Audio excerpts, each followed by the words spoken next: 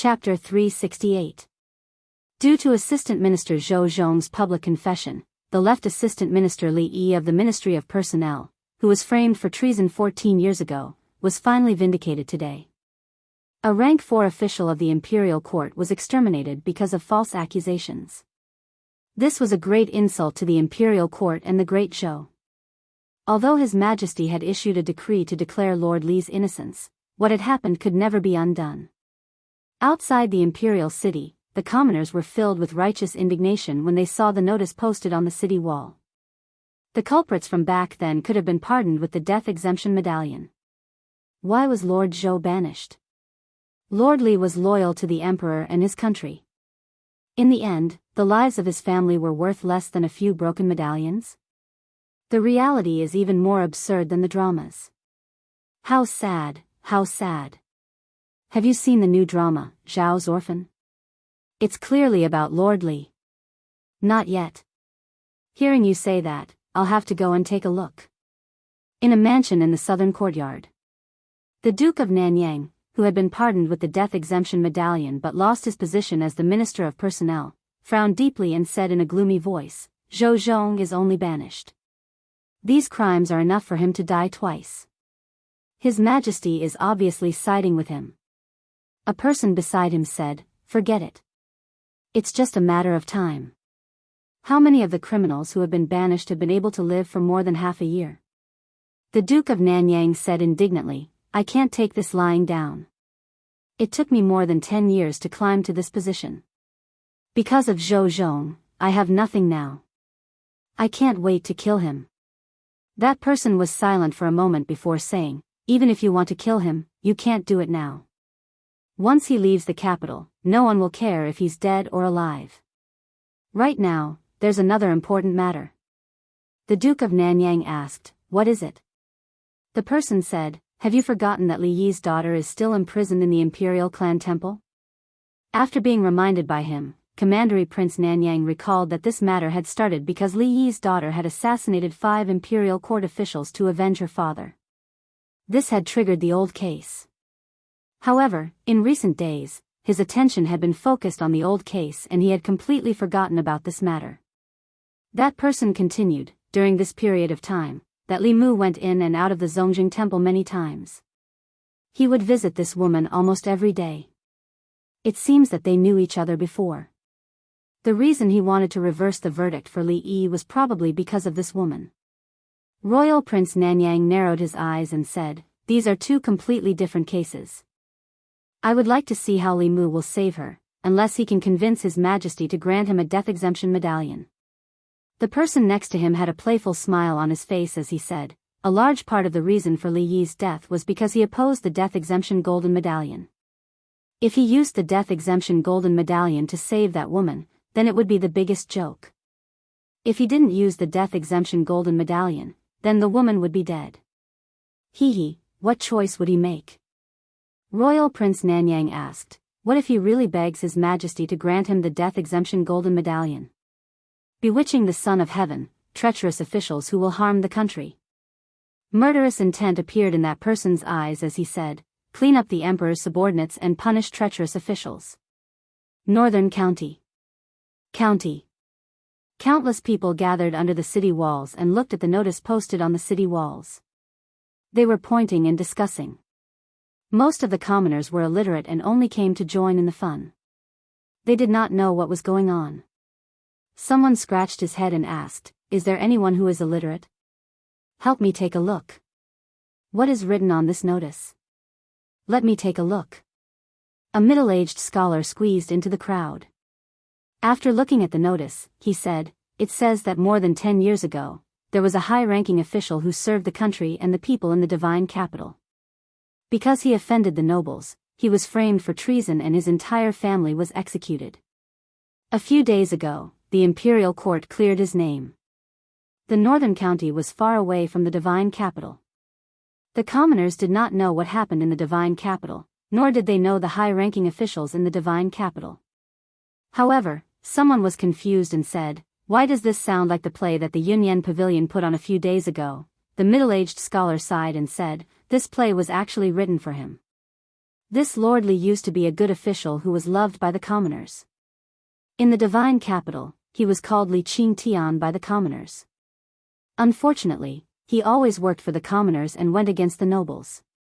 After offending the nobles, he was framed and his entire family was exterminated. He was wronged for more than 10 years. If not for his daughter avenging her father by killing the officials who framed him back then and alerting the imperial court, no one would have cleared his name. There's actually such a thing? It's even more dramatic than a play, even I want to watch that play. Unfortunately, I don't have the money, who did not like to listen to plays. However, to the commoners, being able to eat and wear was already a luxury. Wouldn't it be better to spend a few coins to buy steamed rice? Spending money to listen to plays was the life of the rich. At this moment, someone asked, "Don't you know that the Yunyan Pavilion is not paying for the plays these days?" Someone was shocked. There's such a good thing. It's not just the Yunyan Pavilion. In the past few days, there's also a stage set up by the official road outside the city. It's free to perform. Those who have the money can attend it. Those who don't have the money can also attend it, so the stage at the city gate is for watching plays. If they said that it's free, I would have gone to watch it. Let's go together, wait for me. The commoners did not have much entertainment, so they were naturally happy to watch a play that they could watch for free. The Yunyan Pavilion's theater was filled to the brim. The area around the stage outside the city was also filled with commoners. It was the slack period, so there were not many opportunities like this. The commoners in the surrounding area carried stools before the sun rose. The play was called The Orphan of the Zhao Family. It told the story of an official of the Zhao family from the previous dynasty. Because he often sought justice for the commoners, he offended the nobles in the capital. He was framed by a treacherous official and his family was exterminated. The surviving orphan of the Zhao family endured for many years to avenge his family. The story of the play was twisted and bizarre, with climax after climax. At the end, the orphan of the Zhao family killed the treacherous official with his own hands to avenge his father. It was so satisfying that the commoners could not help but think of Douyi's injustice. The commoners loved to watch plots where good had good karma and evil had evil retribution. This was not the only reason why the play was so popular. It was also because the content of the play was not fabricated. Instead, it was based on the original. The official of the Zhao family in the play was Li Yi, the assistant minister of the Ministry of Personnel, whose entire family was exterminated because of the crime of treason. The empress had already informed the 36 counties of the Great Zhou of his injustice. Most of the commoners knew about it. Sigh, he's already dead. What's the use of redressing the injustice? Why can those people still use the death exemption golden medallion to save their lives? They should all be buried with that lord. It's a pity that the imperial court is controlled by those people. That lord's daughter had no way to redress the injustice. She was forced to take revenge on those corrupt officials. I wonder how the imperial court will deal with her. What else can they do? They'll definitely give her the death penalty. After all, she violated the law. *T the law. Is the law used to protect the murderer? The law can't give justice to others, but it doesn't allow them to seek justice for themselves.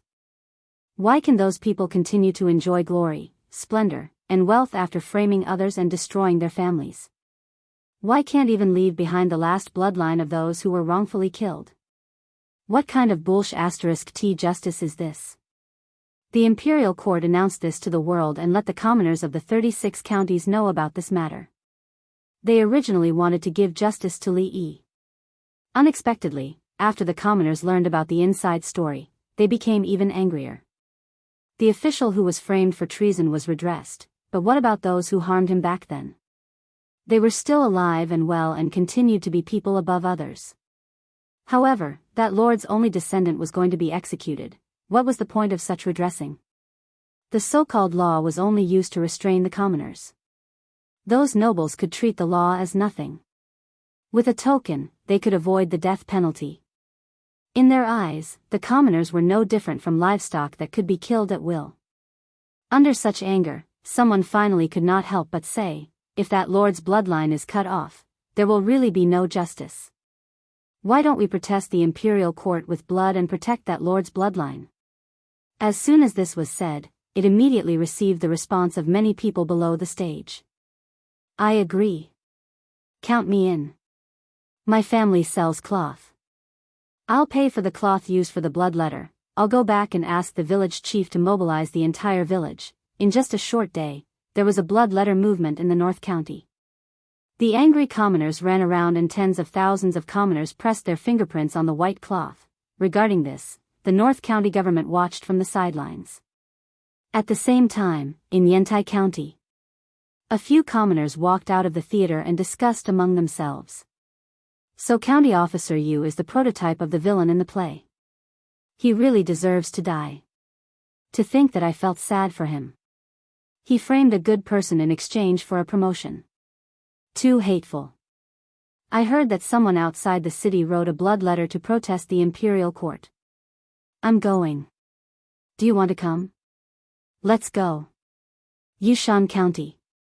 So this is the reason why the two lords died. The case back then has been investigated. Even if they didn't die, they would be beheaded by the imperial court. Pfft, they deserved it. Danyang County. Nanyang County. Yuntai County. In just a few days, similar things happened in the 36 counties of the Great Zhou. After the local government learned of the inside story, to prevent civil unrest, they ordered the commoners to stop gathering. However, the letter was secretly passed down from village to village, Shindu. After the case was revealed, the punishment for the people involved in the case back then was quickly implemented. Other than a few main culprits, the officials who joined forces to impeach Li Yi back then were just following the trend. Now, they were only fined their salaries and were not punished too much. Just by punishing a few main culprits, there was already a huge loophole in the 6 ministries. The 3 provinces were also in a mess. If the accomplices were to be held accountable one by one, the imperial court would probably completely collapse. The left assistant minister of the Ministry of Personnel, Chen Jian, had already been executed. As for the others, because they had the death exemption token, no one could do anything to them. In the hall of the secretariat, Li Mu opened a letter. The contents of the letter were about an official urging the imperial court to quickly deal with the assassination of the 5 officials. Chapter 369. In fact, all the things that had happened in the divine capital these days revolved around the murder of several imperial court officials. The reason why few people mentioned this matter was that most people were attracted by Li Yi's old case. Now that the old case had been clarified, those who should be rehabilitated had been rehabilitated, and those who should be sentenced had been sentenced. The original case had been pushed to the forefront again. The headmaster had notified almost all the subsects to help Li Mu obtain the book of 10,000 people from the various counties. Based on the feedback from Mount Baiyun, the progress of this matter had been pushed forward by more than half. Now was not the time. Li Mu closed the memorial and put it aside. In the Commandery Prince mansion of Nanyang, Commandery Prince Nanyang looked at an official and asked, "Are you sure the memorial has been handed in? It has been 3 days. Why is there no news at all?" The official scratched his head with a puzzled look and said, "It has been handed in. I personally handed it in." "Is it still going through the process?" "The Central Secretariat is going through the process." "Why would it take so long?" Commandery Prince Nanyang looked at Xiao Ziyu and said, "Ziyu, you are the head of the Central Secretariat. Can't you urge him?" Xiao Ziyu shook his head and said, "Uncle, you don't know. I am in charge of the Ministry of Works. The memorials related to the Ministry of Justice are directly handed to Li Mu. After Li Mu deals with them, they will be handed to the Assistant Minister.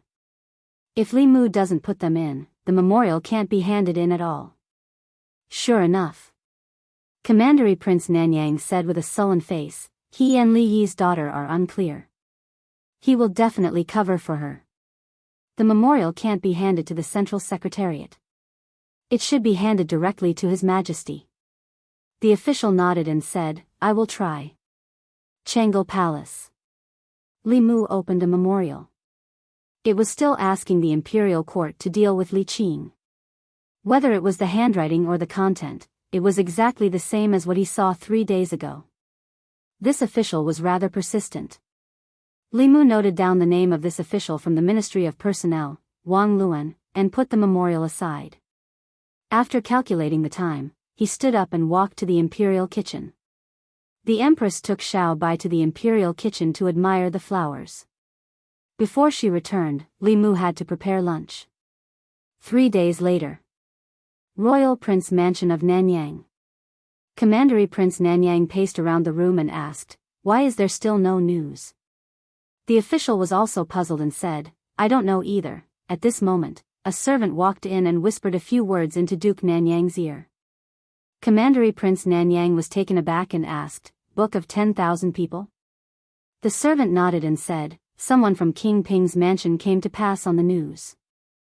Someone is urging the people in the various counties to write a petition to plead for mercy for that woman." Commandery Prince Nanyang snorted coldly and said, "So that's what he's planning." If this matter attracted the attention of the people in the 36 counties and caused them to write a petition to the people, the imperial court might really compromise. After all, the people's hearts were the foundation for the continuation of the great show. If it was only the Luoyang, it would be fine. However, if the people of the 36 counties all pleaded for mercy for that woman, even the law would have to give in. If they also had the Book of 10,000 people when they were sentenced, then he would still be the Minister of Personnel now. If he couldn't get something, then no one else could. Commandery Prince Nanyang's expression was cold as he said, "Although I don't know who gave him the idea, it's impossible for him to save Li Yi's daughter.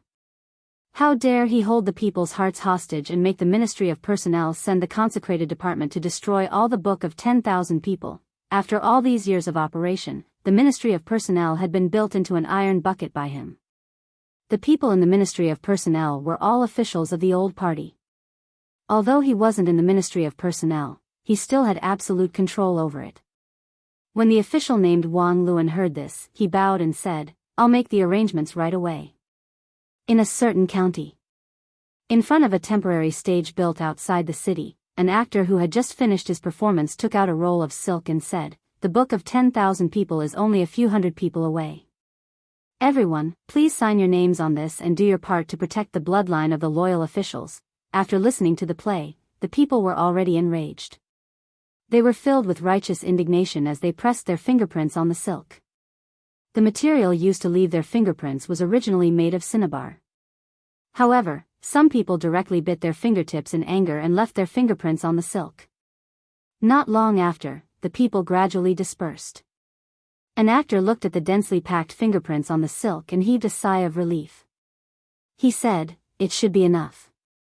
Just as they were about to leave, a few powerful auras suddenly approached above their heads. Several figures floated down from the sky and said coldly, "The consecrated department is handling the case. Leave the Book of 10,000 people and we can let you go." 15 minutes later. The consecrated department's mouths were stuffed with rags and tied to a tree. The actors flew into the air and flew into the distance. "I didn't expect that we, the disciples of the Fulu school, would come out to perform. The person that the imperial court wants to execute is the disciple of the sect master, which is our martial uncle. In order to save martial uncle, this is something that should be done. Didn't you see that even our master has personally come? Let's not talk about it anymore. The Book of 10,000 people for this county has been collected. When we return and hand it in, everyone will be able to obtain an earth-ranked Fulu. Such a good thing should be given more." After many days, Li Mu once again saw Yuzhen Zi in his home. Yuzhen Zi stepped into the courtyard and waved his hand. Many bolts of cloth floated in front of Li Mu. These bolts of cloth were covered with red fingerprints. They were clearly ordinary cloth, but they emitted powerful auras, forcing Lu Han Yen, Wan Wan, and Xiao Bai to retreat. When the auras swept over Li Mu, they seemed to resonate with some aura on his body and gently passed through him. Yuzhen Zi said, "These are the Book of 10,000 people for the 36 counties." Li Mu put away the 36 bolts of cloth and said, "Many thanks, senior sister." Yuzhen Zi said, "Senior brother sect master said that if the great Zhou court does not distinguish between good and evil, then there is no need to stay in the divine capital. It is better to return to the Fulu school as soon as possible to raise your cultivation and prepare to succeed the sect master." Li Mu smiled and said, I believe in His Majesty. Although the great Zhou court was not worth it, within the divine capital, there was still someone like Li Mu who was worth it. In recent days, many officials in the imperial court had submitted memorials, requesting that Li Yi's daughter be severely punished. However, the memorials they submitted were like stones sinking into the sea. There was no response. During the morning court session, an official finally could not bear it anymore. An official from the Ministry of Personnel stood up and said, reporting to His Majesty, under the circumstances of Li Yi's case being unclear, Li Yi's daughter assassinated 5 officials of the imperial court. Such behavior is truly too vile. If she is not severely punished, it will not be enough to uphold the law and establish the prestige of the nation. As soon as he finished speaking, another person stood up. Zhang Chun looked at him and said, Sir, your words are incorrect. How could Lord Li's daughter not know whether or not he committed treason? Those 5 people were the main culprits who framed Lord Li back then. Even death could not wipe out their crimes.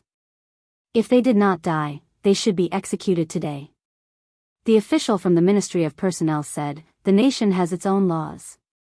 If they are guilty, the imperial court will judge them. It is not up to her to execute them privately. Zhang Chun said mockingly, the imperial court. Lord Li has been wronged for 14 years. Has the imperial court had any intention of overturning the case for him?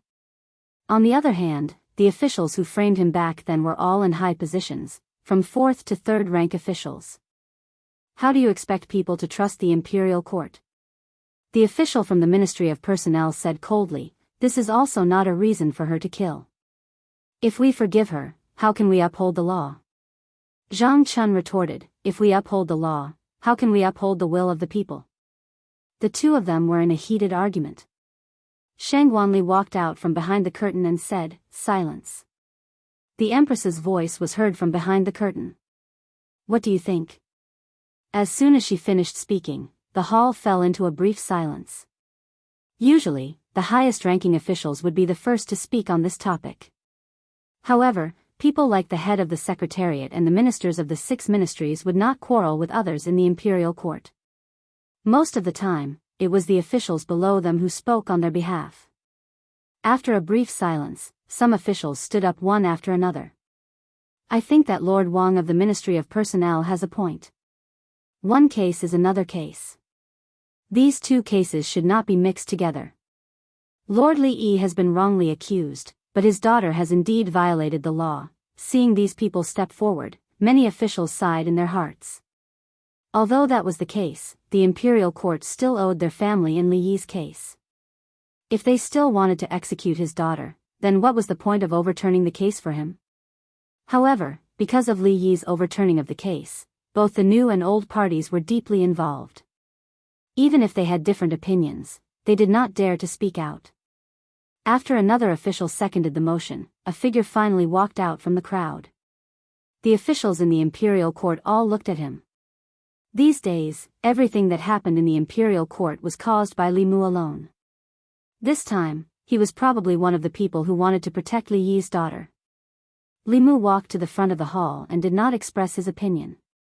He only said calmly, I would like your Majesty and all the officials to see something first.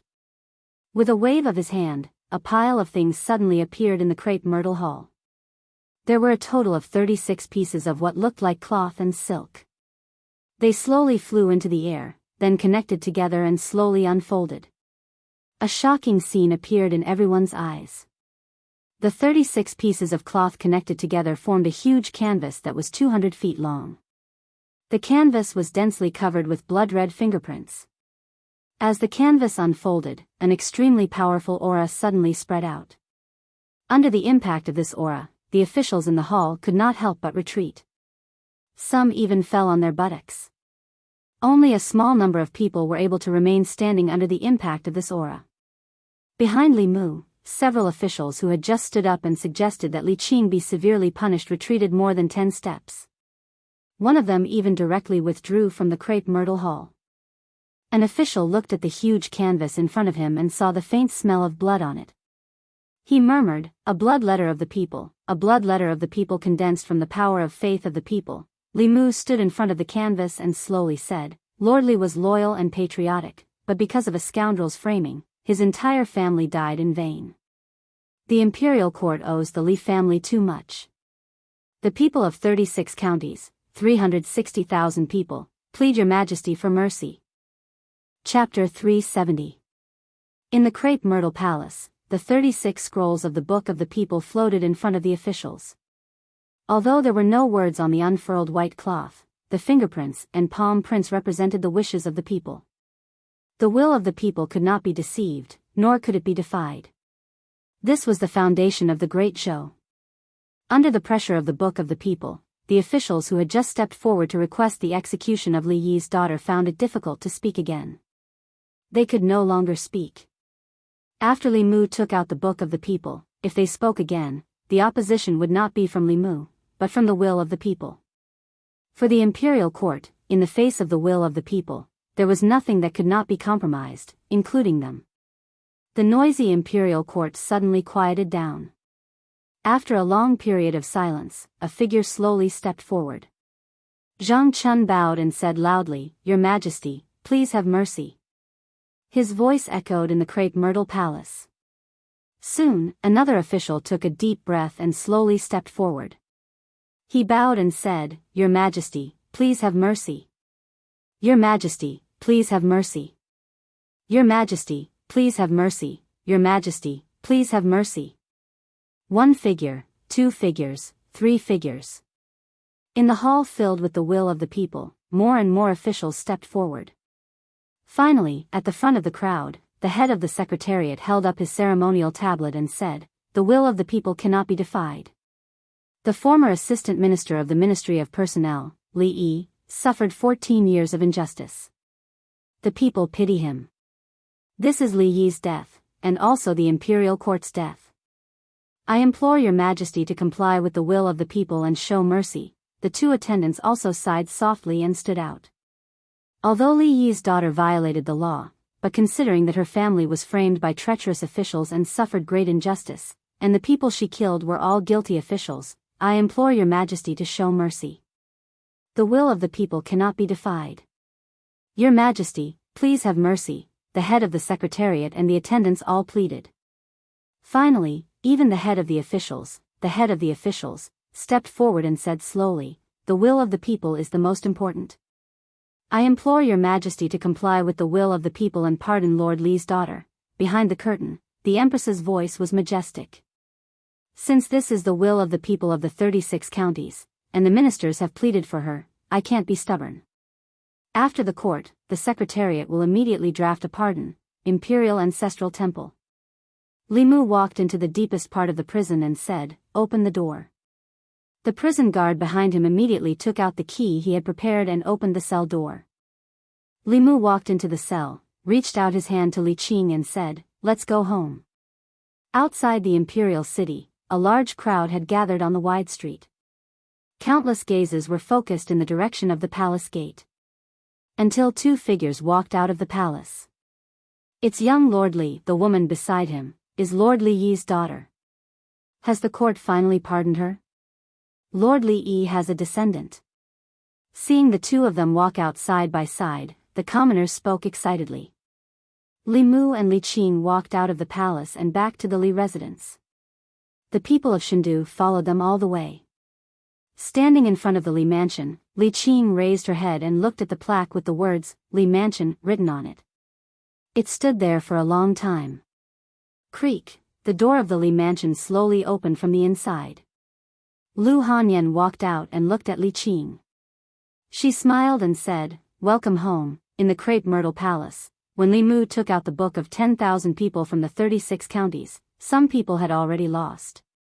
Once the book of 10,000 people, which represented the will of the people, the court officials, whether they were willing or not, only had one choice. In the end, under the lead of a few officials from the 3 provinces, all the court officials pleaded for mercy. In addition to the push of the people's will, the Empress could only reluctantly comply with them and pardon Li Qing. In the Li mansion, Li Mu sat cross-legged on the bed. The telekinesis in his body was almost full. When he walked out of the palace with Li Qing, the entire street was covered by telekinesis. He had just taken out the spiritual jade from the flask space. In just a moment, the spiritual energy in the spiritual jade would be completely absorbed. Even the speed at which he took out the spiritual jade could not keep up with the speed of absorption. At this moment, in the North Court, with the Li Mansion as the center, a huge spiritual energy whirlpool had formed. The spiritual qi in the air of the entire divine capital was gathering towards the Li residence in the northern garden. In the divine capital, some of the more powerful cultivators had already noticed the abnormality. Especially those who lived in the North Court, they could clearly feel that the spiritual energy in the surroundings was becoming more and more abundant. However, when they tried to absorb it, they realized that they could not absorb any spiritual energy at all. The huge spiritual energy whirlpool in the North Court was violently absorbing all the spiritual energy in the surroundings. Someone is breaking through. What exactly is this person's cultivation? How could he cause such a huge commotion? Countless figures flew up from all directions and looked in the direction where the spiritual energy was gathering. That place is the Li Mansion. This familiar feeling. Could it be that Li Mu is also cultivating telekinesis? It's the same as Li Yi back then. No wonder his cultivation speed is so fast at such a young age. He actually dares to cultivate this path. Such a fast and domineering way of gathering spiritual energy was not something a normal cultivation path could achieve. Even a spirit gathering array was far from it. Only telekinesis could have such an effect. The path of telekinesis was the fastest way to improve one's cultivation among all the paths of cultivation. The reason why so few people cultivated it was not because they did not want to, but because it was too difficult. Telekinesis originated from the people. To win the people's trust, one had to stand on the people's side. However, the interests of the people and the interests of the people in power were often contradictory. To stand on the people's side was to stand on the opposite side of the people in power. To walk on this path, one had to dare to do what ordinary people did not dare to do. There had been people who had done this before, but they had all died. After that, very few people walked on this path. If Li Mu did not have the Empress's protection, he would have been like Li Yi back then. His entire family would have been executed countless times. It was also because of the Empress's protection that he could walk to this day and become a righteous person in the hearts of the people in the divine capital. He relied on the people's telekinesis to quickly break through. The spiritual energy vortex above the Li Mansion spun for more than 2 hours. It almost sucked out all the spiritual energy in the divine capital before it slowly dissipated. At the same time, Li Mu, who was sitting cross-legged on the bed, slowly opened his eyes. The divine light in his eyes was restrained. The aura on his body was also extremely obscure. In the past, he was a sharp sword. Now, he had hidden his edge. Saving Li Qing was something he had to do. It was also in accordance with the people's will. With this, the telekinesis of the people in his body reached its peak. It allowed him to break through to the 5th level in one go. It also allowed him to resolve one of his obsessions. Li Mu walked out of the room. Hyun Jinko stood in the courtyard and smiled. Congratulations, junior brother.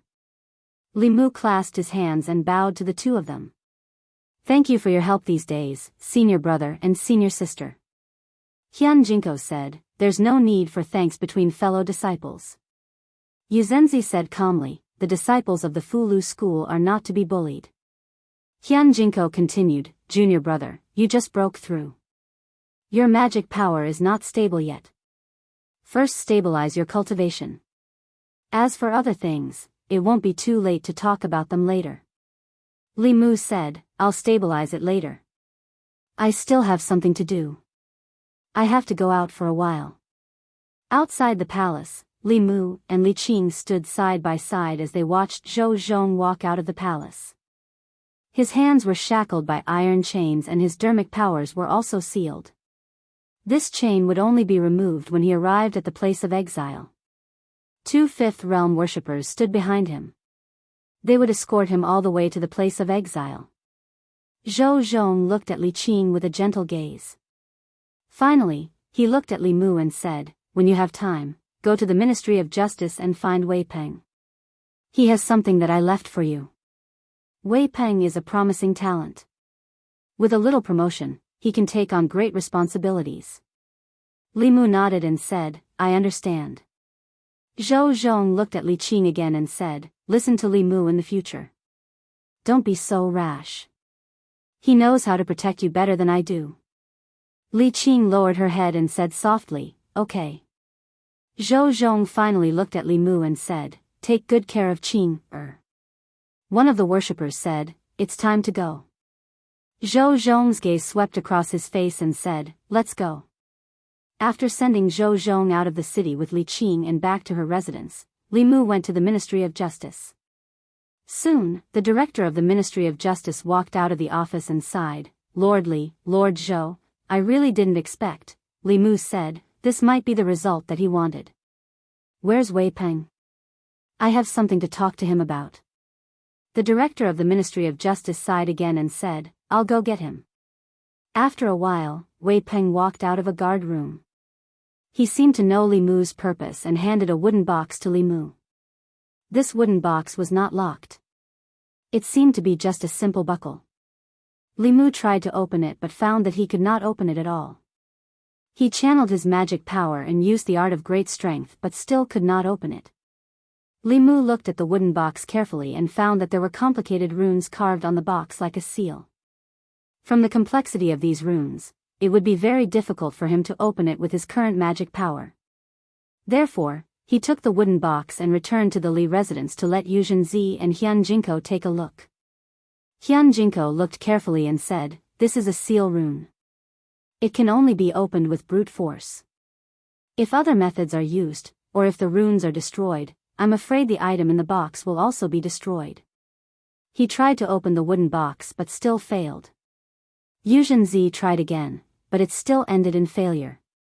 She looked at the wooden box in her hand and said, this seal is too strong. I'm afraid only those above the 7th realm can open it. If you have time, go back to Mount Baiyun and ask Senior Brother Sect Master for help. Li Mu waved his hand, no need. After a while, Changle Palace. Li Mu took the wooden box and walked to Zhou Yi, saying, Your Majesty, I can't open this, crack. Zhou Yi took the wooden box and opened it easily. Li Mu leaned over and saw a book in the box. He took out the book, flipped through a few pages and slowly closed it. Chapter 371. In Changle Palace, Li Mu handed the booklet to Zhou Yi and asked, Your Majesty, how should we deal with these people? Zhou Yi flipped open the booklet and glanced at it a few times. Then, he asked Li Mu, what do you think? Li Mu thought for a moment and said, I think that the Great Zhou's imperial court has been suffering from a chronic problem for a long time. The court officials have formed cliques for personal gain, and in order to suppress dissidents, they will do anything. If we want to cure this chaos, we need to use strong medicine. Your Majesty can also take this opportunity to support some of your trusted aides. Zhou Qiong rubbed the space between his brows and said to Li Mu, I'll leave this matter to you. Li Mu bowed and said, I obey. The booklet Zhou Zhong gave him recorded the crimes of many officials of the two parties over the years. Some of them were corrupt, some of them took bribes, some of them bent the law for personal gain, and some of them abused their power. These records filled the entire booklet. A month ago, Li Mu felt that the imperial court should still be stable. Over the past month, Li Mu gradually realized that the Great Zhou's imperial court had a problem from the root.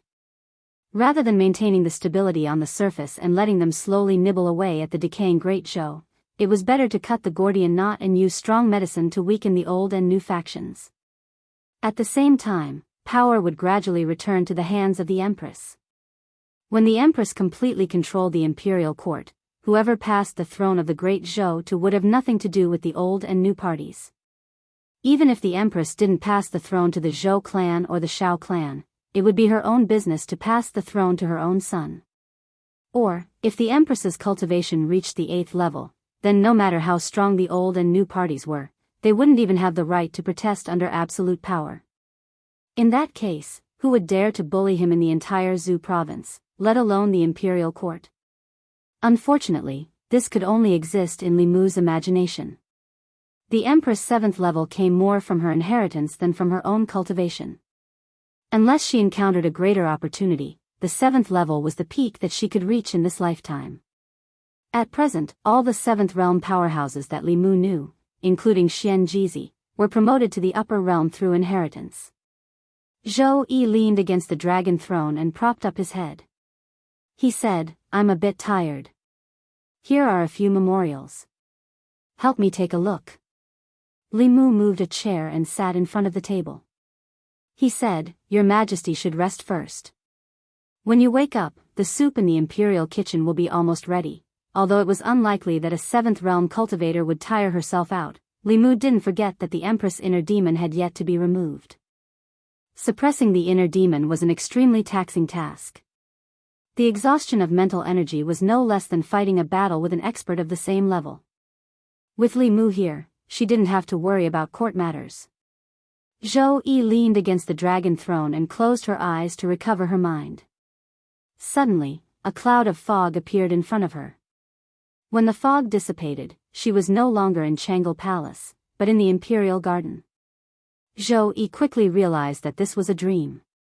As a 7th realm cultivator, she could control her body and consciousness. However, dreams didn't seem to have much to do with a person's consciousness. Instead, it was dominated by another consciousness. She wanted to withdraw her consciousness from the dream, but she heard a sound coming from the depths of the Imperial Garden. This made her change her mind. She was also interested in the contents of the subconscious fantasy. Thus, she walked along the path of the Imperial Garden and slowly walked into the depths. As she walked, the conversation in the depths of the garden gradually became clear. This orange is very sweet. It's a tribute orange from Jiangnan. Try it. I want you to feed me. Nonsense. Humph, you're not even willing to do this for me. You don't love me anymore, okay. Open your mouth. In the depths of the garden, there seemed to be a couple passionately in love. Zhou Yi had never experienced love, so she didn't feel envious. She just felt that even the fragrance of the flowers in the Imperial Garden couldn't cover up the sour smell in the air. Just as she was about to leave, the couple sitting in the pavilion suddenly turned around. In the pavilion, the other her was peeling the orange with a smile and sending the orange pieces into the mouth of the person in her arms. And the person nestled in her arms was actually Changle Palace. Zhou Yi, who was lying on the rocking chair, suddenly opened her beautiful eyes. Fine sweat even seeped out of her forehead. After Li Mu finished reading the last memorial, he inadvertently glanced over and found that the Empress had woken up. Then, he asked with some surprise, Your Majesty, are you very hot? Zhou Yi looked at Li Mu. The scene in her mind appeared again. She realized that her inner demon seemed to be getting more and more serious.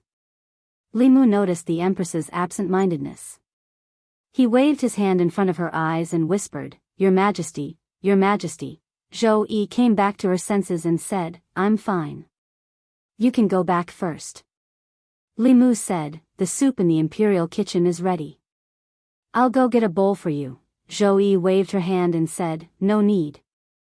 I'll let Ali leave in a while. You can go back first. Li Mu tidied up the memorials he had read and put the chair back in place. He said, Then I'll go back first. Walking out of Changle Palace, he sighed softly. The reason he came to Changle Palace was that he didn't know how to face the situation at home. He wanted to sort out his thoughts first, but the Empress obviously didn't give him the chance. It was now lunchtime. In the Imperial Palace, the officials of the various government offices began to walk out in groups. An official looked at Li Mu walking out of Changle Palace and said with emotion, What is a favored official? This is a favored official. The number of times he goes to Her Majesty's bedchamber is more than the number of times he goes to the Secretariat, another official said. What is he holding in his hand? It looks like a book. When his eyes swept over the book in Li Mu's hand, he inexplicably shivered. He crossed his arms and said, It's cold. Tomorrow I'll have to wear more clothes. Li Mu walked out of the Imperial Palace and all the way back to the Li residence. He stood in front of the gate, but he didn't step in. It was hard for him to imagine what it would be like if Li Qing and Lu Hanyan appeared at home at the same time. In Lu Hanyan's eyes, Li Qing was undoubtedly Li Mu's ex-girlfriend.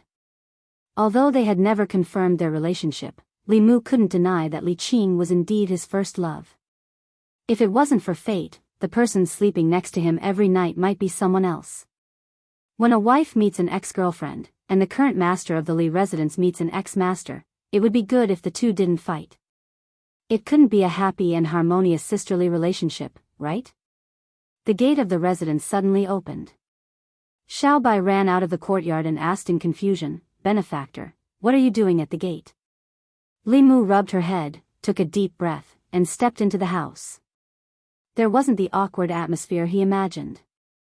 Li Qing and Lu Hanyan were sitting in the courtyard and talking. They were neither too enthusiastic nor too distant. Li Mu walked into the courtyard and said, "I'm back." No one paid attention to him. Lu Hanyan looked at Li Qing and asked, "Where was Miss Li's previous room?" "I'll ask Wanwan to help you tidy it up." Li Qing said, "No need, I'll tidy it up myself." Lu Hanyan shook her head and said, "This used to be your home, and it will still be your home in the future. You don't have to be so polite in your own home." What Li Mu was worried about didn't happen. Lu Hanyan, who had always been stingy in relationships, was so magnanimous that he couldn't believe it. At night, when Li Mu was about to go to his room to sleep, the bedroom door slammed shut just as he reached the door. In the room, Lu Hanyan said gently, "From today onwards, you'll sleep in the study." Her voice was very gentle, but the words she said were as cold as an iceberg. Late at night, on the small bed in the study, Li Mu hugged Xiao Bai and stroked her smooth fur. Only then did he feel some warmth in his heart. She was the only one who would stay by his side all this time, in a certain residence in Nanyuan. In a secret room, a soft conversation could be heard. "Zhou Zhong has left Chengdu today and has been sent to the border counties. The two consecrators escorting him are our people. This person can't be left alive. He betrayed us and knows too many of our secrets. If he doesn't die, he'll always be a disaster. Don't worry, I've already made arrangements. He won't be able to reach the border counties, in a certain county in Great Zhou." Under the night sky, a stream of light streaked across the sky and landed on a mountain. A consecrator looked at Zhou Zhong, who was standing at the bow of the flying boat, and said, "Come down." Zhou Zhong looked at the vast wilderness and asked, "My lords, are we going to sleep here tonight?" The consecrator said, "What? You're a criminal official. Do you want to stay in a high-class inn?" He looked at Zhou Zhong and couldn't help but ask, "Lord Zhou, you're a smart person. Why did you do such a stupid thing? Why did you give up your position as the assistant minister of the Ministry of Justice? Why did you choose to go to the north to die?" The other consecrator said impatiently, "Why are you talking nonsense with him? Just do it. We'll enjoy ourselves outside for a while before returning to Chengdu." Zhou Zhong looked at them and asked, "You want to kill me?" The consecrator said, "Lord Zhou, are you so naive as to think that you won't have to die if His Majesty shows mercy?" Zhou Zhong said calmly, "You're deceiving the emperor." The consecrator laughed coldly and said, "If we kill you, we'll burn you to ashes with the true Samadhi fire. Who would know? Anyway, you criminal officials will all die in the hands of ghosts and demons in the end." Zhou Zhong asked again, "You really want to kill me?" The consecrator extended his hand. A ball of blazing flame floated in his palm. He walked towards Zhou Zhong and said, "In your next life, be a smart person." Zhou Zhong looked at him and said softly, "Deceiving the emperor is a crime punishable by death." Poof! The flame in the consecrator's hand suddenly went out. It wasn't that he cancelled his spell. It was that his spell had no more mana to support it. The moment Zhou Zhong finished speaking, his head and body suddenly separated. The wound was as smooth as a cut. Blood splattered 3 feet high. With the death of his physical body, his nascent spirit left his body. His expression was full of fear. He subconsciously wanted to escape, but in his confusion and fear, he slowly dissipated. In the blink of an eye, a fifth realm cultivator's physical body was destroyed and his soul dispersed. Seeing his comrade die in such a strange way, the other consecrator's face turned pale. he turned around and fled without hesitation. His body streaked across the sky like a stream of light and quickly disappeared into the night sky. On the mountain top, Zhou Zhong said, "Come back." The consecrator who fled rolled back and appeared at his previous position. Zhou Zhong looked at him and asked, "You haven't finished your work. Where are you going?" Chapter 372. Fairies' Capital, Department of Worship. A few worshippers looked at a broken jade tablet on the table with solemn expressions. The life talisman is broken. Is Ma Yi dead? Where is he? Ma Yi and Zheng Zong escorted Zhou Zhong to the place of exile. Could it be that Zhou Zhong broke free from the torture instruments and escaped? Zheng Zong's life talisman is still intact. Why didn't he send a message back? Just as he finished speaking, a high official strode in and said, "I've just received a message from High Official Zheng. Ma Yi wanted to kill Zhou Zhong while he was escorting him, but he was killed by Zhou Zhong." As soon as these words were spoken, it caused an uproar. Why did worshipper Ma want to kill Zhou Zhong?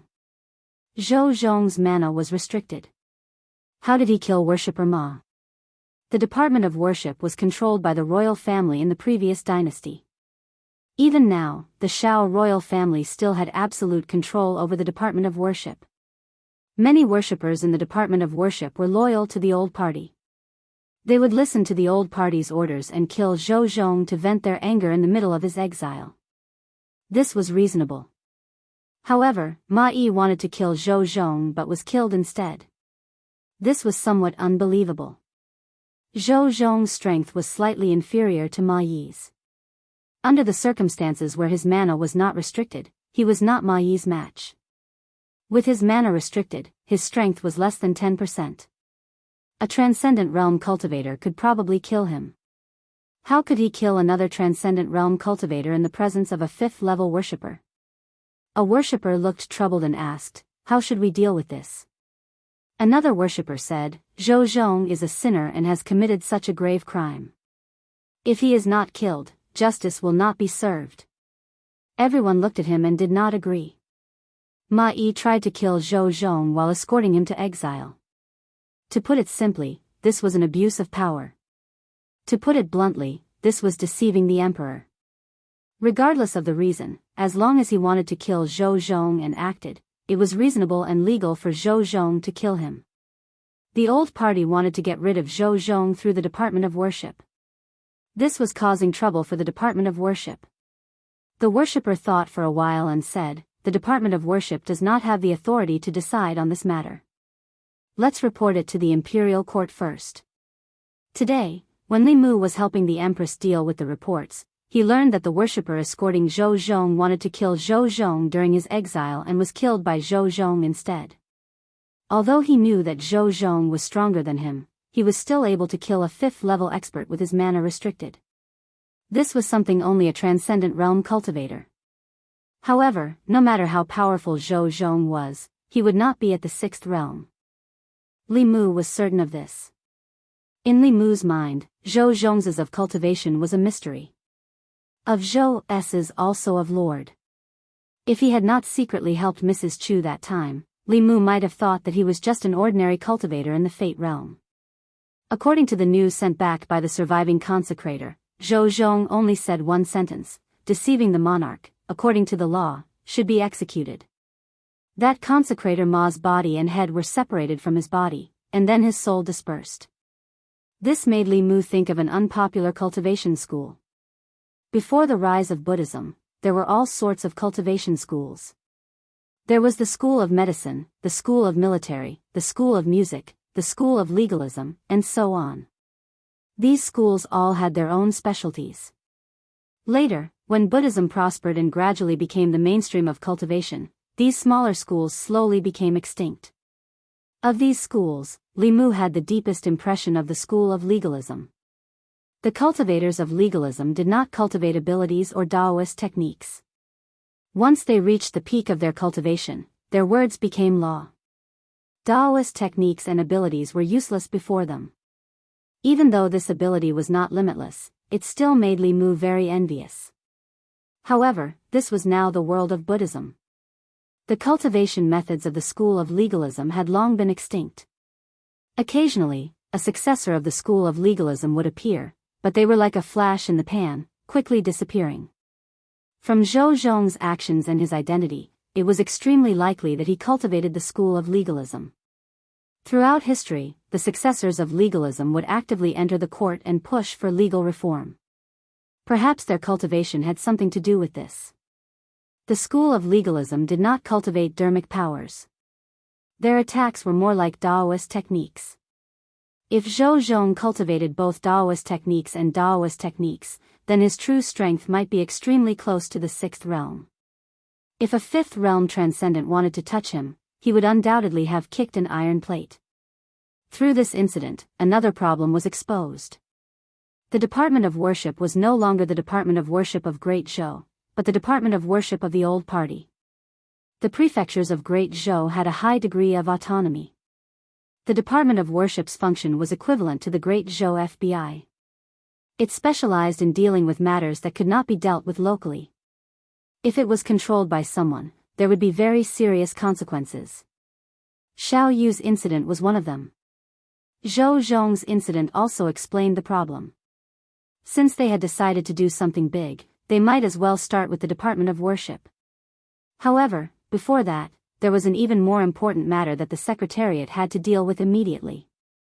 After overturning the case for Li Qing's father, 2 ministers and 2 assistant ministers of the 6 ministries were removed from their positions. All of a sudden, there were 4 empty positions for officials above the 4th rank. The Ministry of Personnel was also without a leader. Without officials to replace them, the Yamen would not be able to continue operating. Regarding this, the Secretariat had been arguing for an entire morning. The Ministry of Personnel was the lifeblood of the Old Party. It was originally completely controlled by the Old Party. 1 minister and 2 assistant ministers were all members of the Old Party. The minister of the Ministry of Personnel was the Duke of Nanyang. Through the Ministry of Personnel, the Old Party controlled the assessment, appointment, and dismissal of most officials in Great Zhou. They also indirectly influenced the Department of Worship. It could be said that they had grasped the lifeline of the imperial court. In the process of overturning the case for Li Yi, Li Mu, and Zhou Zhong had cut off the lifeblood of the Old Party. It seemed that the Old Party had only lost 3 officials, but in reality, they had suffered heavy losses. The Old Party was the upper echelons of the government and could influence countless lower echelons of the government. Without the Ministry of Personnel, the Old Party would lose half of their authority in the imperial court. Therefore, they hated Zhou Zhong to the bone and wished that they could get rid of Zhou Zhong on the way to exile him. This time, the position of the Minister of the Ministry of Personnel was contested by Xiao Ziyu, who represented the royal Xiao family, and Zhou Xiong, who represented the Zhou family, for the entire morning. They argued until their faces were red and their necks were thick, but no one gave in to the other. It was impossible for them to give in. In terms of power, the Minister of the Ministry of Personnel was the most powerful among the 6 ministers. The Old Party wanted to take back the position that originally belonged to them, and the new party would not let go of this one and only opportunity. If they obtained the Ministry of Personnel, they would be able to suppress the Old Party. Compared to them, the others did not speak much. This important position did not belong to the Old Party, but to the new party. It could not fall to anyone else. As for the Minister of the Ministry of Personnel, the Secretariat could submit 7 candidates. In order to ensure that nothing went wrong, the Xiao family wanted to monopolize the 7 positions. Naturally, the Zhou family also wanted to monopolize it. Neither side would let the other have their way. As the 2 argued back and forth, Li Mu felt a headache coming on. Why don't you take a look and see if the person you nominated has any qualifications? My person doesn't have any qualifications, but your person does? At most, I'll give you 1. 7 positions, not 1 less. This position originally belonged to us. Li Mu finally could not take it anymore. He slammed the table and said, "The 2 of you, that's enough." He looked at Zhou Xiong and Xiao Ziyu and said, "The 2 of you have argued for 4 hours over a single position. Do you still have any respect for your colleagues? There are still 2 assistant ministers and 1 minister to recommend. Are you going to discuss this until next year? The other officials of the Secretariat agreed with Li Mu and spoke up. Yes, Lord Li is right. If the two of you continue like this, when will it end? Let's discuss and come up with a plan. After some thought, Li Mu said, how about this? Of the 7 positions, each of you can have 3. The last position can be left empty or someone else can be chosen. No. I don't agree. The two of them refused without hesitation. Whether it was the new party or the old party, they were both determined to obtain the position of Minister of Personnel. They did not want to give up even 1 position, much less 3. What right do you have to disagree? Li Mu's face darkened as he said, as officials of the Secretariat, are you more handsome than the other officials or have a higher cultivation? Why should the two of you decide on 7 positions? By allowing the two of you to discuss this, we are giving you face. If you don't want it, then we won't give it to you.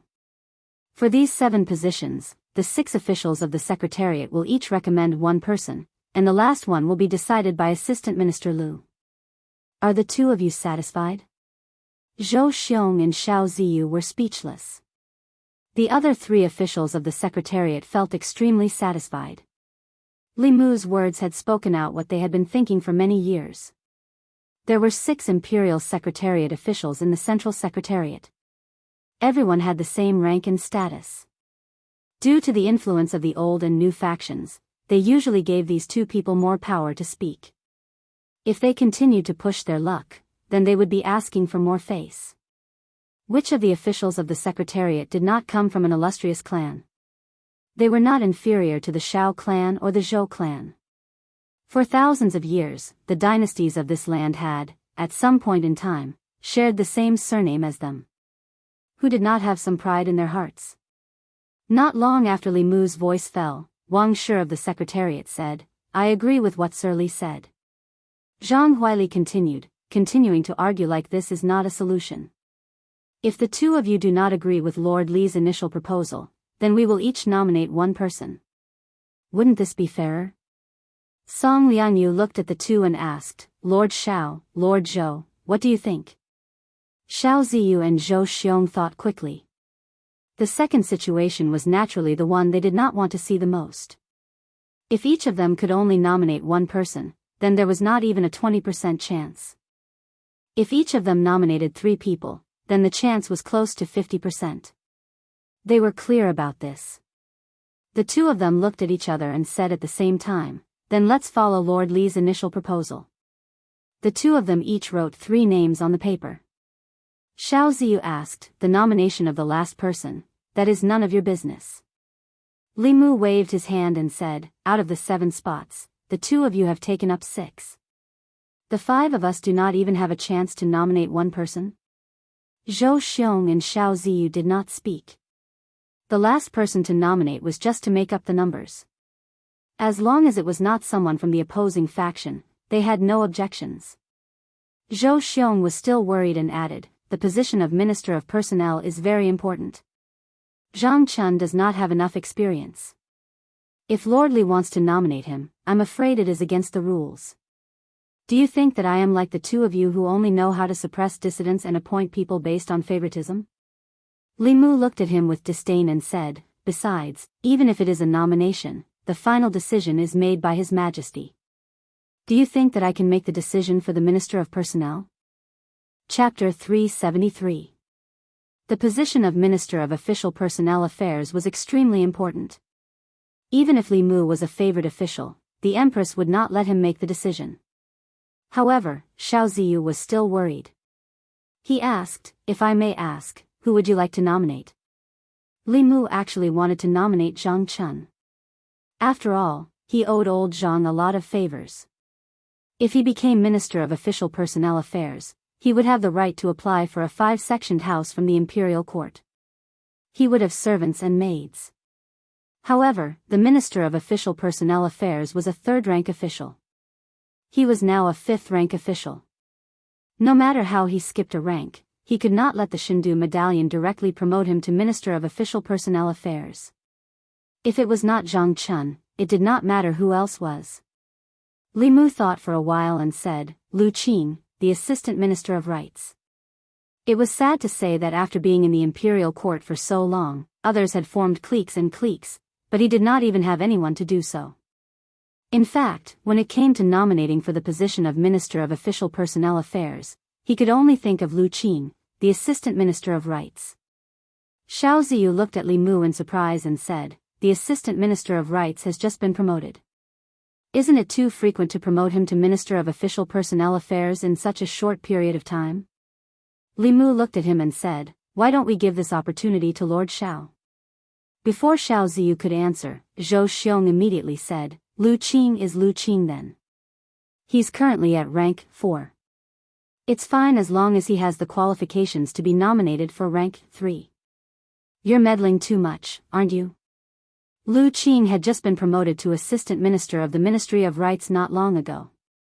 In principle, it was impossible for him to be promoted to Minister of the Ministry of Personnel in the near future. In this way, the uncertainty of the last position could be eliminated. Wasn't nominating Lu Qing much better than Li Muzhen nominating a capable and experienced official? Although Zhou Xiong did not like Li Mu, he would not blindly oppose him at a time like this. Li Mu looked at the other 3 officials of the Secretariat and asked, "I am just randomly nominating someone. Do the other 3 have any thoughts?" The other 3 secretaries shook their heads in unison. Wang Shi said, "Let's listen to Sir Li." Both the new and old parties were determined to win the position of Minister of Personnel. It was useless for them to nominate him. Li Mu and Lu Qing were neither relatives nor friends. Nominating him was just to make up the numbers. Since it was just to make up the numbers, it didn't matter who made up the numbers. Under Li Mu's forceful intervention, Zhou Xiong and Xiao Ziyu made a compromise, and the candidate for the Minister of Personnel was finally decided. Zhang Huili said, "Next, it's the 2 assistant ministers' turn." Xiao Ziyu quickly added, "It's best if the position of Assistant Minister of the Ministry of Personnel is taken up by an official familiar with the Ministry of Personnel's affairs. It's more than suitable for the position to be replaced by 2 ministers of the Ministry of Personnel. There's nothing else to discuss." The other 3 officials from the Secretariat still did not express any opinions. In the past few years, the old party had already built the Ministry of Personnel into an iron bucket that was impenetrable. The 2 directors of the Ministry of Personnel were also officials from the old party through and through. They would not easily let others interfere. Li Mu looked at Xiao Ziyu and said indifferently, "In my opinion, we should ask His Majesty to reduce the number of officials in the Secretariat." Xiao Ziyu did not know why Li Mu suddenly brought up this matter. He asked, "Why?" Li Mu said, "Because Lord Xiao alone is enough for the Secretariat. You alone can make the decision for the important matters that require 6 Secretariat secretaries to discuss. The few of us are paid by the Imperial Court, but we don't do anything for the court. We really feel guilty." Xiao Ziyu's face turned red. Li Mu was blatantly saying that he acted arbitrarily. Zhou Xiong was somewhat gloating. He said, "Lord Xiao is too domineering. Why don't you just decide on His Majesty's behalf who will take these 2 positions?" Xiao Ziyu's face darkened. "Then what do you think we should do?" Zhou Xiong said, "It's very simple. The 6 of us will each nominate 1 person. The last person will be decided by Assistant Minister Lu or Lord Head of the Secretariat. In any case, the new party would not be able to get either of the 2 assistant minister positions in the Ministry of Personnel." He did not mind muddying the waters so that the old party would not be able to get them either. Zhou Xiong's words pushed him to the opposite side of everyone. Xiao Ziyu was silent for a moment. He could only say, "That's fair. Let's do it this way." It was rare that the 2 assistant minister positions in the Ministry of Personnel were decided by the 7 of them. The positions of Assistant Minister of the Ministry of Justice and Minister of Works were also contested by 2 people who represented the interests of the old and new parties. Under Li Mu's efforts, a few other people also received a few nominations. The other 3 officials of the Secretariat finally felt a sense of participation. This was actually the norm in the Secretariat. The reason there were 6 officials of the Secretariat was not only because they corresponded to the 6 ministries, but also because these 6 people belonged to different factions. This was to prevent one party or one faction from having too much say in important matters of the court. In the past few years, the court officials had taken sides, forming the old and new parties. They each occupied the court, and the structure of the secretariat was also affected. It was practically Zhou Xiong and Xiao Ziyu's opinions. This situation finally changed after Li Mu came to the secretariat. Under the protection of Her Majesty, the old and new parties could not do anything to him. After the 6 officials of the secretariat decided on the candidates for the positions, they handed them over to the assistant minister of the secretariat and the head of the secretariat. If the officials of the secretariat had no objections, they would send them to the Ministry of Martial Arts.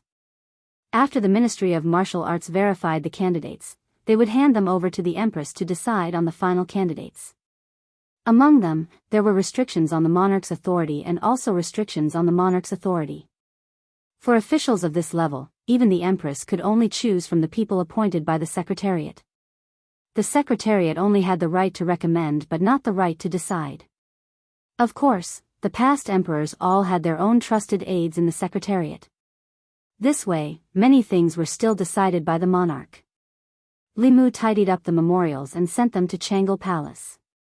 He placed them on the table in front of Zhou Yi and said, "Your Majesty, these are the candidates for the Minister of Personnel, the Assistant Minister of the Ministry of Justice, and the Minister of Works. The Secretariat has already chosen them. Please take a look." Zhou Yi flipped through the memorials on the top, picked up the red brush, and asked, "Who do you think is qualified for the position of Minister of Personnel?" Li Mu said, "This is a matter of great importance. Your subject does not dare to speak carelessly." Zhou Yi thought for a moment and was about to circle a name when Li Mu coughed softly. Zhou Yi paused. The tip of the brush brushed past that name and stopped above another name. Li Mu coughed again. The tip of the brush continued to slide down. Cough. Cough. Cough. After several coughs, when the tip of Zhou Yi's brush stopped at the last name, Li Mu finally stopped coughing. Zhou Yi circled the 2 words, Lu Qing. Li Mu smiled and said, "Your Majesty is wise. Although Lu Qing's qualifications are somewhat lacking, he does not form cliques and does not pursue personal interests. This can prevent one clique from controlling the court through the Ministry of Personnel and causing chaos in the court." After Zhou Yi circled Lu Qing's name, he handed the brush to Li Mu and said, "You can choose the rest." Li Mu took a step back and said, "Your Majesty, you cannot do this. If others know, they will think that your subject is taking advantage of your favor and interfering in the government. Your Majesty should choose." Zhou Yi glanced at him and said, "You are one of my people. Your thoughts are my thoughts. Tell me what you think." Li Mu no longer hid anything. He walked to her side and said, "Your subject knows that your Majesty does not want to be emperor and does not want to be trapped in the imperial palace. However, your subject believes that if your Majesty wants to leave the court, the first thing your Majesty should do is take control of the court. For these important positions, your Majesty should consider placing officials loyal to your Majesty and not officials from the old or new cliques." Zhou Yi said lightly, "Right now, I feel that there is nothing bad about being emperor." Li Mu lowered his head and glanced at her. Right now, she felt that being emperor was not bad because he had helped her do the things that an emperor should do. He had also helped her worry about the things that an emperor should worry about. Apart from showing her face at the morning court every 3 days, had she ever fulfilled any of the duties an emperor should have? Li Mu dared to complain about this in his heart. If he said it out loud, the Empress might come to find him in his dreams tonight. Li Mu cleared his throat and said, "As for these candidates, I can give your Majesty some suggestions. The Minister of Personnel is Lu Qing. As for the 2 assistant ministers, one can be given to the Wang family. As for the other, I recommend Zhang Chun. Sir Zhang has always kept himself clean and has never been associated with the old or new cliques. As long as your Majesty gives him a house with 5 courtyards and a few maids, he will work for your Majesty. As for the Assistant Minister of Justice, I recommend the former Minister of Justice, Yang Lin. Although he seems to be from the old clique, there is still room to rope him in. Letting him be the Assistant Minister of Justice can also appease the old clique and lessen their unbalanced mentality of losing the Ministry of Personnel. Finally, the Minister of Works. Although this position is not as important as the Minister of Personnel, it is best to have it in the hands of one of our own. For this position, I recommend the North County Governor, Chen Jingyuan. After Zhou Zhong's matter, the 6 important positions were empty. This affected the hearts of countless people in the imperial court. To quickly calm the hearts of the people, the Secretariat immediately recommended a batch of officials to become the candidates for those important positions. Amongst them, who the 3 officials of the Ministry of Personnel would end up in was something that both the old and new cliques cared about. The final result would affect which party would control the Ministry of Personnel in the future and influence the imperial court to the greatest extent. The Secretariat did not have to wait for long before the Changel Palace had a result. The current Assistant Minister of Rights, Lu Qing, was moved to the Minister of Personnel. Zhang Chun, Imperial Clan Temple Governor, was moved to the left Assistant Minister of Personnel. At the same time, he held the positions of Imperial Clan Temple Governor and Imperial Clan Temple Governor. Wang Xing was moved to the Ministry of Personnel as the right Assistant Minister. The Minister of Justice, Yang Lin, was promoted to Assistant Minister of Justice. The person who was chosen to be the Minister of Works was even more surprising. It was the North County Governor, Chen Jingyuan. Very few people in the imperial court knew this name. Apart from the selection of the Assistant Minister of the Ministry of Justice as expected, the final selection of the other important ministers were all shocking. The Secretariat. Looking at the name list that returned from Changel Palace, the names behind the few important positions were actually the officials that Li Mu used to make up the numbers. Xiao Ziyu and Zhou Xiong reacted at the same time. Not good. We fell into a trap again. Chapter 374. Xiao Ziyu and Zhou Xiong looked at each other. Only when they saw the name list did they realize that Li Mu had set a trap for them from the very beginning. He was best at hiding his true intentions. On the surface, he seemed to be doing it for the good of everyone, but behind his back, he had a secret that no one knew. When everyone was discussing the imperial examination system, Li Mu had made a huge contribution. Everyone thought that he was working for the Empress. No one expected that his series of actions, which seemed to be preparing for the imperial examination, was actually to trick the Assistant Minister of the Secretariat, Cui Ming. Judging from the result, Li Mu was not trying to mediate between the two at all. His true motive was to promote his people to high positions and weaken the power of the two parties at the same time. I was careless. I forgot. This little fox is cunning. How could he do such a thing without a motive? At this moment, the two of them, who belonged to different camps, felt a sense of sympathy for each other and shared a common hatred for the enemy. However, in the next moment, the two of them snorted coldly at the same time and walked out of the Secretariat. Not long after, in the southern park, Duke Manor of Nanyang. The veins on Duke Nanyang's forehead throbbed. He gritted his teeth and said, "That damned Li Mu. He won't let us have what he can't have."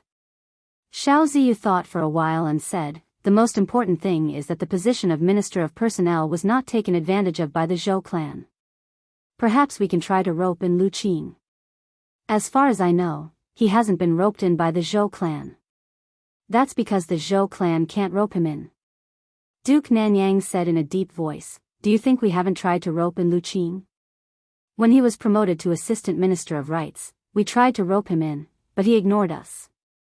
In the past 9 years in the imperial court, he has always been a loner and doesn't get close to anyone. He goes straight home after leaving the court. I invited him to banquets several times, but he rejected me." Xiao Ziyu shook his head and said, "Such a person can actually become the Minister of Personnel." An important position like the Minister of Personnel had always been fought for by different factions.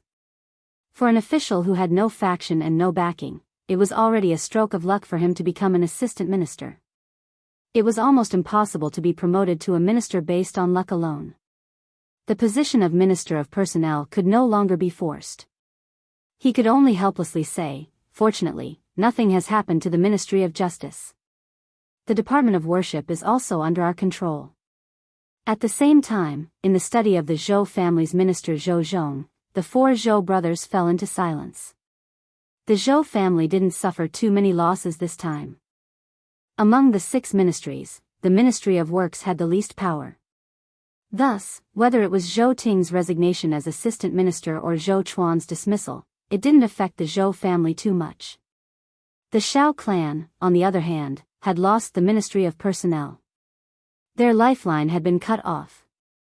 However, this was not entirely good news for the Zhou family. In the past, the Empress didn't care much about the fight between the old party and the new party, and she wouldn't intervene. But now, she was deliberately suppressing the new party and the old party. This time, she appointed several important official positions, avoiding the officials of the new party and the old party. She intended to cultivate her own forces, which was more significant than suppressing the other two parties. Could it be that she's really cultivating her own forces? Zhou Chuan's face was full of doubt. He asked, in the past, she only wanted to condense the next strand of Emperor's qi as soon as possible and pass down the throne. She didn't care much about the fight between the two parties. Could it be that her thinking has changed? Zhou Ting said indifferently, it's very possible. Ever since she began to favor Li Mu, she's changed more and more. Zhou Xiong said with incomparable certainty, I'm very sure that Li Mu must be behind Her Majesty's actions. This time, from the beginning to the end, was a trap set by him. I suspect that he wants to support his own party. No matter what, Li Mu must be taken seriously, the Ministry of Rights. In the assistant minister's office, Lu Qing was packing his things. From tomorrow onwards, he would take up his post at the Ministry of Personnel as Minister of Personnel. The Minister of Rights walked into the office and clasped his hands in greeting. Congratulations, Lord Lu. Lord Lu's promotion speed is really fast. Rather complicated emotions flowed in the depths of his eyes. In the short span of half a year, he had personally witnessed Lu Qing rise from a small minister counselor of the Ministry of Rights to a physician, assistant minister, and now, Lu Qing had become the Minister of Personnel. He held real power in his hands, and his status was firmly above his own. As Lu Qing's superior, he had mixed feelings. Lu Qing also sighed emotionally. Yes, I also didn't expect this place to rise so quickly, Northern Court. Li Mu stood at the entrance of his house, watching Zhang Chun move in. This time, not only had old Zhang been promoted, his residence had also been changed from 3 entrances to 4 entrances. In addition, the Empress had also rewarded his family with 2 servant girls and 2 servants. The distance between the Zhang residence and the Li residence had also become closer. At the housewarming banquet, he patted Li Mu on the shoulder and said, between us, there's no need to say anything unnecessary. Come, let's drink this cup. There weren't many people at the banquet. Other than Zhang Chun's family, there were also Zhang Shan, Li Si, Li Mu, and Li Qing. Since the last time he came to Luoyang, Zhang Shan hadn't gone back. He had never been to Luoyang before and was shocked by the prosperity of the streets. He had already asked Lu Hanyan for permission to open a branch here. Coincidentally, Lu Hanyan also had the same idea, so he stayed for the time being. After a few cups of wine, Zhang Shan looked at Li Qing and asked, Boss, what do you plan to do next? Will you continue to stay in Luoyang? Li Si kicked him under the table, but it was too late. Li Qing was silent for a moment, then said, in 2 days, I should return to Mount Baiyun. Li Si's lips moved slightly. He wanted to say something, but in the end, he didn't speak. He poured a cup of wine and said to Li Mu, here's to you. The wine cups clinked. He gave Li Mu a meaningful look and said, you guys have gone through a lot of trouble to get to where you are today. You must cherish the people in front of you. Zhang Shan raised his wine cup and said, that's right. You and the shopkeeper have gone through a lot of trouble to get together. You must cherish her in the future. Li Si poured another cup of wine and said to Li Qing, here's to you, boss. I hope you can think carefully before you make a decision in the future. Don't regret it in the future. Zhang Shan agreed and said, that's right. If you hadn't killed those corrupt officials, this matter would have been much simpler. You wouldn't have to stay in the Imperial Clan Temple. They would still be beheaded in the end. Ever since Li Qing came to the house, Li Mu had been sleeping in the study with Xiao Bai in his arms every day. Not only that, on the second day after Li Qing came to Luoyang, Lu Hanyan removed all the festive decorations inside and outside the Li residence, including the big red lanterns at the door. According to the customs of Luoyang, the lanterns with the word happiness on them had to be hung for 3 months for the wedding celebration. He knew what Lu Hanyan meant. She was taking care of Li Qing's feelings. Li Qing's family had just passed away. For Li Qing, she chose to sacrifice herself. At night, Li Mu was about to enter the study when he saw a figure standing outside the room. Li Mu walked forward and asked in confusion, "Boss, why aren't you sleeping yet?" Li Qing said softly, "I wanted to tell you that I'm going back to Mount Baiyun to cultivate tomorrow." "I'm sorry to have disturbed you for so long." Li Mu looked at her and said, "What's there to disturb? This is your home. I'm going to ask Her Majesty to let her bestow this residence to you again." Li Qing shook her head gently and said, "I don't have a home anymore. I think that if father knew in the underworld that the one living in the Li residence was someone like him, he would be relieved." Li Mu thought for a moment and said, "Lord Li hasn't been avenged. I'll let you see with your own eyes that they receive the punishment they deserve." Li Qing finally looked nervous. She grabbed Li Mu's wrist and said, "You've done enough. Let's stop here. Father doesn't want anyone to avenge him. He only wants someone to be like him and do something for the people." Li Mu was about to explain to her, but he felt something and looked back. In front of the moon gate, a figure stood there quietly. Li Qing was stunned for a moment, then she let go of Li Mu's hand with a pale face and said, "Senior sister." Lu Hanyan walked over and shook her head. "Junior sister, you don't need to explain. I heard everything." Li Qing lowered her head and said, "I hope senior sister can persuade him." Lu Hanyan glanced at Li Mu and said to Li Qing, "Junior sister should also understand him. He won't change his mind so easily." Li Mu said, "Don't worry." Her Majesty agreed. "There won't be any danger." Lu Hanyan said to Li Qing, "With Her Majesty protecting him, junior sister doesn't need to worry." Li Qing looked at Li Mu and didn't say anything. She said softly, "Then I'll go back to my room first. You should rest early." Lu Hanyan suddenly said, "Junior sister, wait a moment." Li Qing turned around and asked, "Senior sister, is there anything else?" Lu Hanyan said, "There's a question I want to ask junior sister." Li Qing said, "Senior sister, ask away." Lu Hanyan looked at her and asked, "Does junior sister also like Li Mu?" Chapter 375. Li Mu had already prepared to return to his room to sleep. When he heard Lu Hanyan's words, he suddenly quivered and hurriedly said, "What are you talking about?" Lu Hanyan glanced at him and said, "Men shouldn't interrupt when women are talking." A trace of nervousness and panic flashed in the depths of Li Qing's eyes. However, after she met Lu Hanyan's gaze, that trace of panic gradually turned into calmness and indifference. She remembered what Li Si said before she left Yangqiu County. Li Si said that in terms of relationships, it was always easier to take a step back than to take a step forward.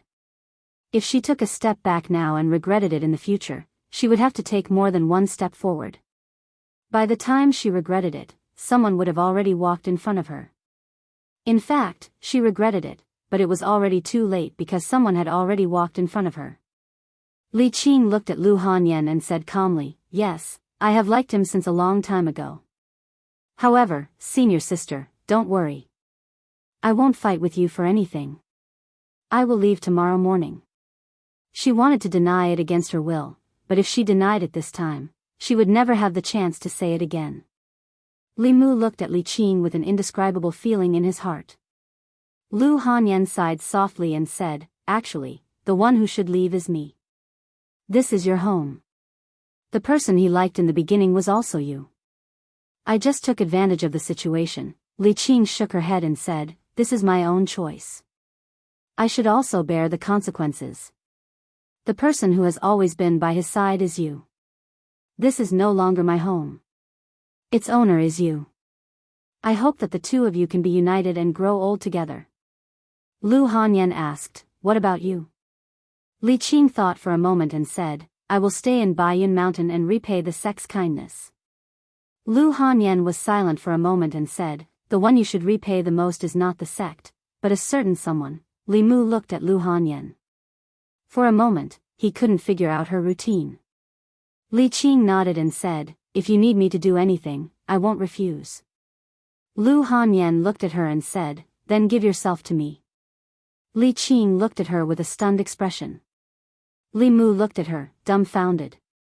Li Qing came back to her senses and said in disbelief, what are you talking about? Lu Hanyan's expression was melancholy, and her tone was somewhat helpless. She continued, although I don't want to share my husband with others, it's not that I can't accept it if that person is you. After all, you're in front of me. A man can't forget the first woman he likes in his entire life. While he's with other women, he still has to think about an outsider. Why not let him think about his own sisters? You're not the first, and you're not the only one. Li Qing's lips moved. Her thoughts were in a mess.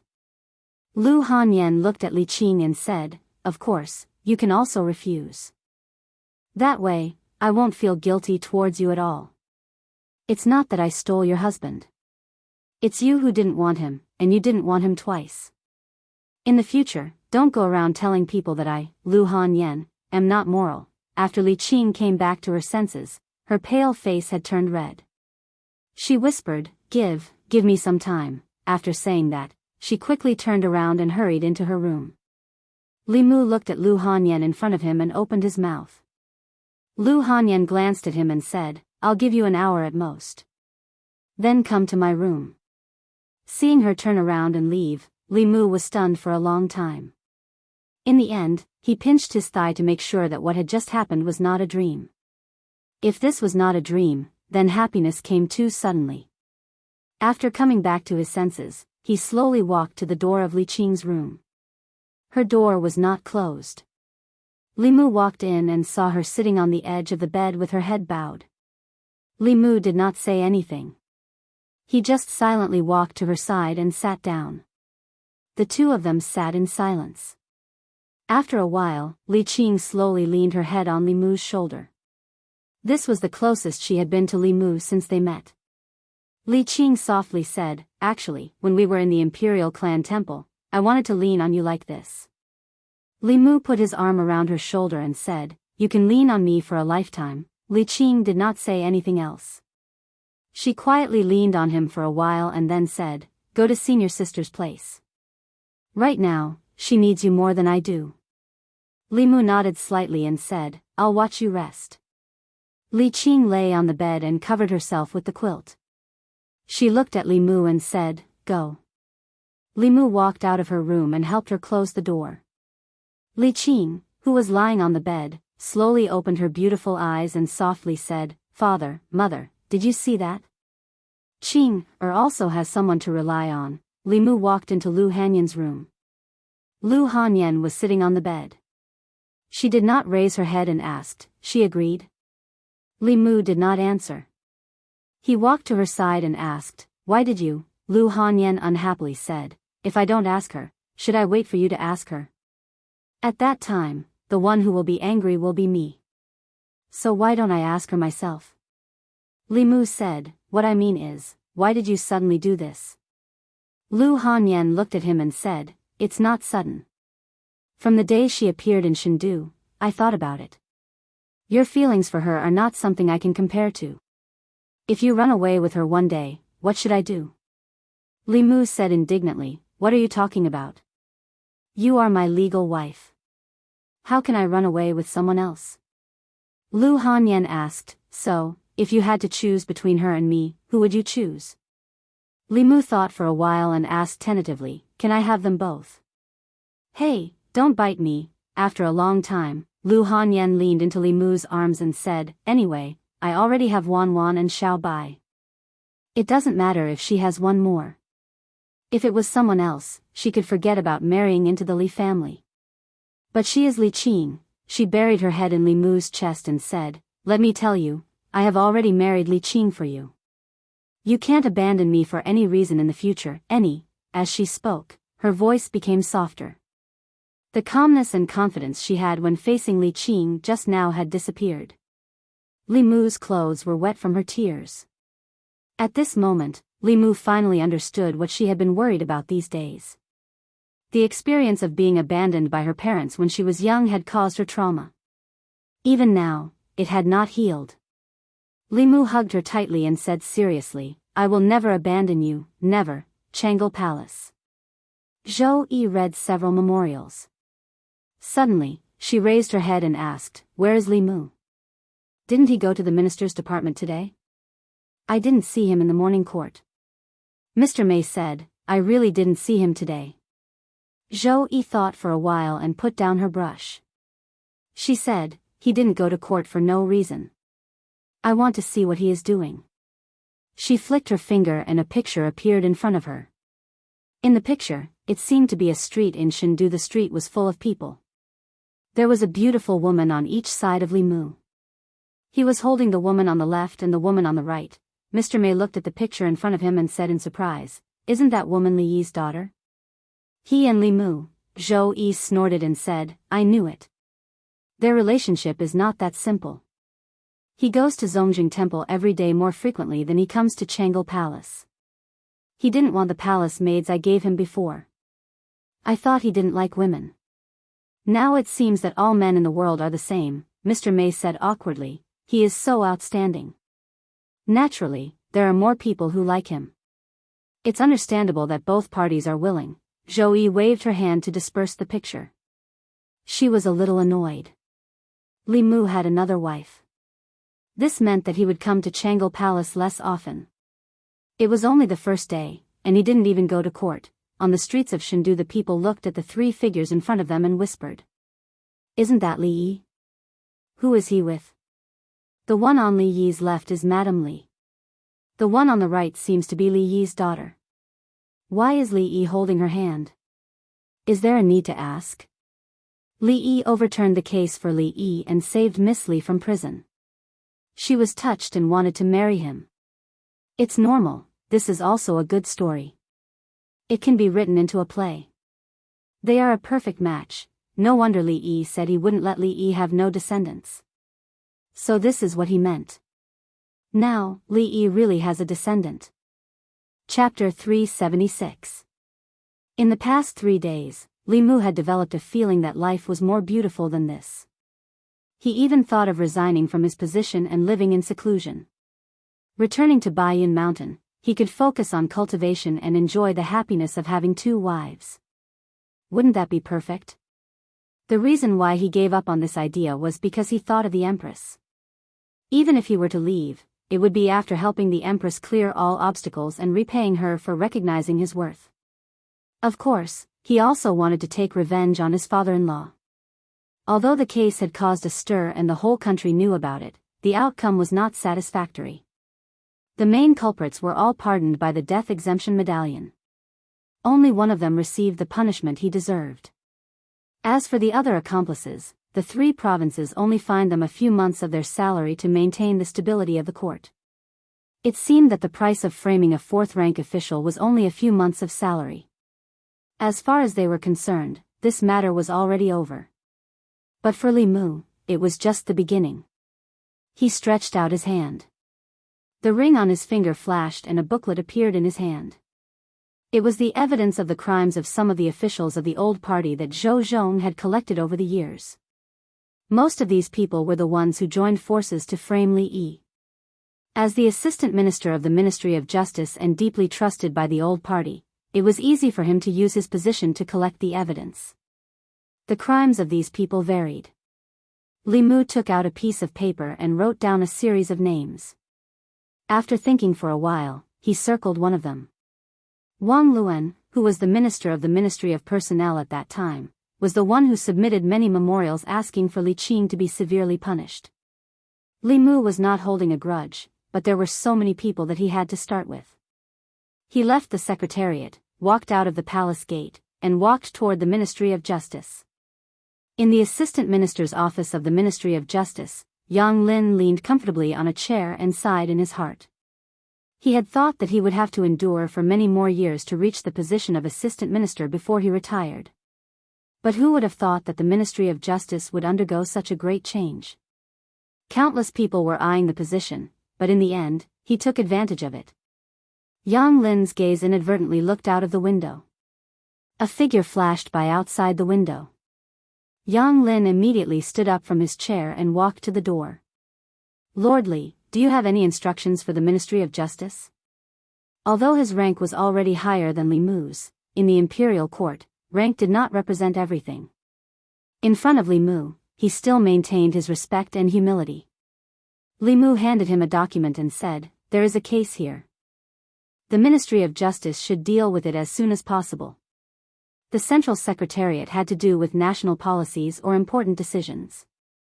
They needed to be reviewed by the Minister of Ceremonies and the Minister of Ceremonies to guide the 6 ministries in their implementation.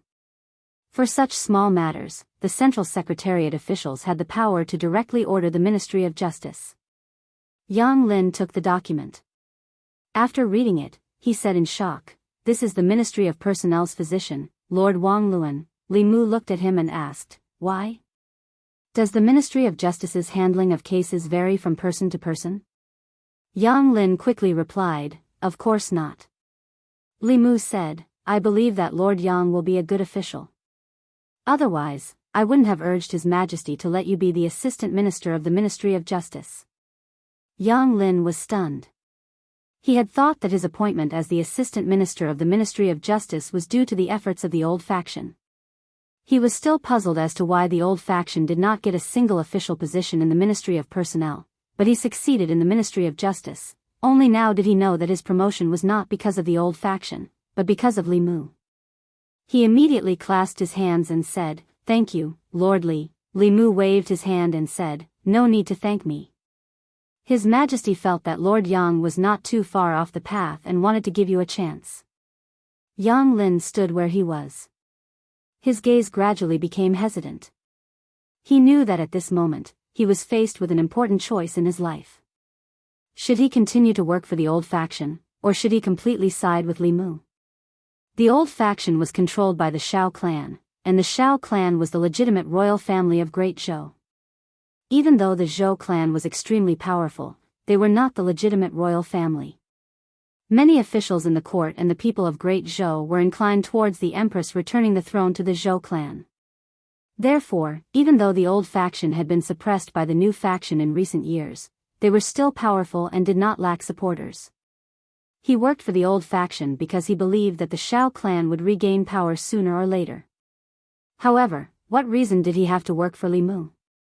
His Majesty could not pass the throne to Li Mu, or Li Mu's children. Yang Lin did not dare to make a rash decision when it concerned his future and even his life.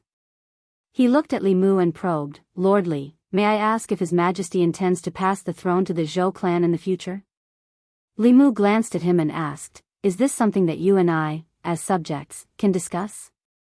Yang Lin looked troubled. Li Mu knew what he was worried about. He said, "Are you afraid that the Shao clan will come after you if His Majesty passes the throne to the Shao clan?" Yang Lin said, "Lord Li, I have elders and children to take care of. I cannot afford to gamble. If I gamble wrongly, the lives of my family." Li Mu asked, "When do you think His Majesty will pass the throne to the Shao clan?" Yang Lin shook his head and said, "I don't know." Li Mu said slowly, "His Majesty is a powerhouse of the 7th realm. He can live for at least 3 decades.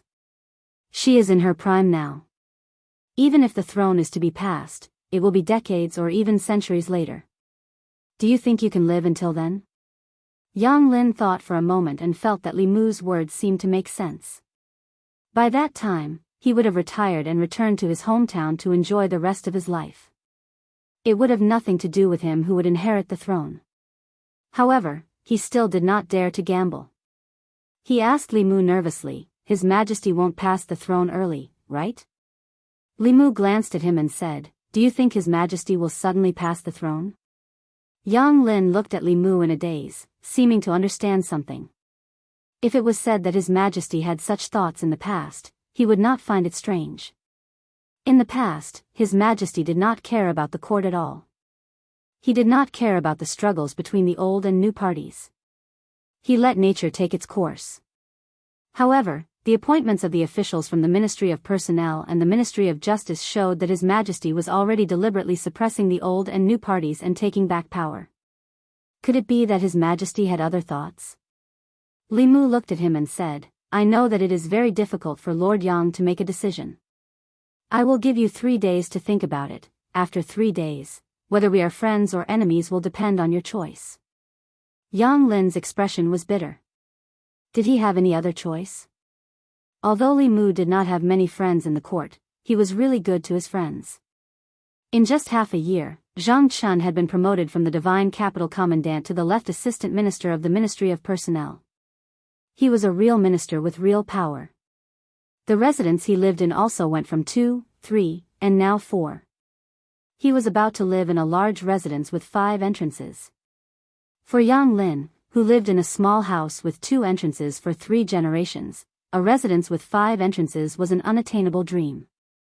On the other hand, Li Mu's enemies were either dead or demoted. Those who were lucky enough to survive lost their positions and reputation.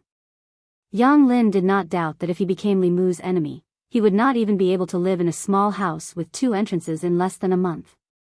The prison of the Ministry of Justice was perhaps the best outcome.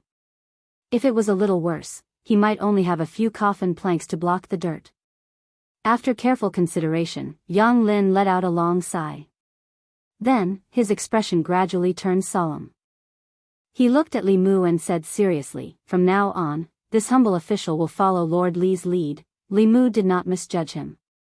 The person he supported did not disappoint him. Not long after, a few constables from the Ministry of Justice hurried out of the Ministry of Justice's main gate. They came to a certain entertainment market and grabbed a certain noble from a brothel. "Which yamen are you from? How dare you arrest me? Do you know who I am? Do you know who my father is? The Ministry of Justice, the current Assistant Minister of Justice, is my father's friend. Let me go. Once you get to the Ministry of Justice, you will suffer." The noble made a lot of noise along the way. The constables from the Ministry of Justice could not take it anymore and used a rag to gag his mouth. The people along the way found out that the noble had been summoned by the Ministry of Justice because of an old case. "This is the son of Lord Wang of the Ministry of Personnel. Why is the Ministry of Justice arresting them? Aren't the Ministry of Personnel and the Ministry of Justice on the same side?"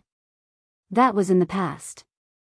Now, the Minister and Assistant Minister of the Ministry of Personnel have changed. The Ministry of Personnel's Assistant Minister hasn't changed. He has some ties with the current Assistant Minister of Justice. Could it be that their relationship has broken? The people always like to watch the drama between officials and nobles. They followed along the way. Ministry of Personnel. It was lunchtime. A few officials from the Ministry of Personnel walked out together and prepared to eat at a restaurant. When they passed by the Ministry of Justice, they saw a large group of people gathered outside the Ministry of Justice. They were discussing and pointing inside. One of the officials from the Ministry of Personnel lamented, "The Ministry of Justice is really busy. They can't even rest during lunchtime." Another official from the Ministry of Personnel said, "When we were on our way here, we heard from the people that some official's son was arrested. The Ministry of Justice took him out of the brothel directly. It seems like the crime is not small." When they heard that some official's son had committed a crime, the officials from the Ministry of Personnel were instantly interested in watching the drama. The Ministry of Personnel's physician Wang Luan chuckled and said, "I wonder which family's son is from. He keeps causing trouble for his elders. It's time to teach him a lesson." He looked into the Ministry of Justice's main hall and saw a figure kneeling in the hall. The figure looked so familiar. One of the officials said in surprise, "Lord Wang, isn't this your?" Wang Luan was stunned for a moment. Then, his face gradually darkened. He did not expect that he would be involved in the drama. Chapter 377. Under the curious gazes of several officials from the Ministry of Personnel, Wang Luan strode into the Ministry of Justice. He met Yang Lin at the Assistant Minister's office. Wang Luan looked at Yang Lin and frowned. "Lord Yang, what's going on?" Yang Lin said helplessly, "You'll have to ask young Master Wang. 3 years ago, he pursued a married woman. In order to force the woman to submit, he beat her husband until he was severely injured. In the end, he even used his power to fabricate a crime and sent her husband to prison. Today, the Ministry of Justice has ordered the Ministry of Justice to reopen the case. After the Ministry of Justice investigated, they found that it was true." Wang Luan gritted his teeth. "Wasn't the case from 3 years ago already closed?" Yang Lin said, although the case from 3 years ago was closed, the Ministry of Justice felt that the Ministry of Justice had handled the case unfairly and requested a retrial. I couldn't do anything about it. Wang Luan asked, can't the original verdict be upheld? Yang Lin shook his head. No. The Ministry of Justice was dissatisfied with the original verdict, so they decided to reopen the case. If the Ministry of Justice still doesn't change it, then I'll be the unlucky one. Wang Luan said angrily, why do you have to reopen the case from 3 years ago? Yang Lin looked at him. You'll have to ask Lord Wang about this. Wang Luan was stunned. Ask me? What's wrong with me? Yang Lin sighed and said, that day, I told you not to meddle in that matter, but you sent several memorials in a row, insisting that Li Yi's daughter be killed. Now, that woman has become one of Li Mu's lovers. If he doesn't take revenge on you, who else can he take revenge on? Wang Luan said, I didn't follow the royal prince's orders. Yang Lin said, that's why your son is here today. Wang Luan took a deep breath and asked, then what will happen to my son? Yang Lin shook his head. It's hard to say. He caused serious injuries, slandered and framed innocent people, and sent them to prison. He'll be punished for several crimes. Your Wang family might have to pay a lot of money. You won't be able to avoid prison, Wang Luan said, I know that the law can be bent. Lord Yang, with our relationship, you have to help me. Yang Lin thought for a moment and said, you can ask Manager Wei to defend your son. He is the most familiar with the law and the Ministry of Justice. Perhaps he can help your son fight for a reduced sentence. A moment later, in a certain office of the Ministry of Justice, Wang Luan held Wei Peng's hand and said, Manager Wei, I'll leave my son to you. After the matter is completed, I will definitely reward you handsomely. Wei Peng nodded and said, I'll try my best. With that, he slowly walked into the courtroom. Wang Luan asked Yang Lin, how will the Ministry of Justice judge him this time? Yang Lin thought for a moment, then said, inflicting serious injuries and setting someone up to be imprisoned for 3 years. The fine is at least 200 taels of silver, and this is under the condition that the other party is willing to forgive you. In addition, at least 5 years of imprisonment is unavoidable. As for how much you can reduce, it will depend on Manager Wei's performance. About 15 minutes later, Wei Peng slowly walked out of the court. Wang Luan asked, what were the results? Wei Peng said, forget it. Wang Luan was pleasantly surprised.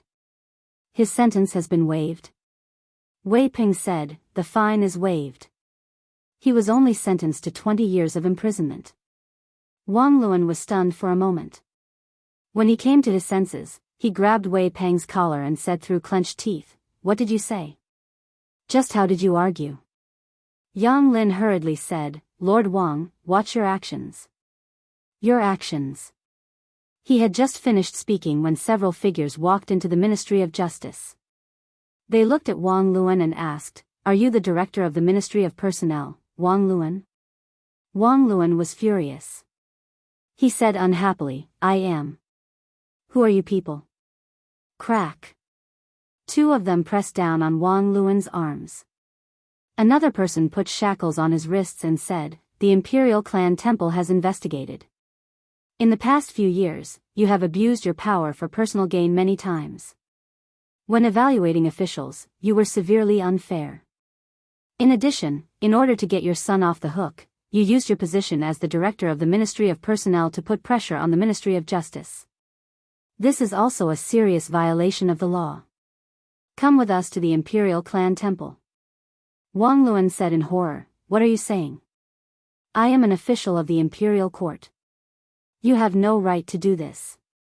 You still know that you are an official of the Imperial Court? The official from the Imperial Clan Temple glanced at him. He waved his hand and said, knowingly breaking the law. This is an additional charge.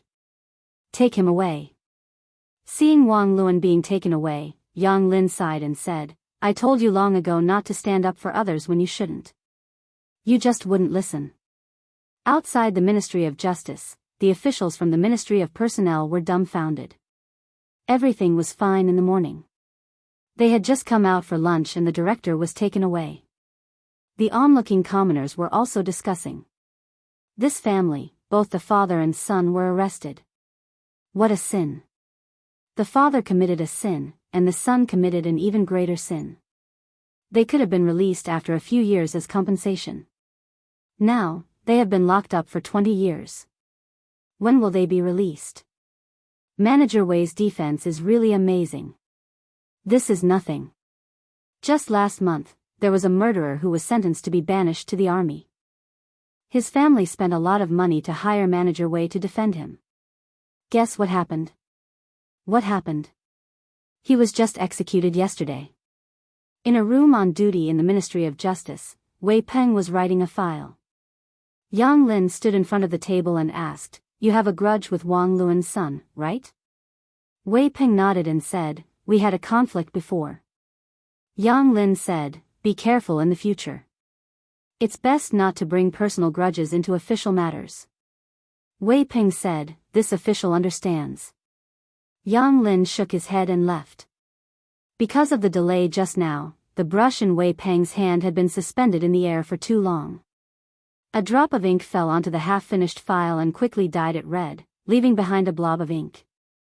Wei Peng looked at the blob of ink and said in a low voice, "Come back." The blob of ink on the file quickly shrank and formed a blob of ink. It floated in the air and landed back on the brush. The paper was as clean as new. Compared to the demotion of the Minister of Personnel and the left and right assistant ministers, the imprisonment of a mere director of the Ministry of Personnel did not attract much attention. However, to the officials of the old party, this matter was worth paying attention to. Times had changed. In the past, they were in charge of the Ministry of Personnel. However, the director of the Ministry of Personnel was now the highest-ranking official in the Ministry of Personnel. Losing one of the two directors of the Ministry of Personnel was a great loss to them. In a certain residence in the southern courtyard, a secret meeting was taking place. Why did something suddenly happen to Wang Luan? I've asked Yang Lin. He's under the orders of the Secretariat. It should be Li Mu who's behind this. Wang Luan once received my order to persuade the imperial court to execute Li Mu's daughter. Now, I heard that Li Yi's daughter is living in Li Mu's house and is very close to him. Perhaps she has already become his woman. He's taking revenge. After a long silence, someone sighed and said in an unwilling tone, "In my opinion, we shouldn't provoke Li Mu for the time being. He has the Emperor's protection and doesn't reveal any flaws. We can't do anything to him and there's no need to fight to the death with him. Don't forget that we only have one opponent. As long as we defeat the Zhou family, no one will be a threat to us." Someone sighed and said, "Now, I'm afraid it's not about whether we should provoke Li Mu or not, but whether he should provoke us. If Li Yi's daughter is already his woman, then Li Yi is his father-in-law. It's very likely that he wants to avenge Li Yi. Hasn't he already overturned the verdict for Li Yi? Overturning the verdict is not revenge. Judging from Wang Luan's case, this person will seek revenge for the smallest grievance. Since he took action against Wang Luan so quickly, I'm afraid he won't let the others off easily." As soon as he finished speaking, someone knocked on the door from outside. He walked over and opened the door. A servant whispered a few words to him. When he walked into the room, his face was very gloomy. He said, "In addition to the left physician of the Ministry of Personnel, Wang Luan, the right physician of the Ministry of Personnel, Shui Yan, was also taken away by the people of the Imperial Clan Temple, Pa." Preposterous. Commandery Prince Nanyang slapped the table and stood up abruptly. He said angrily, "What is he trying to do?" In the Li residence, Li Mu held Li Qing's hand and said, "Those people from back then, don't even think about escaping." Lu Hanyan glanced at Li Mu and coughed softly. Li Qing let go of Li Mu's hand in a panic. Although the three of them had reached a tacit understanding on some matters, she was much more thin-skinned. In a situation where there was a third person present, she was still not used to being intimate with Li Mu. Li Mu held Li Qing's hand in his left hand and Lu Hanyan's hand in his right. It was not easy to enjoy the happiness of having two wives. If they could not be impartial, it was only a matter of time before the harem caught fire. Lu Hanyan looked at Li Qing and asked Li Mu, "When do you plan to officially welcome her into the Li residence?" We have to prepare in advance. Li Qing shook her head and said, there's no need to go through so much trouble. Although Lu Hanyan and Li Qing were both women, their understanding of marriage was completely different. Lu Hanyan's heart was still that of a secular woman. She hoped to have a romantic and ritualistic wedding. Li Qing entered the Fulu school when she was very young. She had the carefree and casual nature of a cultivator. When cultivators practiced dual cultivation, as long as the two of them were willing, they could enter the bridal chamber at that time and skip all the tedious procedures. Lu Hanyan shook her head and said, that won't do. If others know, they will think that I have mistreated you. Li Qing insisted, there's really no need. As long as the three of us can be together forever, that's enough. 3. Lu Hanyan looked at Li Qing and seemed to realize something. She looked at her with a strange expression and asked, Junior sister, you don't think that Wan Wan and Xiao Bai are just our maids, do you? Chapter 378. Li Qing went back to her room alone to calm down. Lu Hanyan had a gloating expression on her face. Li Mu smacked her butt and said, you did it on purpose, didn't you? Lu Hanyan smiled and said, I just wanted her to experience my feelings. Besides, she will find out sooner or later. If I don't tell her, will you tell her yourself? The eldest madam of the Li family did it for revenge. Because of Li Qing, she had cried a lot in the past. Li Qing had wronged her, so she wanted to use Wan Wan and Xiao Bai to take revenge. She was still the petty Lu Hanyan. But she was also the Lu Hanyan that Li Mu liked. For many things, it was more appropriate for her to speak to Li Qing than Li Mu. After thinking this through, Li Mu put his arm around her and rubbed the place where he had just hit her. He said, does it hurt? Lu Hanyan blushed and slapped his hand away. She said, behave yourself. Wan Wan and Xiao Bai are still over there. Li Mu looked over. The two girls who were sitting together on the swing immediately covered their faces with their hands. Their eyes peeked through the gaps between their fingers. Li Mu moved his hand away and said angrily, children shouldn't poke their noses into adult affairs. I'm not a child anymore. I'm not a child anymore. Wan Wan and Xiao Bai tried to defend themselves. Li Mu waved his hand and said, go back to your room to play. Although they were not young in some areas, they were still under 18 years old. As long as they were not over 18 years old, in Li Mu's eyes, they were different from Lu Hanyan and Li Qing. Li Mu could hold Xiao Bai's original body, but as long as she transformed, he would feel guilty. Wan Wan was the same. She had not changed much in the past 2 years. She was still greedy and playful. The only change was that her eyes were more seductive. As long as one looked into her eyes, one's soul would be sucked in. Little White and Wan Wan were soul seducers and soul catchers respectively. When the two beauties worked together, even Li Mu could not withstand them sometimes. Li Qing was alone in the room. Lu Hanyan was full of satisfaction after getting her revenge. She went to the great music bar to find her friends. She planned to buy the whole place and was discussing the price with the owner. Li Mu had nothing to do, so he watched Wan Wan and Xiao Bai play aeroplane chess in the courtyard. Before the game, they had agreed that the loser would have to warm the bed next time Li Mu slept in the study. Li Mu watched for almost an hour. They were still playing aeroplane chess. While he was bored to death, something in the space of the flask heavens suddenly moved. Li Mu stretched out his hand, and the spiritual snail appeared in his hand. Come to the Changle Palace. Only this sentence came from the spiritual snail, and then there was no more sound. In the past few days, he couldn't even take care of his family. He was immersed in his women and completely forgot about the Empress. 15 minutes later, Li Mu appeared in the Changle Palace. He bowed and asked, Your Majesty, what are your orders? The Empress threw him a token and said, From now on, you are the Deputy Commander of the Bamboo Guards. You will be in charge of the Bamboo Guards together with Ali. The Empress had 4 internal guards. Their names were Mei, Lan, Zhu, and Zhu. The 4 guards had different names, and their functions were also different.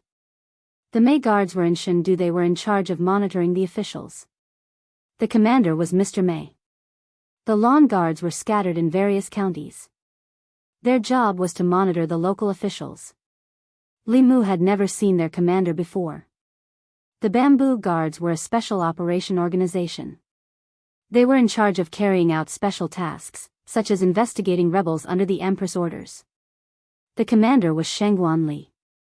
The Jew Guards were the most mysterious of the 4 guards. It was said that they were in charge of intelligence. They had spies in the Demon Nation, the Ghost Realm, and even the Demon Sect. Li Mu took the token and didn't waste any time. He said, "Yes, Your Majesty." He was very clear about his position. He was a brick. He would be wherever the Empress wanted him to be. However, the Empress had inexplicably summoned him here and only gave him a token. After that, there was nothing else. She could have asked Lord May to pass this token to him. There was no need for her to make a special trip. After taking the token, Li Mu didn't stay for long. He walked out of Chang'e Palace and said to Shengguan Li, "Commander Shengguan, I have other things to do during this time. I'll need you to take care of the Bamboo Guards." Shengguan Li said lightly, "When you're not here, I'm the only one in charge of the Bamboo Guards." Since Shengguan Li didn't have any objections, Li Mu could focus on his own matters. After leaving Chang'e Palace, he went straight back to Chang'e Palace. Zhou Yi looked at the pile of memorials on the table and said, "Look, there's only one more woman by their side, and they don't even care about national affairs. They don't go to the imperial kitchen, and they don't come to Chang'e Palace. I should forbid them from taking concubines." Seeing that the Empress's attitude towards Li Mu was becoming more and more strange, Mr. May's face was bitter, but he couldn't say anything. In the Imperial Secretariat, Li Mu sneezed for no reason and crossed out 2 names on the list on the table. Lu Yi walked in from outside and put a few oranges on the table in front of Li Mu. He smiled and said, "Sir Li, these are oranges from my hometown. Although they're not as sweet and delicious as the tribute oranges, they still taste pretty good. You can take them back and try them." Zhongjuan didn't produce oranges. In the past, there were people who transplanted them and used their mana to carefully cultivate them. However, the fruit was small and bitter, so no one tried it again. This kind of fruit was usually transported from the southern counties. The price was ridiculously high, and it wasn't something that ordinary people could afford. Li Mu smiled and said, "Thank you, Sir Lu." Lu Yi had eaten Li Mu's tribute oranges before, so he only came to return the favor. He said, "You're welcome." He was about to leave when he saw a piece of paper on Li Mu's table. He asked, "What's this?" Li Mu said casually, "Oh, this. I have nothing to do, so I practice writing. Sir Li is really elegant." Lu Yi smiled and complimented him. He left Li Mu's office, but he couldn't help but be curious. Who would practice writing using a person's name? Wang Luan, Qian Long, seemed to be the left and right doctors of the Ministry of Rights. The names after that, Ai Tong, Wu Sheng, Chen Guang, sounded familiar. They seemed to be the officials of the Imperial Court, Morning Court. A few days ago, the Imperial Court was in turmoil, and there was a big change that hadn't been seen for many years. Today, the change that affected countless officials finally calmed down. The Morning Court regained its tranquility. But soon, some officials found that the court today seemed to be too quiet, as if there were suddenly a lot of people missing. Some of the officials looked around and saw that there were indeed some empty seats in front, behind, left, and right. In the Ziwei Palace, the positions of the officials were fixed. The 3 provinces, 6 ministries, and 9 temples. The ministers, assistant ministers, doctors, ministers, and junior ministers all had their own positions. These positions were fixed. Every morning, it was clear who was absent. Today, there were many gaps in the neat line of officials. There were no empty seats for officials above the 4th rank in front of the palace. But starting from the middle of the palace, there were more empty seats for officials. There was almost 1 empty seat for every 2 people. In total, there were more than 20 officials who didn't come to the morning court today. Even if they asked for leave, it was impossible for 20 officials to ask for leave at the same time. Moreover, the officials in those officials' offices didn't have the approval of their superiors. What's going on? Where did Lord Ai go? Why didn't Lord Wu come? Lord Shen just took a concubine yesterday. Did he get up late? Lord Wang and Lord Xian didn't come. Lord Wang and Lord Xian were arrested yesterday. What happened to the others? Were they arrested too?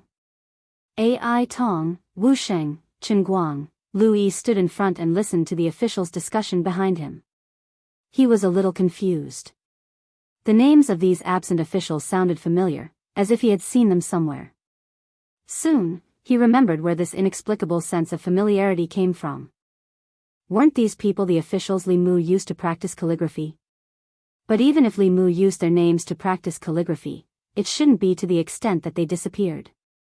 Could it be that he wasn't practicing calligraphy, but using a divine ability? He had never heard of a divine ability that could make people disappear just by writing their names. Combined with the strange situation in the court, Louis quickly understood.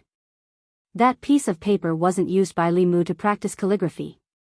It was a list of names. On that list were the names of the former Right Assistant Minister of the Ministry of Personnel, Gao Hong, the former Minister of the Ministry of Personnel, Duke of Nanyang, Xiao Yun. Louis finally realized something and was shocked. He turned around to look at Li Mu. Li Mu grinned at him. Louis immediately turned around and broke out in cold sweat. His mind was racing. His name didn't seem to be on that list. It shouldn't be. He even treated Li Mu to oranges. Southern Court. Gao Residence. Early in the morning, the gatekeeper of the Gao residence was taking a nap in the side room. Ever since his master was stripped of his official position, although fewer people came to the residence, he no longer needed to attend morning court. In the past, he would have to wake up early to open the door at this time. It wasn't like today, where he could still laze around and take a nap at this time. To him, it was a good thing that his master was in trouble. Being able to sleep in the morning made life even better. Bang, bang, bang. While he was daydreaming, there was a sudden rush of knocking on the door. The gatekeeper was pleasantly surprised. After a shiver, he was no longer sleepy. He walked to the door and shouted angrily, "Why are you knocking so early in the morning when someone died in the house?" This person was extremely rude when knocking on the door. Normal people would pay attention to the gentle knocks and pauses when knocking on the door. Only those who were announcing a death would knock so quickly. The knocking stopped and a voice came from outside, "I'm here to visit Lord Gao." Hearing the words "I'm here," the gatekeeper was already looking down on him. His anger hadn't subsided and he asked coldly, "Do you have something to say?" The person outside was stunned for a moment, then said, No," the gatekeeper said coldly, "If you don't have an appointment, bring the invitation when you do." The person outside said, "But I really have something urgent," the gatekeeper said, "No matter how urgent it is, you still have to make an appointment. This is Lord Gao's rule." The person outside the door said, "Can you make an exception?" The gatekeeper said rudely, "I can't make an exception." The person outside the door finally became angry and said coldly, "If you can't make an exception, then forget it. Men, prepare the explosive talismans." Chapter 379. Boom. The 2 explosive talismans pasted on the gates of the Gao mansion exploded under the control of his transcendence energy. With a loud bang, the 2 gates of the Gao mansion collapsed. The gatekeeper of the Gao mansion stood in the courtyard and stared at the collapsed gates in a daze. His mind was blank. His master was a respected figure in the fairy's capital. Even if he was no longer the assistant minister of the Ministry of Personnel, he was still the elder brother of concubine Gao, a relative of the royal family. Who would be so bold as to blow up the gates of the Gao mansion? Zhang Chun stood outside the gate and waved at the officials of the imperial clan temple. "Follow me in and arrest the guilty official." The loud noise at the gates had already alerted the people of the Gao mansion. In a split second, more than 10 maids and servants rushed out from various places. As soon as they arrived at the front courtyard, they saw the collapsed gates of the Gao mansion. The former Right Assistant Minister of the Ministry of Personnel, Gao Hong, rushed out of the inner court. Seeing that the main gate of his residence had been blasted open, he was enraged. He glared at Zhang Chun, his eyes almost popping out of their sockets as he snapped, "Zhang, what are you doing?" Gao Hong hated Zhang Chun to the core. Not only because Zhang Chun took his position as the assistant minister of the Ministry of Personnel, but also because Zhang Chun was Li Mu's #1 lackey. If you hated someone, you would naturally hate everything about that person, including his lackeys. Zhang Chun looked at Gao Hong and said calmly, "There is a case that requires you to go to the Imperial Clan Temple. However, your gatekeeper refused to cooperate, so I can only take forceful measures." The gatekeeper of the Gao mansion hid in a corner, trembling and not daring to raise his head. Gao Hong held back his anger and asked, "What case?" Zhang Chun said, "You'll know when you get there." Gao Hong said coldly, "No matter what, I'm still the royal uncle. You don't have the right to summon me. If you want to summon me, show me the official seal of the Imperial Clan Temple." Zhang Chun looked at a minor official of the Imperial Clan Temple and asked, "Is there such a thing?" The minor official nodded and said, "Lord Gao's sister is the son of the former emperor's concubine Gao of the Western Palace. To summon a member of the royal family or a relative of the emperor, you need the seal of the Imperial Clan Temple Master. Indeed, Lord Gao does not have this authority." Zhang Chun looked at Gao Hong and said, "You want the abbot's seal, right? Wait a moment. I'll be right back." Gao Hong's face darkened as he watched Zhang Chun leave with his men. Since Zhang Chun dared to come knocking on his door, he must have gotten hold of something that could be used against him. He couldn't figure it out at the moment. As he walked out of the main gate of the Gao mansion, Zhang Chun looked back and said, "Before I return, you are not allowed to go anywhere. If you leave the Gao mansion by 10 feet, you will be considered a fugitive. The Imperial Clan Court can arrest you or execute you." Gao Hong's face darkened, but he still retracted his foot. He walked back to the Gao mansion and said to a servant, "Go to the royal prince's mansion of Nanyang and inform the royal prince of this." On the way back to the Zongjing temple, Zhang Chun muttered, "The Gao manor doesn't look small. There should be 5 entrances, right?" A minor official beside him said, "The Gao residence is a standard 7-section mansion." 7. Zhang Chun thought about how his mansion only had 4 entrances, and there were only 2 maids and 2 servants. Just now in the Gao residence, there were almost 20 maids and servants who rushed out in an instant. Zhang Chun's heart was filled with envy. At this moment, the minor official continued, "That's nothing. The royal prince of Nanyang's mansion is the bigger one. It has 10 entrances and 10 entrances. He has 13 wives and concubines, and each of them has their own independent courtyard. Each of them has a senior maid and 4 junior maids. There are artificial mountains, ponds, and beautiful pavilions in the mansion." Zhang Chun thought about his dream of living in a 5-section mansion before he retired. He shook his head and said, "The layout is too small." The group walked through the palace gates and returned to the Zongjing temple. They didn't know that the imperial court was in an uproar. The number of officials in the imperial court was mysteriously reduced by more than 20. The morning court could no longer be held. Some officials even guessed that the powerhouses of the demon sect had sneaked into the fairies' capital and killed these officials to create chaos in the imperial court. After that, Mr. May clarified that the demon sect had nothing to do with this. Last night, it was the Zongjing Temple's deputy minister, Zhang Chun, who led the Zongjing Temple's people to arrest the guilty officials. He told the officials not to worry. It would have been better if Mr. May didn't clarify. After he did, the officials became even more worried. What? These officials were all arrested? More than 20 people were all arrested and sent to the Zongjing Temple? What's going on? Are we in trouble too? 20 officials of the imperial court had been arrested in one night. Without knowing the reason, all the officials in the Great Hall felt threatened, especially those who were close to these 2. They were even more frightened. At some point, an official seemed to realize something. He mumbled, these people are all accomplices in Li Yi's case." His words woke everyone up. The officials counted the people who were absent today and were shocked to find that all of them were related to Li Yi's case. A few days ago, when Li Mu overturned Li Yi's case, they were accomplices. However, they didn't receive any heavy punishment. They were only fined a few months to a year's salary. Everyone thought that it was the end. They didn't expect that it was just the beginning. Without any warning, those officials were all caught in one fell swoop overnight. Zhang Chun, the left assistant minister of the Ministry of Personnel, who was also the Zongjing Temple's deputy minister, did it himself. There was no need to guess who was behind this. Zhang Chun was Li Mu's #1 henchman. He always fought for Li Mu in the imperial court. He must have been allowed to do this by Li Mu.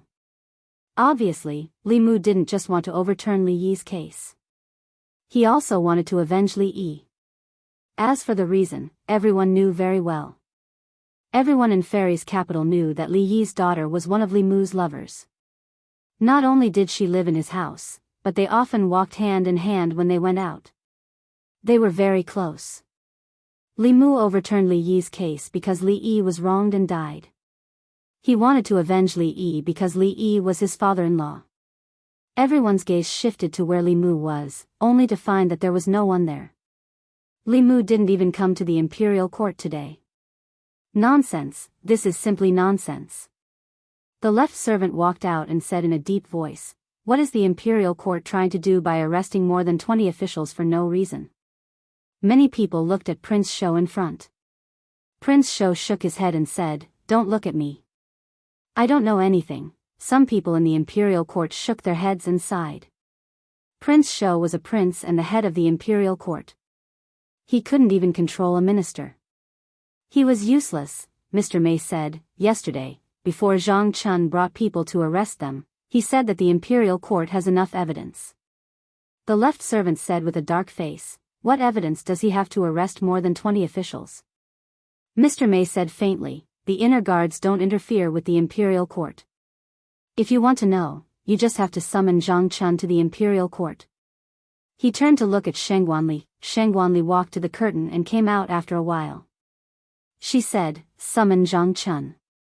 Crepe Myrtle Palace was only a few hundred steps away from the imperial court. He quickly walked into the imperial court in half a cup of tea's time. Mr. May looked at the left servant and said, "If you have any questions, you can ask Lord Zhang directly." The left servant looked at Zhang Chun and asked coldly, "Assistant Minister Zhang, you arrested more than 20 officials in the middle of the night and caused chaos in the imperial court. Shouldn't you give His Majesty and the imperial court an explanation?" Zhang Chun said, "The imperial court has evidence to arrest people. May I ask what explanation you want?" The left servant said in a low voice, "What crime did the Minister-Counselor of the Ministry of Revenue, Ai Tong, commit that you want to arrest him?" Zhang Chun said, "The Minister-Counselor of the Ministry of Revenue, Ai Tong, took advantage of his position to embezzle taxes from the imperial treasury. What's wrong with me arresting him?" The left servant was shocked. He asked, "Do you have evidence?" Zhang Chun said, "The evidence is conclusive." The left servant said, "Minister of Imperial Treasury, Wu Sheng." Zhang Chun said, "Minister of Imperial Treasury, Wu Sheng, used his power to threaten and sleep with young girls. The youngest of those girls was only 8 years old. Shouldn't he be arrested?" The left servant moved his lips and said, "Then the Minister of Imperial Treasury, Chen Guang." Zhang Chun continued, "The Minister of Imperial Treasury, Chen Guang, allowed his younger brother to commit crimes and invade private residences. He bribed the Ministry of Justice to get his younger brother released and exonerated, breaking the law. What's wrong with me arresting him?" He looked at the left servant and said loudly, "There's also Wei Chong from the Taichang Temple, Wang Ning from the Taichang Temple, and Zhuo Xian from the Ceremonies Department. As officials of the Great Zhou, these people acted as a protective umbrella for criminals who trafficked women and children. Shouldn't they be arrested?" He listed the crimes of these more than 20 people one by one. The officials in the court were shocked. They had never heard of such things before. Since Zhang Chun dared to arrest them, then the Imperial Clan Temple might really have evidence of the crimes of so many officials. But how did they find out about these hidden things? Among the officials, some of them realized something. They lowered their heads and squeezed out 2 words from between their teeth, Zhou Zhong. Chapter 380. In the Imperial Kitchen. Ever since Lu Hanyan and Li Qing opened their hearts to each other, Li Mu didn't want to go home. He didn't want to leave home. Of course, because of this, he came to the palace less often, and he hadn't been to the imperial kitchen for a long time. When it was only Lu Hanyan and the Empress, Li Mu could still take care of them. But when Lu Hanyan came to Shen, Du and Li Qing moved in, the number of people who needed to be with him increased from 1 to 3. Li Mu was a little busy. This made him realize that he still had a lot of shortcomings in terms of time management. Mr. Lu Sun once said that time was like water in a sponge. If he could make use of the time he spent standing in a daze in the morning court, he could at least cook a bowl of piping hot noodles for the Empress after the morning court. Mr. May once mentioned by accident that the Empress liked to sleep in, so she often didn't eat breakfast in the morning. After the court, it was still early before breakfast time, so she might as well eat something to fill her stomach. Li Mu knew why the Empress liked to sleep in. It was because she couldn't fall asleep at night, so she would cook conch porridge with Li Mu in the middle of the night, or enter his dreams to teach him how to cultivate. As a cultivator in the upper 3 realms, she wouldn't feel tired even if she didn't sleep for a month. But cultivators were still people, and nothing could replace the joy and happiness brought by sleeping. Of course, that was in the past. At that time, Li Mu and she were both single. Now, Li Mu had his wife in his arms every night.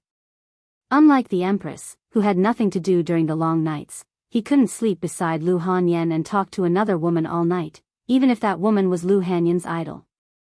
While he was cooking the noodles, several imperial chefs were watching. Finally, one of them couldn't help but ask, "Lord Li, is there some secret to your cooking? Why can't we use the same ingredients and the same steps to make your dish taste the same?" Regarding this point, Li Mu also did not know. With the same ingredients and steps, the food made by these imperial chefs would definitely be better than his. Perhaps the Empress was used to eating the food and liked his taste. After cooking the noodles, Li Mu calculated the time and arrived at Changle Palace just as the morning court session was about to end. Soon, a figure walked out from the back of the hall. Zhou Yi looked at Li Mu and said, "Is it because I spoil you too much that you are becoming more and more unruly? You even dare to sneak out of the morning court. What's that smell?" Her throat moved, and her tone instantly softened as she asked, "Did you cook noodles?"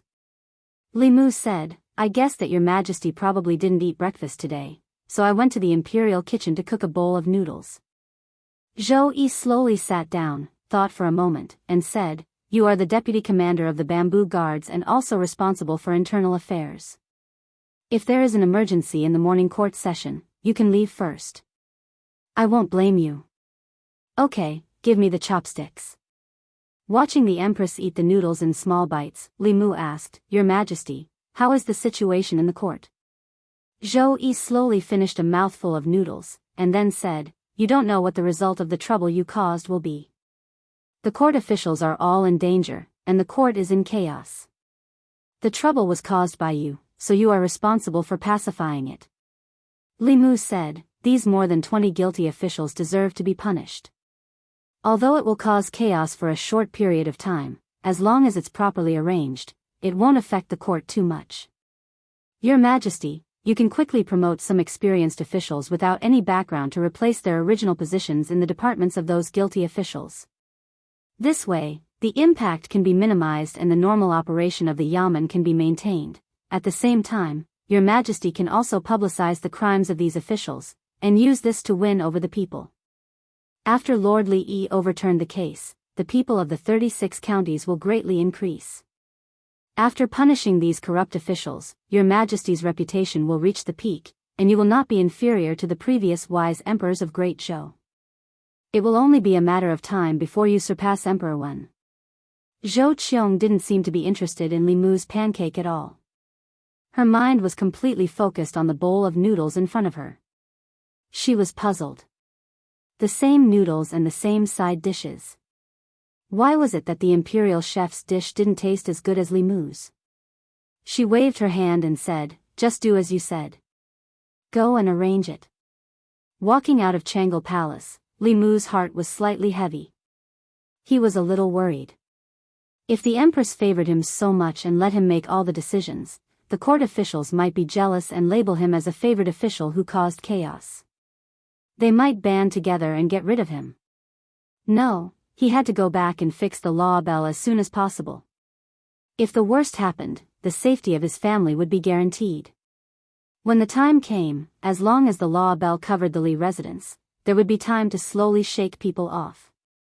Li Mu returned to the secretariat. Lu Yi was about to leave the assistant minister's office, but when she looked up and saw him, she subconsciously retracted her foot. At the same time, in the Zongjing temple not far from the secretariat, Zhang Chun looked at Prince Shou and said, "Prince, without your seal, it won't be easy for me to catch people." Prince Shou shook his head and said, "If I give you my seal and let you catch our people, wouldn't I be in a difficult position?" Zhang Chun said, "According to the law, Gao Hong should be arrested." Prince Shou shook his head and said, "Whoever wants to arrest him can do it. In any case, I'm not arresting him." Zhang Chun gritted his teeth and said, "Then you are bending the law for personal gain. The next time I go to the imperial court, I will report you in the Golden Palace. As an official of the Zongjing Temple, you are bending the law for personal gain and shielding your accomplices. Your crime is not light." Prince Shou said angrily, "Are you threatening me?" Zhang Chun said indifferently, "This is persuasion." Prince Shou suddenly sighed and said, "You are threatening me with impeachment. If I arrest Gao Hong, they can't blame me. Show me the official document and my seal." Not long after, Zhang Chun brought people out of the Zongjing Temple and came to the southern courtyard, in front of the Gao residence. The morning court had already ended, and Gao Hong had already received news that Zhang Chun was not targeting him.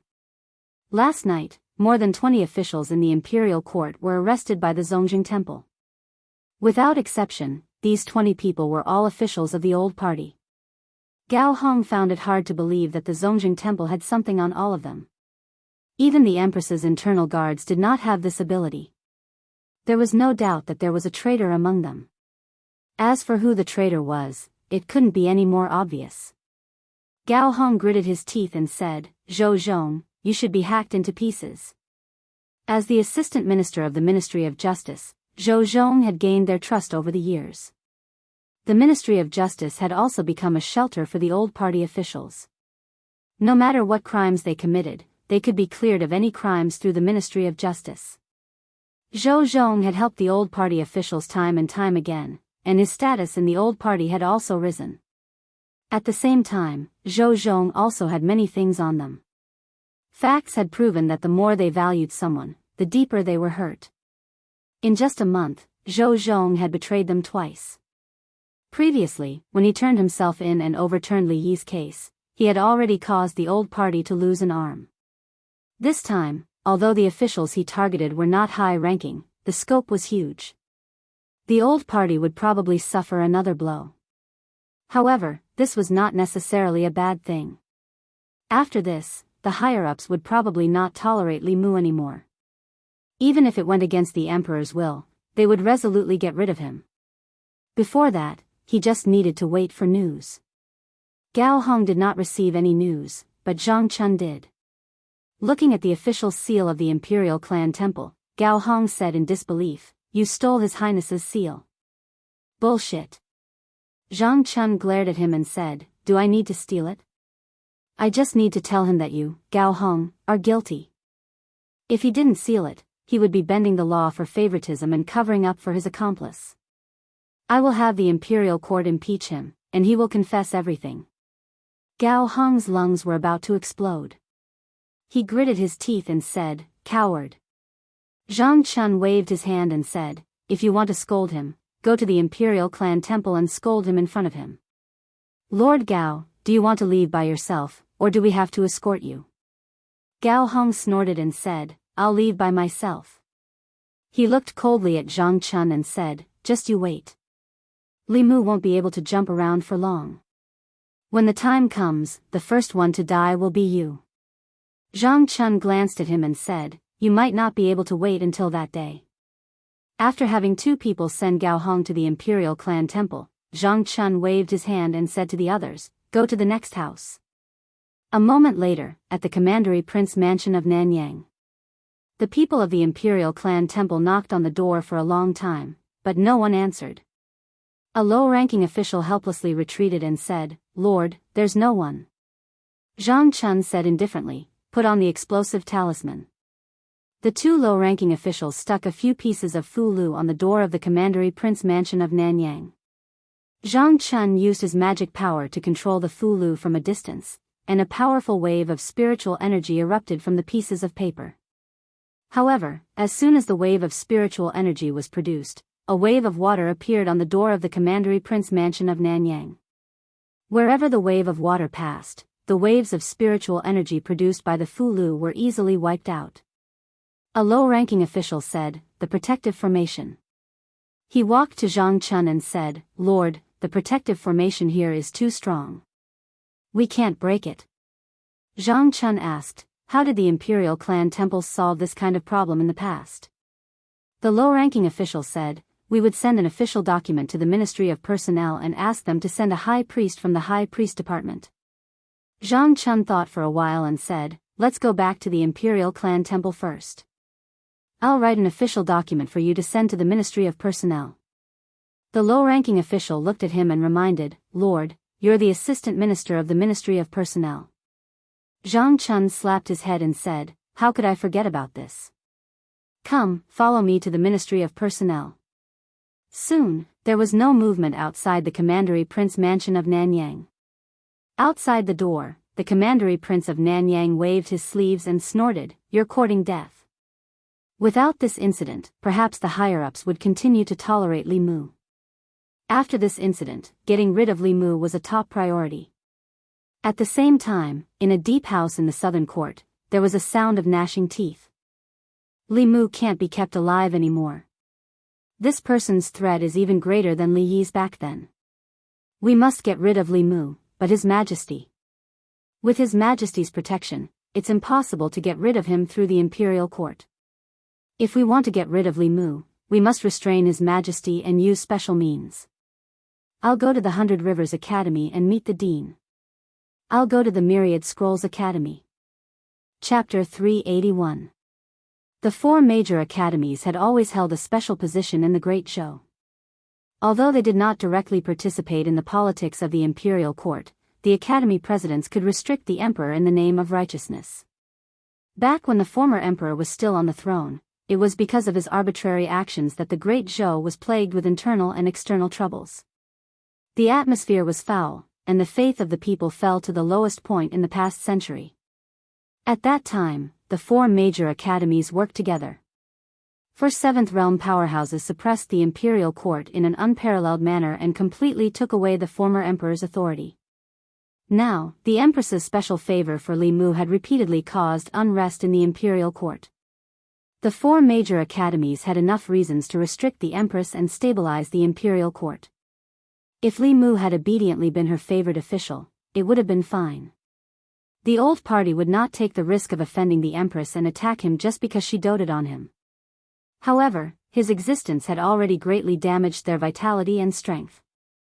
If this continued, even if the old party did not perish at the hands of the Zhou clan, they would perish at the hands of Li Mu. Li Mu must be eliminated. For this, they did not hesitate to force the Emperor to abdicate. 100 Rivers Academy. A middle-aged man in luxurious clothes looked at Vice Academy President Chen and said, "I want to see the Academy President." Vice Academy President Chen asked, "The Academy President is currently in seclusion." "What is the matter, Your Highness King Ping?" King Ping said solemnly, "This is a matter of great importance. The Academy President must come out of seclusion." Vice Academy President Chen said, "What exactly is the matter? Can you tell me first?" King Ping said in a deep voice, "The favored official Li Mu has bewitched the Emperor and caused chaos in the Imperial Court. His Majesty has been bewitched by him and indulged him in every possible way, allowing him to wreak havoc in the Imperial Court. If this continues, the consequences will be unimaginable. I would like to ask the Academy Presidents to persuade His Majesty to punish the demonic official Li Mu and return peace to the Imperial Court." Vice Academy President Chen glanced at him and shook his head. However, what the Academy sees is not so. Li Mu is called Xing Tian by the people of Fairy's capital and is extremely loved by the people. Outside, he single-handedly dealt a heavy blow to the 10 demonic sections. Internally, He overturned the case of the favored official who was wrongly killed more than 10 years ago and punished the lawless officials in the imperial court.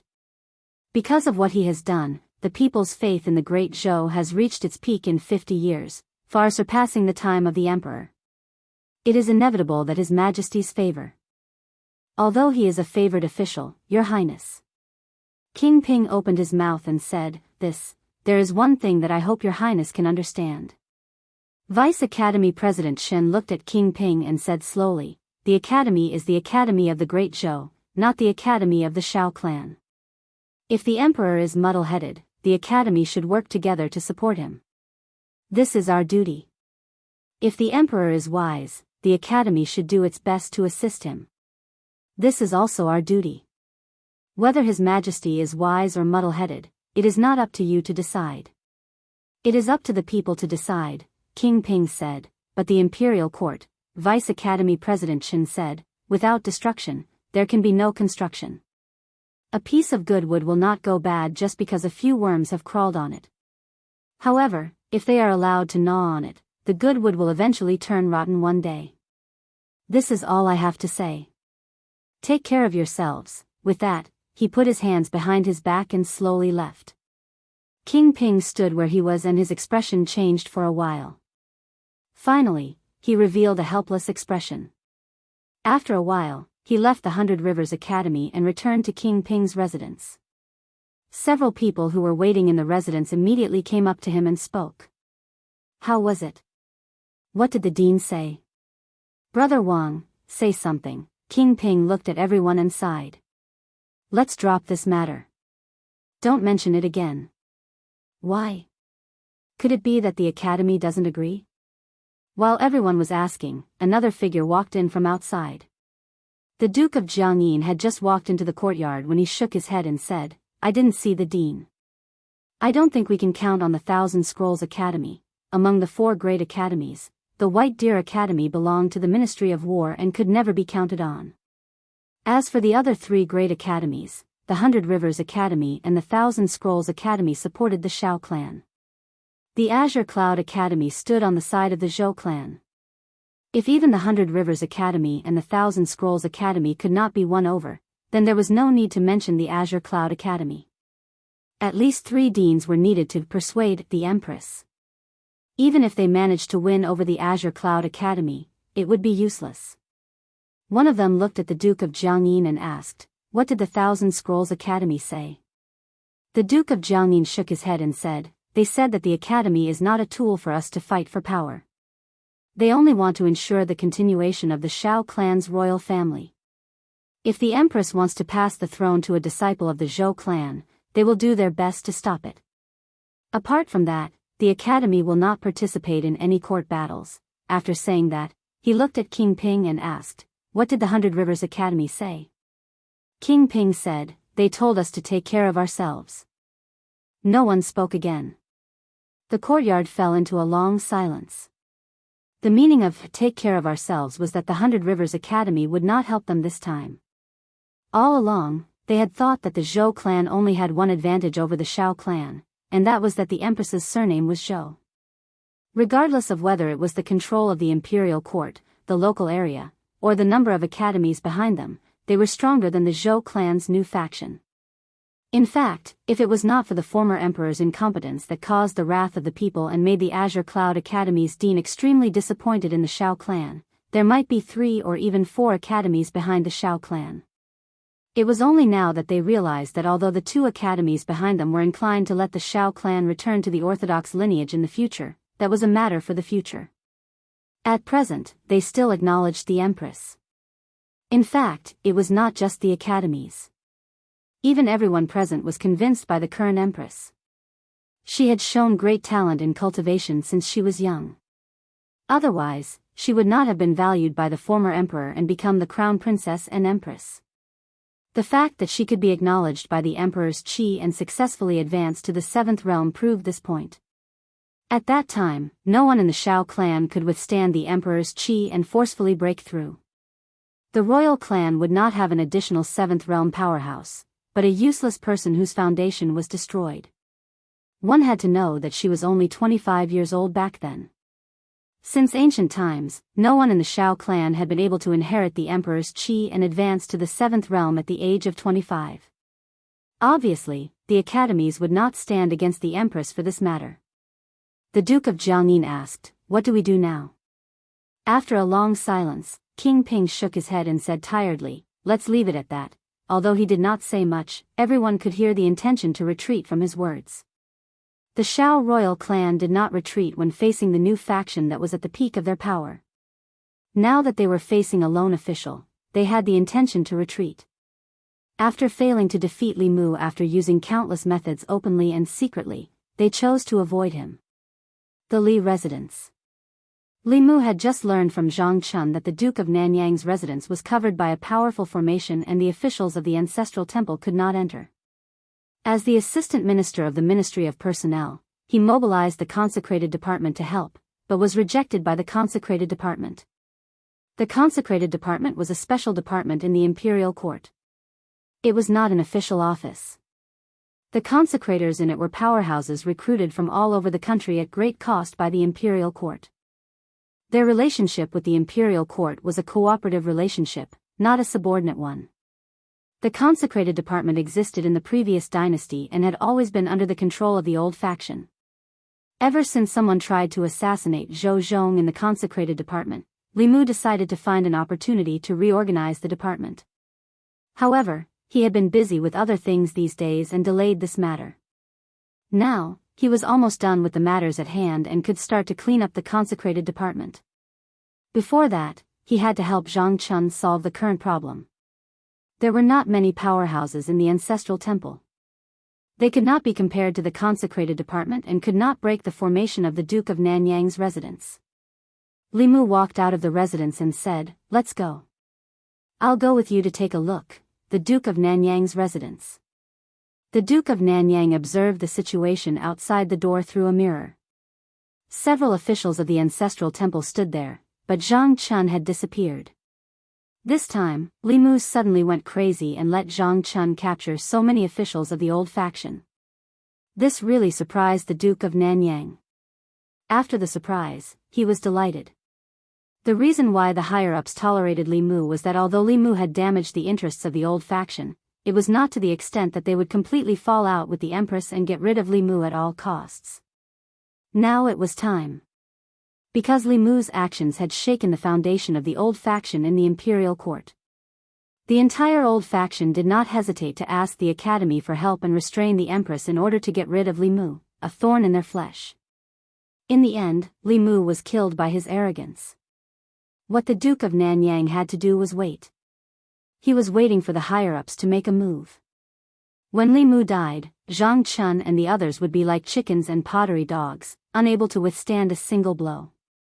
While the Duke of Nanyang was waiting, he saw the figures of Zhang Chun and Li Mu appear in the mirror. When he saw Li Mu, a trace of impatience appeared on his face. He gritted his teeth and said, "Why haven't you made a move yet?" Then, he saw Li Mu and Zhang Chun outside, trying all kinds of methods to break the array of the Duke of Nanyang's residence. The Duke of Nanyang sneered. This array was set up by the array masters of the Spirit Array sect. Even a 6th realm expert would have to spend some effort to break it. Li Mu and Zhang Chun were overestimating themselves. Outside the Duke of Nanyang's residence, Li Mu also discovered the extraordinariness of this array. This array could absorb attacks from the outside world and even turn the attacks or the spirit qi in the Fulu into one's own. It was not an ordinary defensive array. It might have been set up by an array master. Although Li Mu had the memories of the 1,000 Illusions Venerable Master, he knew that most of those arrays were evil arrays. He did not have a deep understanding of the orthodox arrays. This almost eliminated the possibility of him using ingenuity to break this array. Since he could not use ingenuity, he could only use brute force. Li Mu whistled, and the Dao bell flew out of his ear. In the blink of an eye, it grew to the height of a human. Li Mu pointed at the array outside the Duke of Nanyang's residence and said, "Crash into it." Buzz, the Dao bell responded with a buzz. Then, it flew high into the air and swooped down, crashing heavily into the defensive array. A burst of light flowed on the array. It resisted stubbornly for a few breaths before the light on it quickly dimmed. Zhang Chun strode forward and slammed the door a few times. He shouted, "Xiao Yun, Duke of Nanyang, the Imperial Clan Temple is handling a case. Hurry up and open the door. Don't hide inside. I know you're at home. Hurry up and open the door." Chapter 382. Zhang Chun pounded on the door like he was announcing a funeral, but no one responded. He channeled his mana into his palms and slammed them down. The two doors collapsed inwards, and Xiao Yun, the Duke of Nanyang, appeared in front of him with a gloomy face. Zhang Chun stared at the Duke of Nanyang unhappily and asked, "The Imperial Ancestral Temple has summoned you to close your residence. Are you resisting arrest?" The Duke of Nanyang, the former Minister of Personnel, had fallen to the point where his residence was broken down and humiliated. The Duke of Nanyang could no longer suppress the anger in his heart. He wanted nothing more than to kill Li Mu and Zhang Chun. Thinking that the two of them would not last long, he forcefully used his mana to suppress his anger. He looked at Zhang Chun and said coldly, "Why would the Imperial Ancestral Temple come to my residence for no reason? I thought it was a bold bandit who attacked my residence." Zhang Chun said indifferently, "Whether it is for no reason or not, you will know once you follow me to the Imperial Ancestral Temple." The Duke of Nanyang said, "Do you have the official document from the Imperial Ancestral Temple?" Zhang Chun took out the official document with the seal of the Imperial Ancestral Temple and waved it in front of him. He asked, "Is this enough?" The Duke of Nanyang said calmly, "If that is the case, let's go." Even as a duke, he could not openly resist the Imperial Ancestral Temple, because it was equivalent to resisting the Imperial Court. However, this did not mean that he would submit to Zhang Chun and Li Mu. King Ping and the others had already gone to the academy to discuss with the dean. Eliminating Li Mu was already the top priority of the Shao clan. Perhaps at this moment, Baichuan and the two deans of the Myriad Scroll Academy had already taken action to restrain the Empress. The experts that King Ping and the others had arranged to clean up the Empress and kill Li Mu were already on their way here, Baichuan Academy. In the northeast corner of the academy, there was a bamboo forest that was green all year round.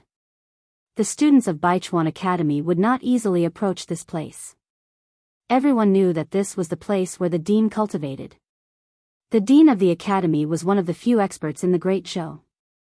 He was deeply respected and loved by the students, and no one would disturb his cultivation place. In the depths of the bamboo forest, in front of a bamboo house, a hearty laughter could be heard. Beside the stone table in front of the bamboo hut, the man in white put down a word and said with a smile, "Zhao Qingsong, I haven't seen you in 2 years. Your chess skills are getting worse." The middle-aged man opposite him waved his hand, and the black and white chess pieces on the chessboard quickly flew up and returned to their respective baskets. He looked at the man in white and said, "What is there to show off? I was just careless and distracted. Otherwise, you would have lost 15 minutes ago." The man in white asked, "What can distract you?" The middle-aged man said, "I don't know if this change in the Imperial Court is good or bad." The man in white thought for a moment and said, "You mean that young man named Li Mu?" The middle-aged man said, "Who else could it be?" The man in white nodded and said, "Indeed. At such a young age, he has such a natural disposition. He has gathered the faith of the people in Shindu, can communicate with the heavens and earth, and can achieve the Tao with his words. He is also extremely talented in the Fulu Tao, and made the Fulu school bet its future on him. He can be said to be a hero of his generation. What kind of people are the Shao clan that you support? Why do they have to go against him instead of keeping the Zhou clan in check?" The middle-aged man looked at him and said, "The Zhou clan that you support is not much better than the Shao clan." The man in white crossed his arms and said calmly, "I just can't stand Xiao Jing's actions. If Emperor Qing knew that the crown prince he chose was even more muddle-headed than him, and almost caused the Great Zhou to be doomed eternally, he might as well smear that essence on the wall." The middle-aged man coughed softly and said, "Jing Xingchui, you are the head of a school after all. You should at least show some respect to the late emperor and Emperor Qing." The man in white waved his hand and said, "Let's not talk about those disappointing things. Li Mu is favored not only because he is handsome. His method of stabilizing the hearts of the people is really useful. In less than a year, the faith of the people in the various counties has surpassed the peak of the reign of Emperor Cheng and the late emperor. If this can continue, in the next 10 years, the glory of the reign of Emperor Wen may be reproduced. The middle-aged man seemed to think of something and murmured, could it be that he is also one of the descendants of the extinct 100 schools? There seem to be many among the 100 schools who cultivate with the faith of the people. He has always been trying to reform the law. Could it be the school of legalism? Establishing a heart for heaven and earth, establishing a life for the people, inheriting the lost knowledge of the past saints, establishing peace for all ages.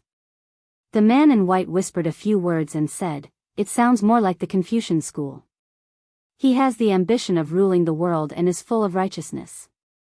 It is very likely that he is a descendant of the Confucian school." The middle-aged man put down a chess piece and rubbed his chin. He said, "The Confucian school has always been active in the court and respected etiquette. However, his actions are bold and radical, seeking change. It is not like the Confucian school, but more like the school of legalism." The man in white put down another chess piece and said, "Whether it is the Confucian school or the school of legalism, those who can rule the country are righteous. Let him be, the Zongjing Temple." The prison of the Zongjing Temple, which had always been cold and cheerless, was especially lively today. More than 20 court officials were locked together, all frowning. Most of them had been brought from their homes by the people of the Zongjing Temple last night. Some of the officials had their doors blown up by Zhang Chun while they were eating dinner. Some of them had been pulled out of their beds while they were being intimate with their concubines. At first, everyone was panic-stricken, but after arriving at the Zongjing Temple and seeing so many familiar colleagues, they slowly calmed down. When they saw the former Assistant Minister of Personnel Gao Hong and the Duke of Nanyang being arrested, they were even more reassured. Of the two of them, one was a relative of the imperial family and the other was a member of the imperial clan. The higher-ups would definitely not let them stay in the Zongjing Temple. When the time came, they would be able to save them along the way. After calming down, they began to curse the main culprit. "This damned Zhou Zhong. I've really misjudged him all these years. He doesn't have many days left and he still wants to drag us down with him." Gao Hong did not curse like the others. He knew very well that Zhou Zhong had been sitting in the position of the Assistant Minister of the Ministry of Justice all these years and had a lot of information on them. He no longer had the golden ticket of exemption from death and was no longer the Assistant Minister of Personnel. Once those crimes were confirmed, it was enough for him to die several times. In the cell next door, the Duke of Nanyang was meditating with his eyes closed. At a certain moment, he opened his eyes and glanced at Gao Hong. He said indifferently, "Why are you panicking?" Gao Hong strode over and asked, "Duke, are you sure that the higher-ups will make a move on Limu?" The Duke of Nanyang said, "Limu has already forced them into this situation. Do you think they will continue to tolerate it?" Gao Hong said uneasily, "But it's been so long. Why hasn't there been any movement at all?"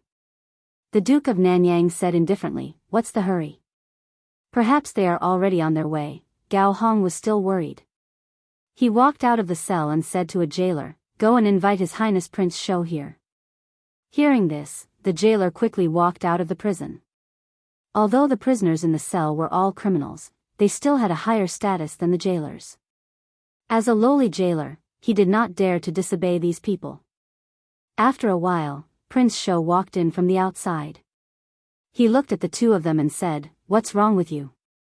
Why are you caught again?" Gao Hong said, "Isn't it because Zhang Chun took the official document with your highness's seal?" Prince Shou frowned and said, "Why? Are you blaming me? Zhang Chun threatened me. If I didn't do it, I would be bending the law. He even said that he would impeach me in the Golden Palace. What can I do? All of you didn't clean up after what you did and now blame me. Are you still human?" Gao Hong quickly said, "That's not what I meant." Prince Shou said angrily, "Then what do you mean?" The Duke of Nanyang finally opened his mouth and said, "Now is not the time to talk about this. We want to ask your highness Prince Shou to go out of the palace and ask about the situation. Why haven't they made a move on Limu?" Prince Shou glanced at them and said, "Wait here. I'll go and ask." Half an hour later, in the southern court, Prince Ping's residence. Prince Shou sipped his tea and looked at Prince Ping. He asked, "What about the Duke of Nanyang, Gao Hong and the rest? Should I let them go?" Prince Ping stretched out his hand and said, "No." Prince Shou was stunned and asked, "Then what should I do?" Prince Ping took a deep breath and said, "According to the law, those who should be demoted will be demoted and those who should be killed will be killed." Prince Shou spat out his tea and wiped his mouth with his sleeve. He asked, "Then what about the Duke of Nanyang?" Prince Ping shook his head and said, "Without the death exemption token, he can't be saved." Prince Shou was stunned and said, "Aren't you going to join forces with the Academy to make a move on Limu?" Prince Ping said, "Limu is not our enemy. The Zhou family is. There's no need to take the risk." Prince Shou said, "But that's not right. If Limu makes a move, Xiao Yun will die." Prince Ping leaned on the chair and slowly let out a sigh of relief. He said, "He asked for it. 36 dukes. Even if one is gone, there are still 35, smack." Prince Shou stood up abruptly and pointed at Prince Ping. He said angrily, "How can you do this? Do you have any humanity left? Those are our beloved friends." Prince Ping also stood up and said coldly, "What do you know? We're looking at the big picture." Prince Shou stared at him for a long time and finally sat back down. He leaned weakly on the chair and said, "The blood flowing in his body is the same as ours." Prince Ping said, "It's because the blood flowing in his body is the blood of the Xiao family. When necessary, he should sacrifice himself for the Xiao family, ancestral temple." After 2 hours, Prince Shou reappeared in the heavenly prison. Gao Hong and the Duke of Nanyang were already anxious from waiting. The Duke of Nanyang was still able to maintain his calm while Gao Hong grabbed the bars of the cell and looked in a certain direction. When he finally saw the chubby figure of Prince Shou, he asked anxiously without waiting for Prince Shou to come closer, "Your Highness, how is it?" Prince Shou patted his shoulder and said, "Don't worry, it's fine." Gao Hong let out a long sigh of relief. Then, excitement appeared on his face as he asked, "When will Limu die?" Prince Shou let out a sigh of relief and said, "When I save you." Gao Hong finally relaxed and sat down slowly. He leaned against the wall and said, "I can't wait any longer." Prince Shou was silent for a moment. Suddenly, he looked at the two of them and said, "Are you hungry? What do you want to eat? I'll get someone to send it in." Chapter 383. The officials who were locked up in the Zongjing Temple lived a life of luxury at home. Naturally, they weren't used to the food of the Zongjing Temple. As the head of the Zongjing Temple, Prince Shou took this into consideration and sent them food from the restaurant outside the palace. In the prison, the officials were eating heartily. "This pork shoulder is from the Wafting Fragrance restaurant. It's definitely from the Wafting Fragrance restaurant. The smell of the wine can't be wrong. The food of the Zongjing Temple is really hard to swallow. The Wafting Fragrance restaurant is the best. Thank you, Your Highness." Prince Shou. Other than having their freedom restricted, the 20 officials didn't suffer much in the Zongjing Temple. Prince Shou arranged a single cell for each of them and changed the bed sheets. In order to protect their privacy, he even had people separate the cells with curtains. 3 meals a day, breakfast, lunch, and dinner. 2 hours in advance, the prison guards would send the menus from the various restaurants in the divine capital. Each of them could order 4 dishes, 1 soup, and a pot of wine. If they were hungry in the middle of the night, they could even order supper. For this, Prince Shou specially invited the chefs of the Wafting Fragrance restaurant to the Zongjing Temple to be on standby. Even if these officials had more needs in the middle of the night, the chefs would have to crawl out of bed to satisfy them. In terms of food, the food these officials usually ate at home wasn't as good as the food in the Zongjing Temple. Not only that, Prince Shou even considered their physical needs and used his sedan to secretly bring the girls from the brothels outside the palace into the Zongjing Temple to comfort these officials at night. This made the officials in the prison change their impression of Prince Shou. Other than his stupidity and cowardice, Prince Shou still had his shining points. Despite the risk of being impeached by the censor, he still took care of these criminal officials meticulously. This wasn't something that anyone could do. It was really good to have one of their own in the Zongjing Temple. In the courtyard of the Zongjing Temple, Zhang Chun watched as the prison guard sent the food made by the wafting fragrance restaurant's chefs into the prison. He looked at Prince Shou and said slowly, "Your Highness, isn't this a little too much?" "Too much?" King Shou glanced at him and said, "How is this going overboard? When you took special care of Li Yi's daughter, did I say anything overboard? Why are you like this?" Zhang Chun was stunned. "I just covered her cell with a curtain and changed her bed." King Shou said, "I also covered up their cells and changed their beds." Zhang Chun looked at the busy figures in the kitchen of the Zongjing Temple and said, "But you brought the chef of the restaurant into the palace. Isn't that too much?" King Shou said, "Is this too much? This is not too much at all. Let me tell you what is too much. Li Mu used His Majesty's imperial kitchen to cook for other women. This is what is too much." Zhang Chun was stunned and said, "But you can't let them drink. The Imperial Ancestral Temple strictly forbids prisoners from drinking." After that, he waved his hand and said, "Let's not talk about the wine you gave to those guilty officials. You even found women for them. What do you think the Zongjing Temple is? A restaurant or a brothel?" King Shou glanced at him and said, "Ordinary prisoners have to eat a full meal before they are executed. Are you in charge of the Zongjing Temple or am I?" Zhang Chun said angrily, "You." Then, he seemed to realize something and looked at King Shou in shock. King Shou sighed and shook his head. Zhang Chun silently shut his mouth. After thinking for a while, he said, "Even if you want to find women from the brothel, Your Highness' taste is too unique. You don't let them enjoy, but let them suffer. I know of a brothel in Luoyang. The women there are very beautiful." King Shou said indignantly, "What's wrong with my taste? They are fat and chubby. Aren't they good?" In the prison, two officials had just finished their sweet and sour fish. As they picked their teeth with the fish bones, they complained, "Everything about His Highness King Shou is good, but I really can't agree with him when it comes to women.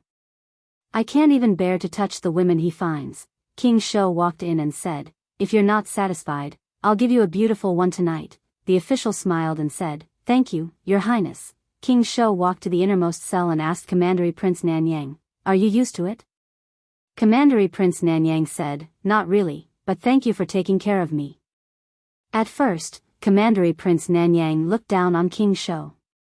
Although King Shou was one of the 7 one-word princes and his status was much higher than his, everyone in Luoyang knew about King Shou's cowardice and incompetence. Now, although his evaluation of King Shou's cowardice and incompetence did not change, he did not hate him as much. King Shou squatted at the door of the cell and said, "Nanyang County is such a good place. Why did you come to Luoyang in the first place?" Commandery Prince Nanyang smiled and said, "Nanyang is good in every way except for one thing. It's not Luoyang." King Shou murmured, "Luoyang, what's so good about Luoyang?" Commandery Prince Nanyang said, "Power, wealth, women, cultivation resources. Luoyang has everything you want. It's thousands of times better than Nanyang County." King Shou sighed and said, "Although Luoyang is good, it's also dirty." Commandery Prince Nanyang did not hear what King Shou said clearly and asked, "Brother, when will you let us out?" King Shou said, "You know what you've done. If I let you go just like that, I won't be able to answer to the people and the imperial court. Instead, the new party will have something to use against you. Therefore, we still have to put on a show." Commandery Prince Nanyang asked, "How do we put on a show?" King Shou said slowly, "You'll still be sentenced to death. Then, you'll be sent outside to be executed. Of course, this is all an act. The executioner's knife won't really cut you down. The dean will use his great power to create an illusion to make the people think that you're really dead. After that, you'll have to appear in Luoyang with a new identity." Commandery Prince Nanyang frowned and said, "So troublesome?" King Shou said helplessly, "Do you think what you've done is a small matter? According to the crimes that Zhou Zhong has confessed, each and every one of you will be beheaded. This is the only way to save your lives. From today onwards, Commandery Prince Nanyang is dead. You'll have a new identity. At that time, we'll find a way to let you enter the imperial court again. After that, you'll get back everything you've lost." Commandery Prince Nanyang had a thoughtful expression as he carefully considered King Shou's words. Indeed, since Li Yi's case was overturned, Commandery Prince Xiao Yun was no different from a dead man in the Great Zhou. His official position was revoked and he would never be employed by the imperial court again. Instead of using the useless identity of Commandery Prince Nanyang, he might as well change his appearance and start a new life. If King Shou really let him go so easily, Commandery Prince Nanyang would be suspicious. Li Mu and the Zhou clan were watching. If he let them go, King Shou wouldn't be able to bear the consequences. However, his plan was so meticulous that it wasn't possible for him to be deceived. It was most likely a decision made by the higher-ups. At this moment, King Shou continued, "I need all of you to act out this scene. Don't mess it up. Otherwise, all your previous efforts will be wasted and no one will be able to save you." Commandery Prince Nanyang no longer had any doubts. He nodded and said, "I understand." King Shou patted him on the shoulder and said, "Remember, even if a knife is placed on your neck, you must remain calm. This is because the executioners this time are all our people. Oh right, remember to tell the others. Otherwise, if they mess it up, everyone will be implicated and Li Mu won't be able to get rid of them." Commandery Prince Nanyang said, "Don't worry. If anyone dares to mess it up, I'll take their life." In the court of the Zongjing Temple, Zhang Chun looked at the few guilty officials kneeling before him. He picked up a document and read it aloud. Minister Councillor Ai Tong of the Ministry of Revenue. During his reign, he coveted a huge amount of tax from the national treasury. According to the law of the Great Zhou, he is sentenced to death by beheading. Minister Wu Xing of Guanglu Temple. According to the law of the Great Zhou, he is sentenced to death by beheading. Wei Chong, Wang Ning, and Zhuo Xian. As officials of the Great Zhou, they participated in the trafficking of women and children and acted as a shield for evil forces. They are sentenced to death by beheading. Minister Chen Guang. They are sentenced to death by beheading. When Zhang Chun announced the sentence, there was no fear on the faces of the officials in the court. Some of them even looked at each other and laughed. It wasn't that they weren't afraid of death. It was just that King Shou had already made it clear to them that this was just an act.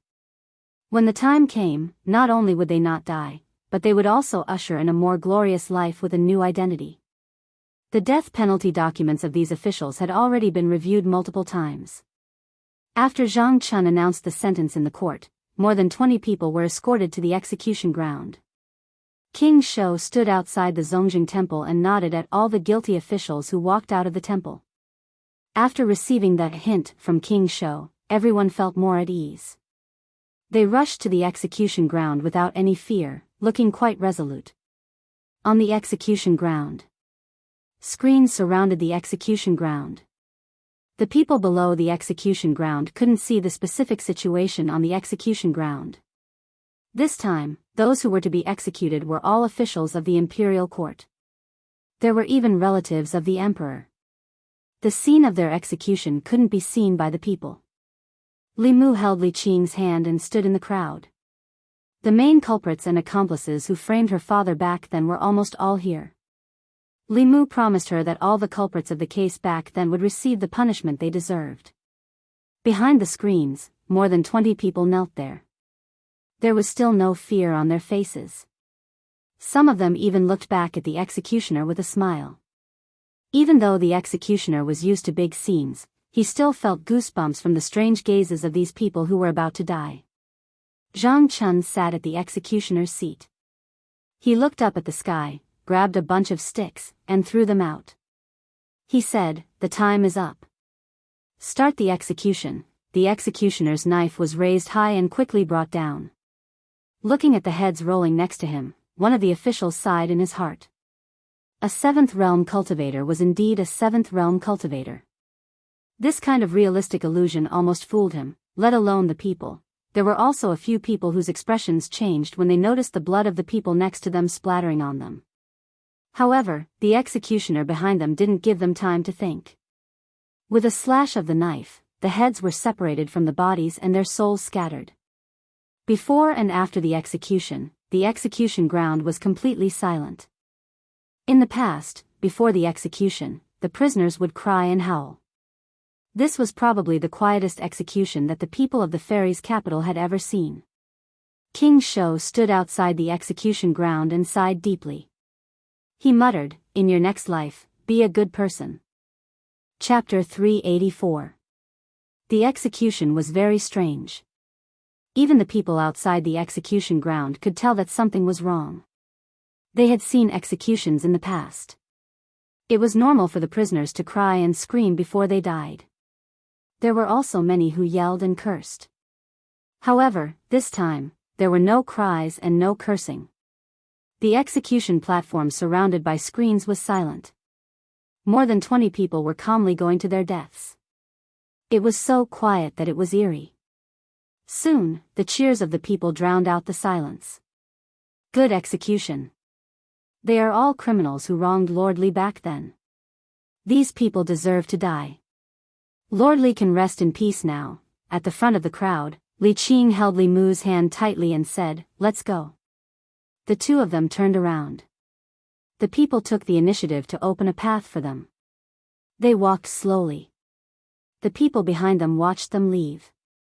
They clasped their fists and said, "I wish Lord Li and Miss Li a long and happy life together. Grow old together, may you have a child." More than 20 guilty officials were beheaded, and the people all clapped their hands in joy. These people were not only accomplices in framing Lord Li Yi, but they themselves were also guilty of many crimes. Their death was a good thing for the country and the people.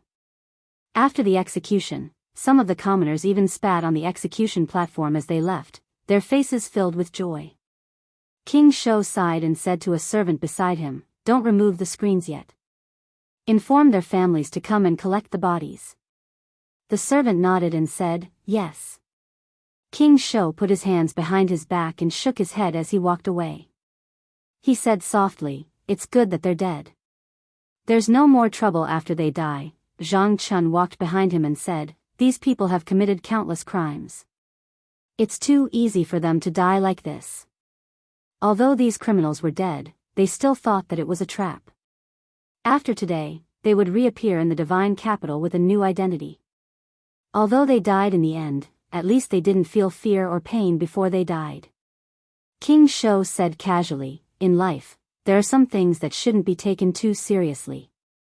It's fine if it's not too bad." The news that more than 20 officials from the old party, including Commandery Prince Nanyang and the elder brother of the concubine dowager, had been beheaded at the street corner quickly swept through Luoyang and shocked countless people. Are they really dead? No one saved them? The Shao clan hasn't done anything. Are they just going to be abandoned like that? What are they afraid of, and what are they afraid of? You still don't understand. They're obviously afraid of Li Mu. At the Zhou family's banquet, Zhou Chuan's face was pale. Qin Jian was dead, Gao Hong was dead, and the Duke of Nanyang, Xiao Yun was dead.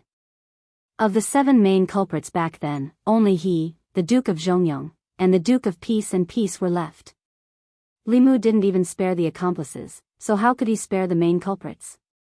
In particular, the death of the Duke of Nanyang had made him even more terrified. Even the Shao royal family could not escape Li Mu's punishment, let alone him. Zhou Chen lowered his head to eat, but his forehead was full of cold sweat. He knew what his father was worried about. The Duke of Nanyang and those people were dead. Perhaps his father would be his next target. More than half a year ago, Li Mu was still a small official in a remote county. Unexpectedly, in just half a year, he had grown into an existence that even the old party did not dare to provoke.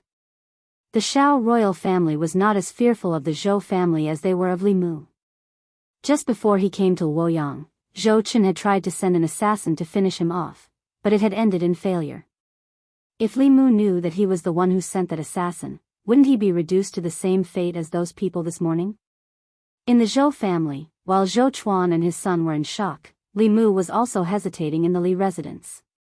Until today, most of the people involved in the case back then had received the punishment they deserved. No accomplices had escaped, and there were still 4 main culprits in Luoyang. These 4 people were the Marquis of Zhongyong, the Earl of Ping'an, the Marquis of Yongding, and Zhou Chuan of the Zhou family. The first 3 bigwigs of Luoyang were involved in Zhou Zhong's scheme. They had no enmity with Li Yi. Zhou Zhong knew that he could not change the overall situation, so he deliberately lured them into the trap in order to get the 3 death exemption tokens in their hands. Before Zhou Zhong lured them in, Li Yi's fate was already sealed. These 3 people were just Zhou Zhong's pawns. Although they had bad records, there was no need to kill them. As for Zhou Chuan, although Li Mu wanted him to pay the price, there were 2 problems in front of him. First, the booklet that Zhou Zhong gave him contained evidence of the crimes of the old party officials. There was nothing about Zhou Chuan, so Li Mu could not overthrow him through the law. Second, Zhou Chuan was the Empress's uncle. Li Mu had already killed one of her younger brothers. He did not know how the Empress would feel if he killed another of her uncles. Even though she had left the Zhou family, the blood that flowed in her body was the same as the blood of the Zhou family. The Empress cared about him so much, so Li Mu could not ignore her feelings at all. He pondered for a long time and walked into the courtyard. He said to Lu Hanyan and Li Qing, "I'm going to the palace. You don't have to wait for me to eat today." After informing them, Li Mu left the Li residence and went to the palace. He first went to the imperial kitchen and made a few dishes that the Empress liked. Then, he took the food box and went to Changle Palace. In Changle Palace, Zhou Yi looked at the unusually sumptuous meal on the table. Finally, he looked at Li Mu and said, "What's the matter? Speak." Li Mu shook his head and said, "Nothing." Zhou Yi picked up his chopsticks and said, "I'll only give you one chance." Li Mu said, "Among the people who killed Lord Li Yi, the former Minister of Works, Zhou Chuan, was also an important mastermind." Zhou Yi was silent for a long time. Then, he said lightly, "If you have evidence of his crimes, you can punish him according to the law. I will not protect him just because he is my uncle. If one day, the one who breaks the law is you, I will not protect you." Li Mu cupped his hands and said, "Thank you, Your Majesty." He walked out of Changle Palace and sighed in relief. Zhou Chuan was different from the others. No matter what, Li Mu could not go around the Empress and make a move on him. So, he needed to ask the Empress's opinion first. After getting the Empress's approval, there was only one problem left to solve. That was how to collect evidence of Zhou Chuan's crimes. The new party had only been established for 3 years. Moreover, the officials of the 2 parties were very different. The old party consisted mostly of influential officials, while the new party consisted mostly of new officials. In comparison, the influential officials had more misdeeds. Collecting evidence of the old party officials' crimes was easier than collecting evidence of the new party's crimes. Moreover, compared to the old party, the new party had stronger restrictions on the officials. This was also one of the reasons why Zhou Zhong had not been able to collect evidence of Zhou Chuan's crimes for so many years. Li Mu did not think that Zhou Zhong would be able to do something that Zhou Zhong had not been able to do for so many years. He walked out of the palace gates and stood outside for 15 minutes. Then, he walked toward the northern courtyard. This time, he did not go home. Instead, he stopped in front of another tall gate. Li Mu walked up and knocked on the door knocker. Soon, the gate opened a crack. A servant poked his head out and asked, "May I ask who your excellency is and why you have come to Zhou Mansion?"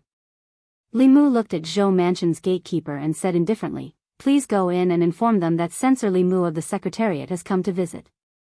A moment later, Zhou Chuan frowned and anxiously paced around the hall. He muttered, "Li Mu, what is he doing here? I won't see him. Let him go back." Zhou Xiong stretched out his hand and said, "No, if word gets out, outsiders will think that our Zhou family is afraid of Li Mu. Let him in." Zhou Chuan said, "Second brother, but it's fine. Let's see what he wants first." Zhou Xiong waved his hand and said, "His target might be you. Third brother, you should leave for now." After Zhou Chuan left, Zhou Ting said, "I'll leave as well." His only son had died at the hands of Li Mu. He could not face Li Mu calmly. A moment later, under the guidance of a servant, Li Mu passed through 2 doors, walked through several corridors, and arrived at a hall. Zhou Xiong was the only one in the hall. Li Mu walked into the hall. Zhou Xiong said indifferently, Lord Li, please take a seat. There's no need for that, Li Mu shook his head and said, I'm here today to tell you one thing. Zhou Xiong picked up his teacup and asked, what is it?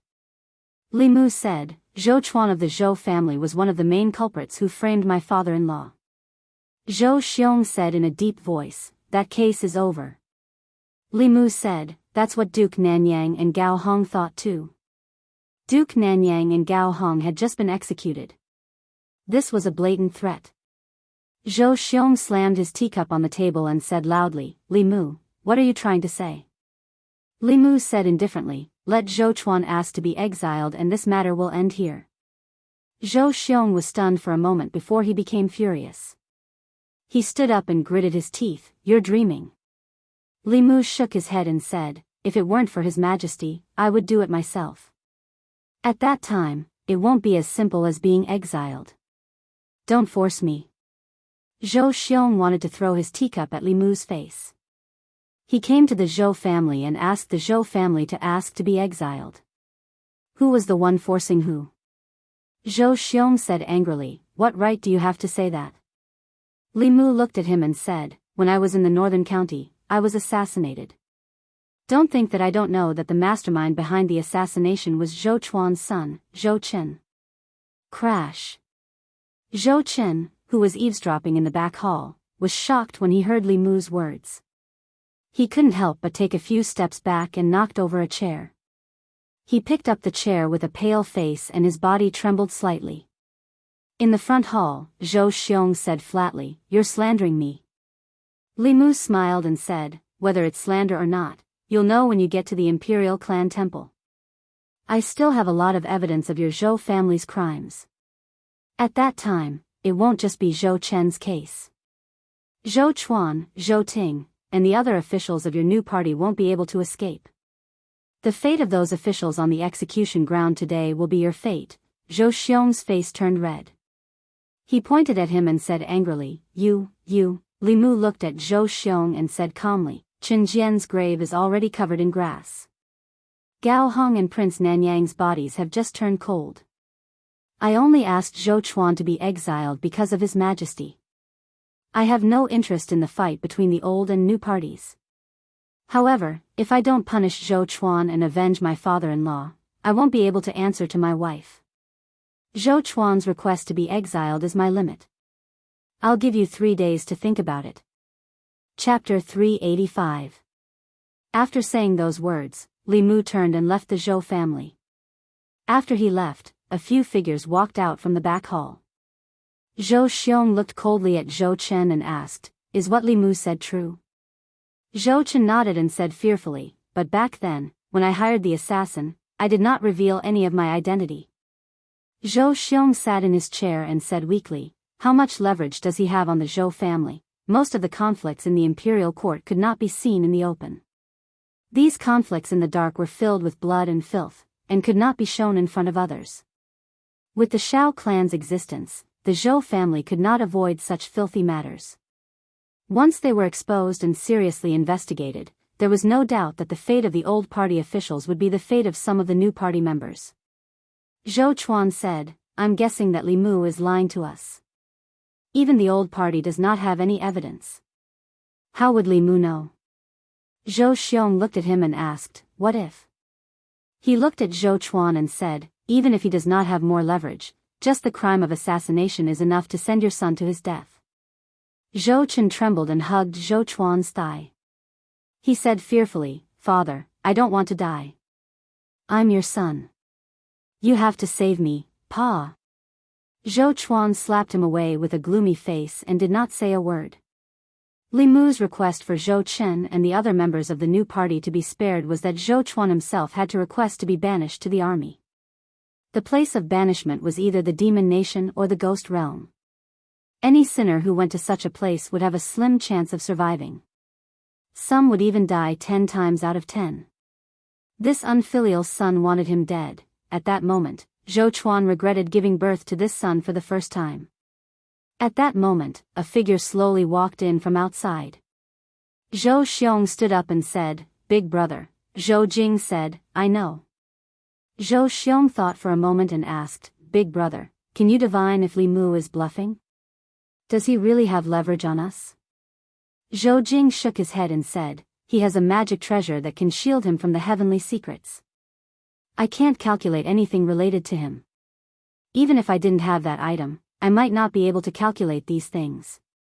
Zhou Xiong sat back down and asked worriedly, what should we do now? If Li Mu had come to the Zhou family to spout nonsense without any basis, there was a 90% chance that he was bluffing. However, he had directly pointed out the secret things that Zhou Chen had done, which made Zhou Xiong feel uncertain. If what Li Mu said was true, then they would have to give up on Zhou Chuan and be banished to the army. If they don't do as Li Mu said, Zhou Chen will die. Not only that, there is a certain possibility that the other officials of the new party will also be implicated. If Li Mu really has something on them, within the scope of the law, Li Mu could do whatever he wanted. This was something that everyone in Luoyang was aware of. How arrogant was the Shao royal family? They were even capable of doing things like forcing the emperor to abdicate the throne. However, in the end, they still had to watch the heads of over 20 officials from the old faction fall to the ground. Even the Duke of Nanyang could not be saved. Once Li Mu made public the evidence in his hands, the new party would probably follow in the footsteps of the old party. If Zhou Chuan did not leave, Zhou Chen would definitely die. Perhaps even more people would die. If Zhou Chuan asked to be banished, only 3 of the 4 brothers of the Zhou family would be left. This was a dilemma that only the head of the family, Zhou Jing, had the right to make. In the hall, everyone's gaze was on Zhou Jing. Zhou Chuan could not help but say, even if Li Mu really has something on us, can we trust what he says?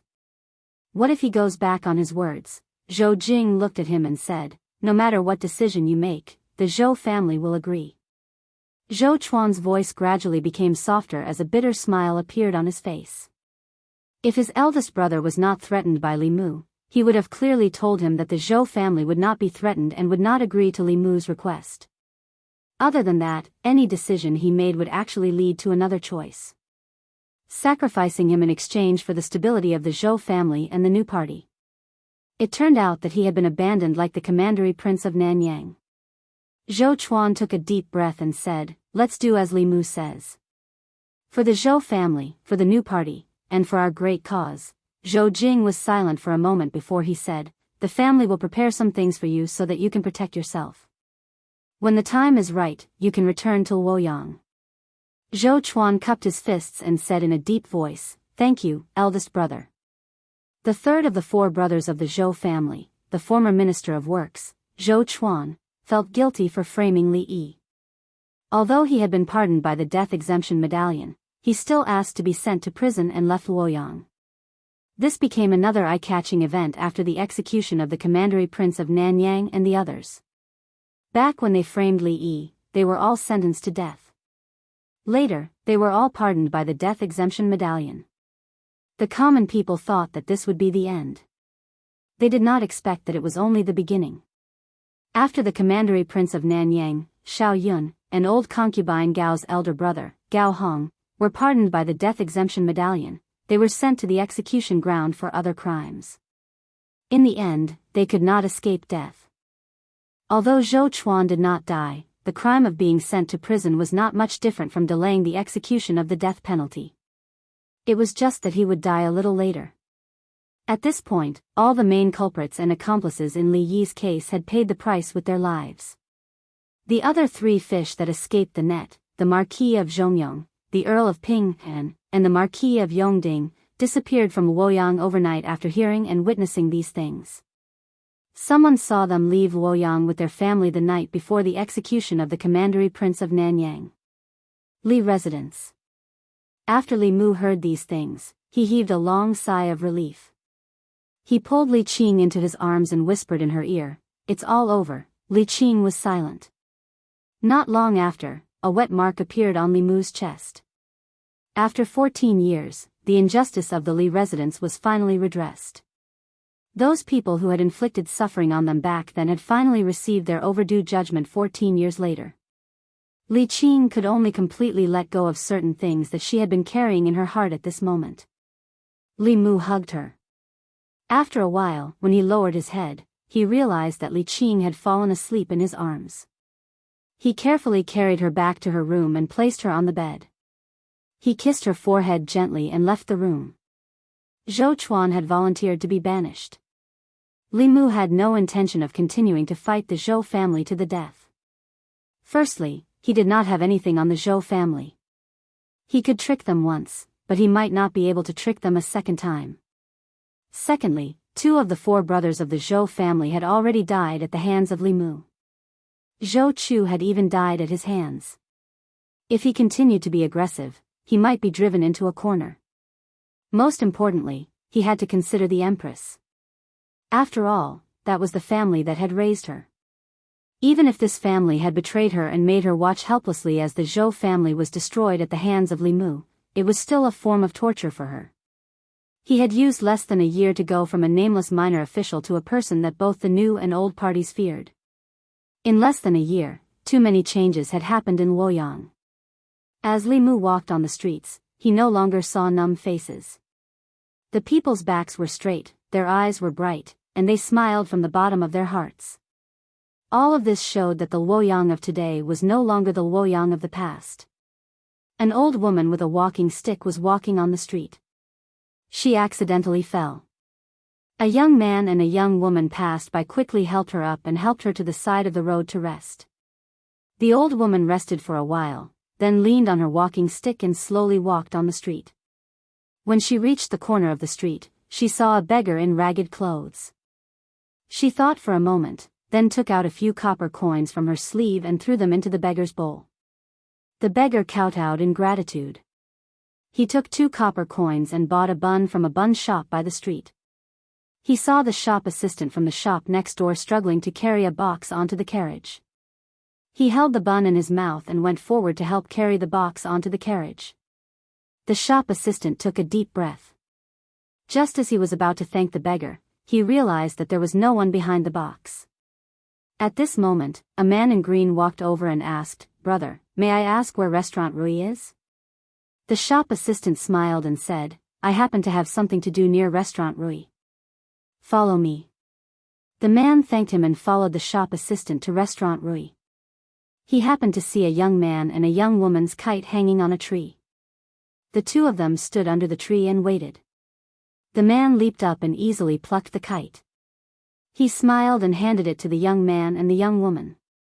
He said, "Go over there and fly it in an empty place." Li Mu was greeted by the people along the way. He could clearly feel the changes in Luoyang half a year ago. Li Mu was not the only one who could feel the changes.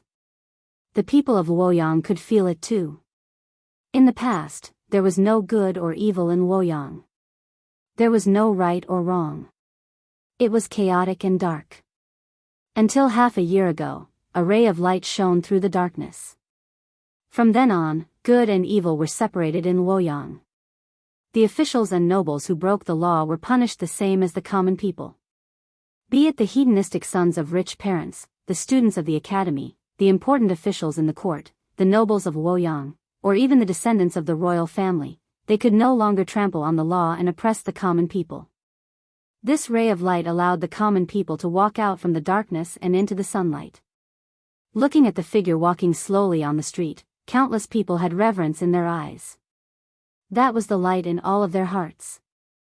Chapter 386. Walking on the streets of Chengdu, Li Mu found that he seemed to be more and more fond of the human world. Especially after witnessing the changes in the people in the past half a year, the achievements and joy he got from it were far from what he got from cultivation. In this state of mind, his heart was empty. Even without the clear heart technique, he could still maintain absolute peace in his heart. Somehow, he even had a kind of enlightenment. Establishing a heart for the heavens and earth, establishing a life for the people.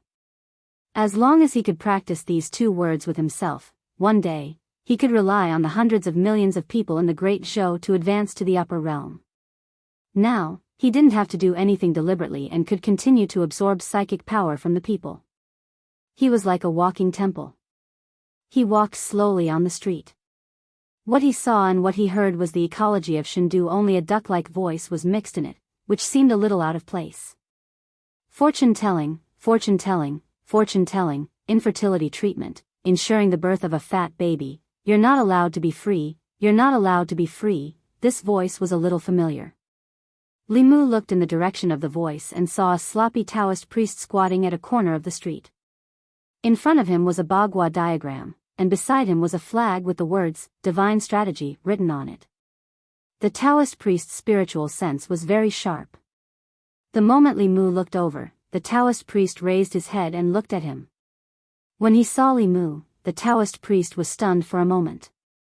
Then, he jumped up from the ground and said in amazement, "Why is it you again?" Li Mu walked over, smiled at him, and said, "Senior, we meet again." The Taoist priest scratched his head and said, "Why do I always run into you wherever I go?" That's not right." As he spoke, his tone suddenly changed. He grabbed Li Mu's wrist and said in shock, You have a good fortune." Li Mu said, "In the past few months, I encountered some opportunities." The old man let go of his hand and muttered, "Bullshit opportunity. Why can't I encounter such an opportunity?" Thinking back to more than a year ago, when he first met the young man in front of him, he was just a mortal who had lost his 7 souls and didn't have long to live. When he saw him for the second time, he was already in the omnipotent realm. Only half a year had passed, and when he saw him again, he was already in the creation realm. This made the scruffy Taoist priest doubt his life. At this rate, in another year or so, wouldn't he be inferior to him? He returned to his original position and waved his hand at Li Mu. Go. Let this old man be alone." Li Mu glanced at him and then turned to leave. When he met an old friend, he only went up to greet him out of politeness. To Li Mu a year ago, peak 6th realm cultivators were unreachable. But now, he was in close contact with 7th realm cultivators every day. In his eyes, 6th realm cultivators were just so.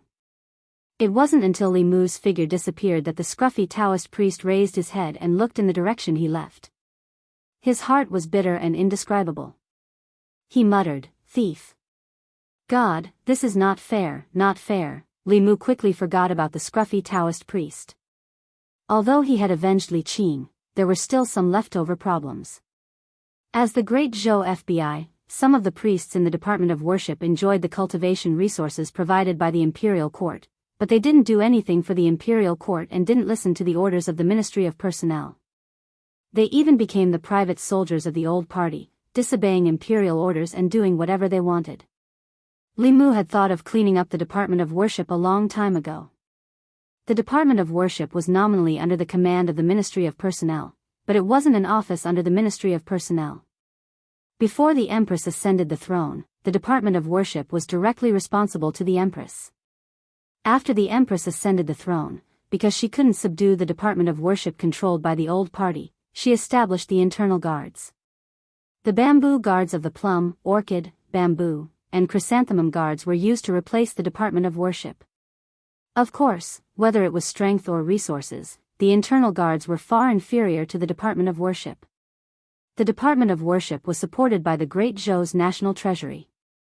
Every year, large amounts of spiritual jade, fulu, talismans, and other cultivation resources were allocated from the national treasury. The internal guards were subsidized by the Empress herself. The highest cultivation of the internal guards was only 5th realm. In the Department of Worship, there were 2 great priests who were both 6th realm cultivators. There were also dozens of 5th realm priests. In Changle Palace, when he was eating with the Empress, Li Mu told her about cleaning up the Department of Worship, but the Empress was a little absent-minded. Zhou Yi didn't answer Li Mu's question. Instead, she asked, "Tell me, what's so good about being the Empress? Why can they disregard other people's lives and even their own for this position?" Zhou Chuan had already been sent away from the Immortals' capital today. Li Mu wasn't surprised that the Empress would feel this way. To the Empress, there was indeed nothing good about being the Empress. She wasn't keen on power, nor was she greedy for beauty. She didn't have anyone in her harem, and she didn't want to review memorials. To her, this position was a prison. But to others, controlling the life and death of hundreds of millions of people and becoming the ruler of the most powerful country in Zhou province was already a fatal temptation. Moreover, after becoming the empress, she could legitimately replenish her harem. If Li Mu was the empress, he could legitimately make Lu Hanyan empress and Li Qing noble consort. Wan Wan and Xiao Bai would be fair consort and virtuous consort. No one would have to be jealous of anyone. It was only natural for the empress to take in concubines. Just thinking about it made one feel that it was wonderful. There would no longer be a fire in the harem or an azura field. Zhou Yi glanced at Li Mu and said, "I'm asking you a question." "What are you laughing at?" Li Mu no longer fantasized. He withdrew his smile and said, "Your Majesty, not everyone is like your Majesty who doesn't like power. To them, becoming the emperor above hundreds of millions of people is a fatal attraction." Zhou Yi asked, "You too?" Li Mu shook his head and said, "This isn't my dream." Zhou Yi continued to ask, "Then what is your dream?" Li Mu thought for a moment and said, "This subject's dream is to take my wives to travel all over the 10 continents and 3 islands, see all kinds of sceneries, and finally find a quiet and secluded place. When I'm not cultivating, I'll raise flowers and vegetables and live the life of an ordinary person." Zhou Yi glanced at him and calmly asked, "You want to leave the imperial court?" Li Mu heard the fluctuation in her tone. To prevent her from thinking that he wanted to run away, he added, "Of course, not now." Zhou Yi asked, "Then when?" Li Mu said, "After I've helped your Majesty clear away all obstacles and solve all problems." Zhou Yi said indifferently, "I feel that the Yao Kingdom, the Ghost Realm, and the Demon's Sect are the biggest obstacles and troubles in my heart. I won't keep you for long. Once the Demon's Sect is destroyed, the Ghost Realm is subdued, and the Yao Kingdom is pacified, I will let you go." Li Mu was dumbfounded. The Yao Kingdom, the Ghost Realm, and the Demon's Sect. Which of these 3 powers hadn't existed for as long as the Great Zhou? Even if the Great Zhou perished, they might not necessarily perish. To put it bluntly, she wanted him to work for her for the rest of his life. Even when the Jade Emperor made things difficult for Sun Wukong, he didn't go so far. It was better to wait for the chickens to finish their rice, the dogs to finish their noodles, and the fire to burn out the logs. This way, Li Mu would at least have something to look forward to. At this moment, he had already decided to stick to his original plan. After helping her condense the next strand of Emperor Qi, he would take Lu Hanyan and the others and run away. There was a wider world outside, and he didn't want to waste his life on the Empress. Zhou Yi glanced at him and asked, "What, you're not willing?" Li Mu squeezed out a smile and said, "I'm willing to go through water and tread on fire for your Majesty. Not to mention destroying the Demon Sect, subduing the Ghost Realm, and pacifying the Yao Kingdom. When I'm strong enough, I can even go to the Eastern Sea and catch a dragon to be your Majesty's mount." Li Mu had long since figured out the Empress's personality. Ordinary women also liked to hear nice things, but the Empress wasn't an ordinary woman. She liked to flatter and praise even more. Regardless of whether she could do it or not, she had to get through this hurdle first. Zhou Yi asked, "Is what you said true?" Li Mu nodded and said, "Everything I said came from the bottom of my heart." Zhou Yi said indifferently, "Then swear to the heavenly Tao." Li Mu stared blankly at the Empress. He didn't expect that she wouldn't play by the rules. If he had said this to Lu Hanyan and Li Qing, they would definitely have covered Li Mu's mouth before he swore to the heavenly Tao. Then, either coquettishly or angrily, they would say, "Who told you to swear? I don't want you to swear," and so on, and forget about this matter. But the Empress, it was fine if she didn't stop him, but she actually took the initiative to make him swear? Was an oath to the heavenly Tao something that could be casually sworn? Li Mu felt that the trust between humans was gone. "What, you're not willing?" Zhou Yi looked at Li Mu and asked, "Could it be that everything you said just now was false?" Li Mu wanted nothing more than to slap his own mouth. But it was obviously too late. Looking at the Empress' serious eyes, Li Mu slowly raised his right hand, bent his thumb, and pointed to the sky. He gritted his teeth and said, "I, Li Mu, swear to the heavenly Tao that only after the Demon Sect is destroyed, the Ghost Realm is subdued, and the Demon Country is pacified, can I leave your Majesty. If I violate it, I will not have a good ending." Zhou Yi said, "Also, I really want to have a dragon as a mount." Li Mu's lips moved and said, Your Majesty, how about we forget about this? The dragon race has a fishy smell, and it's slippery. It's not suitable to be a mount. Zhou Yi glared at him. Hurry up. Chapter 387. Walking out of Changle Palace, Li Mu had to admit that he had been careless this time. He had been forced by the Empress to swear an oath to the heavens that he would only leave her after helping her destroy the demon sect, subdue the ghost realm, and pacify the Yao kingdom. Fortunately, Li Mu was quick-witted and changed a phrase when he swore. He said that he would not leave her until he finished these things, and not Shendu or Great Zhou. If he could abduct the Empress, then it would not be considered leaving her. Whether or not the Great Zhou could destroy the demon sect, subdue the ghost realm, and pacify the Yao kingdom was a matter for the Great Zhou court. In any case, Li Mu had fulfilled his oath to the Empress.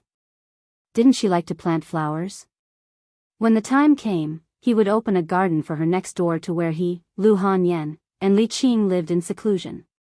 As long as she did not feel bored, she could plant flowers for the rest of her life. Li Mu looked back and twitched the corner of his mouth. If she wanted to trick him, she would have to cultivate for a few more years. After swearing the oath, he once again brought up the matter of purging the office of consecration. What made Li Mu feel helpless was that, at some point in time, the Empress had handed over all the things that should have been done by her to him. She did not even hand it over to Li Mu. Instead, it was Li Mu who raised the problem and solved it himself. Now, she wanted Li Mu to be her slave for the rest of his life. If she had not given him so much and treated him so well, Li Mu might have gone back to inherit the Fulu school long ago. What really made Li Mu feel that he owed her was that the Empress had always stood by his side when facing the Zhou family and himself. She had also given him the greatest trust and the greatest freedom to reverse the verdict and take revenge for Li Qing's father. If he ran away like this, it would be too heartless. For a woman to treat him like this, even if Li Mu could not repay her with his body, he could not be so heartless. Consecrated Office. Lord May of the Inner Guards had just arrived. He left behind an imperial edict and then floated away. The contents of the imperial edict made countless consecrators angry and dissatisfied. From today onwards, the consecration department would be under the management of the Bamboo Guards. Although they did not need to be merged into the Bamboo Guards, the Bamboo Guards Vice Commander Li Mu would be in charge of the consecration department. The Department of Offerings had always been a special existence in the imperial court. They were not from the academy, nor were they officials of the imperial court. Their relationship with the Great Zhou court was more like cooperation than subordination. The imperial court provided the consecrators with cultivation resources, while the consecrators worked for the imperial court. Both sides took what they needed. The Department of Consecration had always been an independent department, never under the jurisdiction of an official of the court.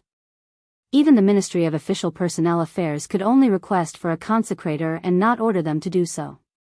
This imperial edict shook the position of the consecrated division. For cultivators, a country was already a vague concept to them. What cultivators pursued their entire lives was supreme strength and the ethereal heavenly path. Most cultivators despised becoming a lackey of the imperial court, or rather, a lackey. However, the path of cultivation was not something that could be achieved by one person alone. Cultivation required resources, and cultivation resources were not easy to obtain for most cultivators without any background. In order to obtain cultivation resources like spiritual jades more easily, some cultivators with some strength would put down their pride and choose to become a consecrator of the imperial court. But this did not mean that they were willing to be under the jurisdiction of the imperial court. After becoming a consecrator, these people were still more unruly than the officials of the imperial court. They would submit to the strong, but would not submit to official rank. What is the Empress thinking? She actually let a brat control us? Although his talent is not bad, his cultivation has only just reached the 5th realm. What right does he have to command us? He killed more than 20 people from the old faction and forced Li Mu to ask for exile. Has Li Mu's hand finally reached the Department of Offerings? I don't know if you can tolerate it, but I can't. We must express our stance in protest. Everyone, don't come to the Department of Offerings tomorrow.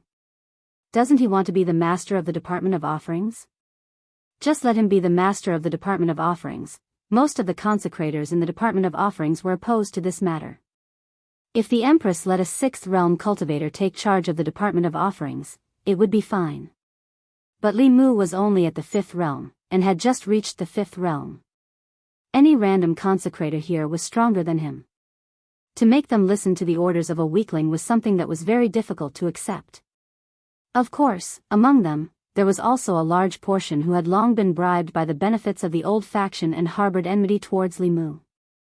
Under this enmity, there were very quickly people who began to incite the other consecrators to take Li Mu down a notch. A group of people noisily left the Department of Offerings. 2 elders with similar appearances stood in the courtyard with their hands behind their backs. The elder on the left said, "What do you think?" The elder on the right thought for a moment and said, "Killing him a little is good for his spirit. We have to let him know that the Department of Offerings is not a place where he can behave atrociously." The Empress temporarily placed the Department of Offerings under the Bamboo Guards. As the deputy commander of the Bamboo Guards, Li Mu naturally became the direct superior of the Department of Offerings. A few days ago, he had done a detailed search for information on the Department of Offerings. Currently, there were 2 6th realm cultivators in the Department of Offerings. Both of them had just reached the 6th realm several years ago, and they were a pair of twin brothers. For the Imperial Court, 5th realm consecrators were easy to recruit, but 6th realm high consecrators were very difficult to recruit. When one's cultivation reached this level, they could already be considered one of the few powerful cultivators in the world. Whether it was out of dignity or the pursuit of a higher realm, they would not be willing to be the Imperial Court's lackeys. This also led to the Imperial Court having to pay a huge price every time they recruited a 6th realm cultivator. Not only did the Imperial Court have to provide them with large amounts of spiritual jades every year, but they also had to satisfy their various requests. After Li Mu saw the benefits of the 2 high consecrators, even he wanted to become a high consecrator himself. Li Mu could do what they could do, and Li Mu could do what they could not. He could guarantee that it would be worth more than the cost. If the Imperial Court gave him the resources given to these 2 people, Li Mu could guarantee that he would be able to create even greater value for the Imperial Court than them.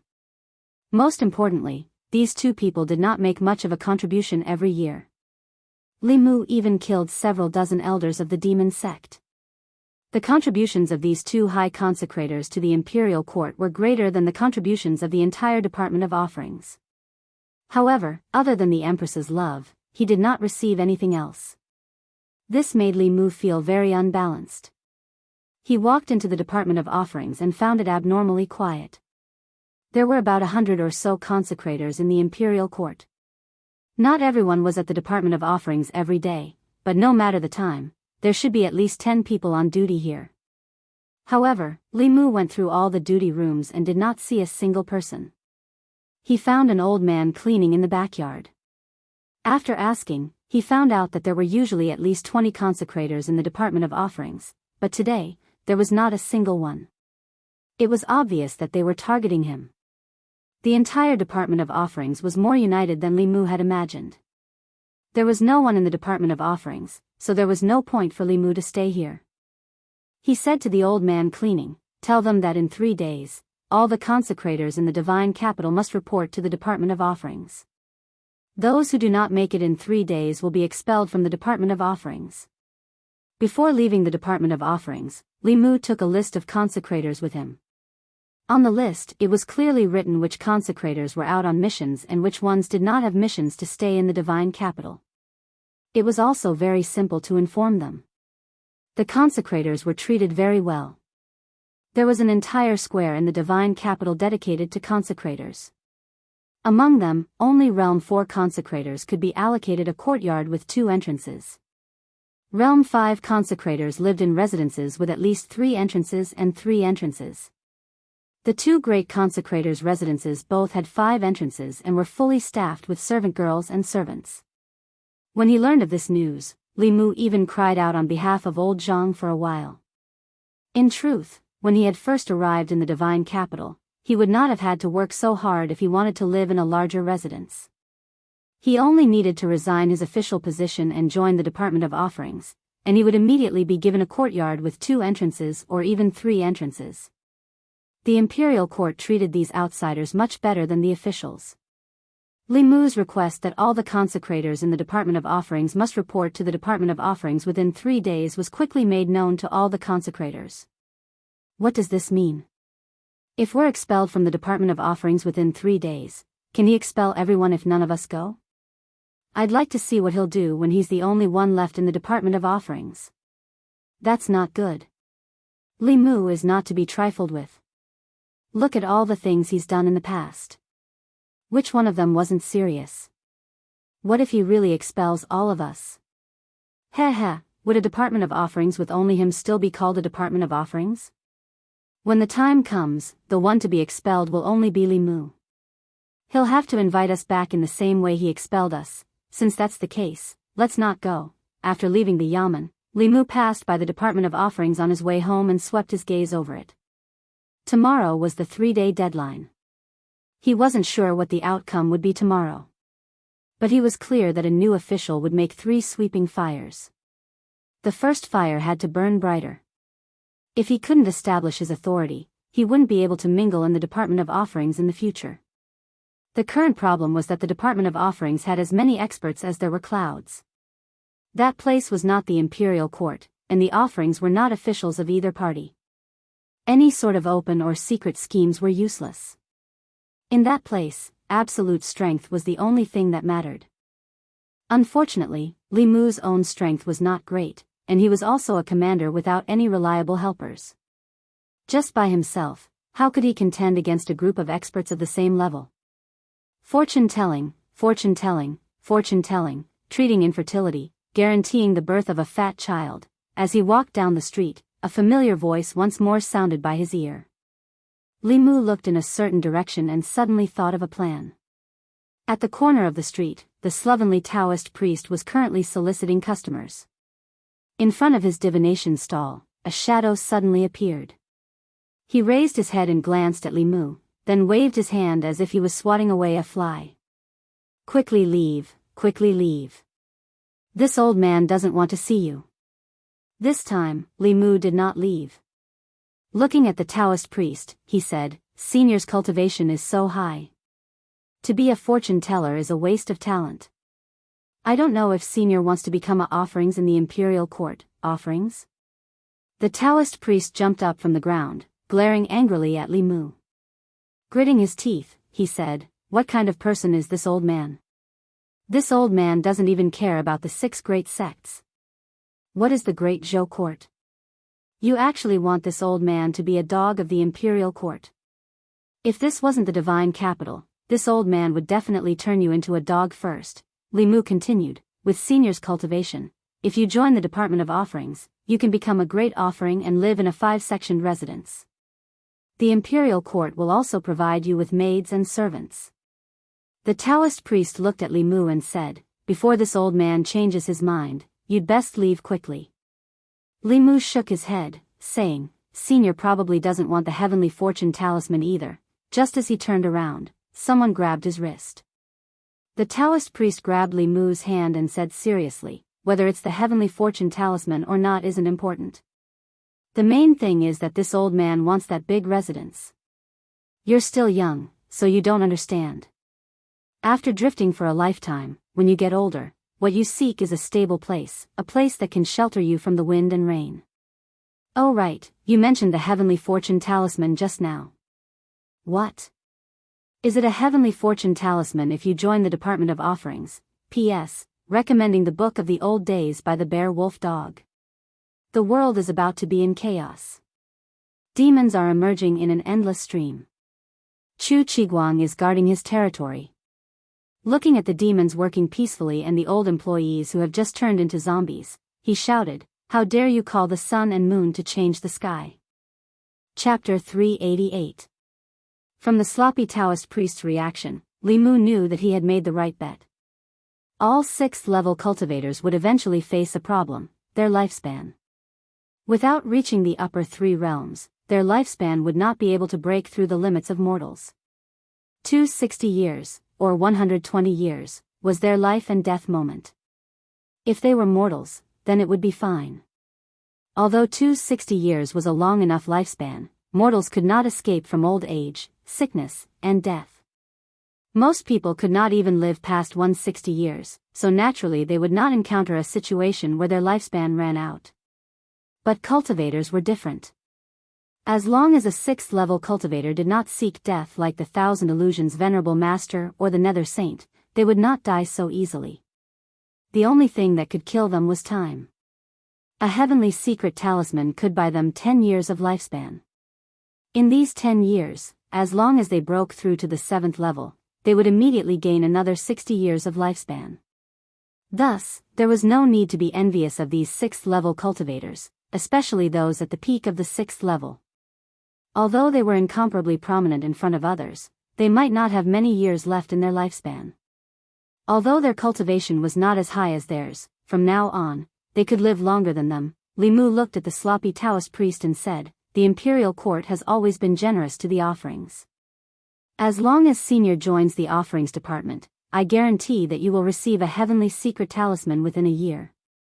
Although the materials for the heavenly secret talisman were precious, if the imperial court wanted to gather them, they could also gather a few sets. After the excitement just now, the old man had already calmed down. He glanced at Li Mu and said, "Kid, don't try to trick me. The heavenly secret talisman is a saint-level Fulu. Even those old fellows in the Fulu school could not draw it. Who in the great Zhou court can draw a saint-level talisman?" Seeing was believing. Li Mu stretched out his hand and swiped at the air in front of him. An illusory image of a Fulu covered in mysterious runes appeared before the Taoist priest's eyes.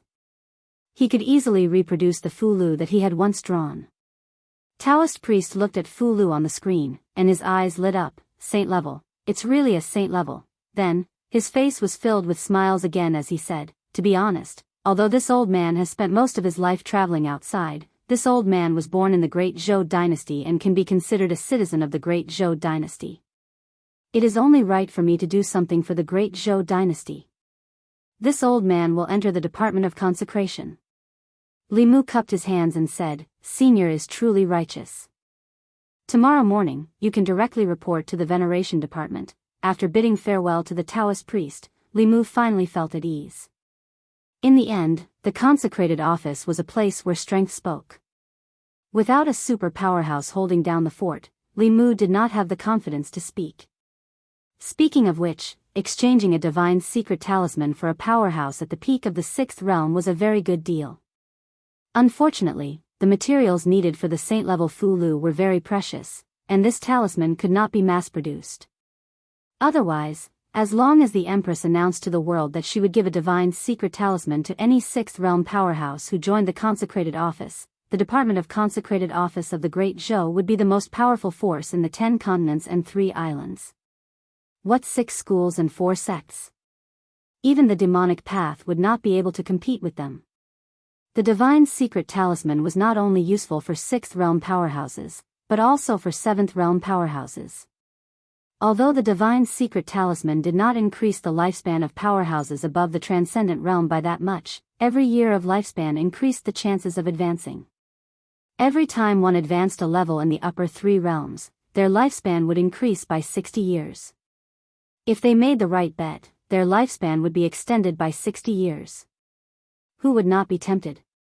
As long as there were enough materials, he could let the Empress visit him every few days.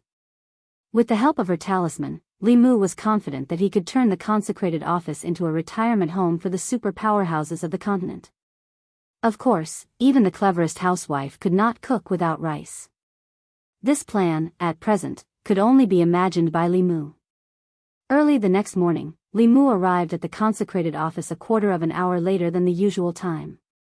Inside the consecrated office, it was quiet. Apart from the old man sweeping the floor, there was no one else in the entire consecrated office. Li Mu moved a chair and sat in the courtyard of the consecrated office. The old man sweeping the floor obeyed Li Mu's instructions. He took an incense burner, inserted an incense stick, lit it, and placed it in the courtyard of the consecrated office. Li Mu looked at the incense stick and said, "Tell them, before this incense stick burns out, if they do not report to the consecrated office, they will be expelled from the consecrated office, and all the rewards bestowed by the imperial court will be withdrawn. From now on, they will no longer enjoy the treatment of a consecrated. The old man walked out of the consecrated office and walked briskly towards a nearby market. And square. There were hundreds of markets in the Immortals' capital, each with its own function. and Square was a residential market, located in the core area of the Immortals' capital. Although it was a residential market, the people who lived in the market were not commoners, officials, or nobles. They were consecrated members recruited by the imperial court. The consecrated members were the same as the officials of the imperial court. They ate the salary of the imperial court, and their treatment was even better than the officials. Every person had a house bestowed by the imperial court, and all the maids and servants in the house were available. In a certain house in and Square, 10 or so consecrated members were gathered together. Expelling them from the consecrated office in less than the time of an incense stick. Who is he trying to scare? Expelling everyone from the consecrated office, how will he explain this to the imperial court?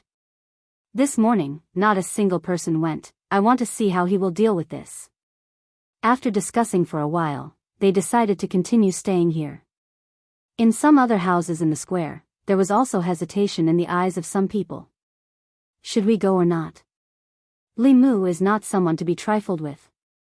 The Empress also favors him so much. How many people have fallen into his hands? If he really expels us, where will our future cultivation resources come from? Why don't we just forget about it? The Shao family has not given us any benefits. We have no need to oppose Li Mu. Li Mu sat in the consecrated office. Ever since the incense stick had burned halfway, consecrated members had begun to walk in from outside. After clasping their hands to Li Mu, they returned to their respective duty rooms. There was also a portion of people who stood outside the consecrated office, chatting and laughing with the people beside them. They were all consecrated members of the consecrated office, but they did not walk in. Their gazes would occasionally glance at the incense stick, as if they were waiting for something. Only when the last stick of incense had burned out did they walk into the consecrated office. If they were frightened by Li Mu on his first day at the consecrated office and obediently returned to the consecrated office in less than the time of an incense stick, then they could forget about having a good life in the future. The reason they had waited until the incense stick had burned out before walking into the consecrated office was to give Li Mu a show of strength. They had to let Li Mu know that the consecrated office was not the same as the imperial court. However, when the incense stick had burned out and the first person outside the door wanted to walk into the consecrated office, a figure blocked their way. That fifth realm consecrated looked at Li Mu, raised his eyebrows, and asked, "Lord Li, what are you doing?" Li Mu said indifferently, "This is the consecrated office." That consecrated said, "Could it be that we consecrated members cannot enter the consecrated office?" Li Mu said, "In the past, yes, but not now. Before the incense stick has burned out, everyone who did not report to the consecrated office has already been expelled from the consecrated office. I will give you all 1 day to move out of and Square, and henceforth do not act in the name of consecrated members of the Great Show." That consecrated did not expect that Li Mu would actually dare to do this. His face darkened as he said, "Lord Li, this is your first day at the consecrated office. Are you going to be so ruthless?" As he spoke, a fierce aura emanated from his body. The consecrated behind him also had an invisible aura rising from his body. Under the pressure of this aura, a few strands of hair by Li Mu's ears were blown up, and his clothes also fluttered loudly. A piece of the green brick under his feet was crushed by his foot. The next moment, Li Mu took a step forward.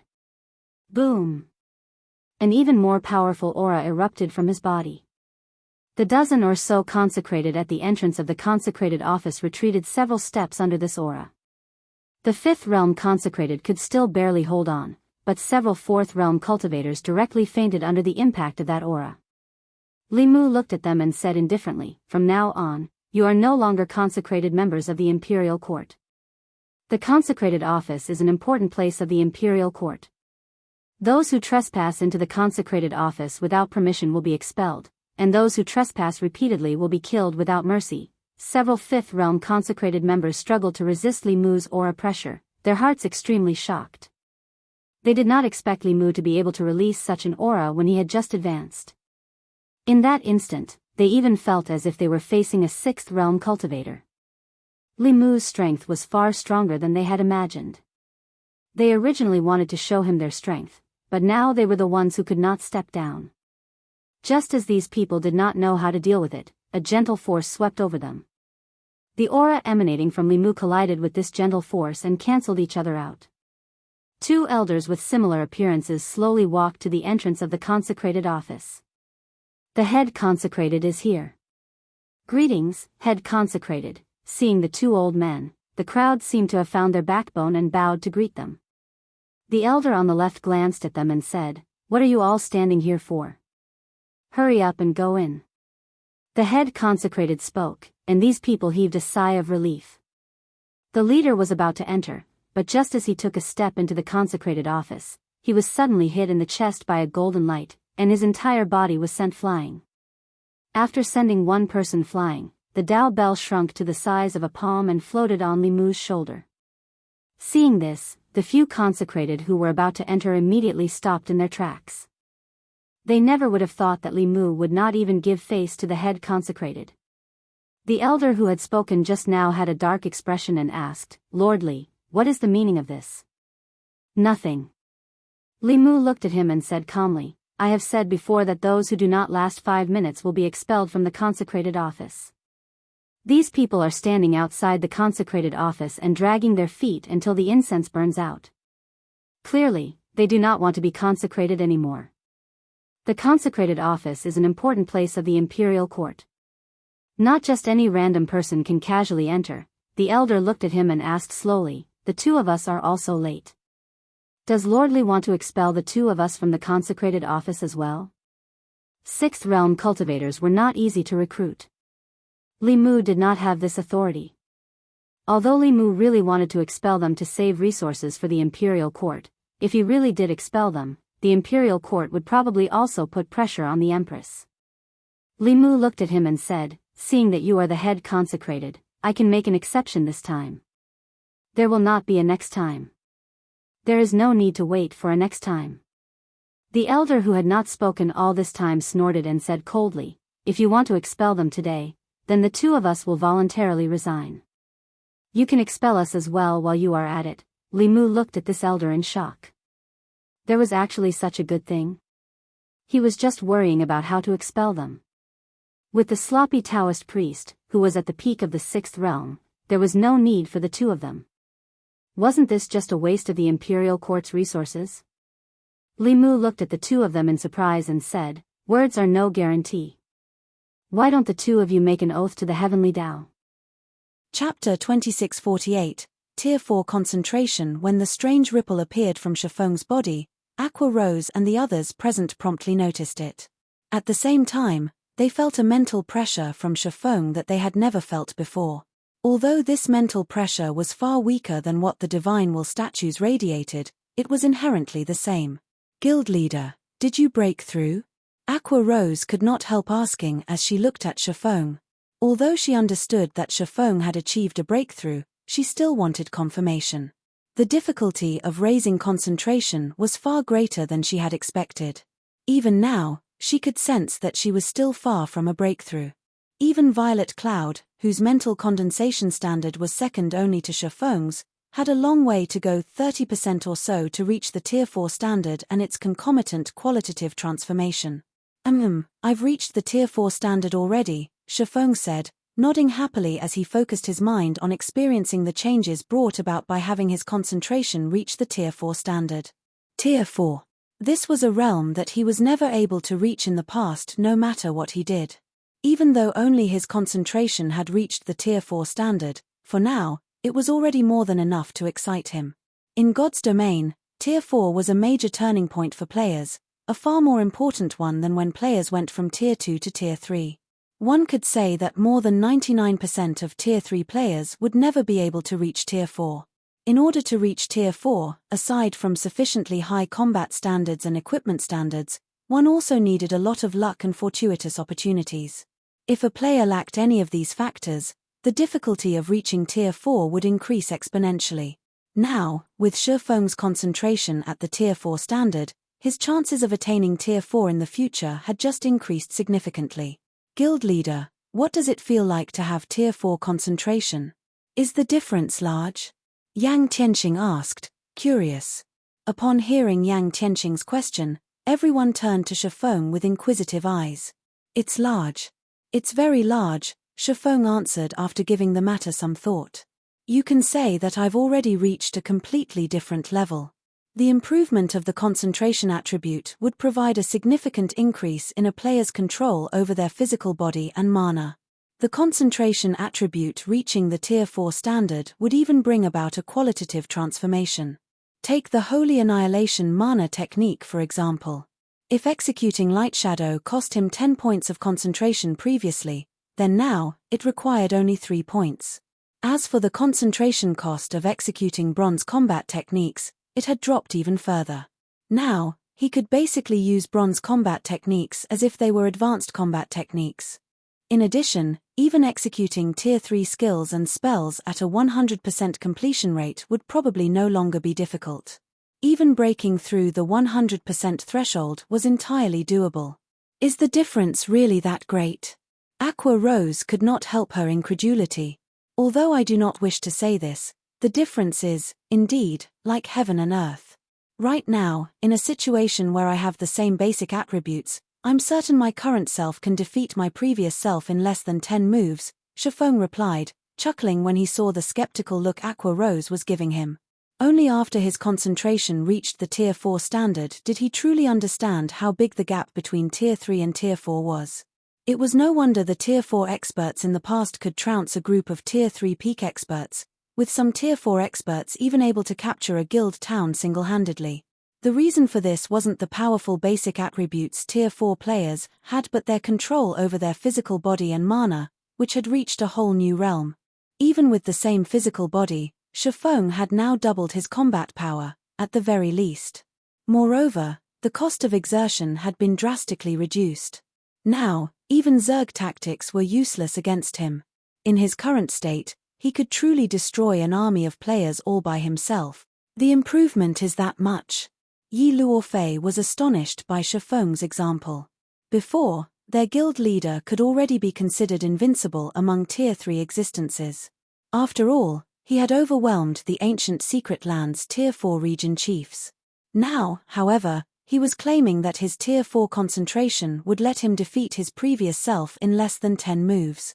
At this point, she no longer dared imagine how powerful he currently was. Even actual Tier 4 players might not be a match for him.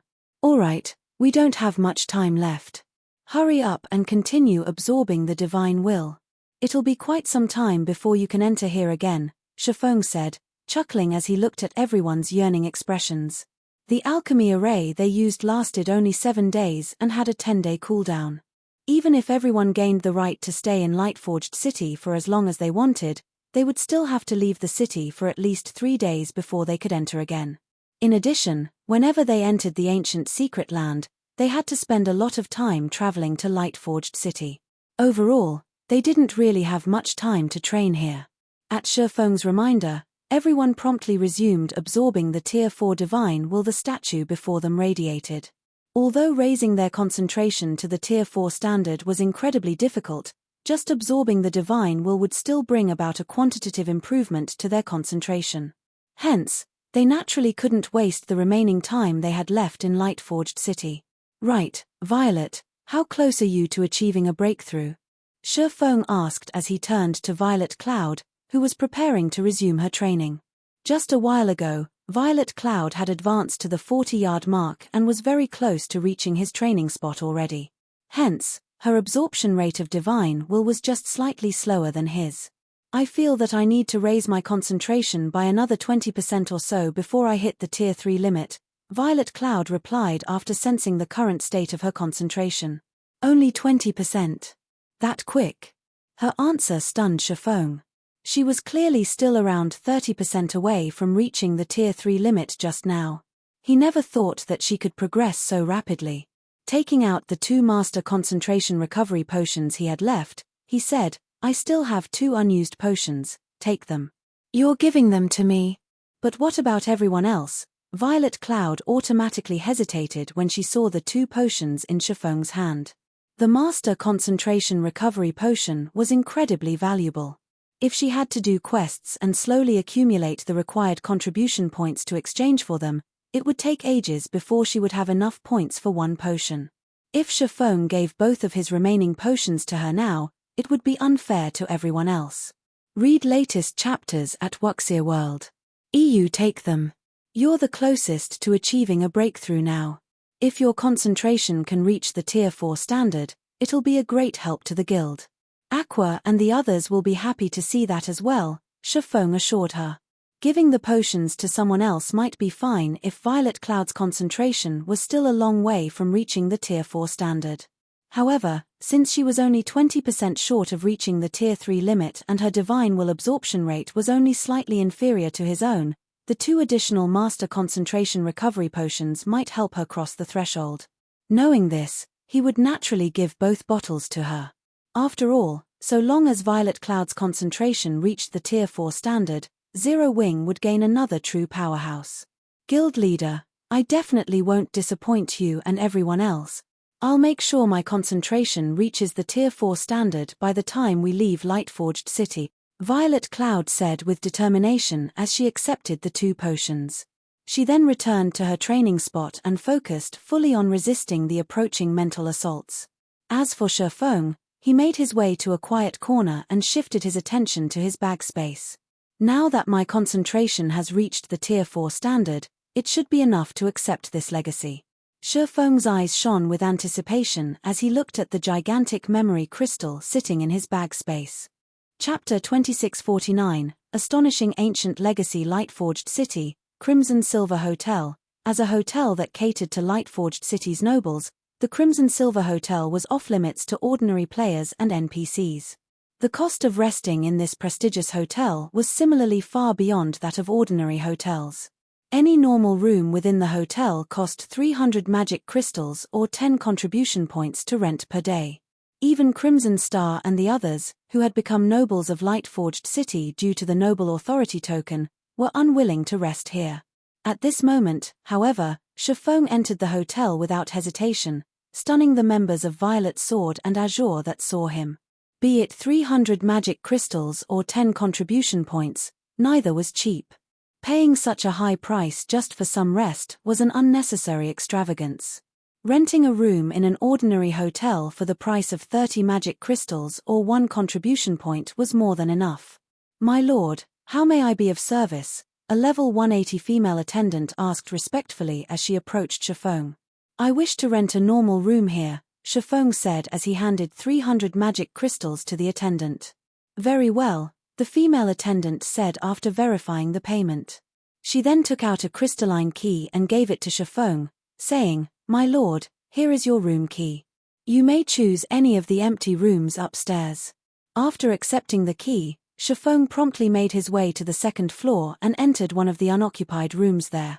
As soon as he entered the guest room, the mana density inside actually started rising rapidly. Just a short moment later, the ambient mana had more than doubled already. In addition, the mana here also gave him a soothing and calming feeling. Sure enough, the mana density here is much higher than in ordinary hotels. Chifeng nodded in satisfaction when he sensed the room's environment. If he merely wanted some rest, he would have gone to an ordinary hotel. However, he didn't intend to rest, but to obtain the ancient legacy recorded inside the memory crystal. Hence, he could not afford to be careless. The Noble Hotel was much safer than the ordinary hotels in the city. This point was obvious just by looking at its attendants and guards. Every NPC here was at least a level 180, Tier 3 NPC. They were not existences current players could afford to provoke. In addition, the Noble Hotel was protected by a ridiculously strong 4-fold, defensive magic array. Under normal circumstances, even Tier 5 existences would pose no threat to this magic array, let alone Tier 3 and Tier 4 existences. Now that Chifeng no longer had to worry about external disruptions, he immediately took out the memory crystal from his bag and readied himself to read its contents. The memory crystal he obtained would remain in existence for only 2 natural days. He had already spent a lot of this time raising his concentration standard. Now, he had less than 3 hours left to read it. Now that my concentration has reached the Tier 4 standard, I should be able to read it, right? Faux could not help being nervous as he tapped his finger on the memory crystal. On this trip to the ancient secret land, his greatest harvest would definitely have to be the memory crystal. In fact, everything else he obtained from this trip couldn't even come close to half the value of this memory crystal. If he still couldn't read the information contained in it, then he really would die from heartache. In the next moment, the sound of a system notification entered his ears. System, warning. You have discovered a large memory crystal. According to your current concentration, if you read the recorded information completely, there is a very small chance you will enter a deep coma. Do you still wish to read the information? There's still a risk. Faux was stunned when he saw the system notification. Just what is in this thing? Although the Tier 4 standard was not the apex of God's domain, it was definitely above average. Even a king had to take Tier 4 existences seriously. Now, however, despite his concentration having reached the Tier 4 standard already, reading the recorded information still involved a bit of risk. This was simply unbelievable. Although there is a risk, I want to see what is recorded in this thing. Gritting his teeth, Faux chose to read the information in the memory crystal. Memory crystals that contained ancient legacies were incredibly rare in God's domain. In fact, they could be counted on the fingers of one's hands. Previously, due to the very large chance of him falling into a deep coma, Faux did not dare read the recorded information. However, now that the risk had become very small, he naturally had to try. After all, he wouldn't get another opportunity like this again in the future. After he chose to read the contents of the memory crystal, the large crystal in his hand started rapidly gathering mana from its surroundings. It then released a dazzling glow that brightly illuminated the entire room. Afterward, a beam of white light shot out from the memory crystal and into Faux's forehead. For a time, Faux sensed countless images and texts being transferred into his brain. The amount of the information was simply astonishing. It felt as if he had just plunged into a sea of knowledge. 10 minutes. 20 minutes. 1 hour. For the first half hour, Faux still felt fine after receiving the copious information. However, after the transfer process continued for 40 minutes, he felt a stinging in his head as if someone was using a needle to poke his brain. Meanwhile, as time passed, this stinging sensation only intensified. After 80 minutes into the transfer process, Faux felt as if his brain was about to explode. Right then, the beam the memory crystal released disappeared. Immediately afterward, the crystal shattered into countless fragments and vanished from the room. As for Faux, his body swayed slightly, as his mind was in a mess. And when he opened his eyes, the world spun around him. How close. If the transfer process had continued for a few more minutes, I might have fainted. At this moment, Faux felt that the system had tricked him. Despite the warning stating that there was only a very small chance for him to fall into a deep coma, he was clearly very close to breaching the mental protection system, which would have forced him into a deep coma for a very long time. Then, he would definitely die of regret. However, after resting for a few minutes, Faux started feeling much better, the pain in his head having lessened significantly. Meanwhile, the information he had received also came into focus. This is a lie, right? A small, mobile fortress design? Stunned, Faux wondered if the system was playing a joke on him when he looked at the images and texts displayed before him. Read latest chapters at Wuxia World. EU in God's domain, fortresses were much more valuable than towns. After all, aside from providing players with a place to rest, fortresses possessed far greater offensive and defensive capabilities than towns. They were shelters made for all kinds of warfare. Even a small fortress could easily fend off the assault of a large number of Tier 4 existences. Moreover, fortresses had much lower production costs and operation costs, hence, they had been highly popular among the various powers in the past. During Faux's previous life, over 70% of the player shelters found in level 100+ maps were fortresses. However, the design currently displayed before him was a cut above even ordinary fortresses. In fact, even during his previous life, He had the fortune to witness such constructions only a few times. This construction was the Mobile Fortress. It was a fortress that could drive countless powers crazy. Chapter 2650, Small Mobile Fortress. No wonder the recorded information is so massive. Thankfully, the information is only for a small mobile fortress. Had it been for a medium mobile fortress, even concentration at the peak of Tier 4 wouldn't have been sufficient to read it. Realization dawned upon Faux when he saw the details regarding the small mobile fortress design. On the surface, the difference between a normal fortress and a mobile fortress might not seem very large, with one stationary and the other mobile. However, the difference distinguishing them was far from just mobility. In the construction of a normal fortress, the construction materials had priority, while magic arrays were secondary. For a mobile fortress, it was the opposite. The magic arrays took priority, while materials were secondary. A mobile fortress could also be labeled a magic fortress. The two constructions were on entirely different levels of complexity. From what Faux could see, just the magic arrays required to construct the small mobile fortress numbered several thousand. Moreover, even the weakest of them was a basic master magic array. One could easily imagine how complex of a construction a mobile fortress was. If the design he received were for a medium mobile fortress, its complexity would be even more frightening, most likely boasting tens of thousands of magic arrays. Just thinking of this number gave him the shivers. However, when Faux took a closer look at the details of the small mobile fortress design, he did not know whether he should cry or laugh. A mobile fortress was something countless powers had yearned to obtain in his previous life. In fact, the superpowers had even been willing to exchange a main city for a mobile fortress. This was despite the exceptionally high difficulty of upgrading a guild city into a main city. A lot of time and effort were needed to obtain a main city. However, even when offered a main city, there had never been any power that was willing to part with their mobile fortress. After all, a mobile fortress was an aerial base. Even though a small mobile fortress's size wasn't comparable to that of a basic town, in a situation where flying mounts were incredibly rare and very few guild cities could get established in level 100+ maps, a mobile fortress was worth far more than 3 main cities. In the past, any power that possessed a mobile fortress had been a target of partnership for the various superpowers. Countless independent peak experts and top adventurer teams would also do whatever they could to gain the qualifications to enter a mobile fortress. Some first-rate guilds that were fortunate enough to obtain a mobile fortress had even instantly become pseudo-superpowers as a result. Moreover, none of the superpowers wished to offend them. Now, although Faux did not obtain an actual mobile fortress, he had the design to make one. Moreover, as an intermediate master magician, he could build a mobile fortress now and instantly stabilize Zero Wing's position in God's domain. This was definitely a matter worth celebrating. However, after studying the design, Faux also discovered a headache.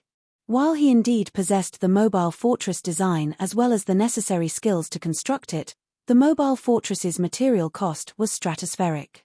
Setting aside the various materials necessary for the several thousand magic arrays, just the materials for the basic structure of the mobile fortress were already more than enough to make any superpower in the current God's domain faint.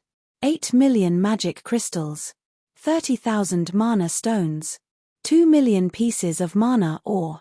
Although these were all generally available on the market, the amounts required were not something ordinary superpowers could afford.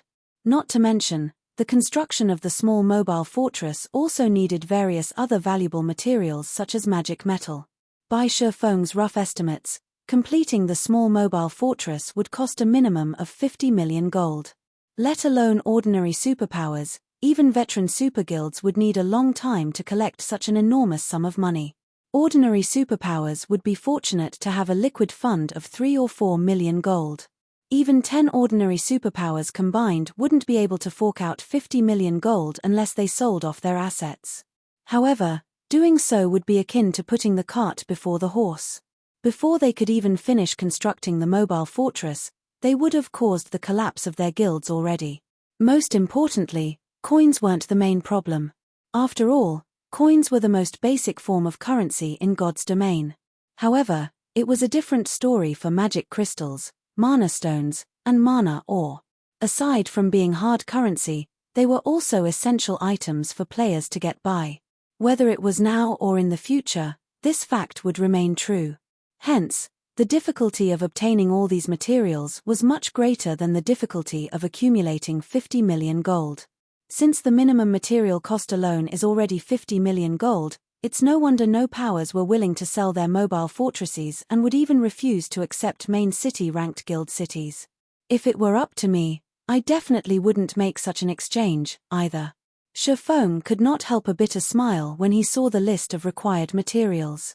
The value of a main city-ranked guild city indeed surpassed 50 million gold. However, 50 million gold was only the material cost of a small mobile fortress. Moreover, this was under ideal market conditions. Magic crystals, mana stones, and mana ore were in low supply and high demand in God's domain. Just collecting the necessary amount to construct a small mobile fortress would most definitely cause a shortage, which would, in turn, raise their prices. In the end, the material cost would definitely far exceed 50 million gold. In fact, 100 million gold might not even be enough to pay for all the necessary materials. After factoring in the time and labor costs, one would make a loss if they sold their mobile fortress for less than 200 million gold. With Zero Wing's current strength, obtaining the required magic crystals and mana stones shouldn't be a problem. It'll just take some time. However, gathering 2 million pieces of mana ore is a problem. With the Philosopher's Stone's help, he could easily convert magic crystals into mana stones.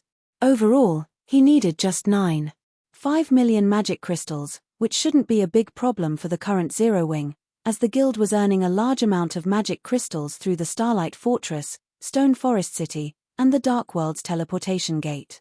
However, it was a different story for mana ore. On the surface, mana ore was cheaper than magic crystals. Ordinary players normally wouldn't have any use for mana ore. Only the various powers would occasionally make use of it to construct buildings. However, the production of mana ore was also significantly lower than that of magic crystals because mana ore was an associated ore with only a certain chance of appearing when harvesting ores containing dense mana. In addition, the various superpowers were treating mana ore as a strategic resource and would not sell it unless absolutely necessary. The difficulty of collecting 2 million pieces of mana ore was far greater than the difficulty of collecting 9.5 million magic crystals. Although we currently have an alliance with the Azure Chamber of Commerce and can also source some from the Secret Pavilion, purchasing such a large amount of mana ore will definitely attract the attention of some superpowers. If these superpowers start interfering, it'll become even more difficult to collect mana ore. It seems I have to secure some grade 2 or grade 3 ore veins. If he tried purchasing the uncommonly used mana ore in bulk, just the price inflation alone would already present a problem. Currently, due to a sharp increase in member count, Zero Wing's daily expenditure had likewise increased substantially. He also needed funds to support the development of the guild's Night Legion, towns, cities, and airport. Now, let alone purchasing 2 million pieces of mana ore, Zero Wing didn't even have the funds necessary to purchase 500,000 pieces. Then, when the guild's members started challenging their Tier 4 promotion quest, the guild would also have to invest a lot of funds and resources to assist them. Overall, Zero Wing was extremely short of funds right now. The only way he could secure a large amount of mana ore now was to acquire a grade 3 ore vein or better. That way, not only could he obtain a long-term supply of mana ore, but he also wouldn't have to worry about interference from the various superpowers. Read latest chapters at Wuxia World. EU. Meanwhile, as Faux was pondering how to go about obtaining such an ore vein, he suddenly received a call request from Aqua Rose. Guild leader, something big happened to the Purple Thorns Kingdom. Aqua Rose reported anxiously. Something big happened? What is it? Faux asked, curious. Due to the Demon God's Chaos expansion pack, the entire God's domain had fallen into turmoil, and guild wars were being waged daily. With how large the Purple Thorns Kingdom was, it would be strange if nothing happened there. The Purple Thorns Kingdom is no more. Chapter 2651, Kingdom perishes. The Purple Thorns Kingdom is no more? How did it disappear? Faux was momentarily stunned when he heard Aqua Rose's report. Although there were over 100 kingdoms in God's domain, the strength these kingdoms possessed was no trivial matter. In the case of the Purple Thorns Kingdom, it was average among the various kingdoms in existence. Although it was smaller than Star Moon Kingdom, its national power was only slightly weaker than that of Star Moon Kingdom. Hence, Shifeng found it hard to imagine that there would be anything capable of destroying a kingdom like the Purple Thorns Kingdom. In the past, kingdoms had started rising and perishing only when quite a number of players had already reached Tier 4 and were preparing to challenge their Tier 5 promotion quest. In the current God's domain, however, let alone preparing to challenge the Tier 5 promotion quest, there wasn't even a single Tier 4 player in existence. It was utterly impossible for players to destroy an entire kingdom. If not for Shifeng knowing that Aqua Rose would not joke about such an important matter, he really would think that she was kidding him. We still don't know the exact details. All we know is that the entire Purple Thorns Kingdom has been isolated from the outside world. According to the players that managed to escape from the kingdom before its isolation, powerful monsters had suddenly appeared in the Purple Thorns Kingdom, and these monsters were aggressively targeting players. At the same time, all NPCs at Tier 3 and above within the kingdom's NPC towns and cities had either disappeared or were placed in a strange state where they could not do combat. As a result, these newly appeared powerful monsters quickly overran the various NPC towns and cities. Moreover, any players killed by these monsters lose 10 levels and have their souls placed in an extremely weakened state, preventing them from logging into God's domain for 10 days. As for the corpses of these players, they are turned into either monsters themselves or food to strengthen these monsters. This incident has already shaken the entire Eastern continent. Every power is sending people to investigate this matter. The Black Dragon Empire and several kingdoms neighboring the Purple Thorns Kingdom have even dispatched their NPC armies to the Purple Thorns Kingdom's border to investigate. However, until now, nobody has managed to obtain any information. On the contrary, the players sent to investigate ended up getting ambushed and killed by the monsters there. Aqua Rose was similarly shocked when she received the news. She never thought that an incident like this would actually happen in God's domain. It might be understandable if it were an NPC city that suffered destruction, but the annihilation of an entire kingdom was simply unimaginable. Moreover, even now, nobody knew what exactly had happened to the Purple Thorns Kingdom. This situation made the players operating in the neighboring kingdoms and empires nervous, afraid that their country would become the next Purple Thorns Kingdom. If that happened, then all the time and effort they'd spent establishing a foundation in their respective countries would be wasted. The various powers that had been developing in the Purple Thorns Kingdom, in particular, were close to going crazy now. In order to develop in the Purple Thorns Kingdom, the various powers had purchased large tracts of real estate there. They had even constructed numerous guild towns and cities. However, because of the Purple Thorns Kingdom's fall, all of these investments were gone. Many guilds had even collapsed because of this incident.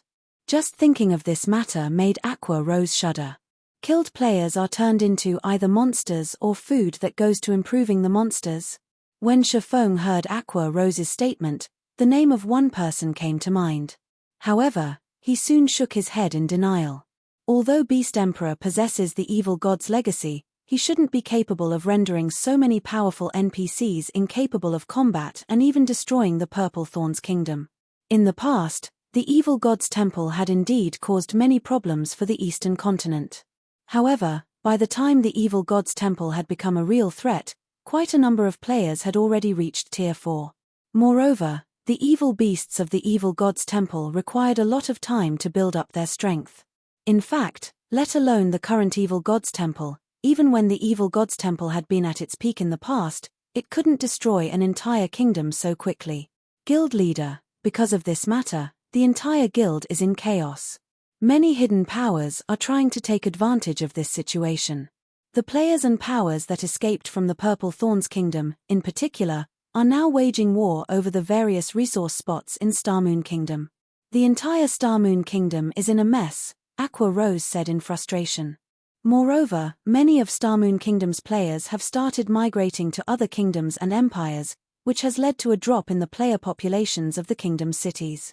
The kingdom's economy is now plummeting. I understand. Have fire and the others get ready. We'll return to Starmoon Kingdom immediately, Shifeng said, nodding. Originally, he had planned to partner with Azure to visit the neutral sea zone off the Silvermoon Empire and see if they could occupy one of the islands there. If he had a guild town in that neutral sea zone, it would serve as a foundation for Zero Wing to develop its naval strength on the western continent.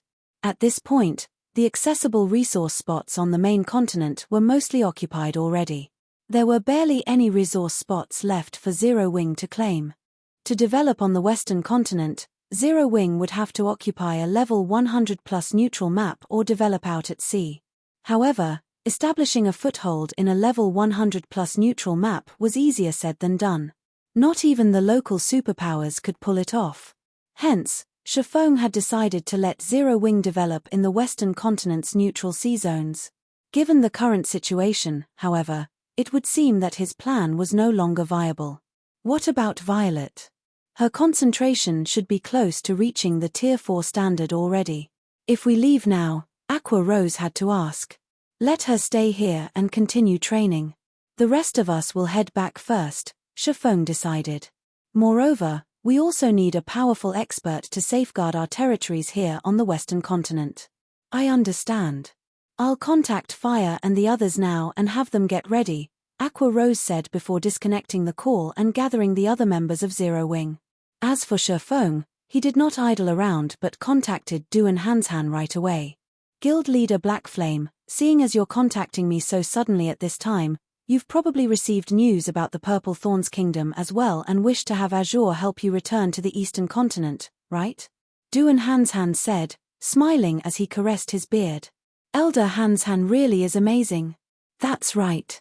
We plan to return to the eastern continent. However, trying to send back 100 players is a little difficult for us, so we'll need your chamber's help, Shifeng said, nodding. Of course, we will pay the fees according to market price. Currently, the interactions between the two main continents were growing. Some superpowers capable of intercontinental travel had even started offering teleportation services. Ordinary powers still lacked the qualifications to utilize these services. However, now that Zero Wing and Azure were allies, Azure naturally wouldn't refuse to teleport Zero Wing's members back to the eastern continent. Guild leader Black Flame, you're being too polite. Our two guilds have just become allies, so let's just set the fee aside, Duan Hanshan said, waving his hand. We only hope that we can send some of our guild's young talents to interact and train at your guild. May I know if guild leader Black Flame can do us this favor? Of course, that won't be a problem. Only by interacting with each other can we improve more quickly. This is a good thing for both of us. How can I possibly refuse? Shifeng replied, slightly surprised by Duan Hanshan's proposal. He never thought that the Azure Chamber of Commerce would consider such an action. This offer was good news for Shifeng. After all, he was basically getting free labor. Moreover, he could tell that Azure was expressing its goodwill to Zero Wing. He naturally wouldn't reject such an offer. In that case, thank you, Guild leader Black Flame, Duan Hanshan said. Afterward, all you need to do is head to Purple Light City with your team. Solitary Frost and the others will bring you all to the teleportation point. All right. Shifeng nodded before disconnecting the call. He then left the guest room he rented and made his way to Lightforged City's teleportation plaza. After Zero Wing's members gathered at the teleportation plaza, they promptly left the ancient secret land. Solitary Frost's team of 40 then led Zero Wing's members toward a teleportation point leading to the eastern continent. Guild leader Black Flame, given the number of people this time, we can only make use of this random teleportation array. When it activates, everyone will be teleported to a random location on the eastern continent. So, we'll have to travel to Starmoon Kingdom independently, Solitary Frost said as he pointed at the ancient ruin before them. That won't be a problem, Shifeng said, nodding. Read latest chapters at Wuxia World. EU of the teleportation arrays that allowed intercontinental travel, the ones capable of teleporting a large number of players generally did not have fixed destinations. Although this feature was somewhat troublesome, this trouble was nothing compared to the benefits one could gain from intercontinental travel. Seeing that Shifeng had no objections, Solitary Frost took out a key and activated the ruin's teleportation array. Immediately, a gigantic black hole appeared in the middle, rapidly depleting the ambient mana. Quick! This teleportation passage stays open for only 15 seconds. Once it disappears, we can reactivate it only after 10 days. Solitary Frost said hurriedly.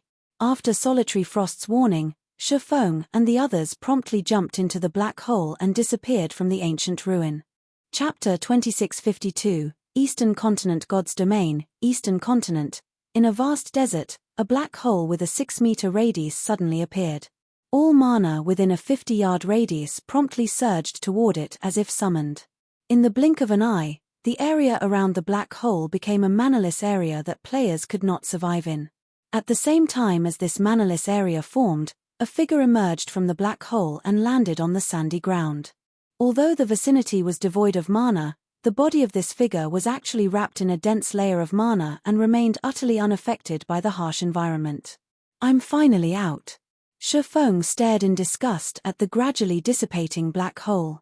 That ancient ruins random teleportation array is simply a scam.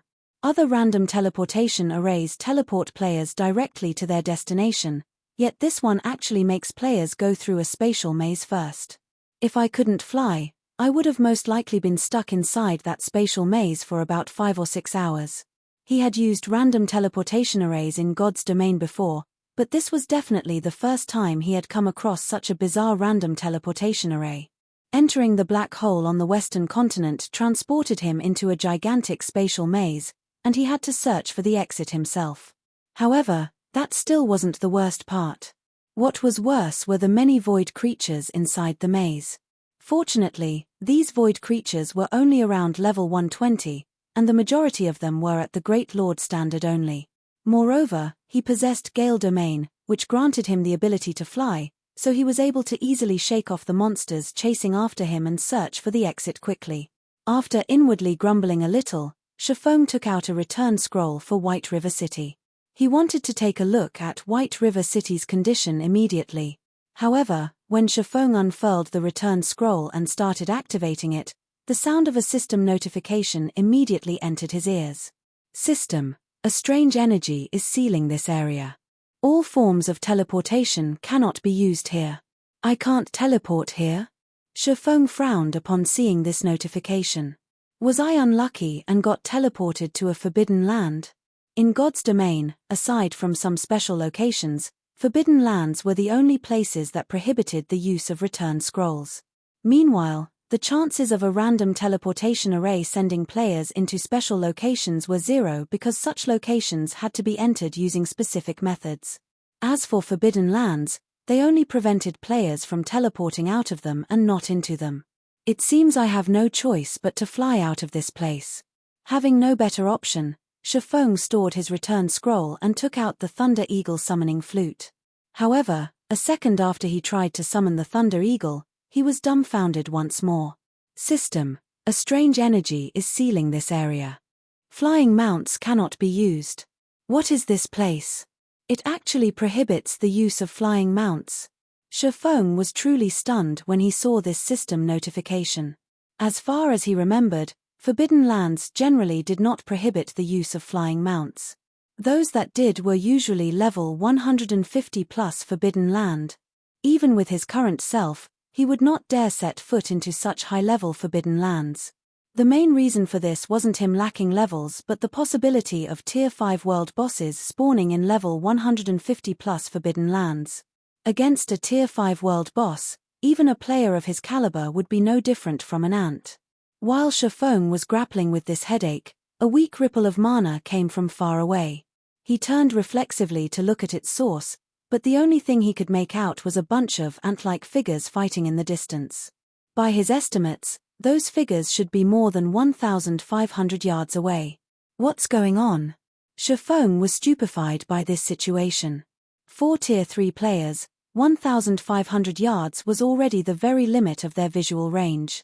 At such a great distance, unless the other side was using large-scale destruction spells influencing a radius of several hundred yards, he shouldn't be able to sense any mana fluctuations from his position. However, such spells were definitely beyond the capabilities of Tier 3 magical class players. And from what he could see, The figures in question weren't using spells of such scale and power, either. Is this an effect of having Tier 4 concentration? After giving the matter some thought, Chiffon could think of only this explanation for this situation. This discovery astonished him. No wonder I was never able to escape Tier 4 players once I got discovered. A perception range of 1,500 yard. This perception range was already on superhuman levels. The perception range Tier 3 players possessed couldn't even come close. Previously, no magical battles had taken place in his vicinity after his concentration had reached the Tier 4 standard. Moreover, he had been in a mana-rich environment, so he didn't sense any particular changes to his perception of mana.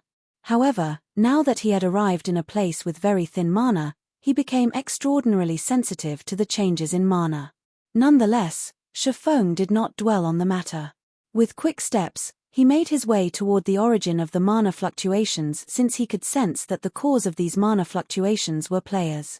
With the system map inaccessible, he couldn't tell where he was right now. Hence, collecting information about his current location was of utmost importance. Otherwise, he wouldn't even know how he could return to Star Moon Kingdom. Meanwhile, players were undoubtedly the best source of information. A short moment later, Chiffon arrived on a sand dune roughly 400 yards from the battlefield. Standing on the sand dune, he had an unobstructed view of the entire battlefield. Sure enough, they're players.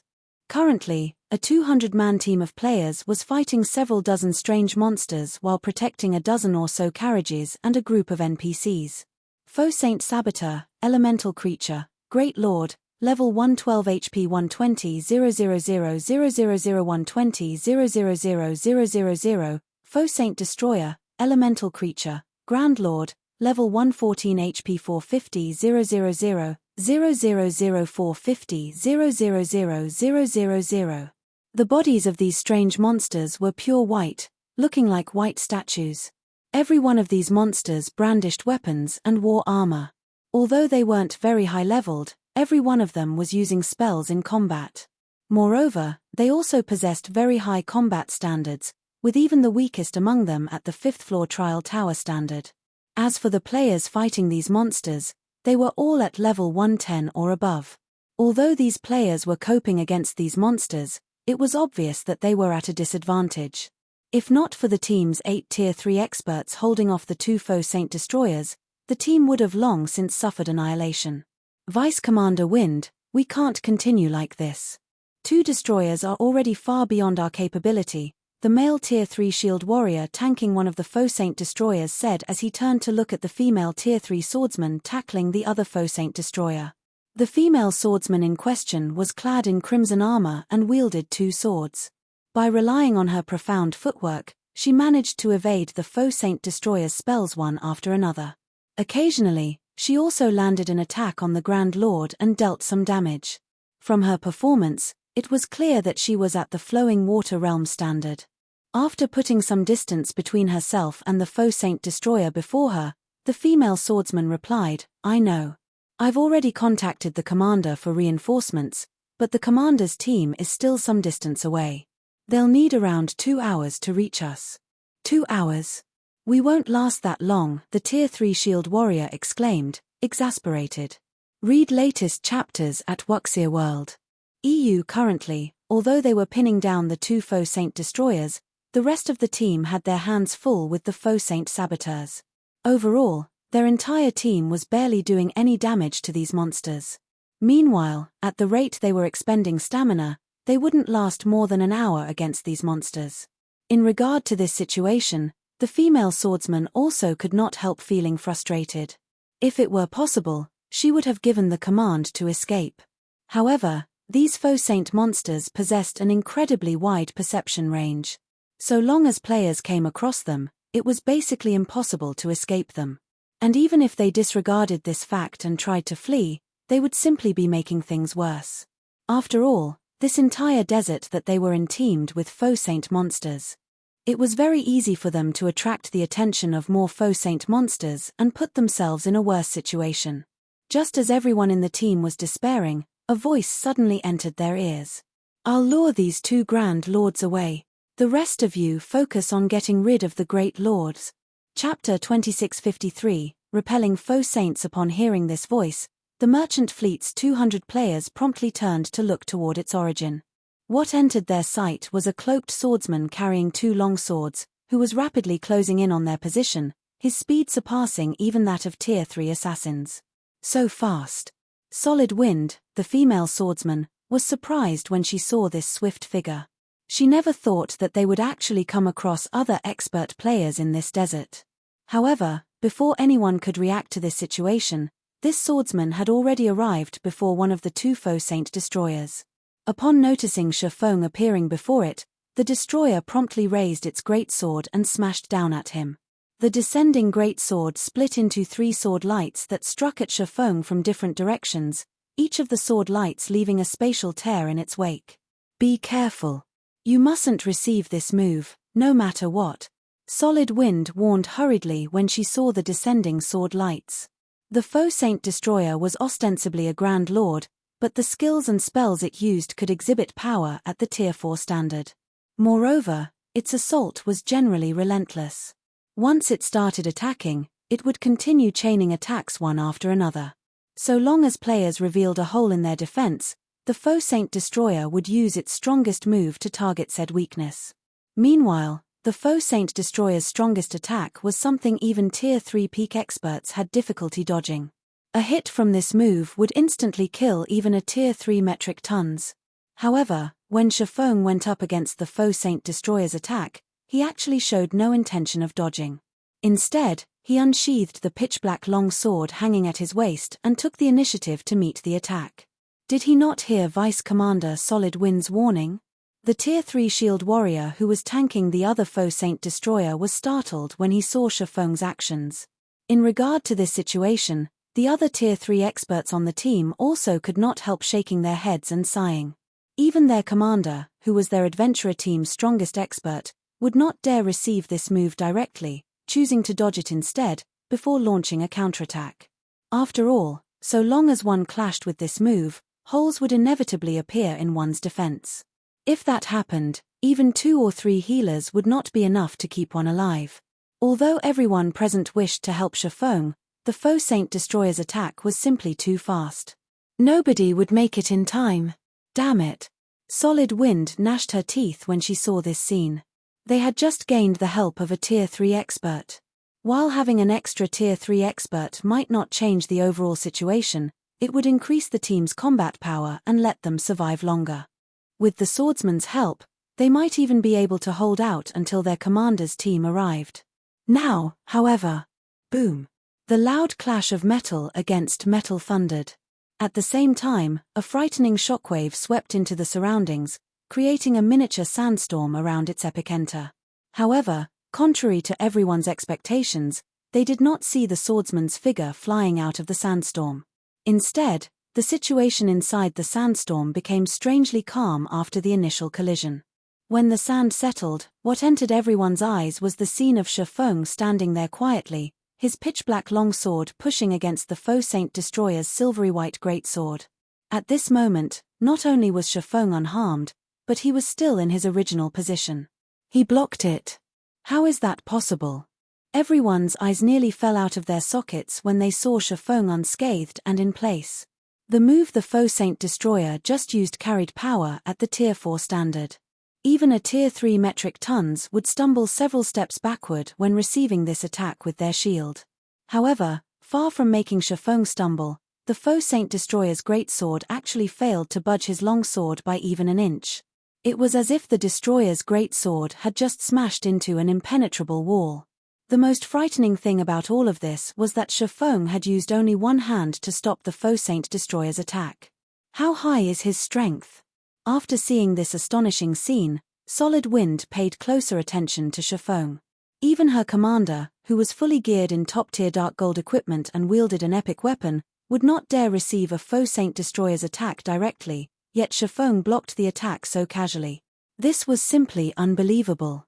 However, before anyone could react to the situation, Faux swung the abyssal blade once more and sent a perfect crescent cutting at the Faux Saint destroyer before him.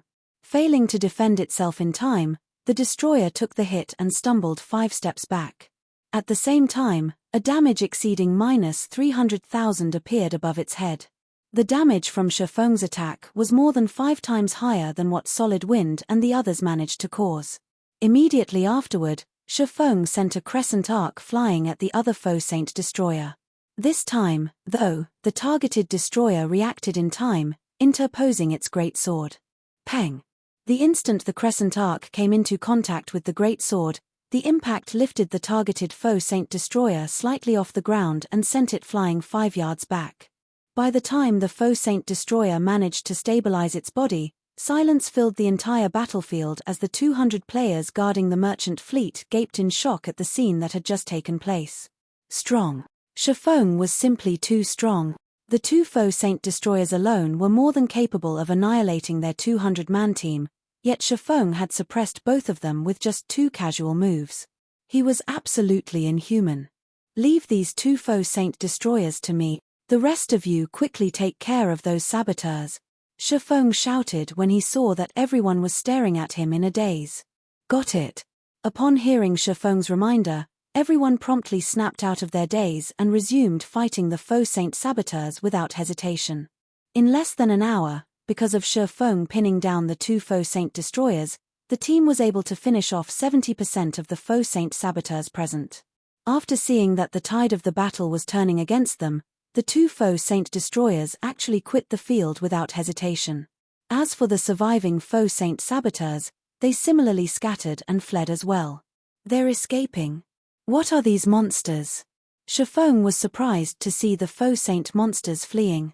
He had seen monsters abandon fights before. However, those monsters would generally turn tail only when their HPs had fallen to a critical level. On the other hand, the Faux Saint monsters that fled still had most of their HP. The 2 Faux Saint destroyers, in particular, were basically still at full HP. Read latest chapters at Wuxia World. We don't know what exactly these Faux Saint monsters are. We only know that they came from Star Moon Kingdom's side. Moreover, every one of them possesses extremely high intellect. So long as they see that they have no chance of winning, they will scatter and flee immediately. This is especially true for those Faux Saint destroyers. Even now, we haven't heard of any team killing one, Solid Wind explained when she saw the confusion on Shifeng's face. They came from Star Moon Kingdom? Solid Wind's words surprised Shifeng. Curious, he asked, Vice Commander Wind, could we be very close to Star Moon Kingdom? As far as he knew, there were no maps close to Star Moon Kingdom that prohibited the use of teleportation, flying mounts, and the system map. Emitim. Once we cross this desert area, which is in the Orc Empire, we'll arrive at Star Moon Kingdom's fallen border, Solid Wind said as she eyed Shifeng strangely.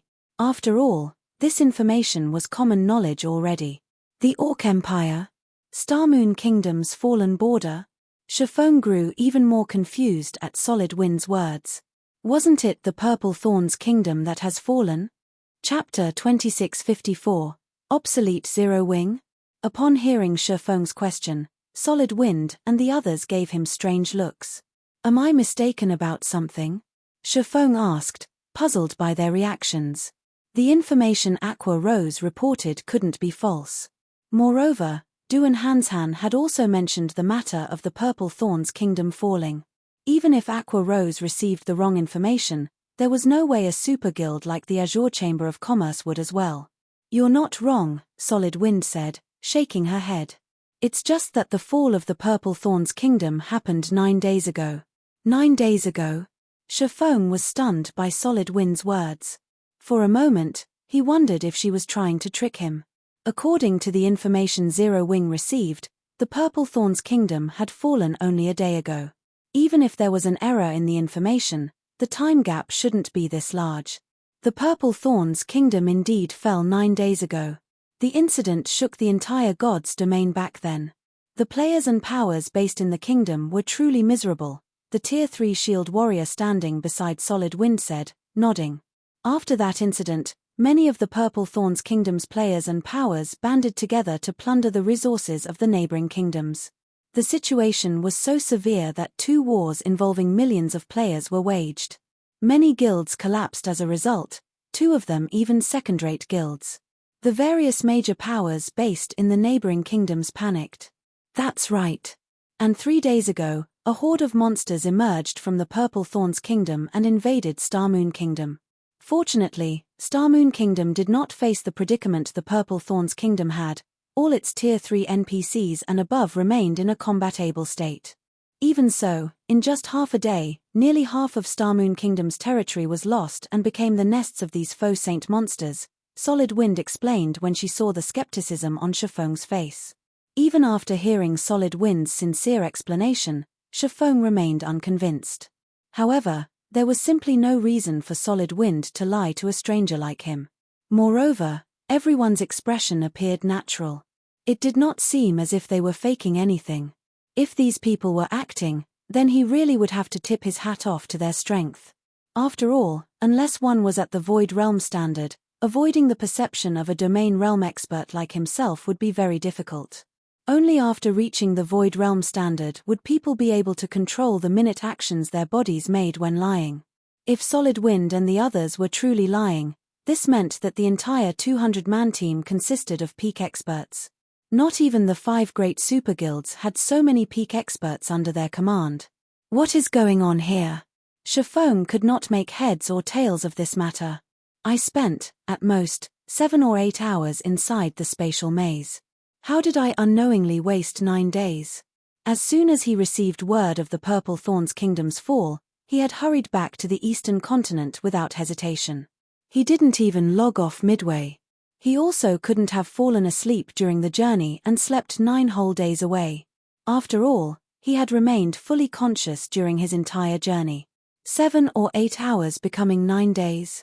Chifeng suddenly thought of a possibility, and his complexion darkened at this thought. Did I enter a space with chaotic time? Normally, one would experience 48 hours a day in God's domain. However, in certain special locations, time would flow much more quickly, and staying just half a day there would mean an entire month going by in the outside world. Moreover, during this entire month, players should not be interrupted lest they enter a coma and regain consciousness only after a long time. Fortunately, such cases rarely occurred in God's domain. In the past, Chifeng had only ever heard rumors of such situations happening. He never thought that he would experience it himself. In fact, there was a possibility that Aqua Rose and the others had been put into a similar situation, as well. Right, Vice Commander Wind, do you know how Starmoon Kingdom's various powers are faring against the faux saint monsters? Chifeng asked after recollecting himself. What was done was done. The time he lost was already gone, and there was no way he could get it back. Fortunately, Starmoon Kingdom had only partially fallen. With Zero Wing's status as Starmoon Kingdom's #1 guild and the support of Stone Forest City, Zero Wing shouldn't face too many problems. After all, aside from Zero Wing's main force members that had gone over to the Western continent, there was still Melancholic Smile, Yulan, and the others to manage things in Starmoon Kingdom. As he currently couldn't make contact with the outside world, the only thing he could do was collect as much information as possible regarding Starmoon Kingdom. The situation isn't optimistic, Solid Wind replied. Originally, these faux saint monsters already had a huge impact on Starmoon Kingdom.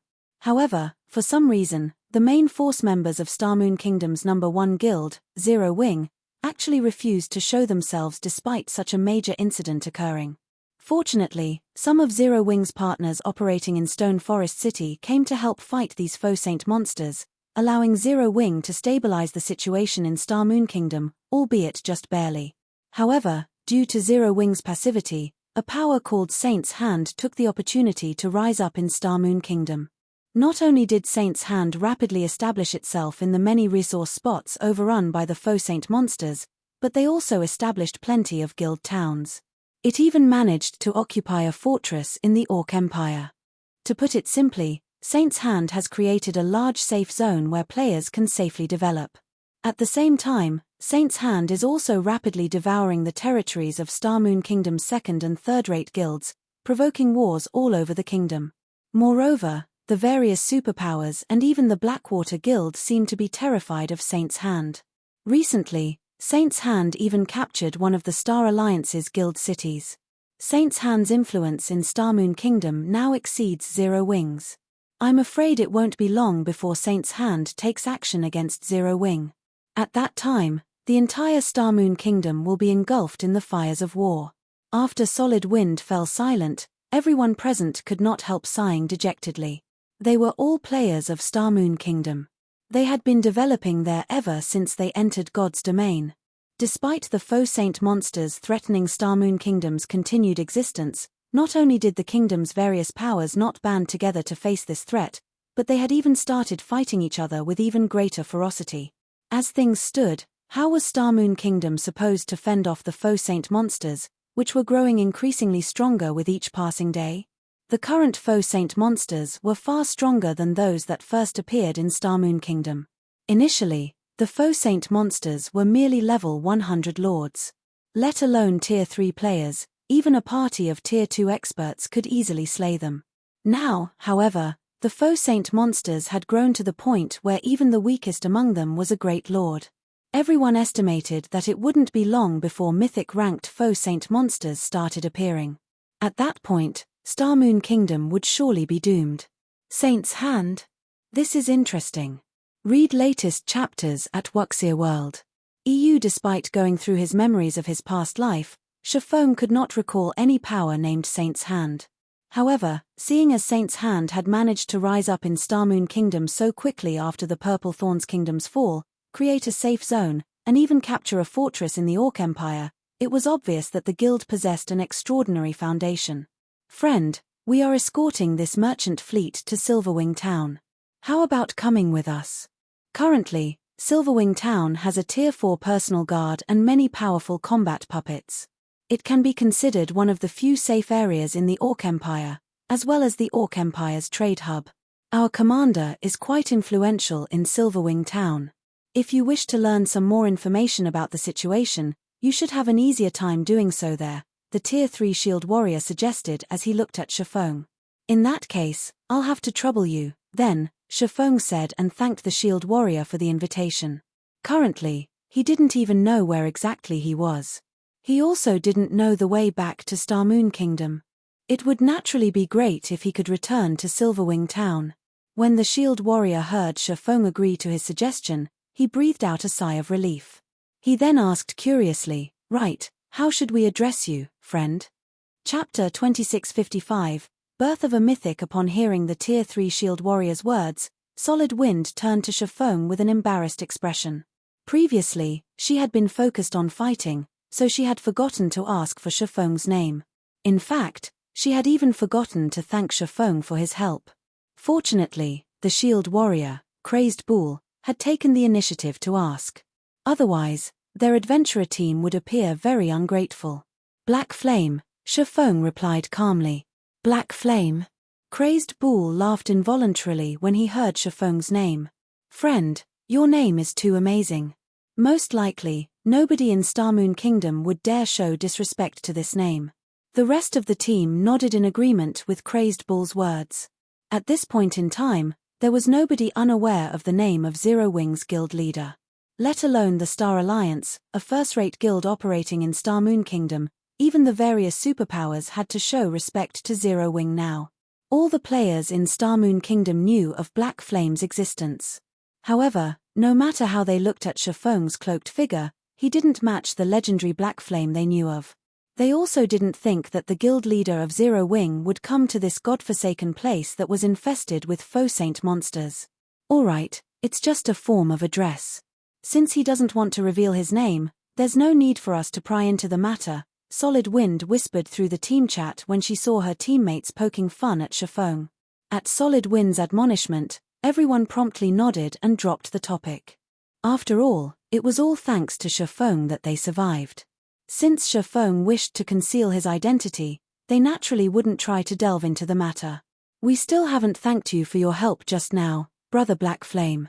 In the future, if you come across any trouble in the Orc Empire or Star Moon Kingdom, please feel free to seek us out. Our blood-packed adventurer team might not be comparable to large guilds, but we are more than capable of settling small problems," Solid Wind said in gratitude as she approached Shifeng. "That's right. We might not be some famous top adventurer team, but we are still one of the top 20 adventurer teams operating in the Orc Empire. If you come across some wandering dark players, so long as you mention the name Bloodpact, those dark players will generally show some respect and take a step back, Crazed Bull said confidently. All right, Shifeng said, nodding. At the same time, a bitter smile formed beneath the hood of his cloak when he saw that Solid Wind and her team did not believe him. Let's get back on the carriages and continue on our way. Once night arrives, not only will those Faux Saint monsters grow more active, but Saint's Hands members will also ambush the players operating around Silverwing Town. With the little manpower we have, we definitely won't be able to defend all the merchandise, Solid Wind said as she pointed at the nearby merchant fleet. Everyone then boarded the carriages of the merchant fleet, not daring to waste any more time in this place. Vice Commander Wind, since the Faux Saint monsters are more active at night, aren't Saint's Hands members afraid of getting assaulted by them? Shifeng asked curiously after getting onto the leading carriage. Since Saint's Heart was trying to expand its influence in Star Moon Kingdom, clashing with Zero Wing was inevitable. Hence, he wasn't surprised that Saint's Heart was targeting the players operating around Zero Wing's territories. However, the Faux Saint monster's strength was no trivial matter, either. It would be extremely foolish for Saint's Hand to take action in Silverwing Town's vicinity during the Faux Saint monster's peak period. We found this situation very strange, as well. However, it seems that Saint's Hand has developed a special tool.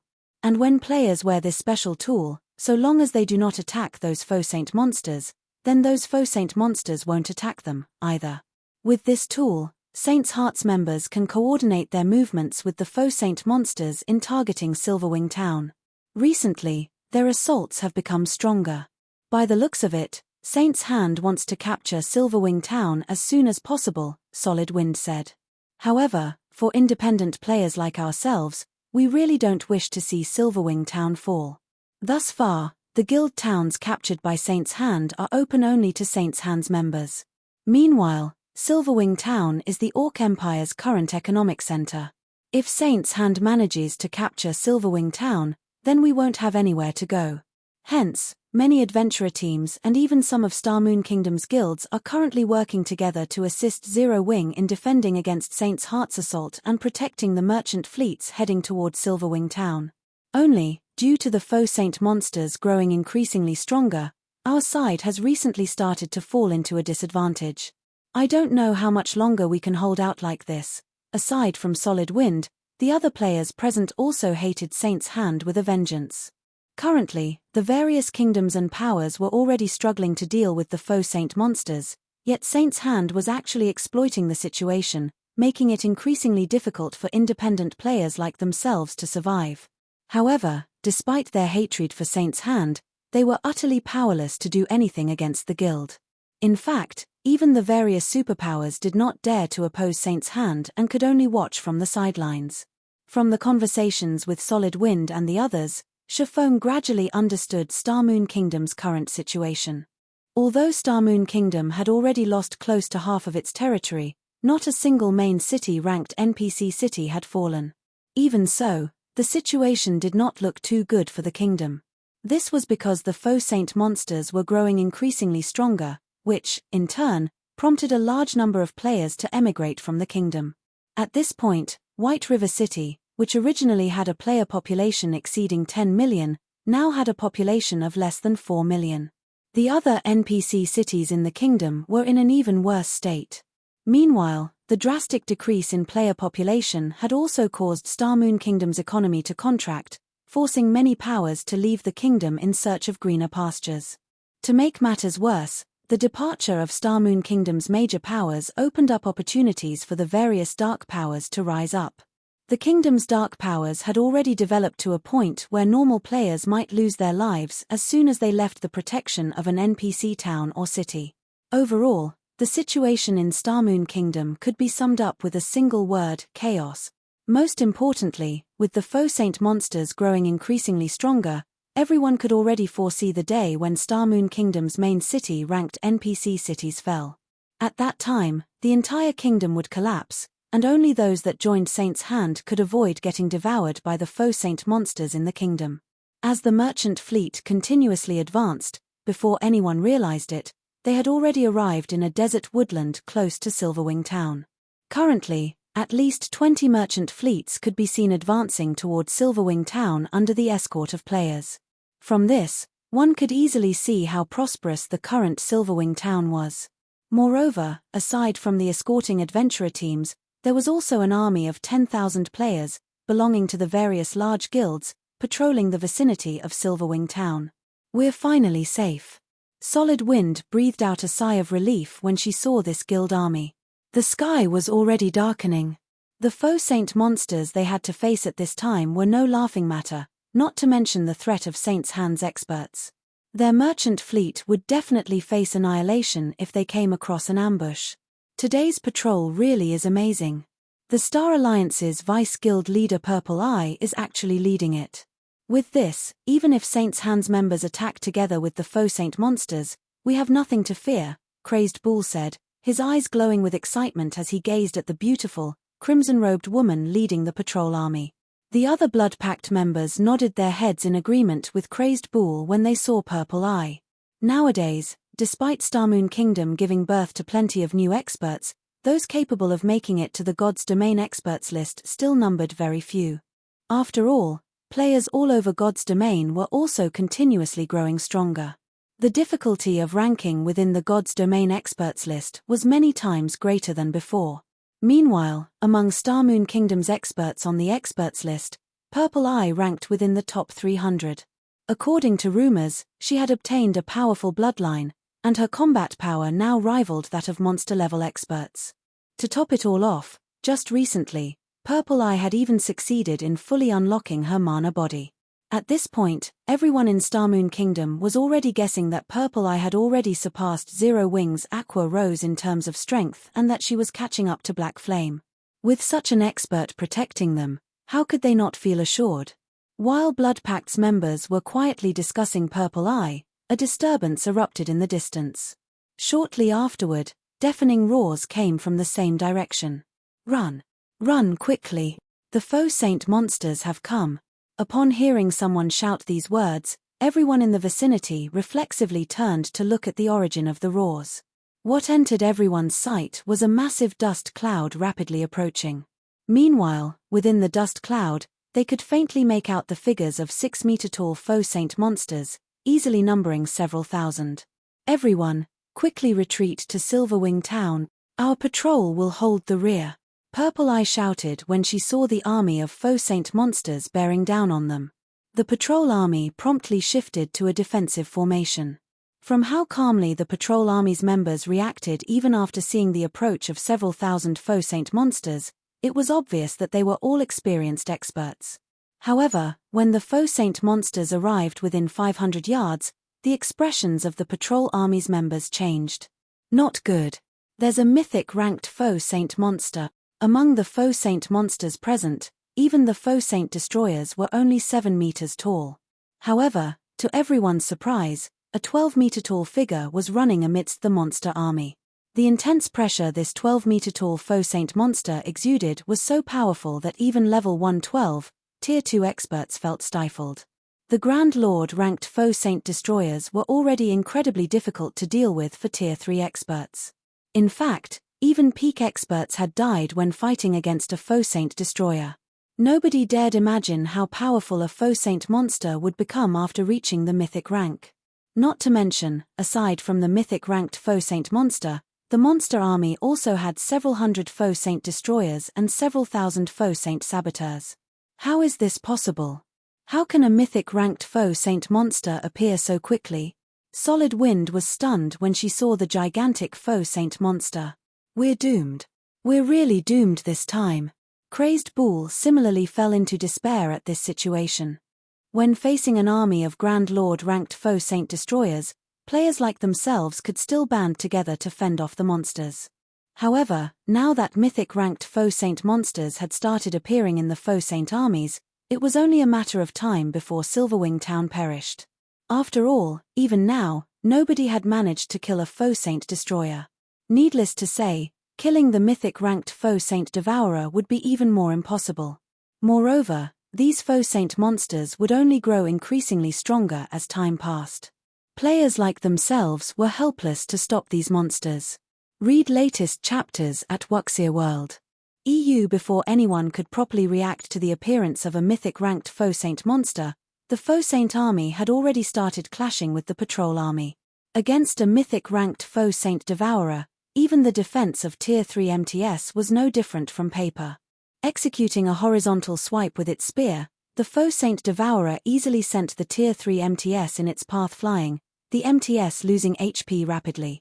Even when Purple Eye, a level 114, Tier 3 Elementalist, used a Tier 3 curse against the Faux Saint Destroyer, the mythic monster not only blocked the attack without any difficulty but even managed to turn the force of the attack to its advantage, propelling itself toward Purple Eye at lightning speed. If not for her quick reaction, activating a life-saving skill in time, she would have been instantly killed. Brother Black Flame, let's hurry up and leave. The patrol army won't hold out for very long, Crazed Bull urged anxiously when he saw Chiffon jumping off the carriage. If even an expert of Purple Eye's caliber was at an absolute disadvantage, the Faux Saint army would eventually break through the patrol army's defensive line. Chapter 2656, Frightening Monster. Silverwing Town, Blue Rose Bar. As one of the few advanced bars found in Silverwing Town, not only was the Blue Rose Bar a place where experts exchanged information, but it was also a sacred place for the various well-known adventurer teams to celebrate their harvests. Hence, the Blue Rose Bar was basically crowded with players every day. At this moment, however, only a dozen or so people occupied the bar's third floor. Of the people there, even the lowest leveled was level 114, with the highest at level 115. These players also boasted excellent equipment, the weakest piece of equipment being level 110 Dark Gold rank. As for level 100 plus epic equipment that could make even peak experts drool, every one of these players had at least 2 pieces, with some of them sporting up to 4. However, compared to the levels and equipment of these people, their identity was what was truly astonishing. These players were none other than the peak experts of Crimson Emperor, a guild that was known by almost everyone in the surrounding kingdoms and empires. Meanwhile, seated at the head of this group was Illusory Words, one of Crimson Emperor's vice guild leaders. Sure enough, just like our spies in Saint's Hand reported, the mythic-ranked Faux Saint Devourer that recently spawned is planning to attack Silverwing Town, a level 114 man with a fierce look said as he looked at the image on the magic mirror set up in the middle of the table. Sighing, the man continued, "It won't be long before more Faux Saint Devourers appear. With this, Silverwing Town will fall within a few days. At that time, it will be useless even if Zero Wing's main force members show up." Upon hearing the fierce man's words, the other Crimson Emperor members fell silent. The Grand Lord-ranked Faux Saint Destroyers were already plenty strong. Now, even a mythic-ranked Faux Saint Devourer had appeared. The strength and combat standards the Faux Saint Devourer had displayed thus far were enough to give even peak experts like themselves goosebumps. Most likely, even if their group here worked together to attack it, they would all still die. Meanwhile, once the numbers of these Faux Saint Devourers grew to around 20 or 30, they might be capable of destroying even guild cities. What is the guild leader's response to this matter? Illusory Words asked the fierce man. When she saw the Faux Saint Devourer's unstoppable rampage through the magic mirror, she could not help frowning, either. The guild leader has ordered a complete withdrawal. He says that there's no need for us to accompany Zero Wing in its fight to the death against these Faux Saint monsters, the fierce man replied. A complete withdrawal? Illusory Words was a little surprised by the answer she received. Previously, their guild leader had personally dispatched Crimson Emperor's experts to help defend Silverwing Town. This indicated that he strongly supported Crimson Emperor's partnership with Zero Wing. Now, however, before Crimson Emperor's experts had even started fighting, he was actually ordering a retreat. Illusory Words found this situation unbelievable. That's right, a complete withdrawal. The current God's domain is no longer the same as before. We have a ton of matters to deal with just in the Dark Knight Empire alone. This is especially true now that Starlink's development is accelerating. At this point, Starlink already has designs on a few of our guild towns. Moreover, the situation here is obviously hopeless, so it is naturally much better if we post our available combat power to defensible locations. Unyielding Soul should be doing likewise, the fierce man explained. Do we have any new information on Zero Wing's guild leader and main force? Illusory Words asked. There's still nothing even now. I heard that Zero Wing's upper echelons have tried contacting Black Flame and the others, but their virtual gaming cabins remain under lockdown. If they sever the power to the gaming cabins, there's a very high chance that Black Flame and the others will enter a deep coma. Hence, all they can do is wait, the fierce man said, shaking his head. However, with the present situation, there's no chance of Zero Wing making a comeback. Setting aside the threat of Starlink and the Dark World, Zero Wing will have difficulty defending its headquarters in Starmoon Kingdom from the Faux Saint monsters. Nothing will change even if Black Flame and the others return. The difference in combat power is simply too large. Moreover, there's also Saint's Hand, which is eyeing Zero Wing's position in Starmoon Kingdom. Saint's Hand's origin is extremely mysterious and extraordinary. Even Blackwater's mighty Xuanwu Chiza seems afraid of it. Otherwise, with her personality, she definitely wouldn't make any concessions in the Orc Empire. I understand. However, at the rate the Faux Saint Devourers are spawning, so long as we defend together, we should be able to hold out for another 2 weeks or so. Retreating so soon is really, although Illusory Words understood what the fierce man was trying to say, she still could not bring herself to give up just like that. 2 weeks. The fierce man revealed a bitter smile at Illusory Words' statement. If we really could hold on for another 2 weeks, the guild leader wouldn't have called for a retreat right away. What do you mean? Illusory Words asked curiously.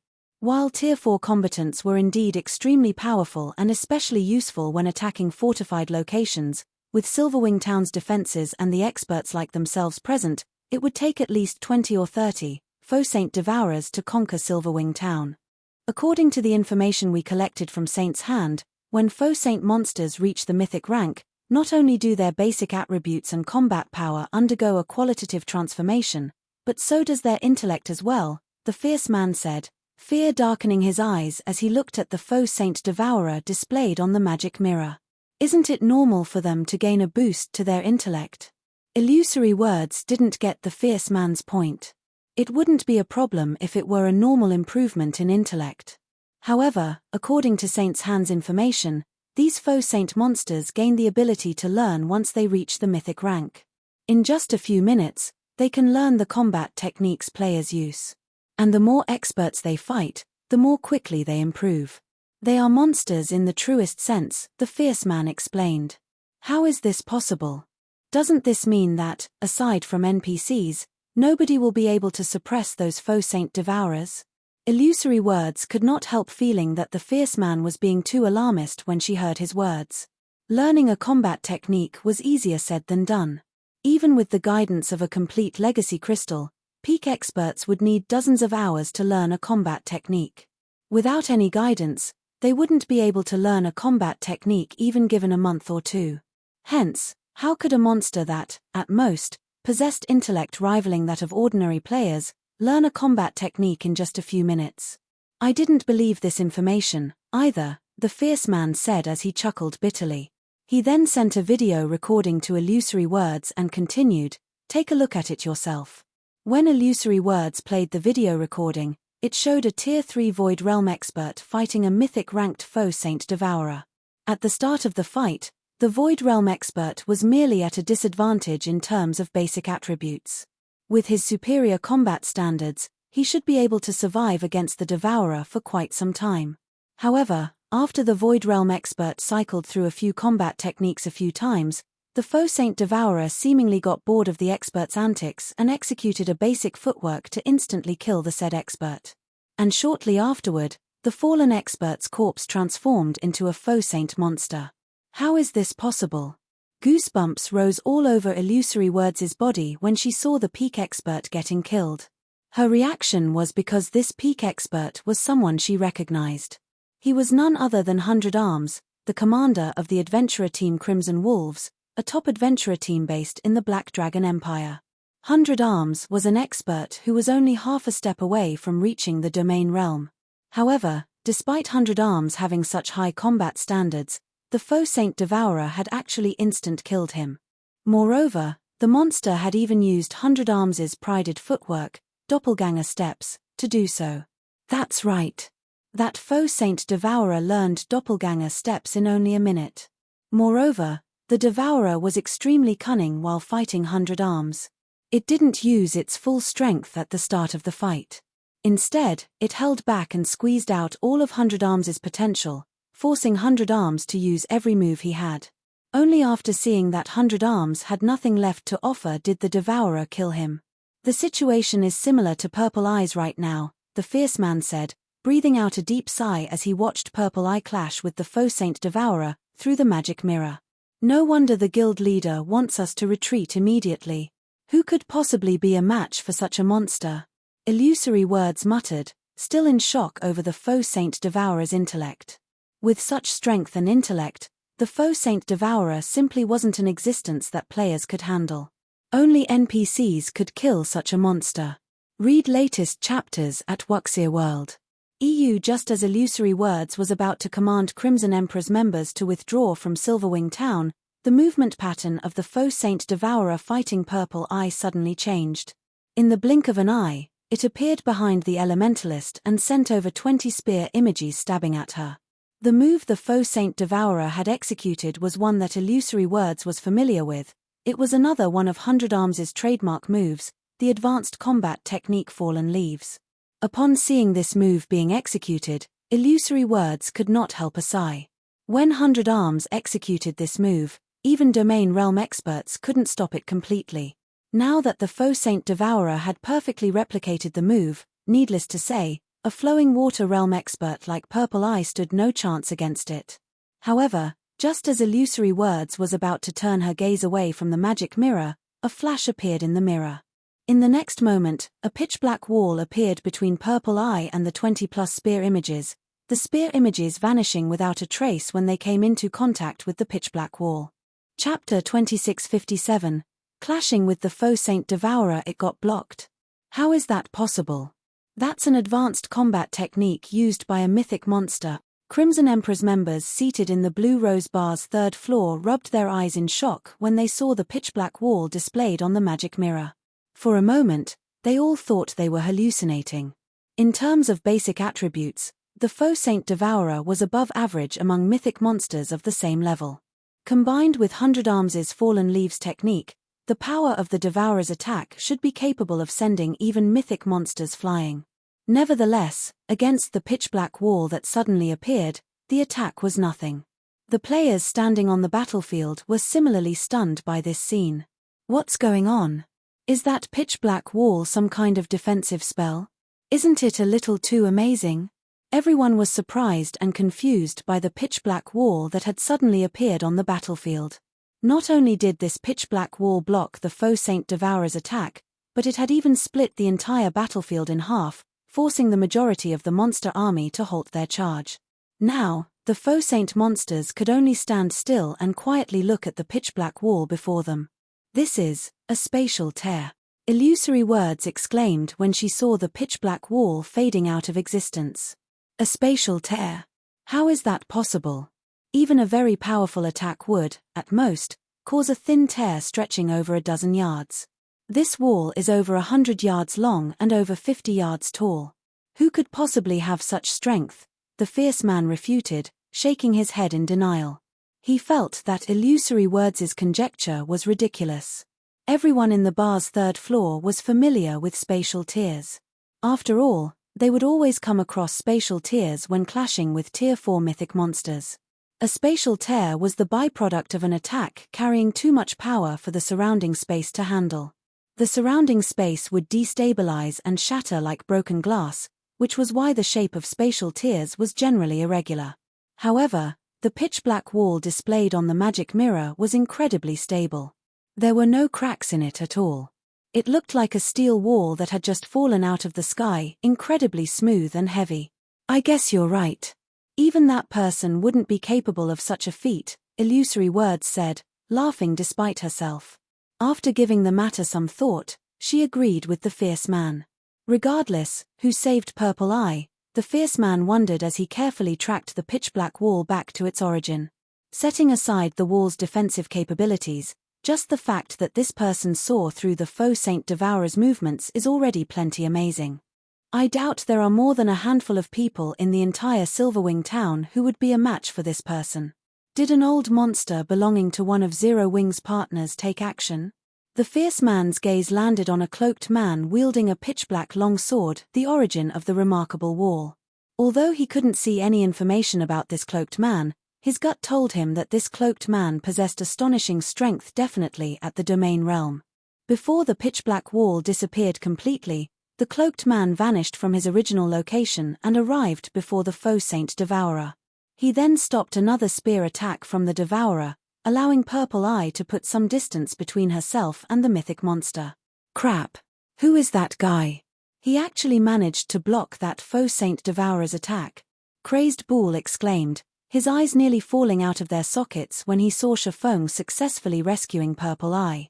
At this moment, aside from Crazed Bull, even Solid Wind could not help goggling in shock, her mind freezing in disbelief. Previously, she already found Faux's ability to pin down 2 Faux Saint destroyers all by himself astounding. Now, the man had even single-handedly pinned down the mythic-ranked Faux Saint Devourer, which even an expert of Purple Eye's caliber was no match for. Amazing. He's actually keeping up with that Devourer's speed. With this, he should have no problems handling the Devourer, Illusory Words said, her eyes glowing with excitement when she saw the cloaked man deflecting every one of the Faux Saint Devourer's attacks.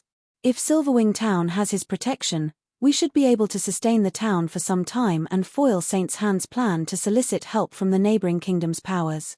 That way, Saint's Hand's development speed will slow down, and Zero Wing will have some breathing room. If Zero Wing can continue holding out in Star Moon Kingdom, we'll have an easier time resisting Starlink in the Dark Knight Empire as well. This will only delay the inevitable. That Faux Saint Devourer will grow stronger as more time passes. Its growth speed is also no laughing matter. Not to mention, Saint's Hand has already informed the various superpowers that anyone that helps Zero Wing will become Saint's Hand's enemy, the fierce man said, shaking his head. Saint's Hand has done considerable research into the Faux Saint monsters. In the future, we'll definitely need Saint's Hand's help to deal with the threat of the Faux Saint monsters. This is also why the guild leader is having us withdraw completely. The appearance of that mysterious expert won't change anything. In fact, Saint's Hand will probably locate the power behind that mysterious expert and give that power a warning. Aside from Crimson Emperor's members, the members of various superpowers hidden in Silverwing Town also viewed this situation indifferently. Zero Wing sure is lucky. It actually managed to get the help of an old monster. I bet that old monster has yet to receive the news.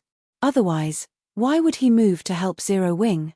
Although they did not know which superpower's old monster was helping Zero Wing right now, they knew that this would be the only time this old monster would do so. Afterward, Saint's Hand would definitely warn the superpower backing this old monster. Once that happened, said superpower would most likely stop assisting Zero Wing in defending the town against the Faux Saint monsters. Not only was the current era of God's domain filled with turmoil, but it was also the era of the Faux Saint monsters. Faux Saint monsters were a huge headache, even for super guilds. Moreover, stopping the spread of these Faux Saint monsters was also impossible. In the future, any guild that wished to develop safely in God's domain, be it a small guild or a super guild, would have to partner or trade with Saint's Hand. After all, up to now, no other power had managed to develop a tool that could prevent the Faux Saint monsters from attacking players. In fact, Saint's Hand even had the means to prevent the Faux Saint monsters from attacking an entire area. Now that Saint's Hand was determined to destroy Zero Wing, even the Secret Pavilion would be able to stop it, just like how the Secret Pavilion had failed to stop Saint's Hand from capturing one of the Star Alliance's guild cities. Meanwhile, as time passed, due to reinforcements continuously pouring out of Silverwing Town, the patrol army eventually gained the upper hand over the Faux Saint army. In fact, over 1,000 Faux Saint saboteurs had fallen in battle already, which made the Faux Saint Devourer anxious. In the next moment, the Faux Saint Devourer let loose a deafening roar that echoed throughout the battlefield. Immediately afterward, the Faux Saint army scattered and fled. As for the Faux Saint Devourer itself, it, too, turned around and ran off. Read latest chapters at Wuxia World. EU. Sure enough, it is going to escape. Silverwing Town might have survived this time, but let's see how it's going to stop the next attack. The superpowers hidden within Silverwing Town were not at all surprised when they saw the Faux Saint army retreating. After all, with the Faux Saint Devourer thoroughly suppressed, it was only a matter of time before the Faux Saint army suffered annihilation. However, what made the Faux Saint monsters truly formidable was their ability to grow stronger with each battle they experienced.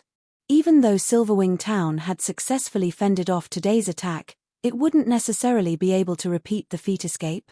Faux sneered when he saw the Faux Saint Devourer fleeing. "Do you think you can escape?" Following which, he took out the Ring of Gospel from his bag and activated Miniature World. Chapter 2658, Power of Tier 4 Concentration. When Faux activated Miniature World, the sky above the desert woodland darkened as if night had fallen. Immediately, everyone on the battlefield felt their perception of their surroundings vanish. It was as if they had been plunked into a pitch-black void with nothing in it. Moreover, aside from the players, even the fleeing Faux Saint monsters came to a halt and aimlessly turned their heads left and right, their eyes brimming with fear and confusion. Shortly afterward, a colorful brilliance descended from the sky, the lights giving off a sacred and majestic feeling. Spectators at a distance would see a gigantic rainbow barrier enveloping the entire desert woodland outside Silverwing Town. This rainbow barrier thoroughly isolated the woodland from the outside world, making the woodland look like a mirage. Meanwhile, beneath this colorful brilliance, the Faux Saint monsters started wailing in agony, one after another, their screams echoing throughout the woodland. At the same time, the intense aura they radiated waned rapidly, and even their basic attributes and reaction speed weakened to an unbelievable degree. It was as if these Faux Saint monsters that everyone originally feared had become common monsters. Seeing this scene, everyone on the battlefield was stunned. "Isn't this a little too strong?" He actually debuffed several thousand Faux Saint monsters to such an extent in an instant. "Who is this guy?" The various adventurer teams escorting merchant fleets and the patrol army fending off the Faux Saint monsters stared at Faux in astonishment. They had seen many instances of magic arrays suppressing monsters before, but this was the first time they had seen a magic array produce such a huge commotion and effect. Any random Faux Saint saboteur was more than enough to give Tier 3 experts a headache, what more the Faux Saint destroyers. Now, however, several hundred Faux Saint destroyers had been suppressed until they were just slightly stronger than ordinary Great Lords. Even ordinary Tier 3 experts could handle these Grand Lords. As for the almighty Faux Saint Devourer, it was no different from an ordinary mythic monster. In its present state, even Tier 3 peak experts could resist it for a certain period. Master magic arrays were unlikely to be able to produce such results. Moreover, the magic array Faux used spanned the entire desert woodland. At this moment, Faux himself was very surprised by the effects of Miniature World. He never thought that, after his concentration had reached the Tier 4 standard, aside from being able to exhibit the power of an advanced combat technique with his every movement, his control over magic arrays would also improve to such a frightening degree. Currently, Miniature World suppression effects could rival those of advanced master magic arrays. Despite his surprise, Faux did not pause. After activating Miniature World, he promptly charged at the Faux Saint Devourer. Under the suppression of Miniature World, the Faux Saint Devourer's speed had decreased considerably. In just 2 seconds, Faux intercepted the mythic monster and sent the abyssal blade cutting at it. Immediately, a crescent arc appeared and cut through the Faux Saint Devourer's shoulder. Failing to react to the attack in time, the Devourer got sent flying and crashed into a large tree several yards away, a damage exceeding -600,000 appearing above its head. The disparity in combat power was clear for all to see. What is that magic array? The Faux Saint Devourer actually doesn't even have the strength to fight back. The various superpowers spectating the fight from Silverwing Town gaped in shock when they saw the Faux Saint Devourer at a complete disadvantage. In fact, the Devourer's reaction speed couldn't even keep up with the swordsman's movements. Although they could tell through their magic mirrors that the Faux Saint Devourer's basic attributes had decreased by a significant margin, the Devourer should be at the standard of ordinary mythic monsters. Given its knowledge of combat techniques, its overall combat power should still be on par with that of domain realm experts. After all, the basic attributes of a Tier 4 monster was no trivial matter. However, let alone putting up a fight, the Faux Saint Devourer couldn't even defend itself against Chifeng's attacks, its HP continuously decreasing. It simply couldn't keep up with Chifeng's movements. After seeing this, everyone could already imagine what outcome awaited the Faux Saint Devourer. Death. While it might be impossible for Chifeng to kill the Faux Saint Devourer by himself, as the mythic monster had 1.6 billion HP, so long as a dozen or so Tier 3 experts joined him in assaulting it, the Devourer would eventually fall. Until this day, let alone killing a mythic-ranked Faux Saint Devourer, the various superpowers hadn't even managed to kill a Grand Lord-ranked Faux Saint Destroyer before. Now, however, Chifeng accomplished this miracle just by using a magic array. This was simply unbelievable. Following which, time passed quickly. Less than 10 minutes after Chifeng activated Miniature World, all the Faux Saint saboteurs on the battlefield had already fallen to the patrol army, while the Faux Saint Destroyer's HPs were down by half. As for the Faux Saint Devourer, with Chifeng, Purple Eye, and several dozen other Tier 3 experts attacking it, its HP had fallen below the 70% threshold already. The players present could not help growing excited at this scene. This was especially true for the members of the various adventurer teams. After all, the Faux Saint monster's undefeated streak had finally ended. Previously, the various powers and players had been afraid of the Faux Saint monsters because the Grand Lord-ranked Faux Saint Destroyers were basically impossible to kill, not to mention the mythic-ranked Faux Saint Devourer. However, now that killing these Grand Lord and mythic-ranked Faux Saint monsters was no longer a problem, not only was there hope of Star Moon Kingdom's survival, but reclaiming some of the kingdom's lost land might even be possible. Players like themselves would then be able to continue developing in the Orc Empire and Star Moon Kingdom like before. I don't know who that person is, but after this battle, the situation in the Orc Empire and Star Moon Kingdom is most likely going to change, Illusory Words said, the corners of her lips curling up slightly as she watched Chifeng suppressing the Faux Saint Devourer on the magic mirror. Previously, the undefeatable Faux Saint monsters were the main reason why the various major powers and superpowers feared Saint's hand. Now, although they had succeeded in killing only a very small portion of the Faux Saint monsters plaguing Star Moon Kingdom, so long as news of this success spread, Saint's hand would no longer be able to act in an overbearing manner as it did before.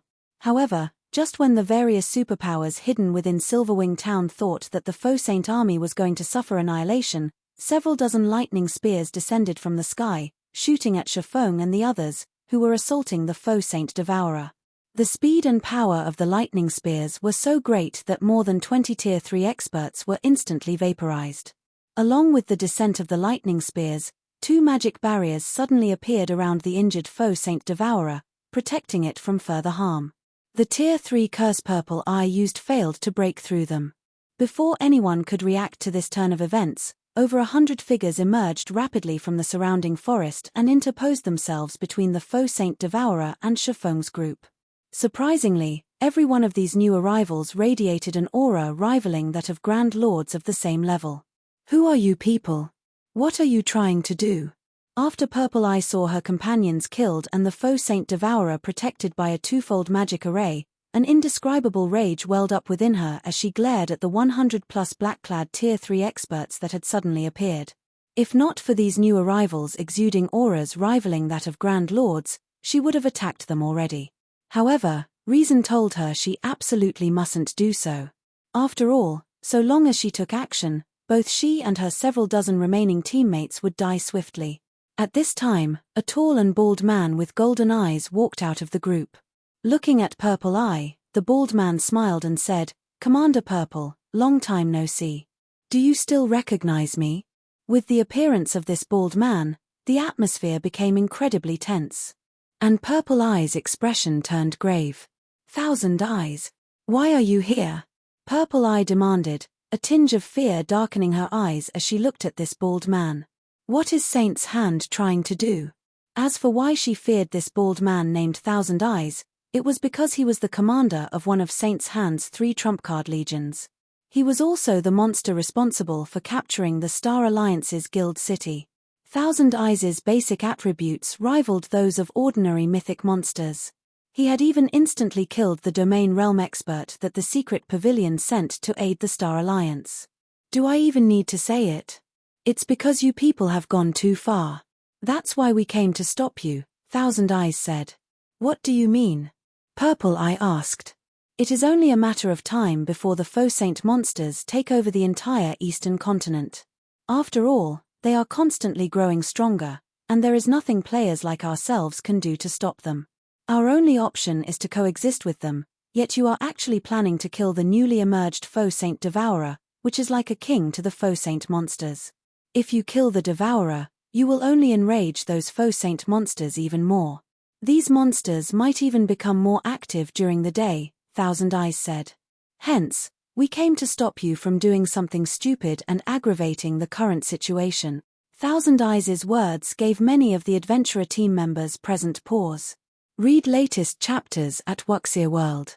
EU. The several thousand Faux Saint monsters here were merely a small portion of the countless Faux Saint monsters within Starmoon Kingdom. Moreover, just like Thousand Eyes had said, these Faux Saint monsters were incredibly vengeful. So long as a player killed one of these Faux Saint monsters, even more Faux Saint monsters would hunt down the said player. Even if the said player managed to fend off a few attacks, the Faux Saint monsters would simply continue attacking more frequently and in greater numbers. They would not stop until they exacted their vengeance. If they really killed the Faux Saint Devourer, which was akin to a king among Faux Saint monsters, nobody could tell what the other Faux Saint monsters would do. It was entirely possible for them to grow even more violent and for their daytime activity to escalate. In fact, previously, the Faux Saint monsters had not been particularly active during the day. However, as the number of Faux Saint saboteurs that players killed increased, the Faux Saint monsters had indeed become more active during the day. They had also grown stronger much more quickly. In this situation, Purple Eye was at a loss as to what to do. As Purple Eye and the others were wondering what to do, a crisp and calm voice suddenly entered everyone's ears. What if I want to kill it, no matter what? Chapter 2659, Black Flame? When everyone heard this calm voice, they looked at its origin reflexively. Meanwhile, the person who said these words was none other than the cloaked man who had suppressed the Faux Saint Devourer and single-handedly turned the tides of this battle. Is he really opposing Saint's hand? The various Superpowers members spectating from Silverwing Town were surprised by this development.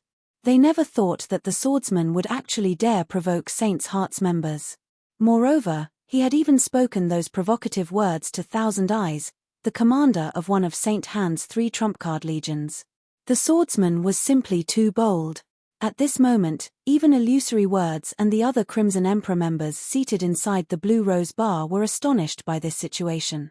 Although Saint's Heart's members numbered only a little over 100, which was nothing compared to Silverwing Town's patrol army, these Saint's Heart members all possessed extraordinary strength.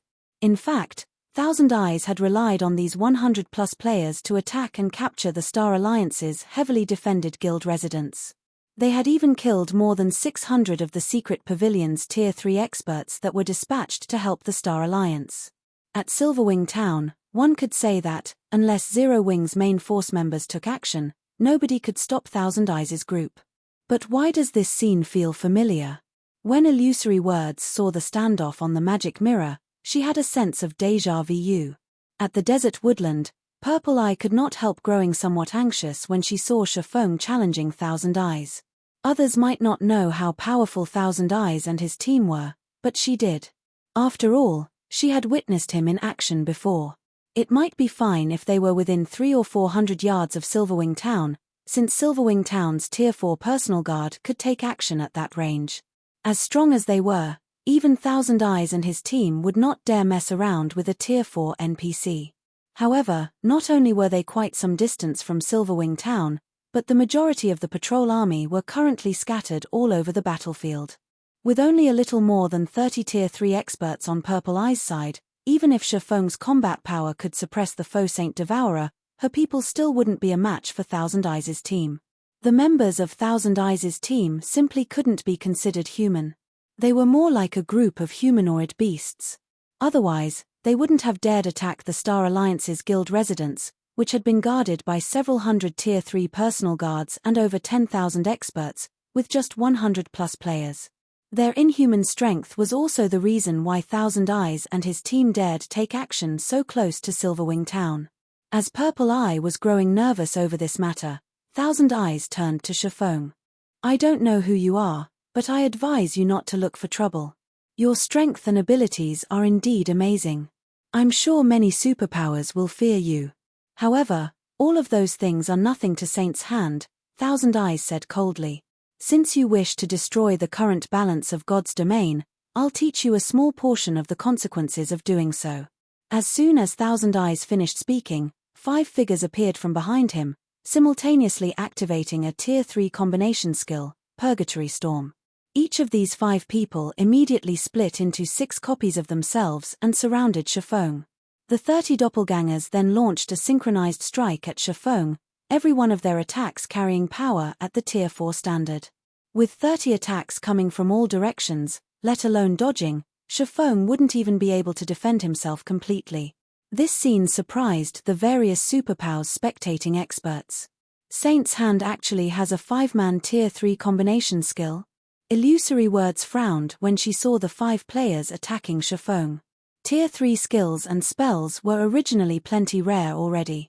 Even the superpowers Tier 3 experts hardly had any Tier 3 skills or spells, let alone Tier 3 combination skills, which even the superpowers dreamed of obtaining. Even the weakest Tier 3 combination skill allowed players to exhibit power at the Tier 4 standard. Stronger Tier 3 combination skills could even repulse mythic monsters. Tier 3 combination skills served as a trump card against mythic bosses. However, until now, there had been no news of any superpower obtaining a Tier 3 combination skill for 5 players. Even the strongest one required only 3 players to use. Against a 5-man, Tier 3 combination skill, even the Faux Saint Devourer would not emerge unscathed. A 5-man, Tier 3 combination skill. Sure enough, Saint's Hand's foundations truly are extraordinary. That guy must be stupefied right about now. When the various superpowers spectating members saw Shifeng surrounded, some of them laughed in ridicule while some sighed in disappointment. Although the swordsman indeed possessed astonishing strength, just like Thousand Eyes had said, it was nothing in front of Saint's Hand.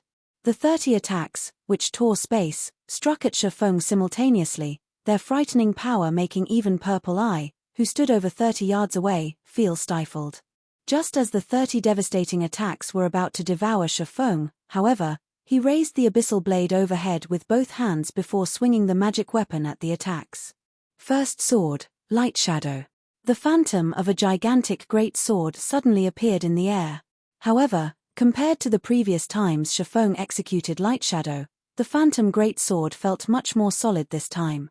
Moreover, just its manifestation made the surrounding space heavy. Even the attacks approaching Shifeng slowed down considerably. At this moment, it was as if only this phantom greatsword was moving while everything else remained static. Boom! The 30 attacks capable of repulsing even the Faux Saint Devourer shattered instantly into countless particles of light, and the surrounding space crumbled from the terrifying force of the impact. Immediately afterward, 5 figures went flying out of the shattered space like cannonballs and crashed into the large trees over 30 yards away. Despite the trunks of the large trees having a 4-meter diameter, the 5 figures came to a stop only after ramming through several of these forest giants. And when these figures eventually landed back on the ground, their HP bars depleted rapidly and stabilized only after hitting the 30% mark. This, upon seeing the 5 heavily injured Saint's Hand members, Purple Eye gaped in shock. With just one move, Shifeng not only shattered the 5-man, Tier 3 combination skill but even heavily injured the 5 Saint's Hand members. The ease with which he neutralized the attack made it seem as if the 5 Saint's Hand members were not peak experts boasting basic attributes rivaling that of Grand Lords, but merely ordinary players that one could find anywhere. Who are you? When Thousand Eyes saw that Shifeng had survived the clash unscathed, the confidence in his eyes disappeared, replaced by surprise and confusion. Read latest chapters at Wuxia World. Thousand Eyes knew full well how powerful the Purgatory Storm his 5 subordinates executed was. This combination skill could block even the attack of a superior mythic. Now, however, Shifeng had actually shattered the combination skill and heavily injured his 5 subordinates with just one move. This was simply inconceivable. At this moment, let alone Thousand Eyes, everyone else watching the fight wanted to know Shifeng's identity. Who am I? Turning his gaze to Thousand Eyes, Faux retorted calmly, you have the gall to take action in Silverwing Town's vicinity, yet you're asking who I am? Don't you think this question of yours is idiotic? Upon hearing Faux's words, silence suddenly befell the various superpowers spectating members as they all stared at Faux's cloaked figure in disbelief. Black Flame. Chapter 2660. Legendary name. When Faux pushed back the hood of his black cloak, a deathly silence filled his surroundings. If not for the mantle of his cloak swaying with the breeze, one would think that time had stopped. The real Black Flame? Crazed Bull's eyes nearly fell out of their sockets as he goggled at Faux, his body shuddering involuntarily at this discovery. Black Flame. This was a name that every superpower on the continent knew. Black Flame was an existence that had pulled off numerous miracles in battle, one that even the superpowers had great difficulty dealing with. In the hearts of independent players, he was akin to a living legend. Although Black Flame had disappeared from the eastern continent for some time now, just his prestige alone had allowed Zero Wing to continue rapidly developing on the eastern continent unharassed. Even an overbearing superpower like Saint's Hand did not dare mess around with Zero Wing and only quietly watched as the Faux Saint monsters chipped away at Zero Wing's forces. Saint's Hand did not dare directly target any of Zero Wing's guild towns or cities. Moreover, because of Black Flame's name, no superpower, aside from a few like Starlink, dared to hinder Zero Wing economically. His finally back. Purple Eye could not help her excitement when she saw Faux's face. At the same time, though, an indescribable bitterness also filled her heart. Although the gap between the Star Alliance and Zero Wing had been widening all this time, Purple Eye had never given up on improving herself. She still hoped to surpass Aqua Rose and Gentle Snow one day and develop the Star Alliance into a superpower as well. However, against Saint's Hand, her power had proven utterly insignificant. In the end, she could only watch as the Star Alliance's main headquarters in Starmoon Kingdom fell. In fact, she couldn't even adequately stop the Faux Saint monsters' ambushes. Meanwhile, after a moment of silence, the various superpowers spectating members, as well as Saint's Hand's members, burst into laughter. Black Flame? Zero Wing's guild leader? So what if he returns now? He's been gone from the eastern continent for so long. Does he really think the continent is the same as before? They were indeed very surprised by Faux's appearance. However, that was it, nothing more. After all, Faux had disappeared from the eastern continent for far too long. He simply didn't know the situation the eastern continent was currently in. So, you're Zero Wing's guild leader Black Flame. No wonder you could shatter that 5-man combination skill, Thousand Eyes said, applauding as he looked at Faux. In the next moment, though, he sneered, but so what if you've returned? Now that the Faux Saint army has already given birth to a mythic-ranked Faux Saint Devourer, many more of its kind will be appearing in the future. Nobody can stop the Faux Saint army now. Do you think you can change things just because you've returned? He was familiar with the name of Black Flame. This was a monster that his guild leader had warned him to be careful of. If it were a few days ago, he would indeed be terrified of Faux. Now, however, let alone fearing Faux, he didn't even consider the swordsman a threat. Boss, why are we wasting words with him? Since he is Black Flame, we should let this old bastard know that he is already obsolete. This is no longer his era, urged Iron Tooth, formerly the chief shield warrior of the Purple Thorns Kingdom's #1 guild, Sin Realm, with a playful smirk on his face. He had always wanted to destroy the guild known as Zero Wing. Unfortunately, back then, Sin Realm was no match for Zero Wing at all. Now that he had joined Saint's Hand, however, he understood that Zero Wing wasn't a threat at all. Instead, it was merely a small stepping stone toward Saint's Hand's domination of the entire eastern continent. I guess you're right. Thousand Eyes nodded in response to Iron Tooth's words. He then looked at Faux and said calmly, since you are Zero Wing's guild leader, then I'll make an exception today and show you Saint's Hand's true power. After saying so, Thousand Eyes glanced at Iron Tooth, who stood beside him. At this hint, Iron Tooth excitedly approached the Faux Saint Devourer, which was behind a twofold magic array. What is he trying to do? The excited look on Iron Tooth's face gave Purple Eye an inkling that something was amiss. It's nothing much. He's just going to show you people what the power of the new era is like, Thousand Eyes said, a smirk appearing on his face as he looked at Purple Eye. As Thousand Eyes said that, Iron Tooth took out a silvery white crystal from his bag and started chanting an incantation. Suddenly, the Faux Saint Devourer let loose a roar before its body burst into countless particles of silvery white light. These particles then merged with Iron Tooth's body. In the next moment, Iron Tooth transformed into a 6-meter-tall giant clad in silver armor.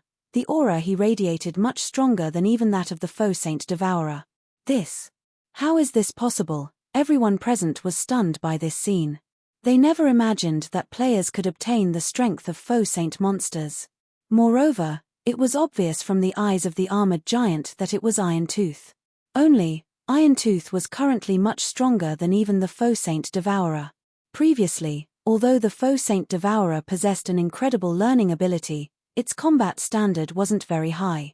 It wasn't capable of exhibiting its full strength. However, now that Iron Tooth had gained control of this strength, the combat power he could exhibit would far exceed that of the Faux Saint Devourer.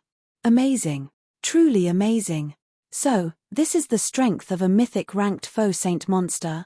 Iron Tooth was ecstatic when he sensed the power he currently wielded. At this moment, the other Saints' Hand members present could not help envying Iron Tooth. In front of such strength, players were nothing. If they could have such strength as well, they could single-handedly annihilate an entire army of players. They wouldn't even have to fear Tier 4 NPCs. Meanwhile, the various superpowers spectating members gaped in shock at the transformed Iron Tooth. They hadn't suspected that Saint's Hand had kept such a powerful trump card hidden all this time. This is bad. Although Iron Tooth is only in the flowing water realm, with the Faux Saint Devourer's strength, let alone Black Flame, even Silverwing Town's Tier 4 personal guard might not be a match for him. Illusory Words' complexion darkened as she took in the armored giant displayed on the magic mirror. Originally, Shifeng's appearance should have been a joyous matter. With the combat power he possessed, he would be of great help in the current situation. However, Illusory Words had never imagined that Saint's Hand would have such a trump card.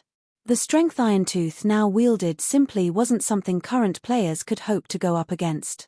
And if Shifeng got killed at this point, his death would deal an unprecedented blow to both Zero Wing and Starmoon Kingdom. Meanwhile, after Iron Tooth experienced his newfound strength for a short moment, he turned around and stepped forward, instantly appearing before Shifeng. He was so fast that even Purple Eye failed to react to his movements in time. Black Flame, weren't you very powerful? Weren't you Starmoon Kingdom's legendary figure? Weren't you thinking of stopping Saint's Hand? I wonder how you feel about the situation now, Iron Tooth jeered as he looked down at Shifeng. Upon seeing Iron Tooth suddenly appear before Shifeng, the expressions of the patrol army's members turned indescribably grim.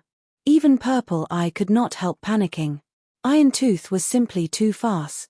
By the time she sensed Iron Tooth moving, the latter had already appeared before Shifeng. She simply did not dare imagine what would happen when Iron Tooth actually took action. Read latest chapters at Wuxia World. EU. However, despite Iron Tooth appearing before him without any warning, Shifeng's expression remained ineffably calm. This move of yours is indeed amazing, Shifeng said as he shot a glance at Thousand Eyes. However, do you think you're the only ones that can transform into a monster? What do you mean? Thousand Eyes had a vague feeling that something was wrong when he saw how calm Shifeng was. However, before Thousand Eyes could say anything more, Shifeng unsheathed the abyssal blade and chanted an incantation. Black Dragon's Soul. Chapter 2661, Upgraded Black Dragon Amazing. So, this is Saint's Hand's true foundation? Even after reaching this point, Black Flame still dares to fight. He sure is courageous. It's a pity that the current God's domain is no longer how it was before. Otherwise, with his combat power, it might really be possible to turn things around. How foolish. Is he just being stubborn, or does he really think things are still the same? When the various Superpowers members saw Shifeng unsheath the abyssal blade, their reactions varied from laughing in ridicule, sighing in disappointment, and lamenting. The strength Shifeng had previously displayed in battle was indeed incredible. It wouldn't be an exaggeration at all to call him a monster. Unfortunately, before a true monster, Shifeng's strength amounted to nothing. He could only buy time at best. Had he withdrawn when he had the chance, instead of provoking Thousand Eyes' group, he wouldn't have fallen into such a predicament. As the various Superpowers members were conversing, the abyssal blade in Shifeng's hand suddenly transformed into a cloud of dark fog that enveloped him completely, then expanded rapidly. When the cloud of fog had grown to a 60-yard radius, a dragon's roar echoed throughout the battlefield, making everyone's soul shudder. Before anyone could react to this roar, a gigantic, pitch-black claw emerged from the fog and landed right beside Iron Tooth. The ground under the claw sank as if it was water. In addition, web-like cracks appeared in the space around the claw, the phenomenon making it seem as if the surrounding space could shatter at any time, unable to withstand the power the claw carried. Shortly after the gigantic claw appeared, another dragon's roar dispersed the black fog. When the fog cleared, the figure of a 40-meter-tall black dragon came into view. Despite the black dragon just standing there quietly, everyone felt an indescribable sense of awe and fear welling up within them as they stared at the black dragon. A dragon? What's going on? Everyone was dumbfounded when they saw the black dragon. Dragons were creatures that all players in God's domain knew about because the existence of dragons was synonymous with destruction in God's domain. One could easily find information depicting dragons destroying kingdoms and empires overnight in any of God's domain's libraries. Now that a real dragon appeared before them, everyone was naturally astonished. When Thousand Eyes and the other Saints' Hand members saw the black dragon, their complexions paled drastically. Although they didn't know whether the black dragon before them was real or not, the pressure coming from it was no laughing matter. The black dragon's life rating was undoubtedly leaps and bounds above theirs. Archaic species? Ferocious beasts? Compared to this black dragon, the life ratings of those creatures were insignificant. You asked me how I felt before, right? How do you feel about the situation now? Shifeng asked calmly as he gazed down at the dumbfounded Iron Tooth standing beside his claw. After his concentration reached the Tier 4 standard, not only did he gain better control over his skills and spells, but his Dragon Phantom was also more realistic than before. Now, the life rating of the Phantom he transformed into much more closely matched that of the real Black Dragon King. At this point, despite being a Tier 3 Black Dragon King, his basic attributes nearly rivaled those of mythic-ranked archaic species of the same level. At Shifeng's words, Iron Tooth's expression turned indescribably grim. An unprecedented fear flooded his heart. How is this possible? Didn't they say that his dragon transformation should push him only to the standard of ordinary mythic monsters? How is he so strong? Iron Tooth was confounded by the gigantic creature before him.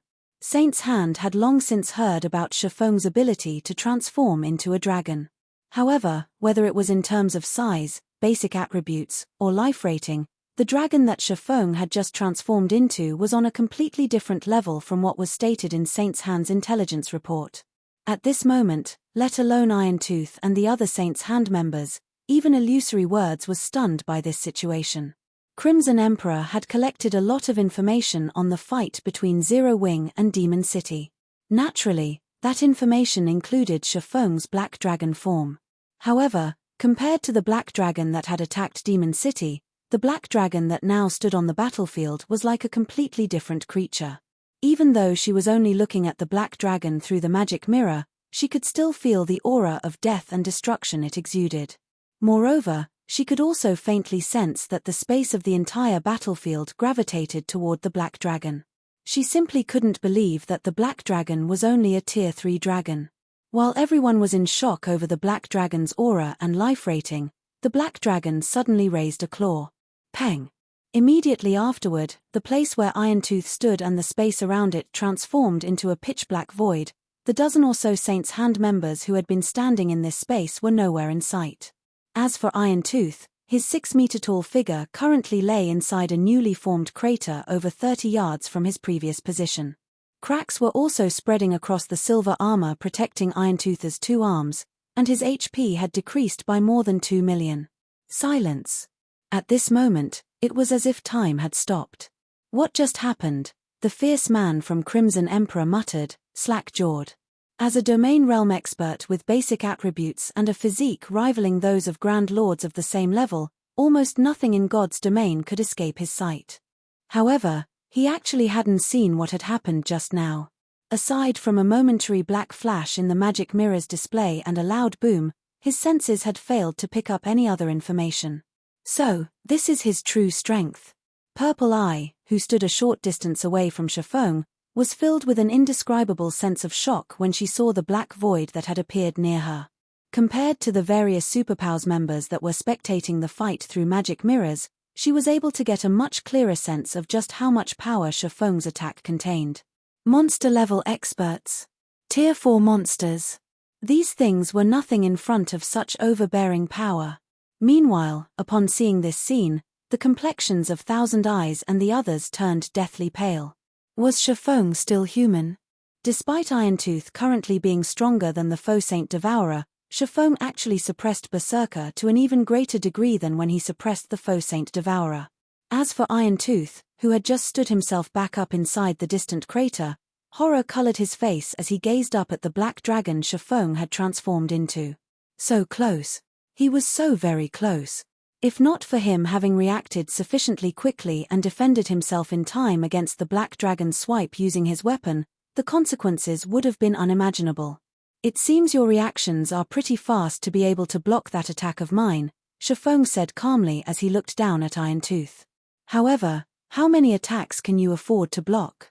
Although Shifeng had casually executed the earlier attack, it still carried the power of an advanced combat technique. Had Irontooth failed to raise his weapon in time, he definitely would have suffered tremendously. Just as Shifeng was about to continue attacking, however, Thousand Eyes suddenly stepped forward. Guild leader Black Flame, I admit that you are very powerful. However, you'd best not force our hand. Saint's Hand's goal is to maintain stability in God's domain, Thousand Eyes said coldly. If you really kill Irontooth now and break the balance, both the Faux Saint monsters and Saint's Hand definitely won't let Zero Wing off the hook. At that time, Silverwing Town and Zero Wing City will both face the wrath of an army of tens of millions. It was incredibly difficult for Mythic-ranked Faux Saint monsters to spawn. Hence, everyone held great importance for both the Faux Saint monsters and Saint's Hand. Now that Irontooth had temporarily merged with the Faux Saint Devourer, killing Irontooth would also kill the Faux Saint Devourer. This definitely wasn't something the Faux Saint monsters and Saint's Hand would tolerate. Upon seeing Thousand Eyes threatening Shifeng, the spectating Superpowers were surprised. This was the first time since Saint's Hand's establishment that such a situation occurred. Normally, the guild would just destroy all those that stood in its path. It had never bothered negotiating or making threats at all. It seems Thousand Eyes has been cornered this time. I wonder what Black Flame will do. What else can he do, aside from letting them go? Let alone Zero Wing, even if the superpowers of the several neighboring kingdoms and empires worked together, they still wouldn't be able to prevent Saint's Hand and tens of millions of Faux Saint monsters from retaliating. However, while the various Superpowers spectating members were discussing this matter, Shifeng glanced at Thousand Eyes and said in an ineffably calm voice, "So what?" After saying that, Shifeng used Dragon Breath on Irontooth and heavily injured him. The Berserker's HP fell by a sizable chunk. In his current state, Irontooth was utterly incapable of combat. Following which, Shifeng battered Irontooth with claw attacks, one after another, plundering large chunks of HP from the Berserker without pause. Thousand Eyes' complexion went through several shades of red when he saw Shifeng's wanton assault. Read latest chapters at Wuxia World. Is he crazy? Is he really not afraid of the Faux Saint monsters and Saint's Hand's retaliation? Zero Wing is doomed. Zero Wing is truly doomed this time. When the various Superpowers spectating members saw Irontooth's HP plummeting, they gaped in disbelief. They never thought that Shifeng would actually ignore the big picture and choose to kill Irontooth. In less than 6 minutes since Shifeng started his onslaught, Irontooth's HP, which was in the hundreds of millions, zeroed out, his body collapsing lifelessly to the ground. As for Thousand Eyes and the other Saint's Hand members, they merely watched the drubbing with dumbfounded expressions, none of them daring to do anything. Chapter 2662, Continent Shaken, Powerful Return.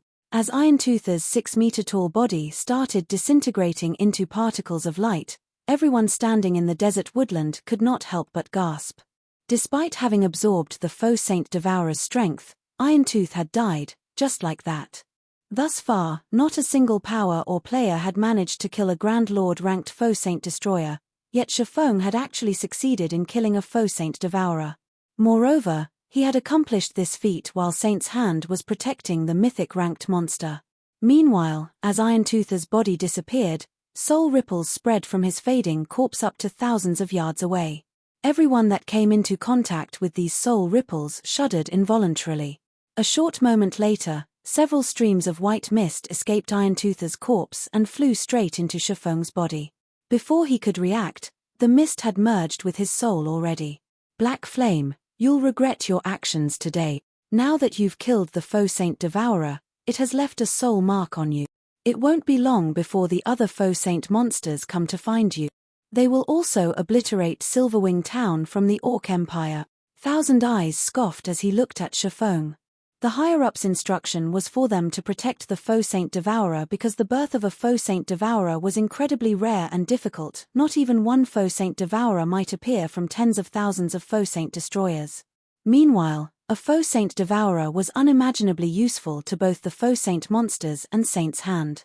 However, Chifeng had not only disregarded Saint's Hand but even killed the Faux Saint Devourer right before everyone's eyes. He had actually snubbed Saint's Hand.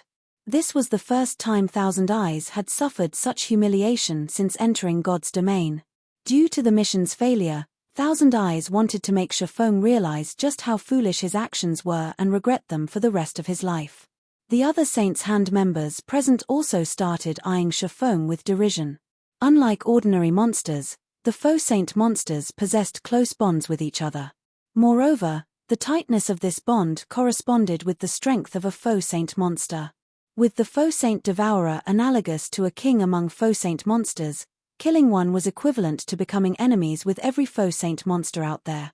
Unless Chifeng could remove the Faux Saint Devourer's soul mark, all the Faux Saint monsters within a 100,000-yard radius would be able to detect his presence and would try to kill him as long as his soul existed.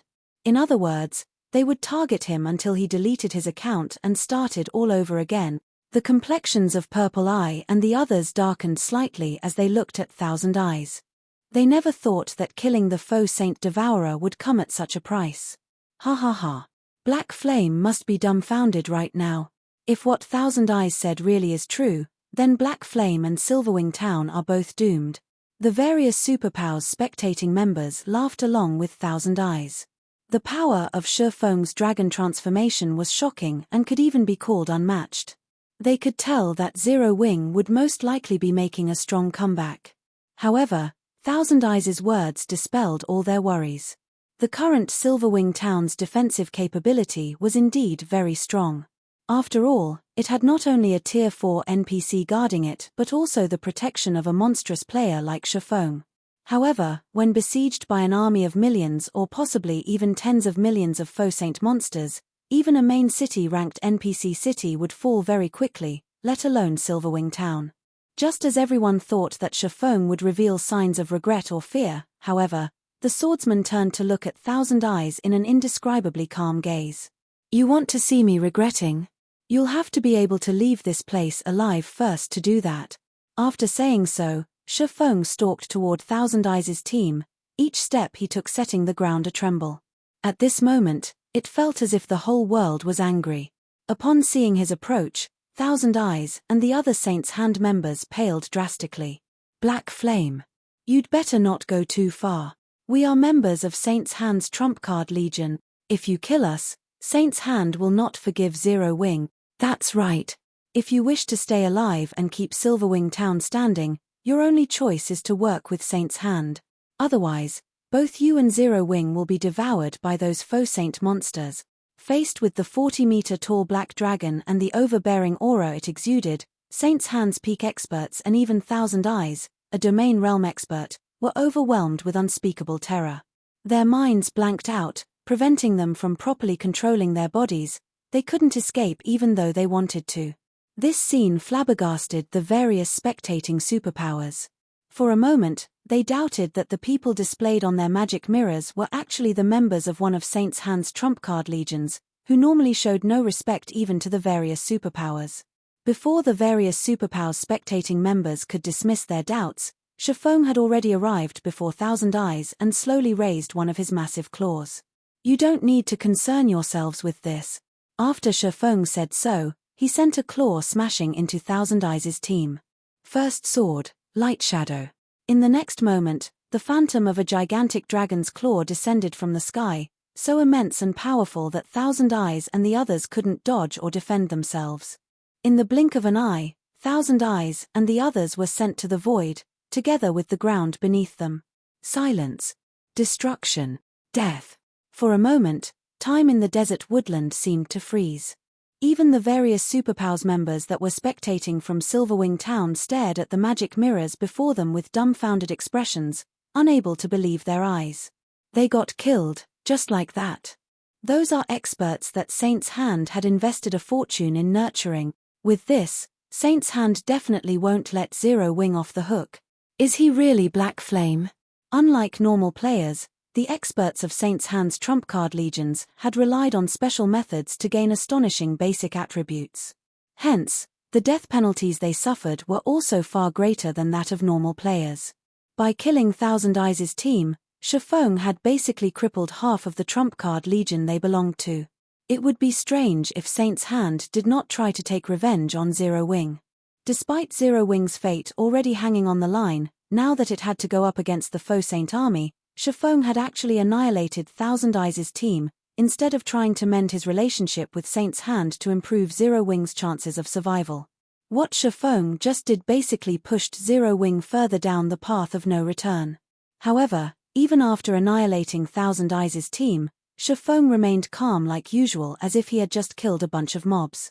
After giving Purple Eye some instructions, as well as gifting the weapons and equipment of Saint's Hand's members to the Patrol Army's members, he flew off to the distant Silverwing town. Read latest chapters at Wuxia World. EU. Shortly after Faux left the battlefield, news regarding the events in the desert woodland started spreading like wildfire. Black Flame's shocking return to Silverwing town. Mythic ranked Faux Saint Devourer gets killed. Black Flame single-handedly annihilates one of Saint's Hand's trump card legions. These shocking pieces of information shook the entire Eastern continent one after another. Chapter 2663, His Back. Cold Spring Forest, Stone Forest City, Freedom Hotel. Inside a splendorous meeting room, several dozen Tier 3 experts exuding powerful auras were currently seated around a round table. However, despite the number of people present, the room was remarkably quiet. Careful observation of the people present would discover that quite a few of them radiated intense bloodlust and were enveloped by extremely dense darkness energy. Ordinary dark players were no match for these people in these two aspects. These people were none other than Dark Rhapsody's upper echelon and the commanders of a few of the Dark World's top adventurer teams. Aside from these experts from the Dark World, the other Tier 3 experts seated around the table also had extraordinary origins. Among them were the upper echelon of the super first-rate guild Unyielding Soul and the guild leaders of first-rate guilds, as well as the commanders and vice-commanders of top adventurer teams. Meanwhile, every one of these VIPs was looking at a woman wearing an advanced Master Forger's insignia.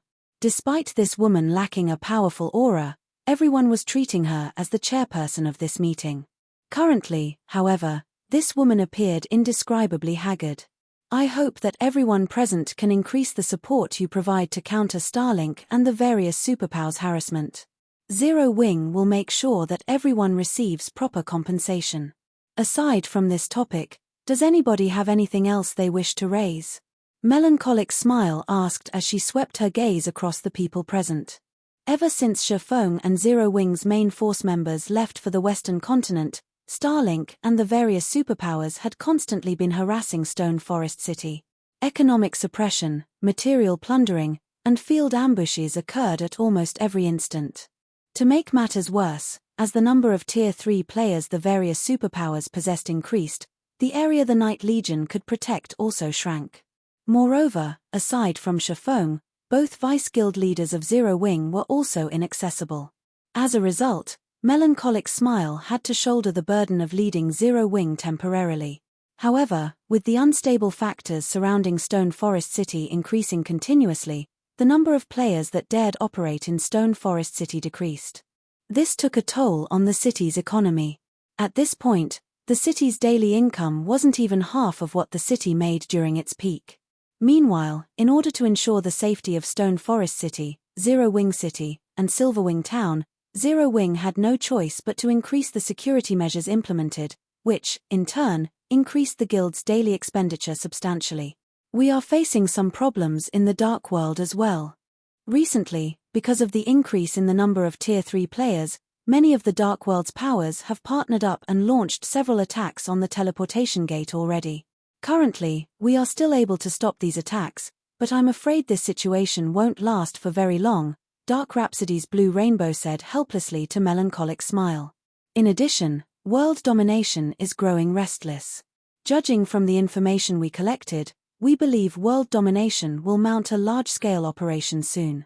Hence, we hope that Zero Wing can give us more of the Freedom Hotel's resources, so that we can rope in more of the Dark World's powers and maintain a stable hold over the teleportation gate. Upon hearing Blue Rainbow's words, Liang Jing, sitting beside Melancholic Smile, frowned slightly. A large part of the reason why Stone Forest City could maintain its current income was the Freedom Hotel. In order to ensure Stone Forest City's safety, they had obtained the help of the various powers and adventurer teams in exchange for the Freedom Hotel's rooms. Thus far, they had already given out quite a few rooms. If they gave out even more, not only would Zero Wing have fewer rooms for its own use, but the Freedom Hotel's income would also decrease significantly, possibly to the point where Zero Wing's current expenditures became unsustainable. However, the Dark World's teleportation gate was also provided a considerable portion of Zero Wing's income. This was especially true for magic crystals. It was similarly something that Zero Wing could not afford to lose. I understand. I'll consider this matter and give you an answer as soon as possible, Melancholic Smile said as she massaged her temples. If there are no other problems, we'll adjourn for today. After Melancholic Smile said so, everyone present promptly left their seats. At this time, Unyielding Soul's Mu Lingshaw approached Melancholic Smile. Miss Melancholic, please feel free to ask if you come across any difficulty in funding. Unyielding Soul and Zero Wing are old allies. While we might not be able to provide additional manpower, we can still allocate some funds to help Zero Wing, Mu Lingshaw said quietly as she looked at Melancholic Smile, who currently wore a worried expression on her face. Thank you, Melancholic Smile said. In reality, we don't really have any problems with regard to funding. The crucial problem is the various superpowers that are targeting Stone Forest City, as well as the management of Star Moon Kingdom and the Black Dragon Empire. If the main force members were around, those superpowers would hold back somewhat instead of working with Starlink to target Zero Wing's members. Now, it is becoming increasingly difficult for Zero Wing's members to develop in Star Moon Kingdom and the Black Dragon Empire. Currently, funding was still a small problem for Zero Wing. The really urgent matter now was the guild's lack of Tier 3 experts. If not for Unyielding Soul sending quite a number of its Tier 3 experts to help maintain Stone Forest City's security during this period, Stone Forest City would have definitely ended up in an even more miserable state. Right, Vice Guild Leader Mu, is there still no news about the Dragon Phoenix Pavilion's Phoenix Pavilion Master? Melancholic Smile asked. Zero Wing had partnered with the Dragon Phoenix Pavilion's Phoenix Rain on many occasions before. The two sides could be considered to be in an absolute alliance. Melancholic Smile and Phoenix Rain were also fairly close friends, as the two of them had come into frequent contact with each other because of the business relationship between their two guilds. Originally, after the various superpowers started targeting Stone Forest City, Melancholic Smile had sought Phoenix Rain's help to solve some of the problems Zero Wing encountered in the Black Dragon Empire. However, no matter how she tried contacting Phoenix Rain, she couldn't get through at all. It was as if Phoenix Rain had disappeared from God's domain. In fact, even the Dragon Phoenix Pavilion's members did not know Phoenix Rain's whereabouts. We have already sent a lot of people to investigate this matter. It is truly strange. Let alone Phoenix Rain and her trusted subordinates, even the Dragon Phoenix Pavilion's Ku Rong, 9 Dragons Emperor, and many others of the guild's upper echelon have disappeared. Currently, the Dragon Phoenix Pavilion is relying entirely on its Grand Elders to operate. According to the information we got, even those Grand Elders don't know what is going on, Mu Lingshaw said. Disappeared? Melancholic Smile was stunned when she heard Mu Lingshaw's words. The core upper echelon of a super first-rate guild had actually disappeared overnight without any news. Who would possibly dare believe this? However, I also heard that Mythology invited the Dragon Phoenix Pavilion to the Faux Saint Alliance discussion that it is holding in the Fire Dragon Empire. Once this alliance discussion ends, we might receive some news regarding the Phoenix Pavilion Master, Mu Lingshaw said. Alliance discussion? Melancholic Smile's complexion turned even more haggard when she heard this phrase. It seems we are really in trouble this time. Ostensibly, Mythology's alliance discussion would focus on the problem of the Faux Saint monsters. In reality, Mythology was simply trying to rope in the various superpowers to capture Stone Forest City. If the various superpowers come to an agreement on how to split Stone Forest City's profits during this upcoming discussion, then the next step would be for them to attack Stone Forest City. With Stone Forest City's current defenses, it could fend off the various superpowers' joint assault, but such a war would destroy Stone Forest City's economy. Melancholic Smile wasn't the only person suffering a headache over this matter. Mu Lingshaw was not having a good time, either. After all, Mythology's alliance discussion this time wouldn't target just Zero Wing but also Unyielding Soul. Unyielding Soul was falling into an increasingly precarious situation, yet she couldn't do anything about it. This was because 15 superpowers were attending the alliance discussion this time, 3 of which were superguilds, making it undoubtedly the grandest meeting ever held on the Eastern continent. If all of these superpowers worked together, the strength they could unleash would be unimaginable. Just as Melancholic Smile and Mu Lingshaw were feeling helpless, Liang Jing, who was at one side, reading a message, suddenly revealed a rare smile. No. It's not us who are in trouble, but them, Liang Jing exclaimed excitedly. Read latest chapters at Wuxia World. EU What happened? Both Melancholic Smile and Mu Lingshaw were confused by Liang Jing's sudden about-face. They could not understand why she was smiling at all. His back. The guild leader. The guild leader is back. Chapter 2664, Zero Wing in an Uproar. Everyone's plans. Both Melancholic Smile and Mu Lingshaw were stunned upon hearing Liang Jing's words. You managed to contact the guild leader? Melancholic Smile asked excitedly. The current Zero Wing was in an extremely tight spot, as all of the guild's top combatants were absent. However, this still wasn't the most important point. The crucial thing was that morale in the guild had fallen to an unprecedented low. Faux had always been Zero Wing's backbone. His return might not be able to drag Zero Wing out of its current predicament, but it would be able to unite the hearts of Zero Wing's members. Moreover, his return would also strengthen the confidence of Zero Wing's various partners. After all, the main reason why these powers had partnered with Zero Wing in the first place was Faux. At this moment, let alone Melancholic Smile, even Mu Lingshaw gazed at Liang Jing eagerly, wanting to know if Faux had truly returned or not. If Faux had truly returned to the Eastern continent, the various superpowers would naturally have to reconsider their decision to join hands with Starlink and target Zero Wing. Even if their alliance remained standing, they wouldn't be as united as before. Not yet, Liang Jing said, shaking her head. I only received a report that the guild leader is currently in Silverwing town. After saying so, Liang Jing forwarded the report to Melancholic Smile for her inspection. However, when Melancholic Smile and Mu Lingshaw finished reading the report Liang Jing shared with them, the excitement on their faces disappeared, replaced by indescribable grimness. How could this be? Melancholic Smile could not help growing anxious after reading the report. Quick! Gather the elite personal guards and contact Hell Rush's team. We need to head to Silverwing town as soon as possible. The fact that Faux killed a mythic-ranked Faux Saint Devourer was indeed astonishing. Such exciting news would definitely heighten morale. However, the retaliation of millions of Faux Saint monsters was no laughing matter. Not to mention, Saint's hand wouldn't sit still and do nothing after suffering humiliation. At that time, Silverwing Town would have to go up against several million Faux Saint monsters, as well as Saint's Hand's experts. With Silverwing Town's defenses, stopping such a force would be utterly impossible.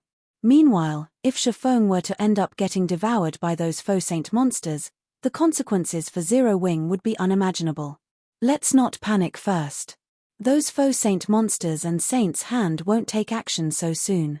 They will need some time to amass their forces. I'll contact Unyielding Heart and have him lead a team over to Silverwing Town immediately, Mu Lingshaw said, pacifying Melancholic Smile. Thank you, Melancholic Smile said as she nodded in gratitude. She then took a deep breath to calm herself before methodically arranging for the necessary manpower to send to Silverwing Town. Meanwhile, as Melancholic Smile and the others were leading an army to Silverwing Town, the various superpowers were reeling from the news of Shifeng's return. They never thought that Shifeng would reappear after disappearing for such a long time. Or to put it in another way, the Sword King of old had returned. Moreover, Shifeng's individual combat power had even reached unbelievable heights. His dragon transformation actually allowed him to effortlessly kill a mythic-ranked Faux Saint Devourer. The Sword King was far more frightening than before. This astonishing transformation would also make Zero Wing even more difficult to deal with. After all, compared to a guild with weak morale and divided opinions, a united guild with strong morale would be capable of exhibiting much greater combat power. Fire Dragon Empire, Flame Dragon City, Scorching Flame Restaurant. The Scorching Flame Restaurant towered over 30 stories above the city center. At this moment, a female level 116 Guardian Knight clad in black gold armor entered the top-floor room of the restaurant. The Guardian Knight radiated a frightening aura that suppressed even the ambient mana around her. However, when this Guardian Knight arrived before the woman currently dining inside the room, she gave a very respectful bow. Vice Guild Leader Shadow, Black Flame has returned to the Eastern Continent, White Feather reported as she placed a document before Cold Shadow. She then continued, like we guessed, he has become much stronger than before. As a result, Zero Wing and its partners have regained their confidence. Even the Secret Pavilion has dispatched more manpower to help defend Stone Forest City. Currently, the various superpowers are hotly discussing this matter. Should we still proceed with our original plan and hold the alliance discussion? Of course. He merely killed one Faux Saint Devourer. The big picture remains the same. Proceed according to plan, Cold Shadow said, a seductive smile appearing on her face. Those superpowers are no fools, either. They should understand that times have changed. If they wish to survive in the new era, their only option is to plunder more resources for themselves.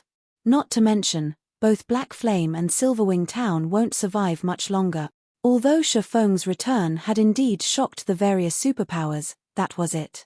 After all, one would have trouble adapting to the changes in the rapidly developing Eastern Continent, even if one left the continent for just 2 or 3 days. Shifeng had disappeared from the Eastern Continent for around 2 weeks. Moreover, there was also the activation of the Demon Gods Chaos Expansion Pack, as well as the outbreak of the Faux Saint monsters. The current Eastern Continent was not the Eastern Continent of 2 weeks ago. One could say that Shifeng's time had already passed. The threat he posed to the various superpowers was no longer as great as before. In the current God's domain, Tier 3 experts were no longer as rare as before. Even the various top adventurer teams boasted over 100 Tier 3 experts under their command, let alone the various first-rate guilds and superpowers. Hence, it was now incredibly difficult for powerful individuals like Shifeng to accomplish great feats on their own. Tier 3 personal guards were also no longer as great of a threat to players as they were before. Understood. I'll notify the various superpowers, then. White Feather nodded before leaving the Scorching Flame restaurant. While the Eastern Continent's various superpowers were discussing Shifeng's return, Shifeng himself had gone to Zero Wing's residence in Silverwing Town to rest. Guild Leader, as per your instructions, we have started secretly transferring the crippled NPCs and elite Tier 3 personal guards. It shouldn't be long before they arrive in town. We have also tasked people to monitor the gaming cabins of the Vice Guild leaders and the others. As soon as they leave that special space, we will know about it, Yulan reported to Shifeng, who was currently browsing the latest news regarding the Eastern Continent. All right. They should be able to get out of that place in a few more days. If they arrive inside the Faux Saint monster's territory, send a rescue team immediately, Shifeng said, nodding. Although he doubted that Zero Wing's main force members would have any problems dealing with the Faux Saint monsters, if they got surrounded by a large number of Faux Saint destroyers or encountered a Faux Saint Devourer, they might still get killed. Meanwhile, the enhanced death penalty from dying to a Faux Saint monster was something he didn't want Zero Wing's main force members to suffer. Guild leader, are you really fine in your present condition? Yulan asked worriedly. Not only did Shifeng lose contact with the outside world for such a long period, but he had even spent all this time lying inside his virtual gaming cabin, completely reliant on the cabin's nutrient solution to sustain himself. His physical body couldn't be unaffected. Not to mention, he had just experienced such an intense battle and had a soul mark placed on him. Who knew if that soul mark would have any side effects or not? If Shifeng were to collapse from overwork now and suffered lasting damage to his body, it would be putting the cart before the horse. Relax. I'm really fine, Shifeng said, chuckling. In fact, my mind is in exceptionally good condition right now. New ideas are popping up in my mind from time to time, and they're making me eager to start training. It's good that you're fine. However, if you feel sick, you must log off and rest immediately. You can leave the other matters to us, Yulan said. After seeing that Shifeng was indeed in good spirits, she stopped trying to persuade him to rest and left the office to handle the other tasks he had given her. Read latest chapters at Wuxia World. EU. Meanwhile, after Yulan left, Shifeng stopped browsing the Eastern Continent's news. He then focused on the several strands of mist the Faux Saint Devourer had sent into his body. This wasn't his first time receiving a soul mark. Normally, players couldn't sense the soul mark that plagued them. However, he could actually clearly sense it inside his mind. He could even sense the white mist circling his brain. This situation intrigued him. Following which, Shifeng focused all his attention on the several strands of mist meandering through his mind. His expression suddenly changed. No, that's not right. This isn't a soul mark but a soul array. Chapter 2665. Magic array that upgrades the soul. Looking at the strands of white mist hovering around in his mind, coupled with the countless sparkles of light around the mist, Shifeng could not help being surprised. In God's domain, magic arrays were generally made out of mana. However, some magic arrays were not made up of just mana but had other things mixed in as well. Meanwhile, the magic array he was looking at had traces of soul. I never thought that the rumored soul array actually existed. Shifeng revealed an ecstatic look on his face as he observed the white mist circulating in his brain. He had only ever heard of soul arrays. He had never actually seen one before. According to the rumors he had heard, the soul array was a magic array capable of changing a player's soul. Of course, there were also mentions that the soul array devoured a player's soul. In short, there were many rumors surrounding soul arrays. However, there was one thing Shifeng was certain of: a soul array could upgrade a player's soul. Logically, it shouldn't be possible for players to upgrade their soul, that was only possible for NPCs. However, the soul array made the impossible possible. And according to the several testaments Shifeng heard in his previous life, once a player had their soul upgraded, even an ordinary expert would become a powerhouse in God's domain. In fact, some experts had even managed to reach Tier 5 thanks to the upgrade. Nevertheless, most people that heard these rumors and testaments about the soul array's existence and functions had dismissed them as tall tales.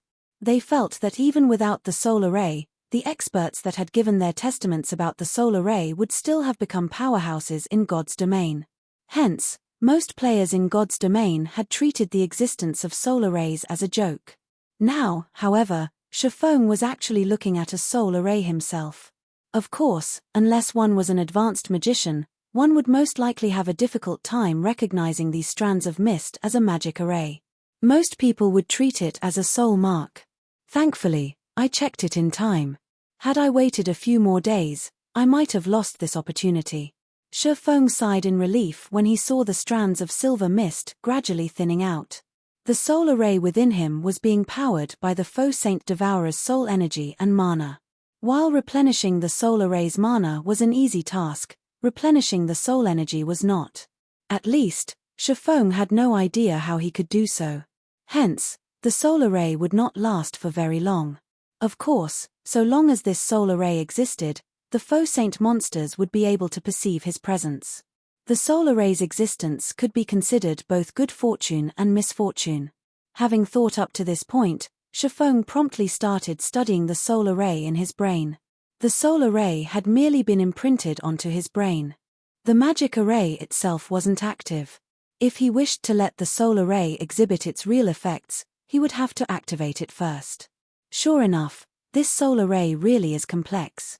Just from what I can see, it is made up of at least 40 basic master magic arrays and over a dozen advanced master magic arrays, 3 of which are almost at the Grandmaster standard. Moreover, I have to rely on my own spiritual will to activate this soul array, and even the slightest mistake will result in my soul getting devoured. It's no wonder some people labeled it a magic array that devours players' souls. After inspecting the soul array for half an hour, Faux was flabbergasted by his findings. The soul was something illusory. There was no describing it with words, much less upgrading it, or weakening it. However, the soul array within him could actually accomplish this feat easily. This was simply unbelievable. Unfortunately, the risks involved in activating the soul array were ridiculous. Of the 2 possible outcomes, one was heaven, while the other was hell.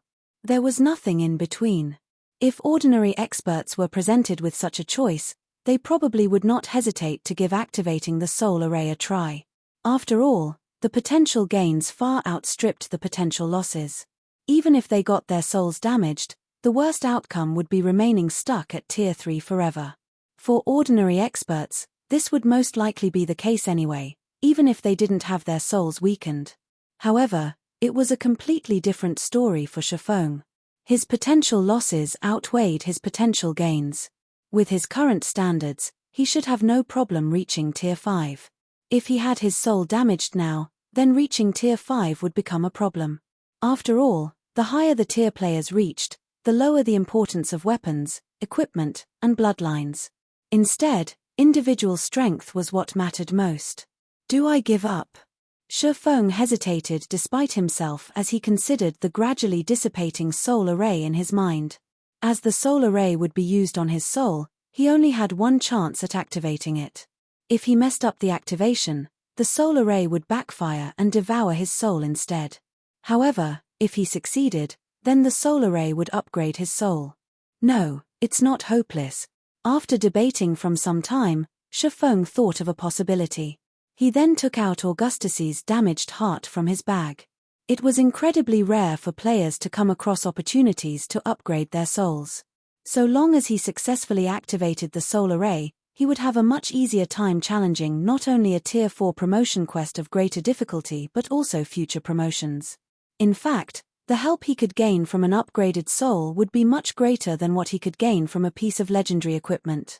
It would be a huge waste to discard this opportunity. Meanwhile, there were 2 ways he could drastically increase his chances of successfully activating the soul array. The first method was to familiarize himself with the magic arrays used to make the entire soul array. However, the soul array was extremely complex.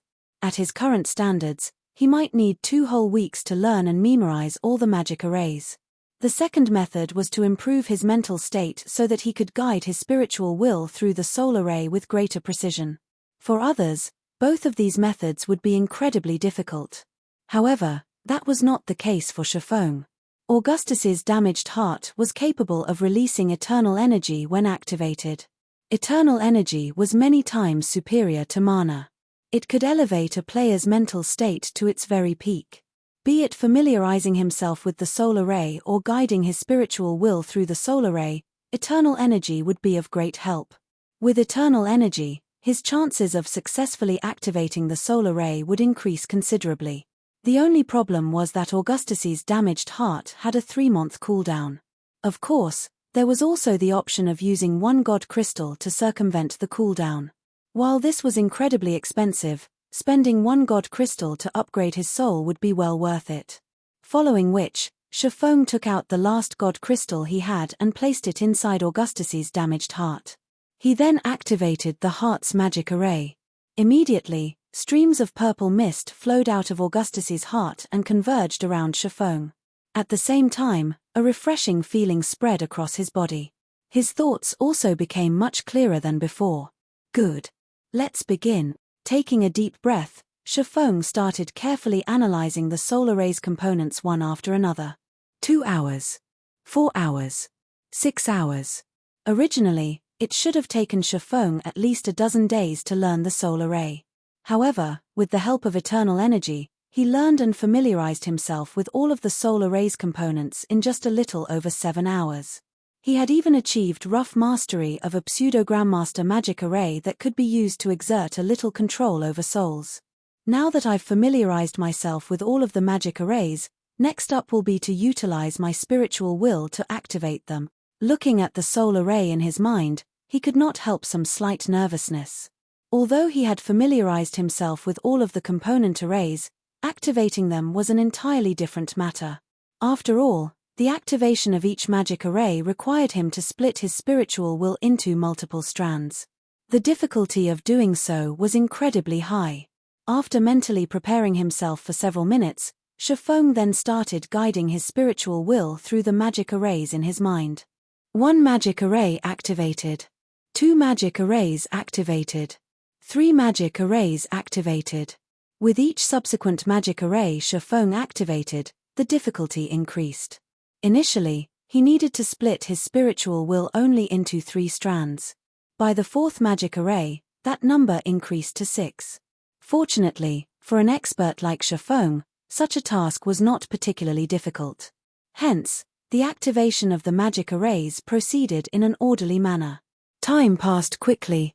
Before Faux realized it, more than 20 minutes had gone by already. At this point, the sweat from his forehead had already drenched the light armor he wore.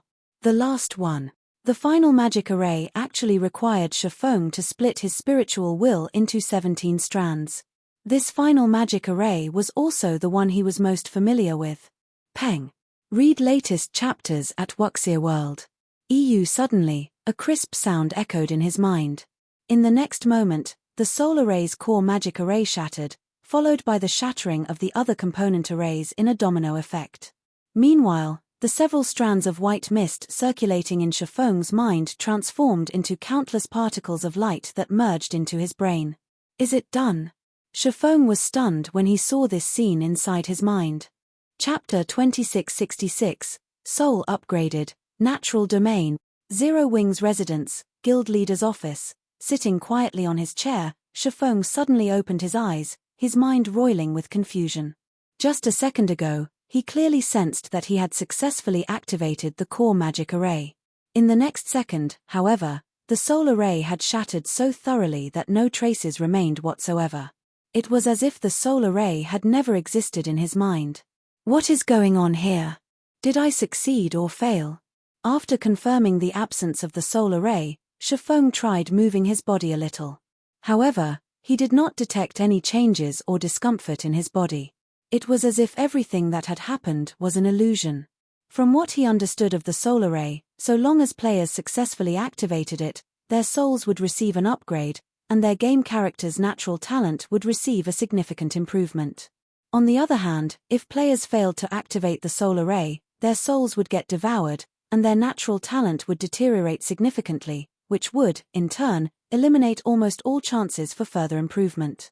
However, he currently didn't feel any different from before he tried activating the solar ray.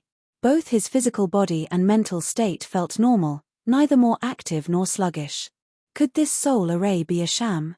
After pondering for some time, Faux could come up with only this conclusion.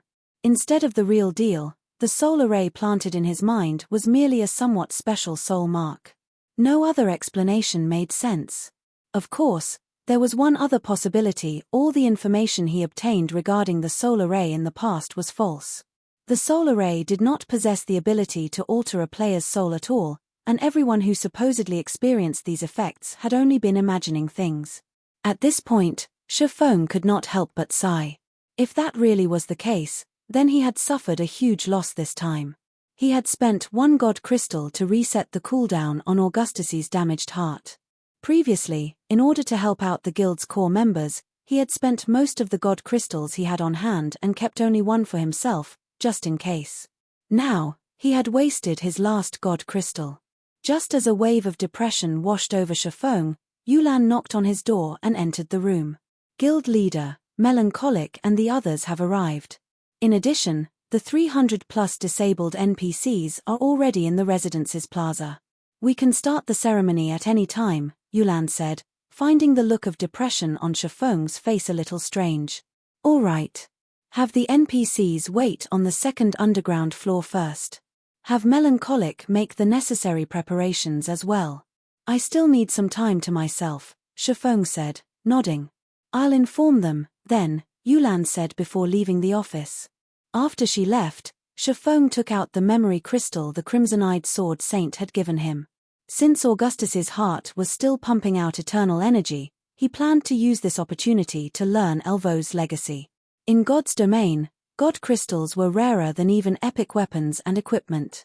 Coming across one was highly dependent on luck. Now that he had wasted a God crystal to activate Augustus's heart, he naturally couldn't let even a second of its duration go to waste. Otherwise, he would have to wait 3 months or obtain another God crystal to activate it again. The instant Shifeng tried to inject his mana into the memory crystal, a white mist actually formed around the crystal, stunning him.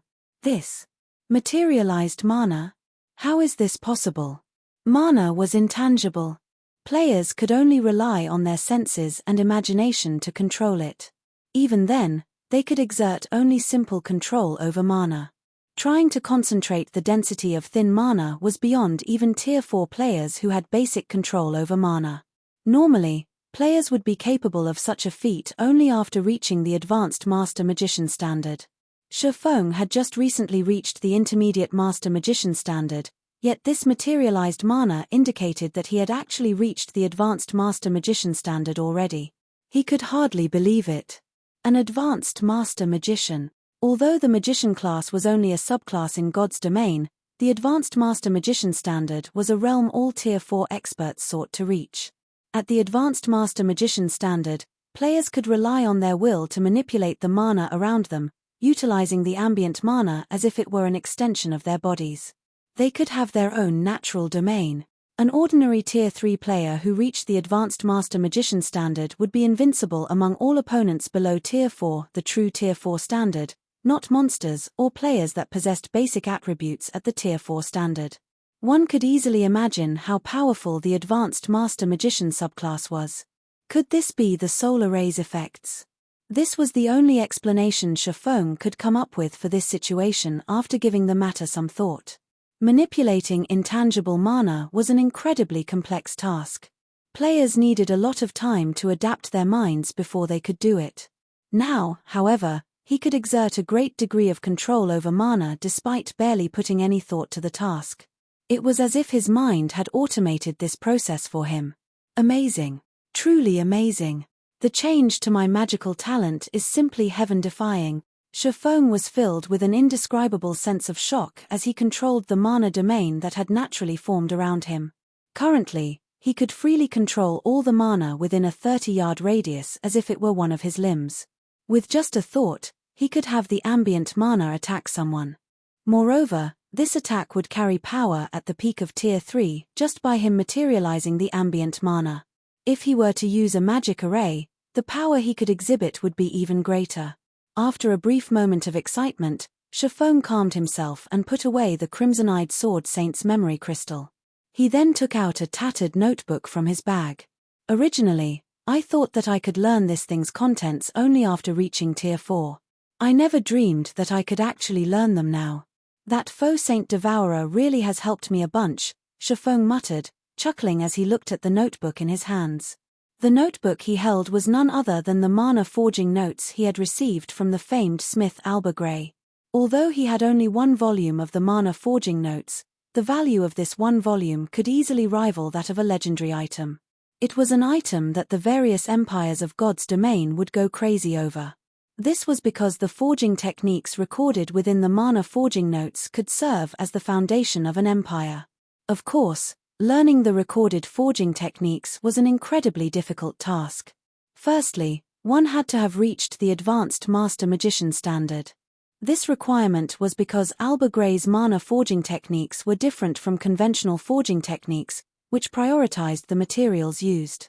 Instead, Alba Gray's techniques prioritized mana, while the materials used were only of secondary importance. One could consider Alba Gray's techniques a kind of lost ancient technology. Faux immediately started manipulating the mana around him to break the mana seal on the notebook. In order to remove the mana seal, one needed to use one's mana to decode it. Utilizing brute force would permanently destroy the notebook's contents. The mana seal consisted of 27 magic arrays, every one of which was at the basic Grandmaster standard. The degree of precision one needed to have when decoding these magic arrays was akin to threading a needle. Only those capable of freely manipulating mana would succeed in lifting the mana seal. This was also the reason why Faux had left the mana forging notes sitting inside his bag all this time. 1 array. 2 arrays. 3 arrays. After working on the mana seal for more than 2 hours, Faux finally decoded the last magic array on the mana forging notes. Immediately, all mana within his office seemed to have been summoned, as it surged toward the mana forging notes. This mana then transformed into texts and images that flowed into his brain. For a time, Faux felt as if his head would explode. Read latest chapters at Wuxia World. EU. The amount of information contained within the mana forging notes was comparable to that of the small mobile fortress design. If not for his concentration having reached the Tier 4 standard already, he would have most definitely lost consciousness. The information transfer continued for 20 minutes. Then, the mana forging notes closed itself, and the mana seal reappeared on it. As for Faux, he slumped back in his chair, his complexion indescribably pale. However, despite his miserable state, his eyes sparkled with joy and shock. Before Faux could snap out of his daze, he suddenly received a call request from Yulan. Guild leader, we just received news that the Faux Saint monster army is currently crossing Starmoon Kingdom's borders. Rough estimates put its numbers at over 4 million. We have also spotted some of Saint's Hand's members among the monsters, Yulan reported anxiously. They're finally here. Faux revealed a faint smile on his face when he heard Yulan's words. Have Melancholic and the others ready the materials. I'll head over immediately. Chapter 2667, Foundation Skyrockets Silverwing Town, Zero Wing's residence, second underground floor. At this moment, over 300 NPCs stood inside an underground hall, which was half the size of a football field. These NPCs all looked old and injured. The 100-plus Tier 3 experts of Zero Wing present could not help their confusion over the presence of these NPCs. With the situation outside so tense already, why did the guild leader gather us here instead of having us prepare for battle? A tall and thin level 115 man wearing the emblem of Zero Wing's main force reserve member muttered, perturbed. This tall and thin man was once the vice commander of an adventurer team. He had joined Zero Wing not that long ago and had gained his position as a reserve member of the main force only after Faux had left the eastern continent. Hence, he did not have a very clear idea of just how powerful the guild's foundations were. What the man understood very clearly was just how powerful the Faux Saint monsters were, especially after their numbers reached a certain scale. Several million Faux Saint monsters charging toward Silverwing Town was definitely a disaster. However, instead of further strengthening the town's defenses, Faux had actually gathered all of the guild's Tier 3 reserve main force members tasked with defending Silverwing Town in this basement hall. In fact, he had even kept them waiting here for such a long time with nothing to do but look at these old and ailing NPCs. This was simply insane. At this moment, many of the Tier 3 experts present were also confused by this situation. Silverwing Town was by no means a small place. There were many locations that needed defending. They still needed to organize the guild's other Tier 3 experts and Tier 2 members. They had already been tight for time, yet they had actually wasted 2 whole hours idling here. The players gathered could not help but wonder if Faux had given up on Silverwing Town already. To Zero Wing's core upper echelon, Silverwing Town might be just another one of the guild's residences. However, for players like themselves who had lived in Silverwing Town all this time, it was their home. Just as everyone was grumbling about the current situation, Yulan and Melancholic Smile walked to the staircase leading upstairs. They then flanked the staircase and quietly looked at the man descending it, a respectful expression appearing on their faces. Guild leader, All Tier 3 Reserve main force members with a position of Viscount or above are here. They have already signed the confidentiality contract. With the personal guard slots they have, we will be able to accommodate all of the NPCs gathered, Melancholic Smile quietly reported to Chiffon. All right, let's begin, Chiffon said, nodding. Originally, he had been keeping the Water of Life top secret. After all, only by doing so would he have an easier time collecting injured NPCs with good potential. However, now that God's domain had developed to such a state, he no longer had the leeway for such secrecy. After Chiffon said so, Melancholic Smile had the gathered NPCs line up before her. She then distributed the Water of Life to every one of them, the situation further confusing the reserve main force members present. What are they doing? What dense life energy? Why do all these NPCs look so excited? Many people knew of the Water of Life in God's domain, but not many people had seen it in person. In the eyes of Zero Wing's reserve main force members, Melancholic Smile was merely distributing potions brimming with life energy to the NPCs gathered. However, when these NPCs received the potion, their gloomy and lifeless expressions immediately brightened up, their eyes glowing with hope and energy. Every one of these NPCs even excitedly thanked Melancholic Smile and swore loyalty to her. This situation baffled the Zero Wing members. They could all tell that these NPCs were not personal guards but independent NPCs. There should be no way these NPCs would show such gratitude toward players, much less take the initiative to swear loyalty to a player. As the reserve main force members were stewing in confusion, frightening auras burst forth from the gathered NPCs, one after another. Previously, none of these gathered NPCs was a match even for ordinary Tier 2 NPCs. Now, however, even the weakest of them radiated an aura that made even the refinement realm experts present shudder. When the auras of these 300-plus NPCs flooded the hall, the 100-plus reserve main force members could not help stumbling back with nervous expressions as they cautiously eyed the NPCs before them.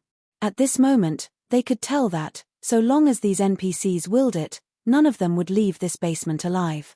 Not to mention, the strongest few auras even made them feel as if they stood before a bottomless abyss. The owners of these auras were definitely not just ordinary Tier 3 NPCs. While bathed in these auras, everyone felt as if they were standing inside a muddy swamp, their bodies incredibly sluggish. In fact, they had also lost control over the ambient mana around them. A mana domain. At this moment, even Yulan goggled in shock at this situation. Although she knew that Chiffon and Melancholic Smile had gathered these old and ailing NPCs for a purpose, she never imagined that they would be carrying out such an ambitious enterprise. Not only did they instantly turn 300-plus old and ailing NPCs into lively tigers, but 3 of these NPCs even possessed a mana domain. This was simply unbelievable. Normally, a naturally occurring mana domain was something only Tier 4 NPCs possessed. A mana domain was also the biggest difference between Tier 3 and Tier 4 NPCs and the reason why Tier 4 NPCs could trounce Tier 3 NPCs. It was also because of this mana domain that Saint's Hand had never dared stretch their hands toward Silverwing Town. After all, Silverwing Town had the protection of the Magic King Craig Midlands, who had already been promoted to Tier 4. In front of the Magic King, Tier 3 players would be one-shot kills. Now, out of the 300-plus NPCs present, there were actually 3 NPCs with a mana domain. This meant that these 3 NPCs were only one short step away from Tier 4. Amazing. The harvest this time is massive. Chiffon himself was surprised by this outcome. Although there were no Tier 4 NPCs in the batch of recovered NPCs this time, just gaining 3 Tier 3 NPCs with a mana domain was plenty amazing already. After all, so long as these 3 NPCs received sufficient resources, reaching Tier 4 should be a shoo-in. Moreover, aside from these 3 NPCs, the quality of the other 300-plus NPCs was considerably good as well. Of the other 300-plus NPCs, 1 actually possessed growth potential at the Dark Gold rank, 11 at the Fine Gold rank, 151 at the Secret Silver rank, and the rest at the Mysterious Iron rank. In God's domain, NPCs that possessed growth potential at the Fine Gold rank or above could only be found by luck. Aqua Rose had already swept through the old and ailing NPCs of numerous countries once. The fact that they could obtain so many NPCs at the Dark Gold and Fine Gold standard in the second batch was truly incredible. After all, any random Tier 3 NPC at the Fine Gold rank could suppress current Tier 3 Domain Realm experts. Even the various superpowers would not possess more than a handful of such existences. Now, Zero Wing had just gained 15 of such NPCs. Moreover, 3 of them possessed a mana domain, of which 2 were at the Fine Gold rank and 1 was at the Dark Gold rank. If the various superpowers were to learn of this haul, they would definitely die of envy. Meanwhile, after a brief moment of silence in the hall, Shifeng turned his gaze toward the reserve main force members assembled before him. All right, stop daydreaming. Line up according to the number assigned to you and start signing a contract with these NPCs, Shifeng said with a clap of his hands. Shifeng's words triggered an uproar among the gathered players. Crap. Is this for real? Even the weakest among these NPCs is at the mysterious Iron rank, right? We can contract these NPCs as our personal guards. Everyone felt as if they were in a dream when they heard Shifeng's words. The fact that the guild could recruit so many powerful NPCs was already plenty amazing. Now, however, they were being told that they could have these NPCs as their personal guards. They couldn't believe their ears. The various first-rate guilds treated even mysterious iron guards as family heirlooms. Normally, only the guild elders would have the qualifications to contract such NPCs as personal guards. As for secret silver guards, they belonged to the guild leader and grand elders. Everyone else should not even think of obtaining them. Now, however, Zero Wing was actually letting mere reserve members of its main force contract with mysterious iron guards and above. This situation was even more fabulous than if the guild had granted every one of them a level 100+ epic weapon. However, in no time at all, everyone snapped out of their daze and dashed forward to line up before Shifeng. As for the distribution of the NPCs, Shifeng first granted every player in line a secret silver NPC. As for the 2 dark gold NPCs, he assigned Melancholic Smile and Yulan 1 each. He also granted both of them and Liang Jing 1 fine gold NPC each. This way, the 3 of them would no longer have to worry about their security when traveling around God's domain. As for the remaining fine gold NPCs, he assigned them to the 11 people in line who had made the most contributions to the guild.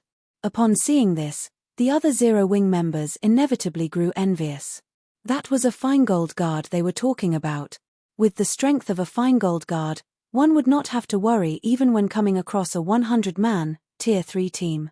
In fact, the Tier 3 team would most likely try to avoid the fine gold guard. This is wonderful. With the addition of these personal guards, we should have no problem withstanding the Faux Saint monster's attack. Yulan breathed out a sigh of relief when the distribution of the personal guards was over. Although Silverwing Town was only an advanced town, Zero Wing had invested plenty of resources and funds into its development. While its defensive capability might not rival that of a guild city, its capability was not that far off, either. Not to mention, the town also had 5 magic towers and a Tier 4 NPC protecting it. With the addition of so many Tier 3 personal guards, there shouldn't be any problem defending Silverwing Town from the Faux Saint monsters. Withstand. Shifeng shook his head at Yolan's sigh. Sneering, he continued, since they dare to come, then they shouldn't think of leaving anymore. After saying so, Shifeng tasked Yulan and Melancholic Smile with arranging Silverwing Town's defenses. As for himself, he made his way to Silverwing Town's Town Lord's mansion. Inside the control room of the Town Lord's mansion, Shifeng took out 600 mana stones and arranged them above the core magic array. The mana forging notes recorded plenty of powerful items. However, the highlight of the volume he received from Alba Grey was a special magic array capable of strengthening other magic arrays to whole new heights. Read latest chapters at Wuxia World. EU. Of course, this improved strength did not come for free. The strengthening would triple the consumption of the target magic array. The target magic array would also take longer to recover naturally. However, compared to the possible benefits, this was a small price to pay. When Shifeng finished drawing the special magic array using the mana stones, a crimson pillar suddenly emerged from the core magic array. Following which, the sound of a system announcement suddenly entered Shifeng's ears. System, Silverwing Town has met the qualifications for promotion to a basic city. Do you wish to promote it to a basic city? Chapter 2668, Siege Battle at Silverwing Town. The town can be promoted, just like that. Faux was surprised as he looked at the notification window at the corner of his vision.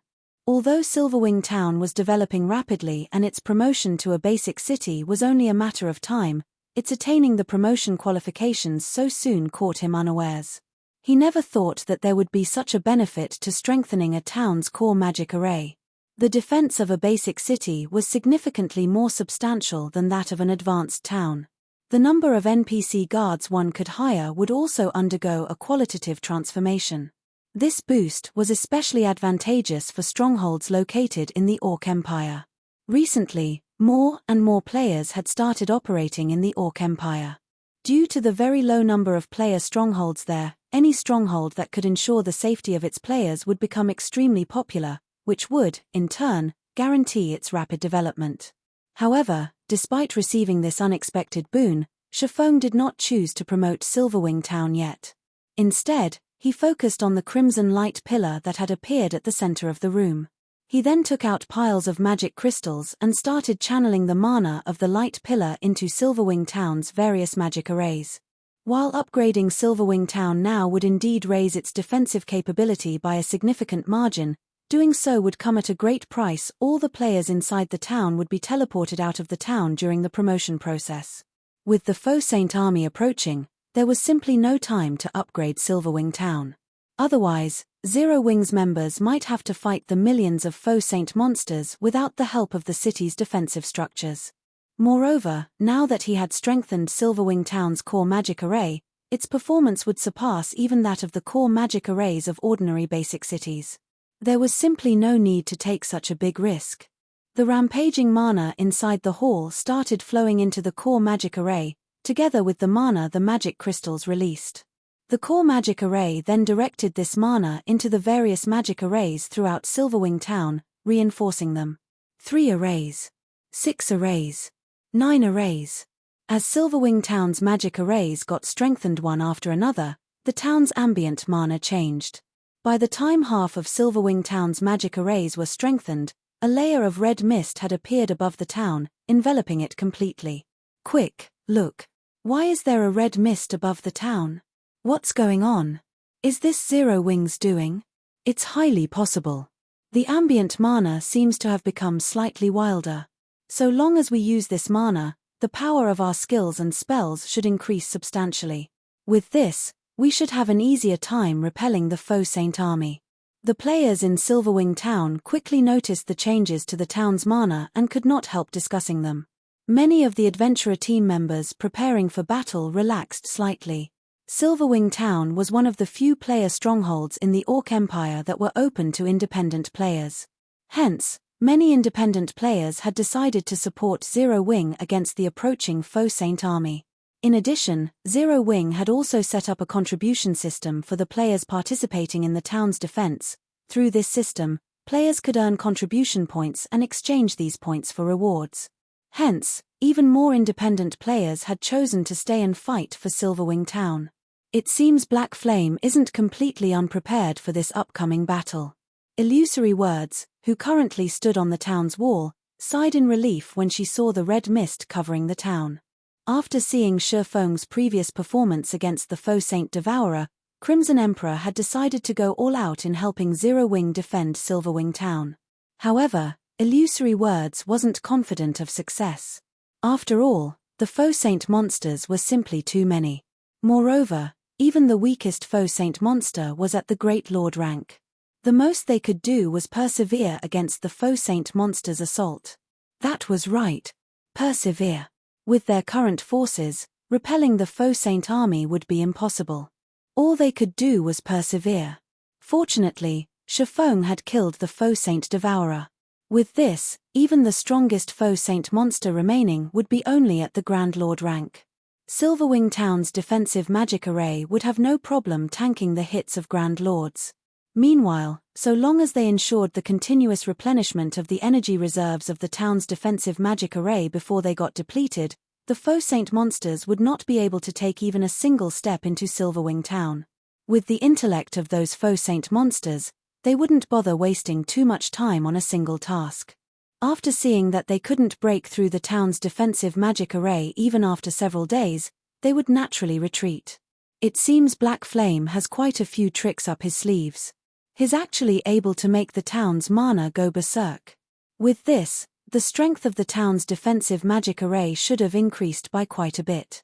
While the town's defensive magic array has indeed been improved, it will still need to withstand all those Faux Saint destroyers.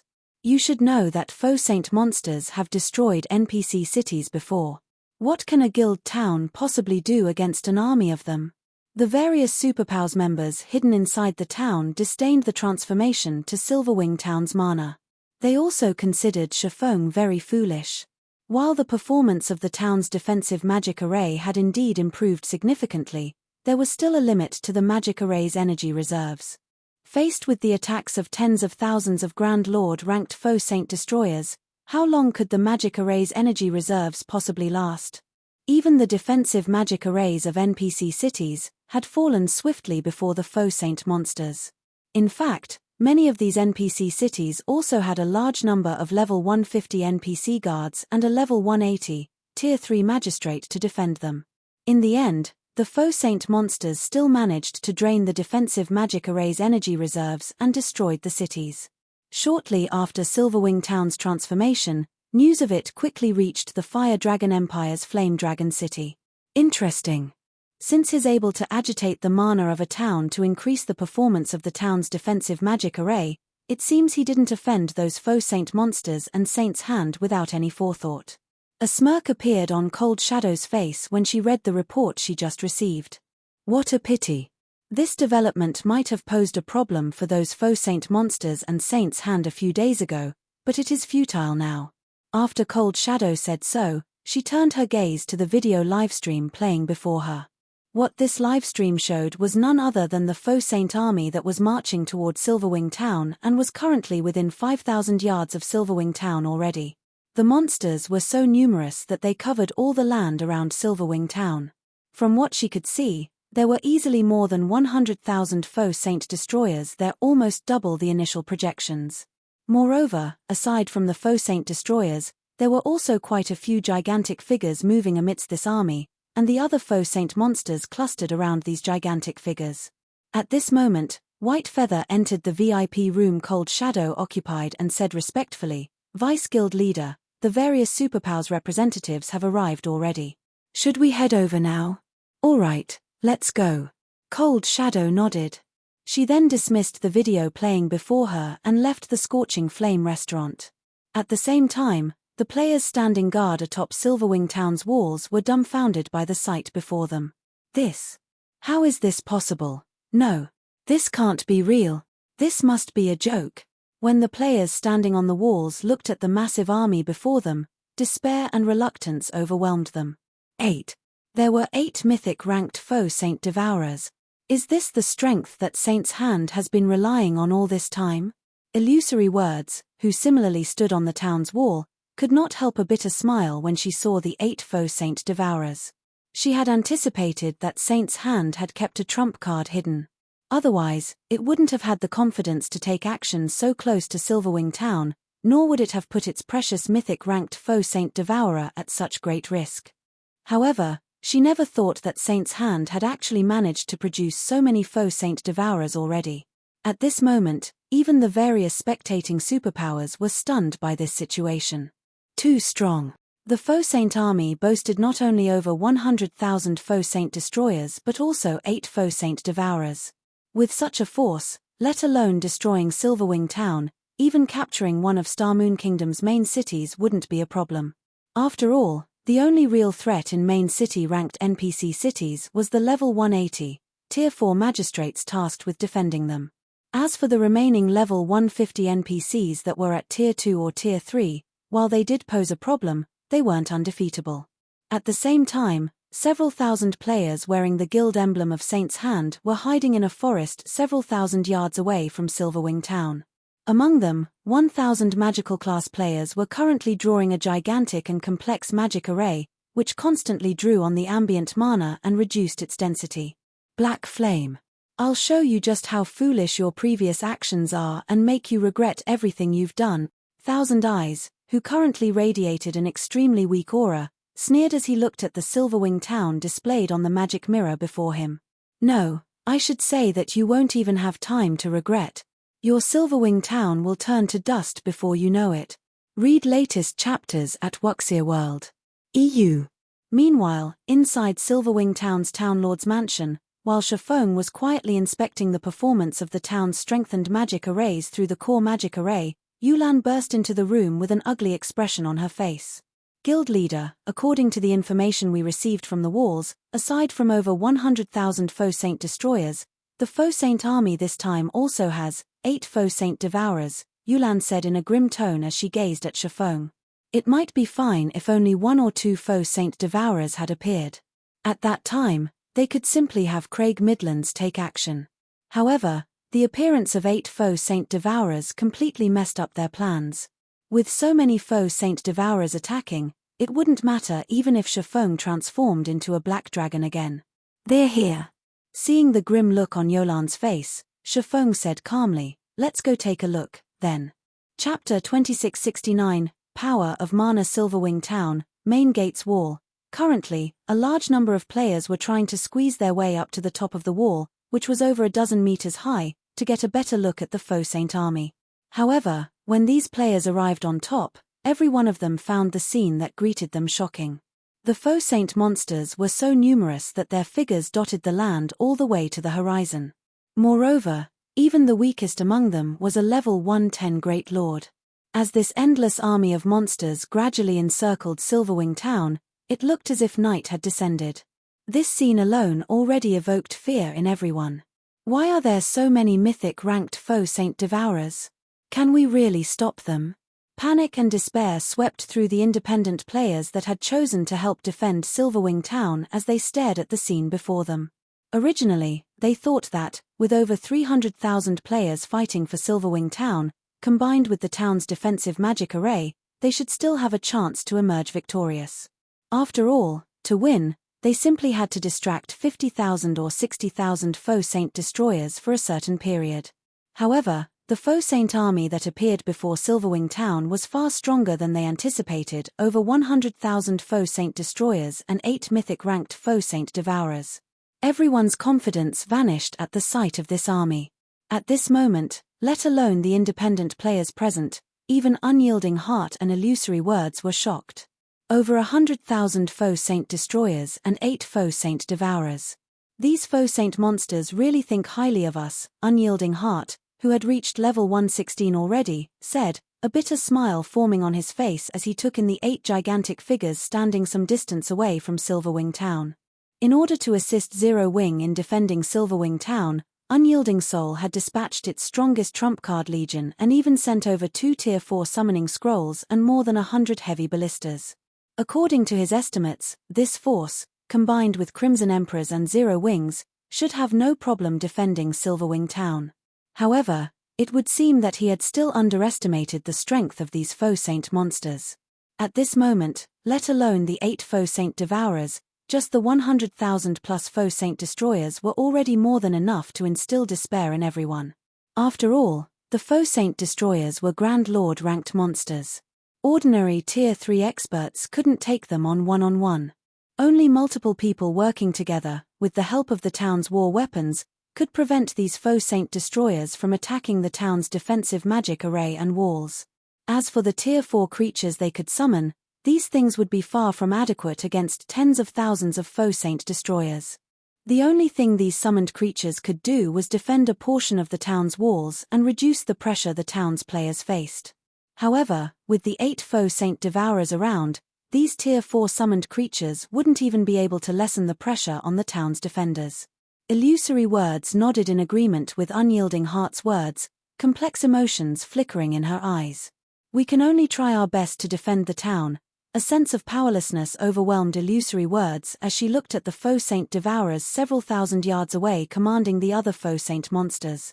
Although she had confidence in Shifeng, she doubted that even he had expected such a powerful army to appear at Silverwing Town's doorstep. In fact, even the various superpowers did not expect the Faux Saint monsters to develop at such a frightening rate. After all, only a little more than a day had passed since Crimson Emperor had learned about the birth of the first Faux Saint Devourer, yet the Faux Saint monsters had managed to add 8 more Faux Saint Devourers to their number. Even if they could stop these Faux Saint monsters for a day, it was highly unlikely they could stop these monsters for 2 days. During the time everyone was sighing and feeling powerless, a golden beam of light suddenly appeared in a forest some distance away from Silverwing town, shooting straight into the sky. Even from several thousand yards away, the beam was clearly visible. Along with the appearance of this golden beam, the dusky sky became as bright as day. At the same time, the density of the mana surrounding Silverwing town thinned out considerably, as if something sucked the ambient mana away. Now, even players who weren't particularly sensitive to mana felt a slight discomfort. This is the Soul Annihilation Curse. Illusory Words' complexion turned indescribably grim when she saw the pillar of mana rising into the sky. Are Saint's hands people crazy? They actually used such an area sealing curse. The Soul Annihilation Curse was a super rare sealing barrier in God's domain. When activated, it could lock down a very large area, preventing players from leaving the sealed space while the barrier was still up, and thin out the mana within the barrier. Meanwhile, not only would players that died within the barrier suffer a much more severe death penalty, but their souls would be weakened for 15 days as well. The cost to activate the Soul Annihilation Curse was equally astonishing: the permanent sacrifice of 1000 level 100+, Tier 2 magical class players and 100 Tier 3 magical class players. This was a permanent death they were talking about. The players that activated this magic array would have their game characters permanently deleted, and they would have to start all over again if they wished to continue playing. Due to this reason, although quite a few superpowers had obtained the Soul Annihilation Curse, none of them ever dared to use it. However, as Silverwing Town's players stood dazed in shock, a gigantic magic mirror suddenly appeared above the town. It displayed Saint's Hands members, and standing at the lead of these players was none other than Thousand Eyes, whom Faux had killed just recently. Black Flame, you didn't see this coming, right? Thousand Eyes sneered. I said that you'd regret it. Weren't you very powerful?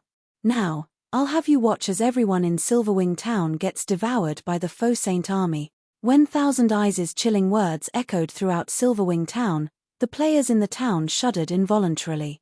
This was simply madness. Saint's Hand had sacrificed not only 1000 level 100+ Tier 2 magical class players but also 100 Tier 3 experts. This was something even super guilds wouldn't dare to do. After all, even to a super guild, 100 Tier 3 experts represented significant combat power. Zero Wing is truly doomed this time.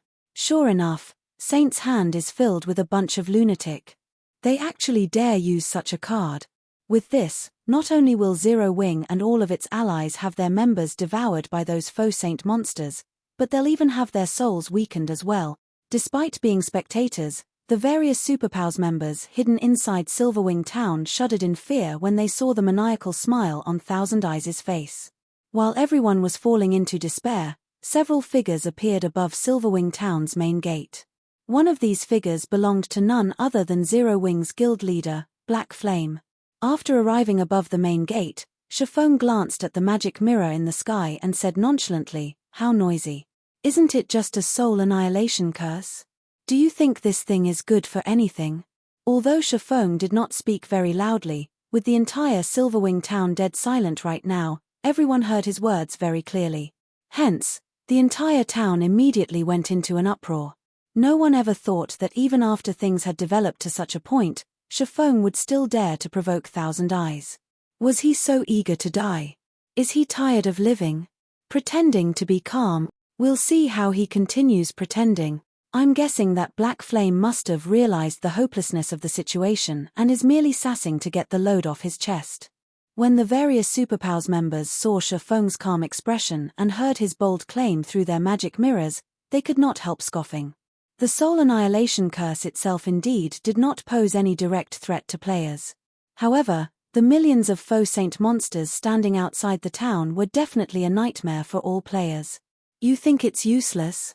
In that case, let's see if this Soul Annihilation Curse is really useless or not, once the Faux Saint army starts attacking, Thousand Eyes said. Instead of getting angry at Chifeng's words, he started chuckling instead. As soon as Thousand Eyes finished speaking, the Faux Saint monsters surrounding Silverwing town promptly charged forward.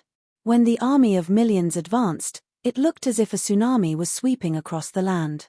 The earth shattered underfoot, and explosions kept reverberating through the air. Everyone inside Silverwing town gasped at the sight. Some Tier 3 experts even retreated unconsciously. Read latest chapters at Wuxia World. EU so noisy. Chifeng pointed a finger at 3 Faux Saint Devourers charging amidst the army.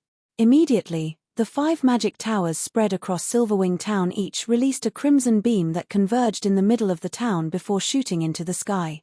Before anyone could react, a gigantic, crimson beam descended upon the Faux Saint army.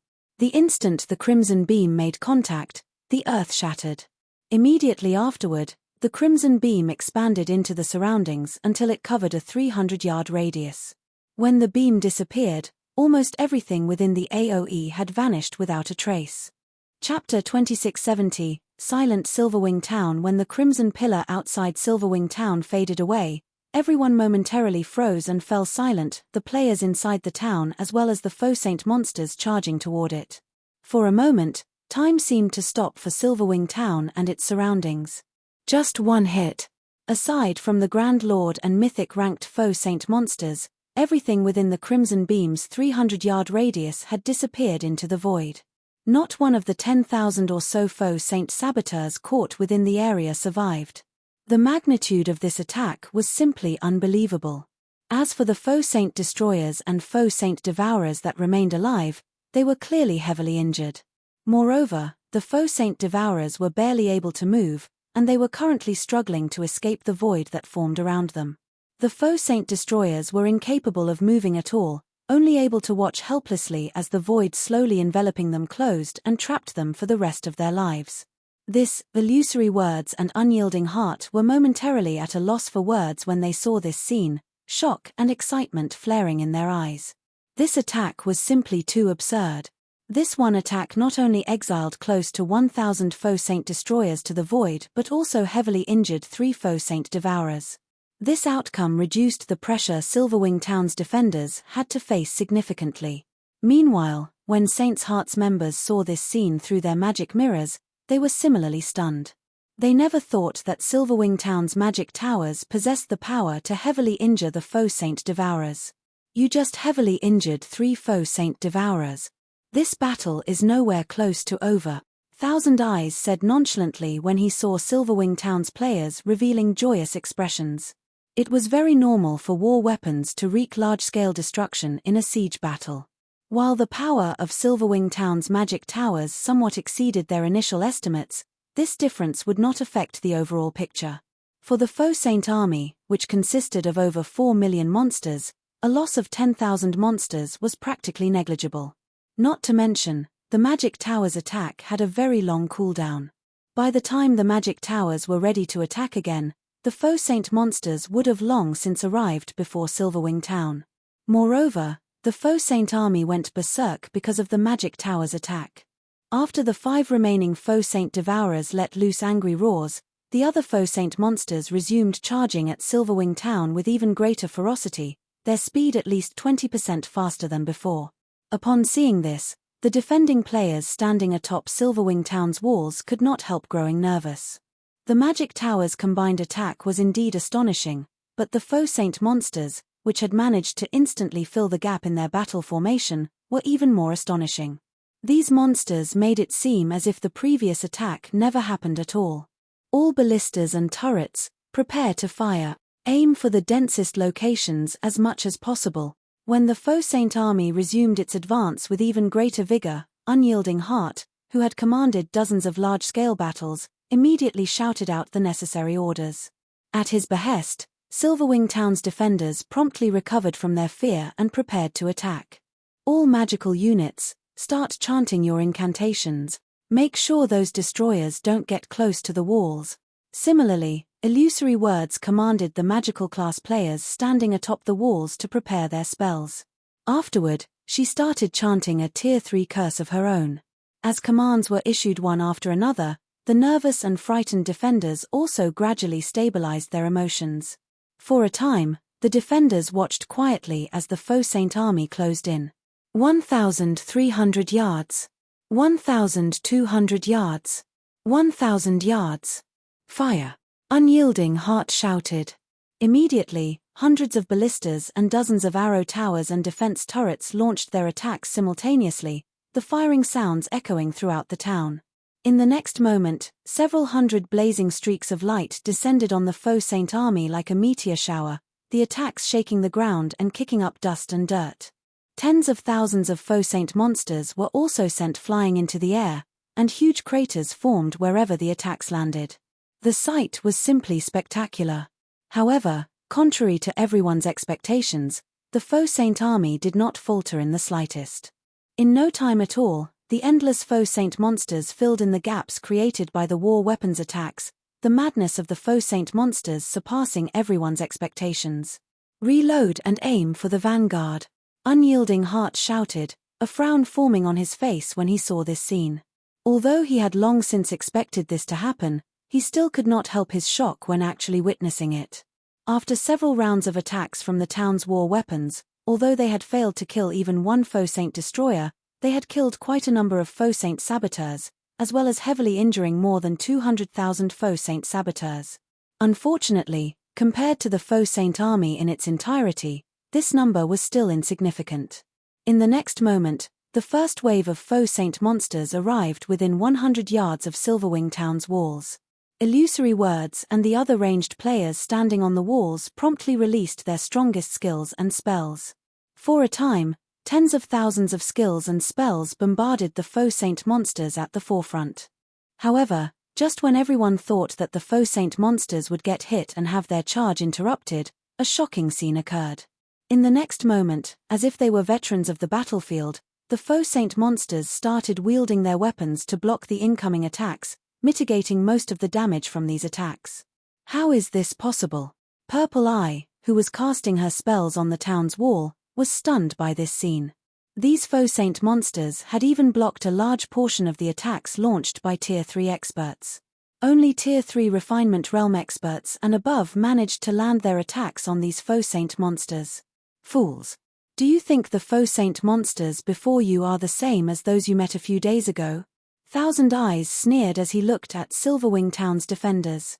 Victory might be possible for Silverwing Town's players if they were going up against an army of ordinary monsters. However, they were up against the Faux Saint army. Every monster in the Faux Saint army possessed intellect surpassing that of ordinary monsters. Thousand Eyes' words immediately silenced everyone. Faced with such opponents, just how were they supposed to continue fighting? Only the attacks of the war weapons and a small number of Tier 3 experts were effective, everyone else's were utterly useless. During the time everyone was distracted by Thousand Eyes' words, the 5 intact Faux Saint Devourers suddenly leaped toward the space above the walls. Not good. Stop them. Unyielding Heart's complexion turned indescribably grim when he saw the Faux Saint Devourers launching an attack. While the town's defensive magic array had indeed been strengthened, the Soul Annihilation Curse had thinned the ambient mana considerably, effectively nullifying the upgrade the defensive magic array had just received. Moreover, an advanced town's defensive magic array couldn't hope to withstand the attacks of several mythic monsters. Before anyone could react, 5 spears tore through space and converged on a single point on the defensive magic array. A combination combat technique? Illusory Words goggled in shock at the 5 Faux Saint Devourers' attacks. The fact that the Faux Saint monsters could use combat techniques was already plenty astonishing. Now, they actually used a combination combat technique, something very few players could execute. This was simply a nightmare. Guild Leader Black Flame, what a pity. I never thought that you all would fall so quickly, Thousand Eyes said, a delighted smirk appearing on his face as he looked at Faux, who had remained silent all this time.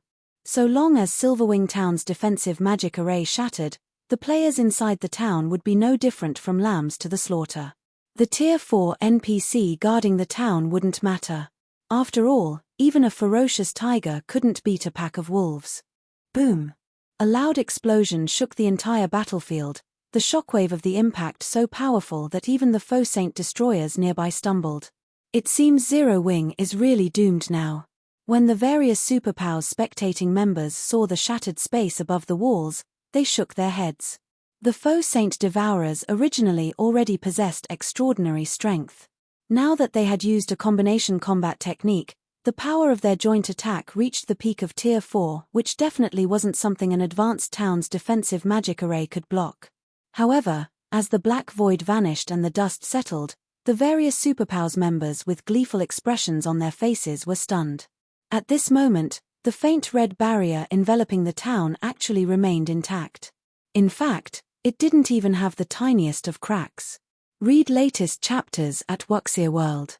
EU this. How is this possible? At this moment, let alone the various superpowers spectating members, even Thousand Eyes gaped in shock, his eyes glued to the red barrier. This was a peak Tier 4 attack they were talking about. During the time the entire battlefield had fallen silent, a voice suddenly came from the town's main gate and echoed throughout the battlefield. Is that it? If that is your strongest move, then we can indeed put an end to this farce. Chapter 2671, Powerful Faux Saint Army. As Shifeng's words echoed throughout the battlefield, a gigantic phantom world suddenly manifested in the sky above Silverwing town. Along with the appearance of this phantom world, every Faux Saint monster in the town's vicinity had their basic attributes reduced by a significant margin, the change causing a commotion all over the silent battlefield. Too strong. So, this is Zero Wing? Earlier, even 5 Faux Saint Devourers working together failed to crack the town's magic barrier. Now that every one of these Devourers has been weakened, these Faux Saint monsters should be impotent against the town's barrier for a short period. Previously, everyone had already fallen into despair over the Faux Saint army's strength. They never thought that Silverwing Town's defensive magic array would be so powerful that even a peak Tier 4 attack couldn't even scratch it. Meanwhile, so long as the town's defensive magic array remained up, the Faux Saint monsters wouldn't be able to touch any of the players inside the town. Moreover, if the defensive magic array could hold out until its energy reserves got replenished, a perfect consumption replenishment cycle could be formed. At which point, the Faux Saint army would have to give up its siege of the town even if it didn't want to. What amazing defensive capabilities! Isn't this defensive magic array already on par with the ones found in intermediate cities? At this moment, besides the independent players present, even Illusory Words and Unyielding Heart were surprised when they saw the town's defensive magic array remaining intact.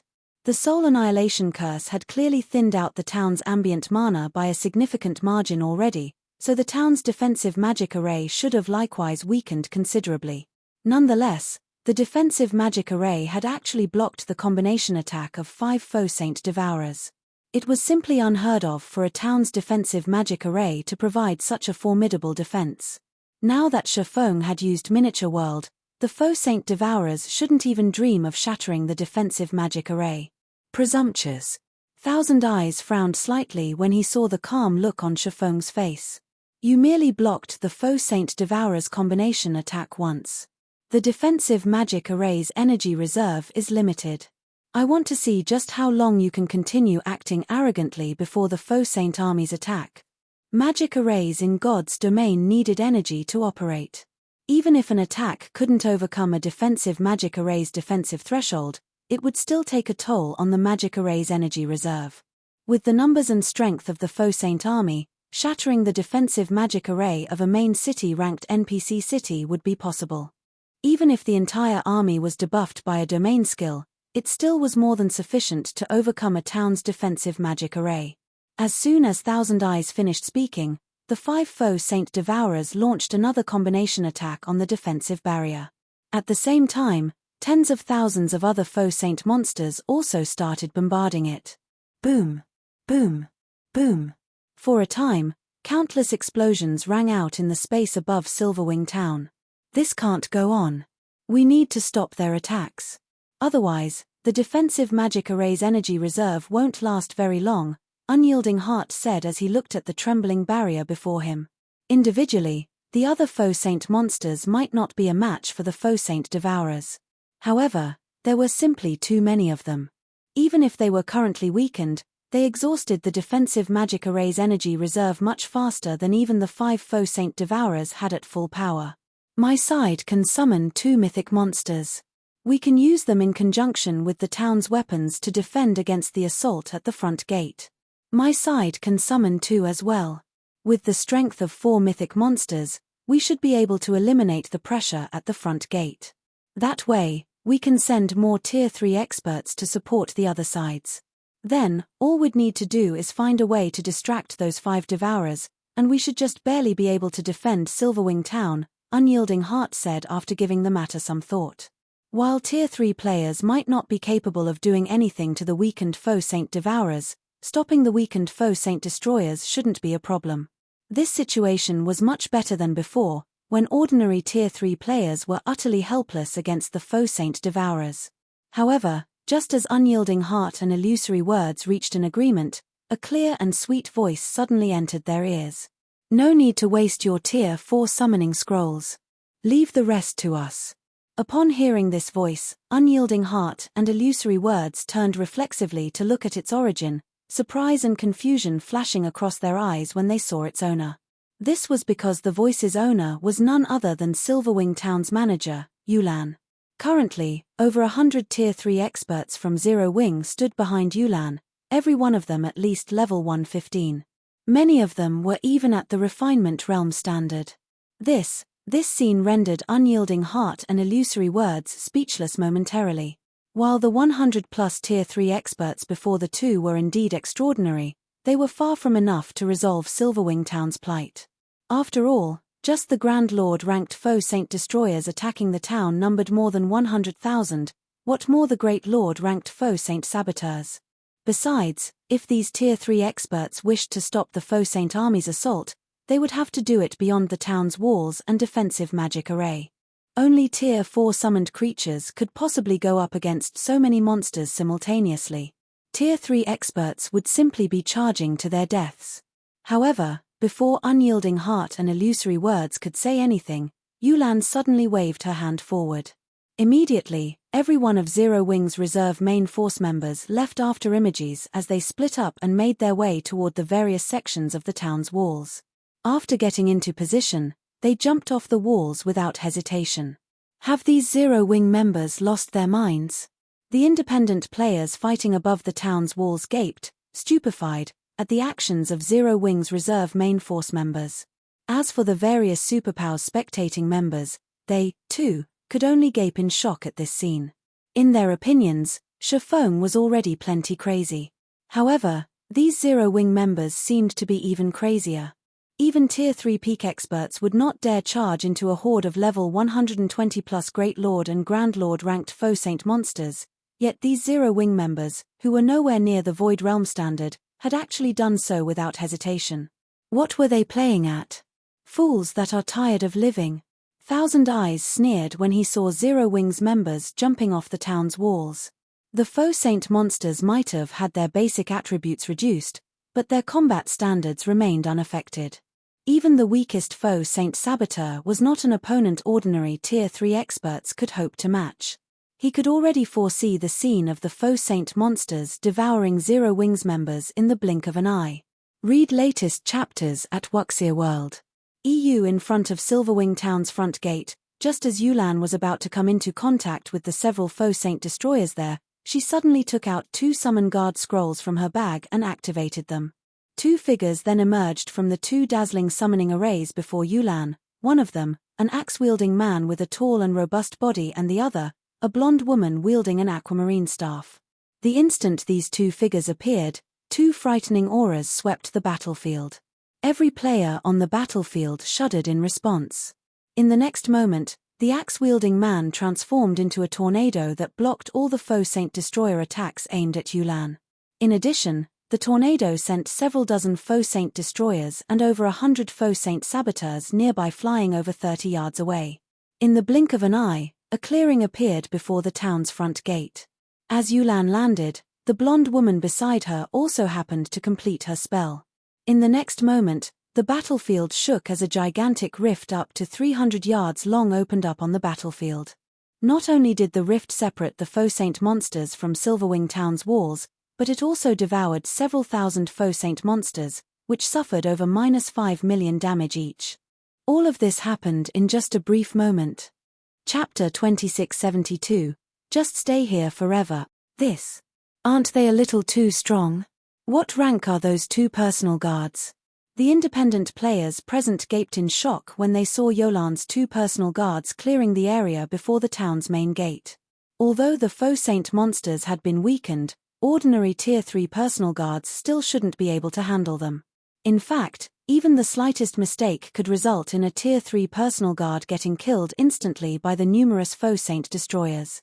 However, with just the help of two personal guards, Yulan had easily repelled the 10,000+ Faux Saint monsters in front of the main gate. This was simply unbelievable. Two dark gold guards. When Illusory Words saw the two personal guards standing beside Yulan, shock likewise filled her silvery grey eyes. The feat Yolan's two personal guards had just accomplished would be difficult even for a Tier 4 summoned creature. The only explanation Illusory Words could think of for this situation was that both personal guards were at the Dark Gold rank, as only Dark Gold guards had the power to match Tier 4 mythic monsters. However, in the current God's domain, let alone Dark Gold guards, even Fine Gold guards were exceedingly rare, much rarer than even level 100+ epic weapons. Despite being a super first-rate guild, Crimson Emperor had only 6 Fine Gold guards. As for Dark Gold guards, Crimson Emperor still had not obtained even a single one, yet Yulan actually had 2 for herself. What Illusory Words did not know was that only one of Yolan's 2 personal guards was at the Dark Gold rank, the other was at the Fine Gold rank. However, the Magic King Craig Midlands' special ability gave both personal guards a significant boost to their combat power. As a result, they currently possessed the strength to match even mythic monsters. Nevertheless, Illusory Words and Unyielding Heart did not relax at this unexpected development. In fact, their expressions further tensed up because the Faux Saint monsters that got repelled were charging forward once more. Moreover, they were attacking with even greater ferocity this time. In the next moment, several hundred Faux Saint destroyers let loose an angry bellow before grouping up and executing combination combat techniques on Yolan's group. The might of their attacks rivaled a normal attack of a Tier 4 mythic monster. In the blink of an eye, over 30 such attacks assailed Yulan and her 2 personal guards. As for the Faux Saint monsters caught inside the rift, they quickly climbed out of it and rejoined the army in attacking Silverwing Town's defensive magic array. Sure enough, just 2 Dark Gold guards won't be enough to change anything. The strength of the Faux Saint army simply isn't something current players can hope to resist. When the various Superpowers members saw this scene, they sighed ruefully. Dark Gold guards were existences that could be obtained only through luck. On a battlefield, a Dark Gold guard could exhibit combat power far greater than a mythic monster of the same level. However, that was only true against players. Against the Faux Saint army, the efforts of even 2 Dark Gold guards were negligible. After all, no matter how powerful a Tier 3 NPC was, they couldn't one-shot Great Lord-ranked monsters, much less Grand Lords. The Faux Saint army could easily pin down Yolan's 2 Dark Gold guards with just several hundred Faux Saint destroyers. Even if the 2 Dark Gold guards eventually annihilated these several hundred destroyers, Silverwing Town would have long since fallen by the time they did so. However, just when the Faux Saint army was about to commence another round of attacks on Silverwing Town's defensive magic array, silver summoning arrays appeared outside the town's walls, one after another, over 300 in all. Figures then emerged from these summoning arrays. Immediately afterward, fire, ice, lightning, and wind started bombarding the Faux Saint monsters outside the defensive magic array. Boom! Boom! Boom! For a time, a plethora of elemental mana inundated the Faux Saint army, and countless Faux Saint monsters screamed in agony, their voices echoing throughout Silverwing Town. How is this possible? When the various Superpowers members saw the innumerable Faux Saint monsters outside the town getting sent flying one after another, their fists tightened involuntarily as shock filled their eyes. At this moment, over 300 personal guards stood outside Silverwing Town, every one of them exuding a frightening aura. It was obvious that they were not ordinary personal guards. Aside from the various Superpowers members that were spectating the battle through their magic mirrors, the independent players standing atop the town's walls were also gaping in shock, their minds frozen with disbelief. This isn't real, right? Unyielding Heart suspected he was dreaming as he watched the 300-plus personal guards fighting outside Silverwing town. As a vice guild leader of Unyielding Soul, he had seen powerful personal guards before. However, this was definitely the first time he had seen so many personal guards of such high caliber. Although the majority of these newly appeared personal guards were weaker than Yolan's 2 personal guards, they were still much stronger than ordinary personal guards. In fact, even the weakest personal guard present made Unyielding Heart feel powerless. Meanwhile, after Illusory Words saw the 300-plus personal guards, she could not help shifting her gaze to Faux, who stood nearby. Is this the real reason behind his confidence? Every one of these 300-plus personal guards was stronger than a Grand Lord of the same level. At this stage of the game, it was unlikely that even the 5 great superguilds possessed such strength. It was no exaggeration to say that, so long as these 300-plus personal guards were present, Silverwing Town would not fall. While NPCs already possessed basic attributes superior to players, after becoming a personal guard, they would gain an additional 10% boost to their basic attributes.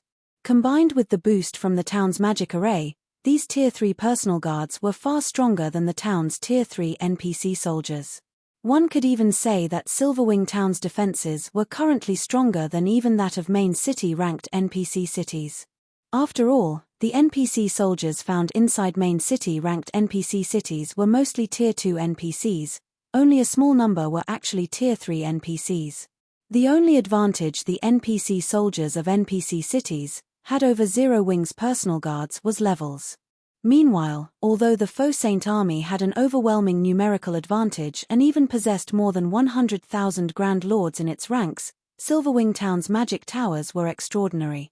Now that the Faux Saint monsters couldn't attack the town's defensive magic array effectively due to the interference of Zero Wing's personal guards, they were nothing more than live targets for the magic towers and various war weapons. However, while Silverwing Town's players were rejoicing over the strength Zero Wing had just displayed, the 3 heavily injured Faux Saint Devourers had consumed a few Faux Saint destroyers and finally recovered their strength. They immediately leaped forward and regrouped with the other 5 Faux Saint Devourers. Good. They've finally recovered. Thousand Eyes grew ecstatic when he saw this scene. Previously, Faux had caught them completely off guard and sidelined 3 Faux Saint Devourers before the fight had even begun. As a result, the Faux Saint Devourers couldn't display their true strength. Now that all 8 Faux Saint Devourers had regrouped, they would finally be able to display their true strength. In the next moment, the 8 Faux Saint Devourers exchanged glances. After apparently coming to a tacit agreement, all 8 Devourers hurled their spears at the defensive barrier before them. The 8 spears then converged in mid-flight, their combined power so great that it crumbled the space around them and created a black hole, which transformed everything within a 50-yard radius into a field of nothingness. The power of this attack far exceeded that of the combination attack the 5 Faux Saint Devourers executed before. Tier 5. Illusory Words felt stifled when she looked at the void field the black hole created.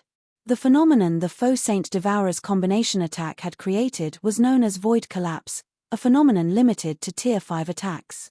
Despite the debuff from Miniature World, the 8 Faux Saint Devourers had actually managed to execute an attack that reached the Tier 5 standard. An attack of such caliber could give even a main city-ranked defensive magic array a run for its money. An ordinary NPC city's defensive magic array would evaporate instantly when struck by this attack. Yet, despite knowing all of this, Illusory Words and Unyielding Soul could only watch as the Faux Saint Devourer's combination attack approached Silverwing Town's defensive magic array. After all, Tier 3 players or NPCs could not hope to stop such a powerful attack. The only thing they could do now was pray that Silverwing Town's defensive magic array could survive this attack.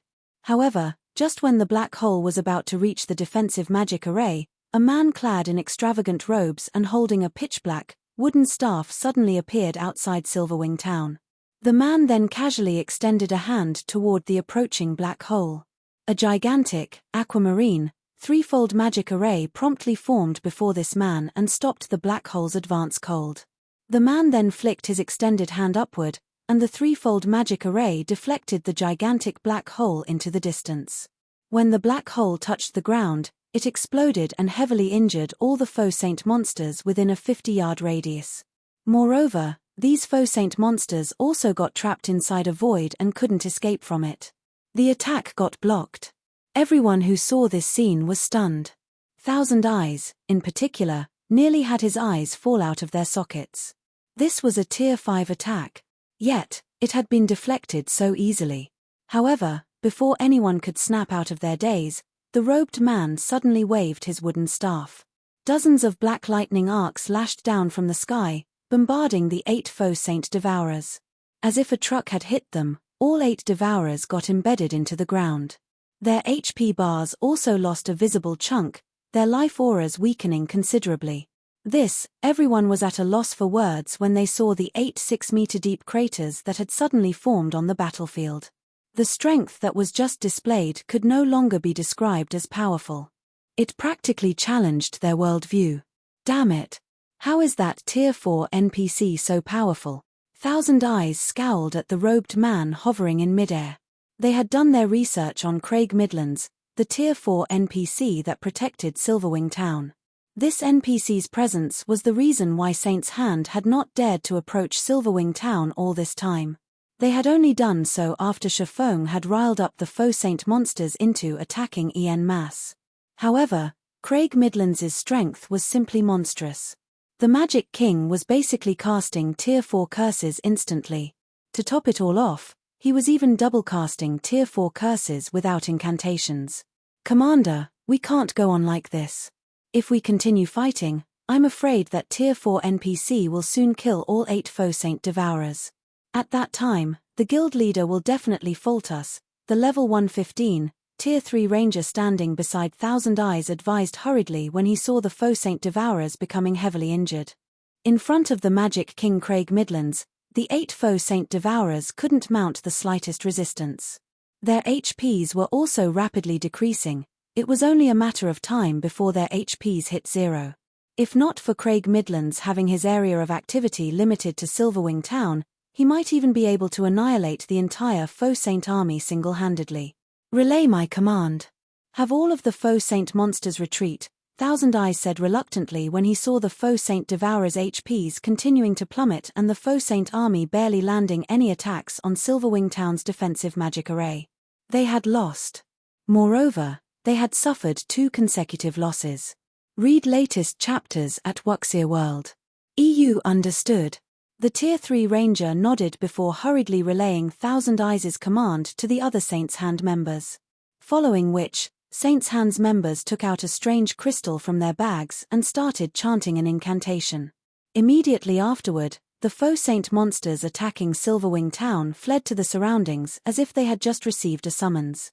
Upon seeing the Faux Saint army retreating, Silverwing Town's players sighed in relief. Many players even cheered in celebration.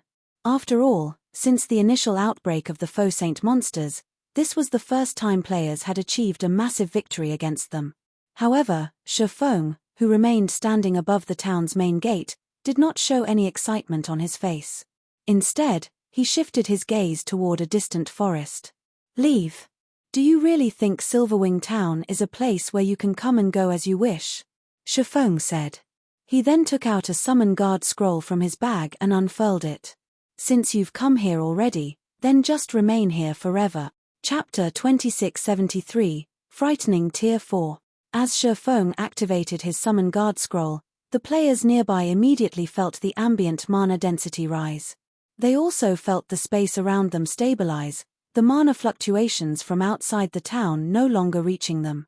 Immediately afterward, a middle-aged man clad in luxurious robes and holding a gem-studded staff appeared before Faux. Although this middle-aged man did not have an imposing aura, when everyone checked his statistics, they were stupefied. Tier 4. Another Tier 4 NPC. Crap. Just how much strength does Zero Wing have hidden? When the various Superpowers members saw Versailles, they cursed out loud.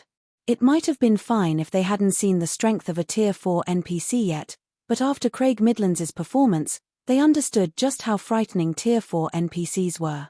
There was simply no comparison between them and Tier 3 NPCs. A Tier 4 NPC could truly single-handedly turn the tide of a large-scale war. Now, it was revealed that Zerowing possessed 2 Tier 4 NPCs. Moreover, both were magical class NPCs. At this moment, everyone finally understood why Faux had killed Thousand Eyes and his team without hesitation back then. If their guilds had 2 Tier 4 NPCs as well, they most likely wouldn't be afraid of the Faux Saint monsters, either. After all, the gap between Tier 3 and Tier 4 was simply too massive, not one that numbers could make up for. Meanwhile, Faux's words enraged the Saint's Hand members hiding inside a forest several thousand yards away from Silverwing town. What arrogance! That's right.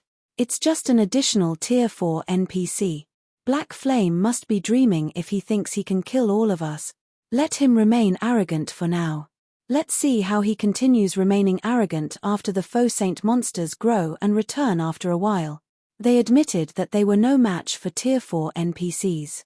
However, Faux had to be dreaming if he thought he could kill them all with just 2 Tier 4 NPCs, setting aside the several thousand yards separating them and Silverwing town.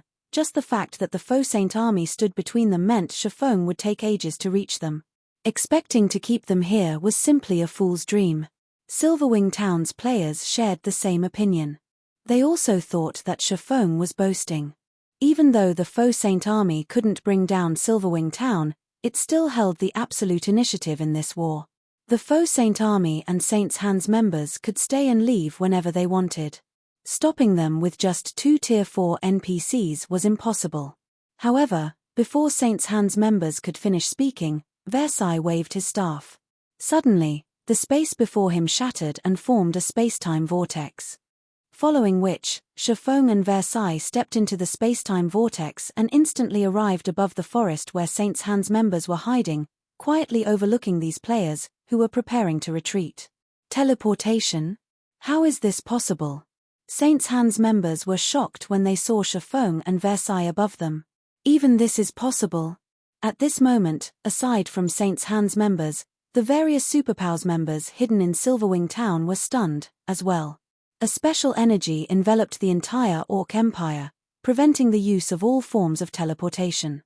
In fact, one couldn't even summon flying mounts in the Empire. Players could rely on only carriages and land mounts to travel around, which was common knowledge for players operating within the Empire. This was one of the reasons why Saint's Hands members were not afraid of getting killed. After all, even though Tier 4 NPCs could fly, it would still take them some time to cross a distance of several thousand yards. With the number of Saint's Hands members present being over 1,000, so long as they split up and fled in different directions, it would be impossible for Versailles and Craig Midlands to kill them all. Now, however, Faux and Versailles had teleported across a distance of several thousand yards. This was simply unbelievable. Evacuate. Everyone, split up and escape. Thousand Eyes yelled with an indescribably grim expression on his face, reacting immediately to Faux's arrival. Currently, the entire area around Silverwing town was under the soul annihilation curse.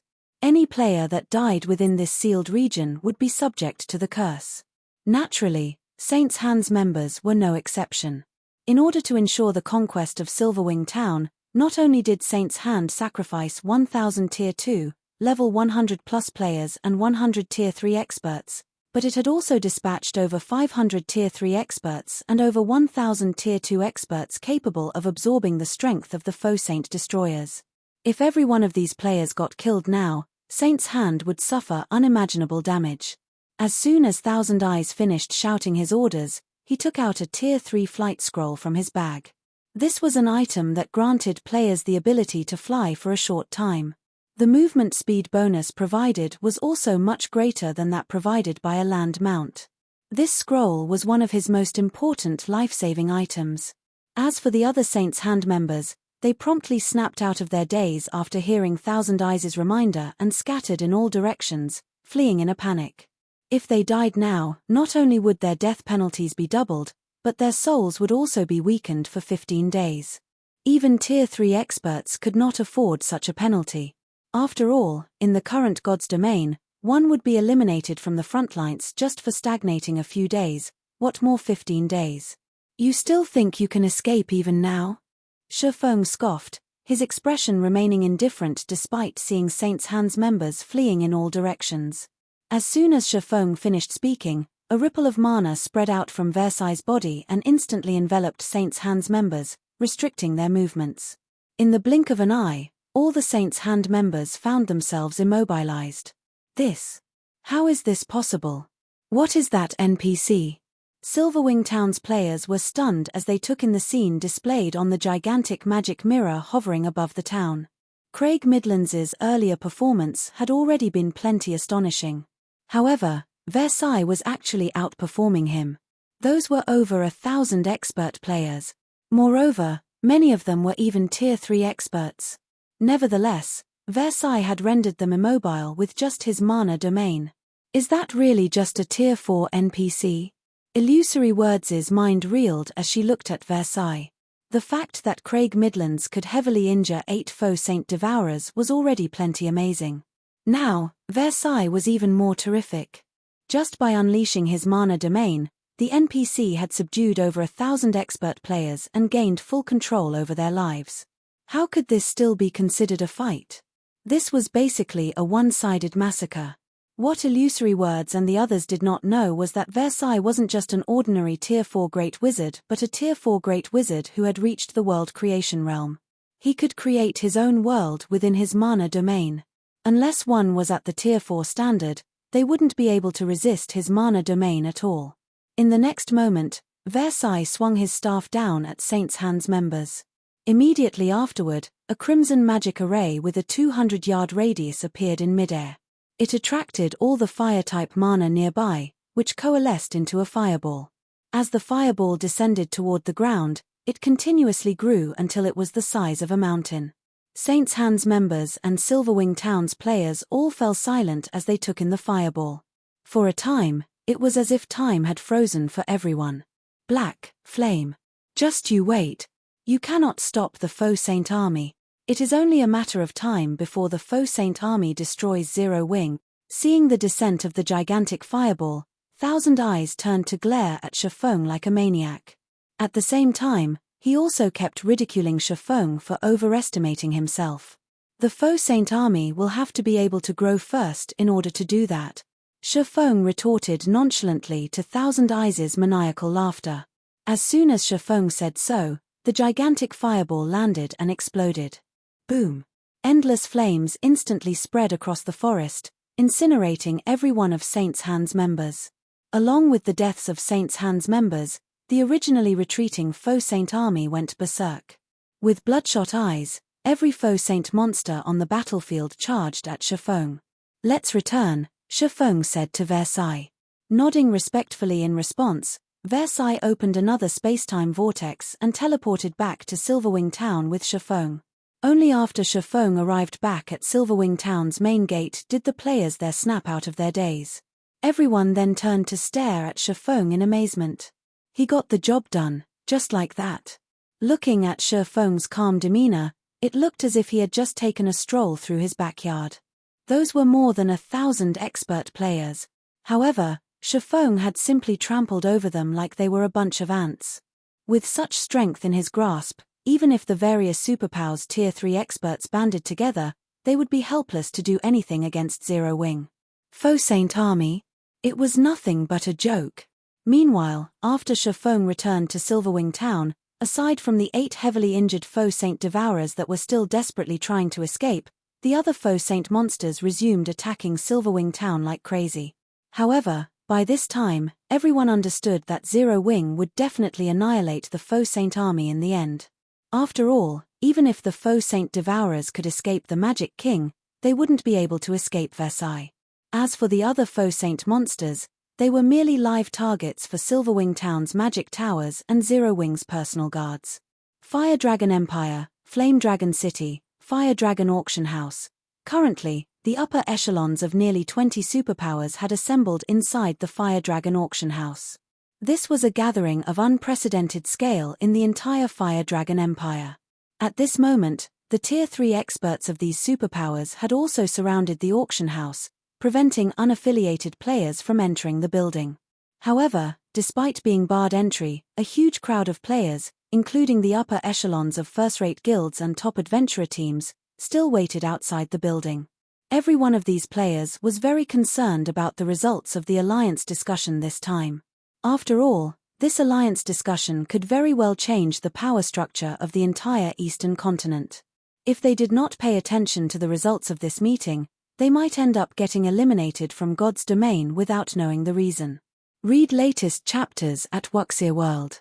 EU. Meanwhile, inside the top-floor meeting room of the Fire Dragon auction house. Over 100 Tier 3 peak experts or above were currently seated at a round table. The combined aura these experts released would deter even domain realm experts from messing around. Currently, however, all of these experts were looking at the woman seated at the head of the table with respectful looks on their faces. White Feather, who stood behind the chairwoman, leaned forward and said quietly, "Vice Guild Leader, the various superpowers upper echelons are all here." In response, Cold Shadow nodded and said, "All right, let's begin." Chapter 2674, relayed message. As soon as Cold Shadow indicated to start the meeting inside the large and spacious meeting room, White Feather stepped forward and swept her gaze across everyone present. Although White Feather did not say anything, everyone present promptly quieted down and focused their gazes on her, as they all understood that the alliance discussions were finally going to begin. Firstly, let me thank everyone on behalf of Mythology for attending the Faux Saint Alliance discussion. Although the Dragon Phoenix Pavilion's invitees are unable to attend the meeting this time, due to special circumstances, the pavilion has sent a representative capable of making decisions for the guild. I believe it will not affect the implementation of the meeting results, so please rest assured, everyone, White Feather said from beside Cold Shadow. Upon hearing White Feather's words, the various superpowers upper echelons present reflexively shifted their gazes to the white-clad elderly man representing the Dragon Phoenix Pavilion. At this point, the sudden disappearance of the Dragon Phoenix Pavilion's Great Pavilion Master and 2 Pavilion Masters was already common knowledge among the superpowers. However, everyone had always thought that this was due to an internal dispute between the 2 Pavilion Masters and that they would definitely show up for today's meeting. Yet, to everyone's surprise, despite today's meeting being of utmost importance to the Dragon Phoenix Pavilion's continued existence, be it the pavilion's Great Pavilion Master or the 2 Pavilion Masters, none of them had shown up. Only a few guild elders and 1 grand elder represented the pavilion at today's meeting. This situation inevitably piqued everyone's curiosity as to what had actually happened to the Dragon Phoenix Pavilion. Since everyone is here, I won't waste words with you all. Let's address today's main topic, White Feather said as she swept her gaze across the people before her once more. She then clapped her hands twice. A holographic map of the entire eastern continent appeared in the center of the round table. Although many areas remained blacked out as unknown territory, the map included every location known by players at this stage of the game. In fact, it even displayed some level 120 to level 140 neutral maps, places that most of the superpowers attending this meeting lacked the ability to visit in great detail. What a detailed map! For a time, the various representatives present gasped over the contents of the map. Detailed maps of specific parts of God's domain might not be rare in God's domain, but compiling all of them into one continental map was not an easy task. This was especially true for level 100+ neutral maps and forbidden lands. The various powers considered the information for these maps top secret and rarely shared it with others. Now, however, Mythology had actually shared its valuable map information with the superpowers present without hesitation. This was an incredibly generous gesture. However, after everyone spent some time studying the map, they noticed a few surprising points. Certain locations on the map were marked in dull grey and white. These locations were none other than the territories of God's domain's various NPC dark forces and the recently appeared Faux Saint monsters. Mythology's intel on the territories of the Eastern Continent's NPC dark forces mostly matched up with what the other superpowers had, and these NPC dark forces were mainly based in level 100+ neutral maps. However, the Faux Saint monsters' territory marked on Mythology's map made everyone present doubt their eyes. How did the Faux Saint monsters' territory grow so large? A grey-clad assassin wearing Shadowless Empire's guild emblem exclaimed. According to their information, the Faux Saint monsters' territory should encompass only the Purple Thorns Kingdom, Star Moon Kingdom, and the Orc Empire. However, according to Mythology's map, the Faux Saint monsters were about to extend their reach into the 14 other neighboring kingdoms as well as the Black Dragon Empire and Dark Knight Empire already. This was incredible. Is this really the Faux Saint monsters' territory? Is there some kind of mistake? Besides Shadowless Empire's Vice Guild leader, the representatives of the Super Guild's Pride Empire, Sky Dragon House, Sacred Temple, and Nine Heavens Pavilion, as well as the representatives of the other superpowers, were stupefied by Mythology's map. Although they had long known that the Faux Saint monsters were not easy opponents and would definitely pose a huge problem for the Eastern continent, they hadn't anticipated that the monsters' development speed would be so swift. Everyone need not doubt the validity of this map. It is the result of exchanging information with multiple super guilds. Moreover, this information is just a day old, Cold Shadow said. I know many of you present find this hard to believe, but this is reality. This is also one of the reasons why I invited everyone present to today's meeting. The Vice Guild leaders of the 4 other super guilds present nodded, acknowledging that their respective guilds had indeed traded information with Mythology. A day old. Doesn't that mean that the Faux Saint monster's territory is even larger now? A level 116 female druid from the Moon God's Realm's Dark Pursuit asked. That's right. With their development speed, they should have come into contact with the borders of these kingdoms and empires already, Cold Shadow replied, nodding. I'm afraid it won't be long before their territory spreads to nearly half of the entire eastern continent. At that time, everyone present will not be able to avoid coming into contact with Faux Saint monsters. The representatives that remained relatively relaxed before could not help growing nervous at Cold Shadow's words. Originally, they had come to this meeting merely to see if there were any benefits to be had.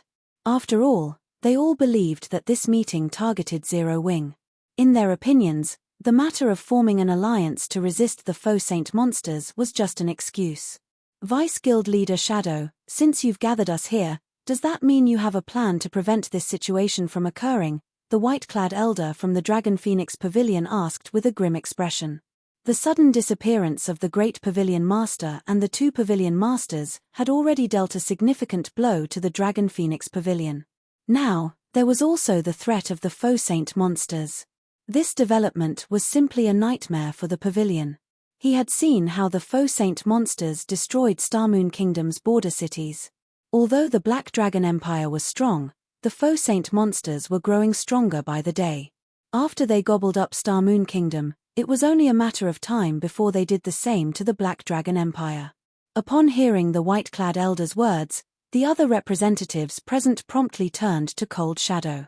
They all wished to know the reason why Cold Shadow had gathered them today. Of course. Otherwise, I wouldn't have invited everyone to come, Cold Shadow replied, nodding. Her lips curling up, she continued, I believe everyone already knows by now how powerful the Faux Saint monsters are. It is simply impossible for us to stop these monsters from spreading their influence. Hence, before today's meeting, I formed a partnership with Saint's Hand's guild leader. A partnership? Everyone perked up their ears at Cold Shadow's words. The guild known as Saint's Hand was not foreign to those present. They also knew very clearly that Saint's Hand possessed tools that prevented the Faux Saint monsters from attacking players. In fact, the guild even had a tool that could surely prevent the Faux Saint monsters from attacking guild towns and cities. However, until this day, Saint's Hand had never shown any willingness to partner with other powers. The most it was willing to do was sell some of these tools at exorbitant prices. The conditions of the partnership are very simple. All we need to do is collaborate to take down Stone Forest City. At that time, not only will Saint's Hand sell us a stronghold barrier that can prevent the Faux Saint monsters from attacking the towns and cities the barrier is set up in, but everyone present will also get some of Stone Forest City's shares as well as a number of residential slots in the Freedom Hotel, Cold Shadow said, smiling. When Cold Shadow finished speaking, the eyes of the various representatives present glistened. Even if Cold Shadow had not mentioned partnering to take down Stone Forest City, they already had plans to do so. After all, Stone Forest City was simply too amazing. What made Stone Forest City amazing wasn't its location in a level 100 neutral map but the city's Freedom Hotel. After experiencing the Freedom Hotel's effects, Practically every expert belonging to the various superpowers wished to have their own room there. That way, they would be able to not only accumulate the double EXP buff rapidly but also expel much more quickly the foreign energies corroding their bodies. Having a room of their own would drastically increase their leveling speed. Moreover, depending on the quality of the room one rented in the Freedom Hotel, one could even train in the Freedom Hotel's excellent environment and achieve extraordinary results. At this point, the main reason why Stone Forest City was able to continue flourishing in Zero Wing's hands was the Freedom Hotel. Otherwise, the city would have long since fallen due to Starlink and the various superpowers' constant harassment. If they could secure Stone Forest City for themselves, not only would they have a better assurance against the Faux Saint monsters, but they would even gain residential slots in the Freedom Hotel. This was definitely killing two birds with one stone. However, taking Stone Forest City down won't be easy. Aside from the NPC Night Division, quite a few superpowers have partnered with Zero Wing. Even with an alliance, I'm afraid capturing the city will be difficult. That's right. The flying ships are also constantly patrolling around Stone Forest City. If it really comes down to a fight, I'm afraid the number of Tier 3 experts we have is far from enough to capture the city. The Dark World's failed invasion has thoroughly proven this point. Moreover, I heard that Black Flame has already returned. His personal strength is extraordinary.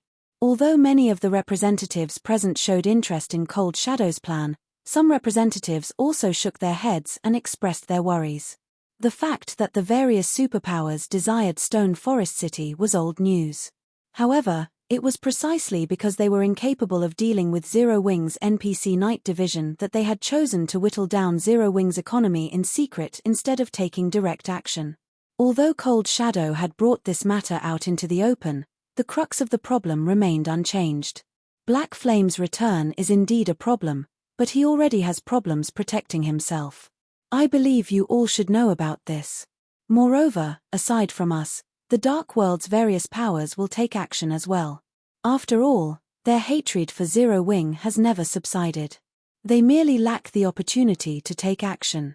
When the time comes, the Dark World side will attack the teleportation gate in full force to lure Zero Wing's Night Division away, while our side will attack Stone Forest City. Even if the Night Division is powerful, it can't defend two locations simultaneously, Cold Shadow said. Moreover, Saint's Hand will take part in the attack. It will even bring some Faux Saint monsters to help. Those NPC knights might be powerful when going up against players, but their performance will drop when going up against the Faux Saint monsters. At Cold Shadow's mention of the Faux Saint monsters, the various representatives present sucked in a deep breath. By this time, the strength of the Faux Saint monsters had already been deeply ingrained into their hearts. These monsters simply weren't opponents players could handle. If an army of them attacked, even NPC cities would fall, let alone a measly guild city. Moreover, according to the intel they obtained, Mythic ranked Faux Saint Devourers had already appeared in the ranks of Faux Saint monsters. Once these Faux Saint Devourers reached a certain number, even main city ranked NPC cities were likely to fall. Read latest chapters at Wuxia World. EU. Right then, however, the various representatives present suddenly received message notifications, one after another, the synchrony of these messages making their arrival seem pre-planned. Following which, the originally excited venue suddenly fell deathly silent. Feather, what happened? When Cold Shadow saw everyone sinking into a daze, she automatically turned to White Feather for the reason for everyone's reactions. Just what kind of information did everyone receive that stunned them so much? They lost. The Faux Saint Army and Saint's Hand's forces that went to attack Silverwing Town lost. White Feather exclaimed, her eyes filled with shock and horror as she looked at Cold Shadow. Moreover, it was a tragic defeat. Every Faux Saint monster and Saint's Hand member that went to Silverwing Town died. Chapter 2675, Change in Times on the Eastern Continent. After White Feather finished speaking, the heavy atmosphere inside the meeting room grew even heavier. For a moment, it felt as if time inside the room had stopped as the room became indescribably silent. They lost. Moreover, all of them got killed. How is that possible? After snapping out of her shock, Cold Shadow felt that White Feather was kidding her. Either that, Or there was a mistake in the information reported. The Faux Saint army and Saint's Hand's failure to destroy Silverwing town was already plenty unbelievable. Now, however, she was actually being told that not only did the Faux Saint army and Saint's Hand suffer defeat, but Zero Wing had even annihilated them. She would rather believe that Zero Wing had instantly destroyed a superpower than this nonsense. After all, over 4 million Faux Saint monsters had marched on Silverwing town. Moreover, the weakest monsters in the army were Great Lord-ranked Faux Saint saboteurs. Even a 6-man party led by a Tier 3 expert would need around 10 minutes just to kill one of them. Even if every Faux Saint monster stood still and allowed Silverwing town's players to wail away at them, it would take ages for the players to annihilate the Faux Saint monsters. Meanwhile, it had been, at most, 2 hours since the Faux Saint army launched its attack on Silverwing town. How could Zero Wing possibly annihilate the army in such a short time? Besides, the Grand Lord-ranked Faux Saint destroyers were monsters that would flee from battle once their high HP fell to a certain level. With more than 100,000 Faux Saint destroyers fleeing in multiple directions, the players in Silverwing town couldn't hunt down every one of them, even if the number of players was multiplied tenfold. Nevertheless, White Feather and the various representatives present all revealed a bitter smile filled with self-ridicule upon hearing Cold Shadow's question. They truly wished that the information their subordinates had just relayed to them was false. However, the report they received contained not just words, but numerous images and videos as well. In fact, the report was so detailed that they could not help but wonder if they were dreaming. Normally, even when relaying urgent information, their subordinates would send them only a few paragraphs of text. Now, however, their subordinates were behaving like diligent, hot-blooded youths. Just the videos they included in the report numbered over a dozen. There were even narrative texts accompanying each video, as if their subordinates were afraid that they would not understand the events recorded. In response to Cold Shadow's question, White Feather did not bother wasting words on an explanation. Instead, she forwarded the report her subordinate sent her to Cold Shadow. When Cold Shadow finished looking through White Feather's report, her entire person fell into a daze, her reaction not much better than White Feather's and the others. An impenetrable defensive magic array. Over 300 personal guards capable of overwhelming the Faux Saint monsters. A Tier 4 NPC guard capable of heavily injuring 8 Faux Saint Devourers in a single hit.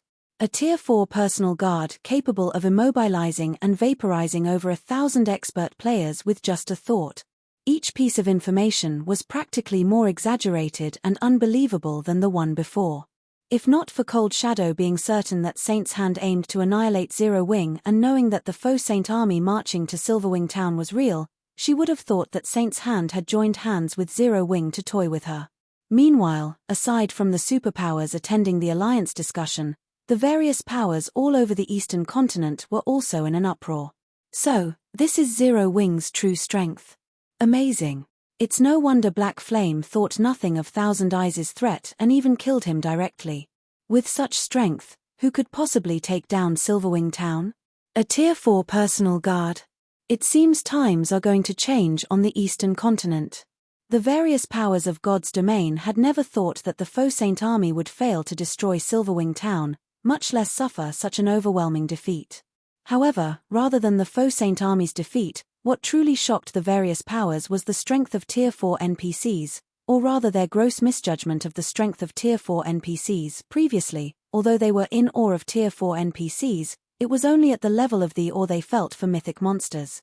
Nowadays, however, the number of Tier 3 experts in God's domain was on a constant uptick. The number of Tier 3 skills and spells Tier 3 experts learned had also increased substantially. Tier 3 experts with fully unlocked mana bodies were also appearing one after another. Hence, expert players that possessed combat power approaching the Tier 4 standard were no longer as rare as before. In fact, killing level 100+ mythic monsters had already become a normal occurrence for players in the current God's domain. Hence, no one felt much awe toward Tier 4 NPCs anymore. They all thought that Tier 4 NPCs were no longer anything special. At most, they were just slightly stronger than mythic monsters and could play a relatively significant role only in small-scale battles, and not affect the big picture at all. However, after watching Craig Midlands's and Versailles' performances, the various powers realized that they had been sorely mistaken. Let alone being capable of affecting the big picture of God's domain, everything below Tier 4 was basically an ant before Tier 4 NPCs. The number of Tier 3 players or monsters that Tier 4 NPCs had to face did not matter. They could easily annihilate their opponents with a single wave of their hands. Previously, many of the Eastern Continent superpowers had felt gleeful over the fact that they had surpassed Zero Wing in the number of Tier 3 experts they possessed. In fact, their number of Tier 3 experts had grown so large that even Tier 3 personal guards would not be capable of stopping them. This was also why many superpowers had started having designs on Zero Wing's Stone Forest City. However, after Craig Midlands's and Versailles' performances, these superpowers realized that their thoughts were laughable. Zero Wing's main force had disappeared. Zero Wing was no longer as strong as before. Zero Wing was merely relying on its past prestige to survive. It was only a matter of time before the various superpowers devoured Zero Wing completely. What a bunch of nonsense. Every one of these assumptions was outrageously mistaken. Meanwhile, inside the Dark World, a commotion was also sweeping through the entire Otherworld due to the Faux Saint Army's defeat. Amazing. After this blow, the powers that are secretly taking action in the Dark World will have to think twice. Blue Rainbow balled her fists in excitement when she got to the end of her subordinate's report. Previously, although Dark Rhapsody had managed to develop rapidly due to its partnership with Zero Wing, the pressure the Dark World's various powers placed on Dark Rhapsody had also risen steadily. As a result, safeguarding the Dark World's teleportation gate became increasingly difficult. To make matters worse, World Domination had also pulled off a huge comeback, using some unknown method to raise the levels and strength of its guild members rapidly. It had also secretly allied with many of the Dark World's powers and incessantly ambushed Dark Rhapsody's members, inflicting significant losses on Dark Rhapsody. As a result, not only did Dark Rhapsody's influence in the Dark World not increase, but it was even decreasing with each passing day. Recently, the various rumors of Zero Wing's eventual downfall had even swayed the opinions of part of Dark Rhapsody's upper echelon, which, in turn, shattered the guild's unity. Those senior members all thought that Dark Rhapsody would only be doomed if it continued partnering with Zero Wing and had suggested that the guild partner with World Domination instead. However, with the appearance of a Tier 4 personal guard in Zero Wing, who would dare continue opposing Dark Rhapsody's partnership with Zero Wing? Meanwhile, during the time Zero Wing's various partners were rejoicing, the war at Silverwing Town had also entered its final phase. With the Faux Saint Army annihilated, thousands of Zero Wing members were currently helping the various independent players tally their contribution in the war with excited expressions on their faces. Although the Faux Saint monsters did not drop any loot, they granted a lot of EXP, easily 3 or 4 times more than ordinary monsters of the same rank and level. This was also one of the reasons why many players still chose to operate in the Faux Saint monsters' territory instead of heading for safer locations. Operating within the Faux Saint monsters' territory might be very dangerous, but with how much EXP these monsters granted, so long as one did not die, one's leveling speed would be at least 2 times faster than if one grinded elsewhere. After Silverwing Town successfully annihilated the Faux Saint army without sustaining any casualties, the EXP everyone got was through the roof. The Zero Wing members that had participated in this war had leveled up once on average, with the lower-leveled members even gaining 2 levels through this war. Their leveling speed was simply unprecedented. At the same time, Silverwing Town's victory induced the players and adventurer teams operating in the other guild towns established within the Orc Empire to make their way to Silverwing Town, all wishing to develop there. In fact, there were many Tier 3 experts seeking to join Zero Wing as well. This situation overjoyed Yulan and Melancholic Smile. Currently, what Zero Wing lacked the most were Tier 3 experts. Due to Zero Wing's main force members' absence and the fact that most level 100+ dungeons had a Tier 3 requirement for entry, Zero Wing had a very difficult time obtaining the rare materials available only in level 100+ dungeons. The guild could only purchase and trade for these materials. However, the various powers all considered these materials strategic resources and rarely ever chose to sell them. This, in turn, limited Zero Wing's production of level 100+ weapons and equipment. Read latest chapters at Wuxia World. EU. Meanwhile, as Silverwing Town's players were celebrating their victory, Faux made his way back to Zero Wing's residence. He planned to log out of the game and get some rest. Previously, because he had killed another 8 Faux Saint Devourers, he had gained another 8 soul marks. Although none of these soul marks contained a soul array like before, they had refreshed his brain and triggered extraordinary activity. This definitely wasn't normal for him, as he had been online for over 10 days already. He needed to log off to rest and inspect his body. While waiting for the 30-second logout process to complete, Faux suddenly received a call request from Yulan. Guild leader, Mythology's Fang Shahan suddenly visited the main headquarters. Our people couldn't stop her and her entourage from entering the building at all. They're currently in the main lobby, and she says she wants to have a discussion with you. She says it is related to Zero Wing's future. Do you wish to meet her? Yulan asked anxiously. Looking for me? Faux was a little surprised by Yolan's words. Smiling, he continued, this is interesting. Have someone lead them to the top floor reception room. I'll head over immediately. Chapter 2676, Potential Elevated. Zero Wing's main headquarters, Faux's room, along with the whoosh of high-pressure air escaping, the tightly shut lid of Faux's gaming cabin opened up. At the same time, the strip of warning lights along the edges of the cabin lit up crimson. Sure enough. When Faux climbed out of the gaming cabin and saw the cabin's console interface listing all sorts of warnings, he could not help a sigh of relief. Although he had anticipated that his abnormal brain activity came at a price of extraordinary energy consumption, he never thought that the consumption rate would increase to such an extent. Before the war with the Faux Saint Army began, his cabin's nutrient solution reserve and emergency energy solution reserves had still been at 30% capacity. Now, however, these solution reserves were dry. In preparation for emergencies, Faux had specifically outfitted his virtual gaming cabin with a special modification.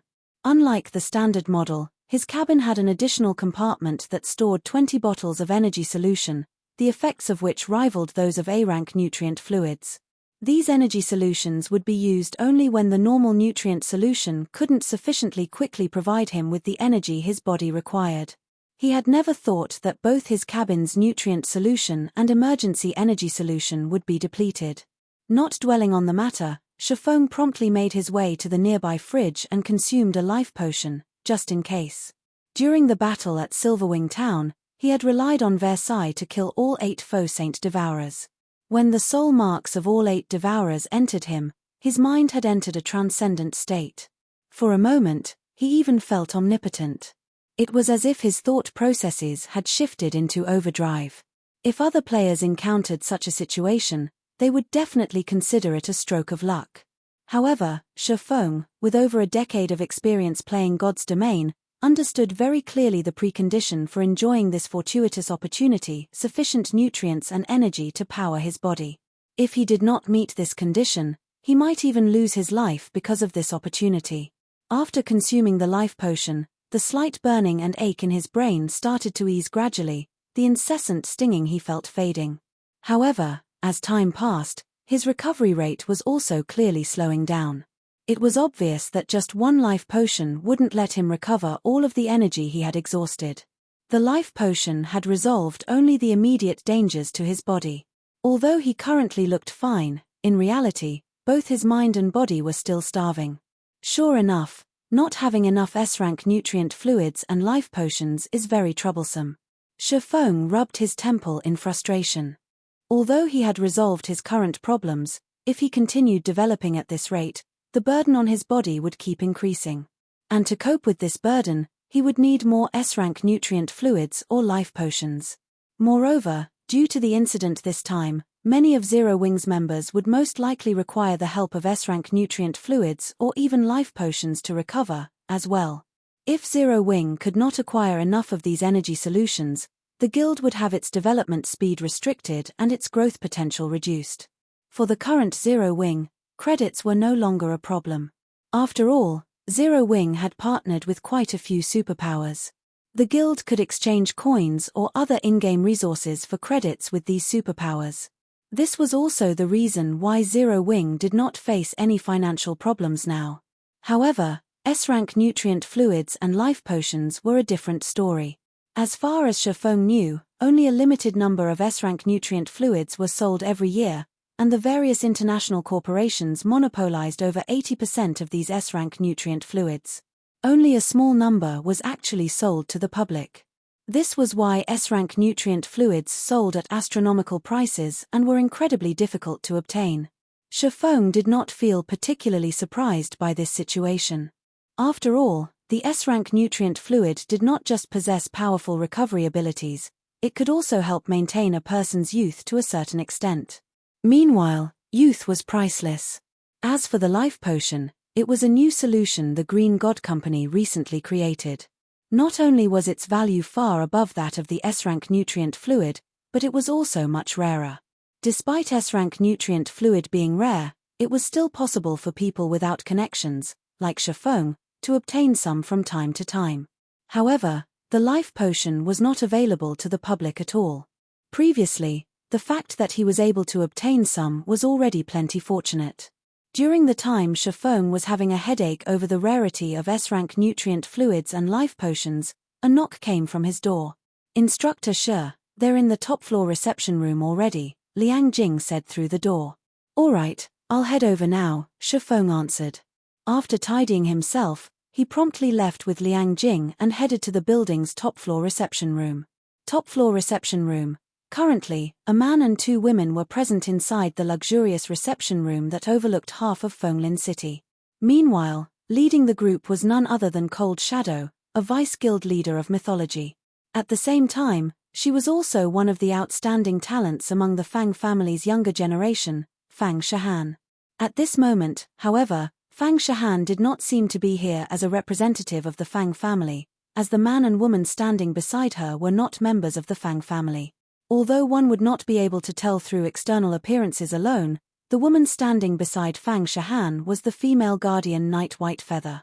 While White Feather's appearance in the real world was significantly different from her appearance in God's domain, the aura she exuded was exactly the same. However, what was most surprising was that White Feather was actually stronger in the real world than in God's domain. Although she was not a Grandmaster martial artist, her aura trumped that of an actual Grandmaster. If placed within one of the country's top dojos or training centers, she would definitely be regarded as an absolute prodigy, yet she was actually unknown in the fighting industry for some reason. As for the man standing beside Fang Shihan, he was none other than Matt, who had previously visited the Heaven's Rumble training center with Fang Shihan. Based on his aura, he was much stronger than before. Read latest chapters at Wuxia World. EU. When Shifeng entered the room, the gazes of the trio promptly fell on him. Fang Shihan, in particular, looked at Shifeng as if she was appraising an item rather than a person. "Miss Fang, long time no see. May I know what business you have with me to seek me out so urgently?" Shifeng asked, going straight to the point. Previously, after he had displayed his strength as a Grandmaster martial artist and suppressed Matt, both the Fang family and mythology had dropped all contact with Zero Wing in the real world. However, he also understood that this period of peace merely meant that his enemies were secretly making preparations for the next attack. After all, even an expert like Matt was merely an excellent disciple of mythology, not one of the guild's big shots or top-ranking experts.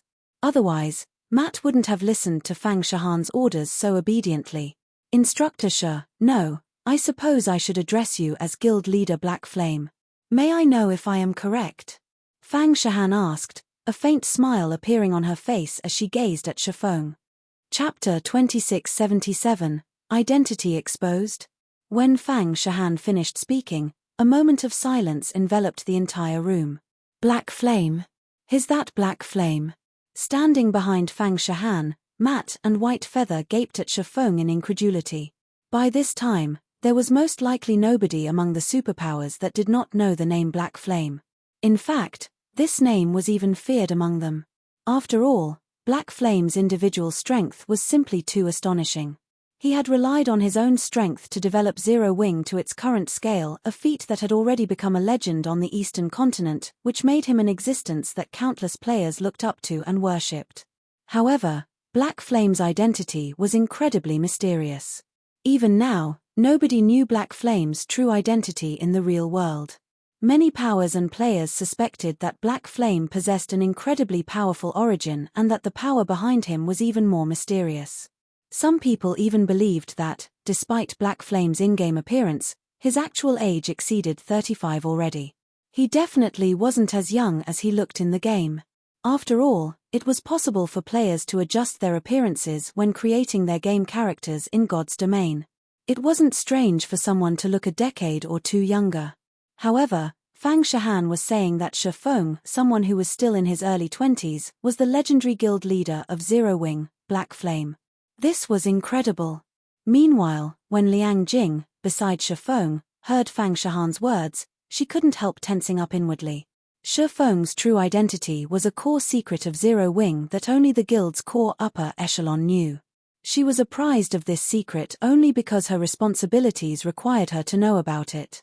Zerowing was able to develop to its current state due largely to the mystery behind Black Flame's identity. Many superpowers had guessed that Black Flame actually had a powerful backer. Otherwise, he couldn't have become so powerful. However, as the various superpowers were unable to uncover any information regarding Black Flame's real identity, no matter what, they had never dared to take any drastic actions against Zerowing. Now that Fang Shahan had discovered Feng's identity as Black Flame, the consequences for Zerowing would be unimaginable. However, Liang Jing quickly suppressed the urge to refute Fang Shahan's words. She knew very clearly that if she were to show any signs of panic or rebuttal now, she would only confirm Fang Shahan's deduction. The only thing she could do now was remain silent and let Feng handle the problem. As Matt and White Feather stared at Feng sighed. "That's right. Miss Fang is indeed correct.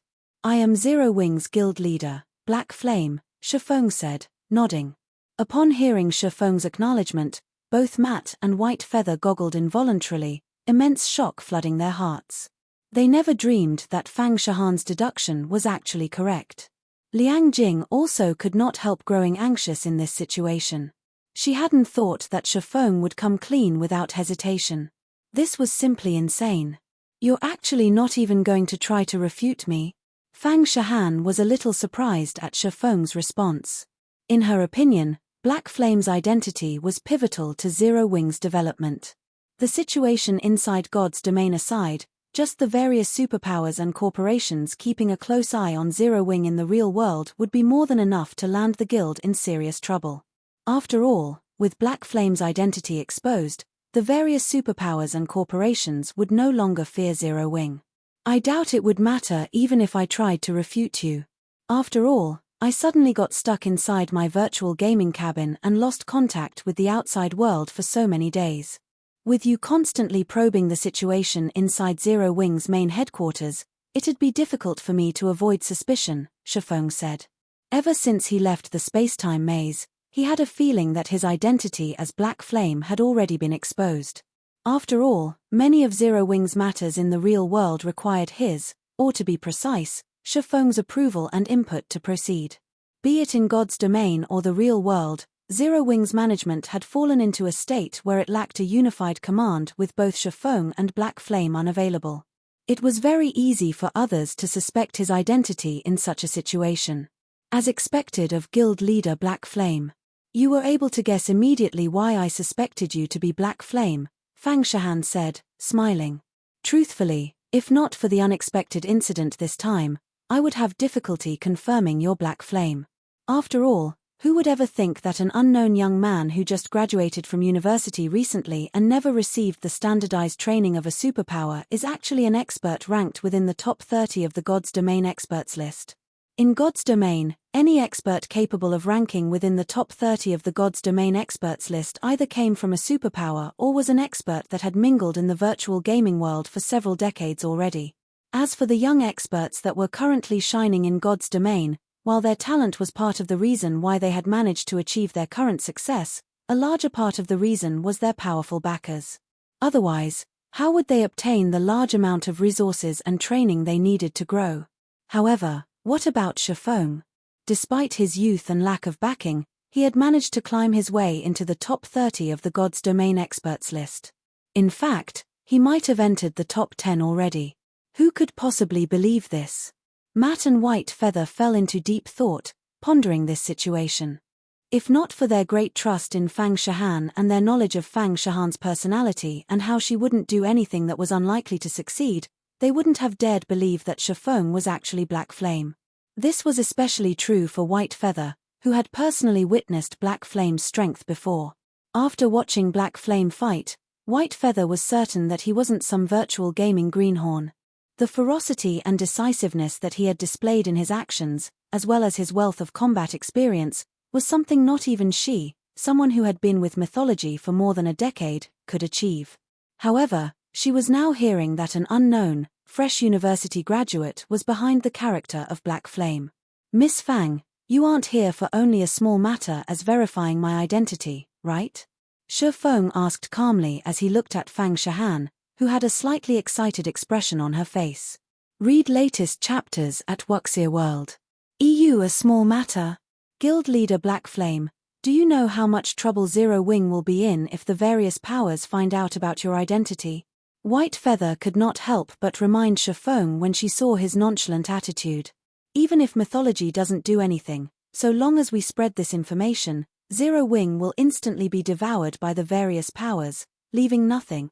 If the various powers were to learn of Black Flame's true identity, they wouldn't stop at just harassing Zero Wing, yet Shifeng actually placed no importance on this matter whatsoever. Feather, that's enough. I am indeed here for more than just this matter, Fang Shahan said as she gestured for White Feather to stand back. She then turned to Shifeng and continued, since you are being so straightforward, I'll just go straight to the point, Guild leader Black Flame. By this time, I'm afraid I'm not the only person to have realized your identity. I believe it won't be long before this piece of information spreads to the various powers, as well. When that happens, I'm sure you know what kind of outcome awaits Zero Wing. What are you trying to say, then? Shifeng asked, a smile forming on his face. Stone Forest City and the method to grasp the spiritualization realm, Fang Shahan said. So long as Zero Wing hands these two things over, Zero Wing will be able to avoid all those problems. Moreover, mythology will also supply Zero Wing with some S-rank nutrient fluids and life potions. I believe these should be things Zero Wing urgently requires right now, correct? Chapter 2678, Upgrading Silverwing Town. Liang Jing's complexion paled at Fang Shahan's demand. Setting aside the method to grasp the spiritualization realm, just handing over Stone Forest City would be more than enough to doom the current Zero Wing. Over half of Zero Wing's current income came from Stone Forest City. Moreover, it was also because of Stone Forest City that so many experts were joining Zero Wing right now. It was no exaggeration to say that Stone Forest City was an integral part of Zero Wing. If they were to lose Stone Forest City, she could not imagine what would become of the guild. However, if they refused to hand over Stone Forest City, Zero Wing's situation wouldn't end up any better, either. While Zero Wing might not face any problems in God's domain, it would be a piece of cake for others to ruin Zero Wing's operations in Fenglin City from the shadows. Guild leader Black Flame, I know this isn't an easy choice to make, but if Zero Wing lacks a sufficient number of S-rank nutrient fluids and life potions, wouldn't it be difficult for the guild to develop further? Fang Shahan said, smiling. I believe you, as a Grandmaster martial artist, should know this very clearly. God's Domain was different from other virtual reality games. The game helped its players develop their minds to extraordinary standards, particularly when players raised their tiers and they received huge boosts to their brain activity. This discovery had spurred excitement in many people. However, in exchange for this boost in brain activity, the energy players needed to sustain their minds and bodies also increased significantly. Besides the current Zero Wing, many superpowers were having headaches over this energy problem. Meanwhile, as a result of this situation, S-rank nutrient fluids and life potions had become extremely rare on the market. It might have been fine if the volume required wasn't particularly high. It was still possible to purchase some of these energy solutions so long as one was willing to pay more credits. However, after the required volume reached a certain point, one wouldn't be able to purchase these energy solutions even if one had the money to do so.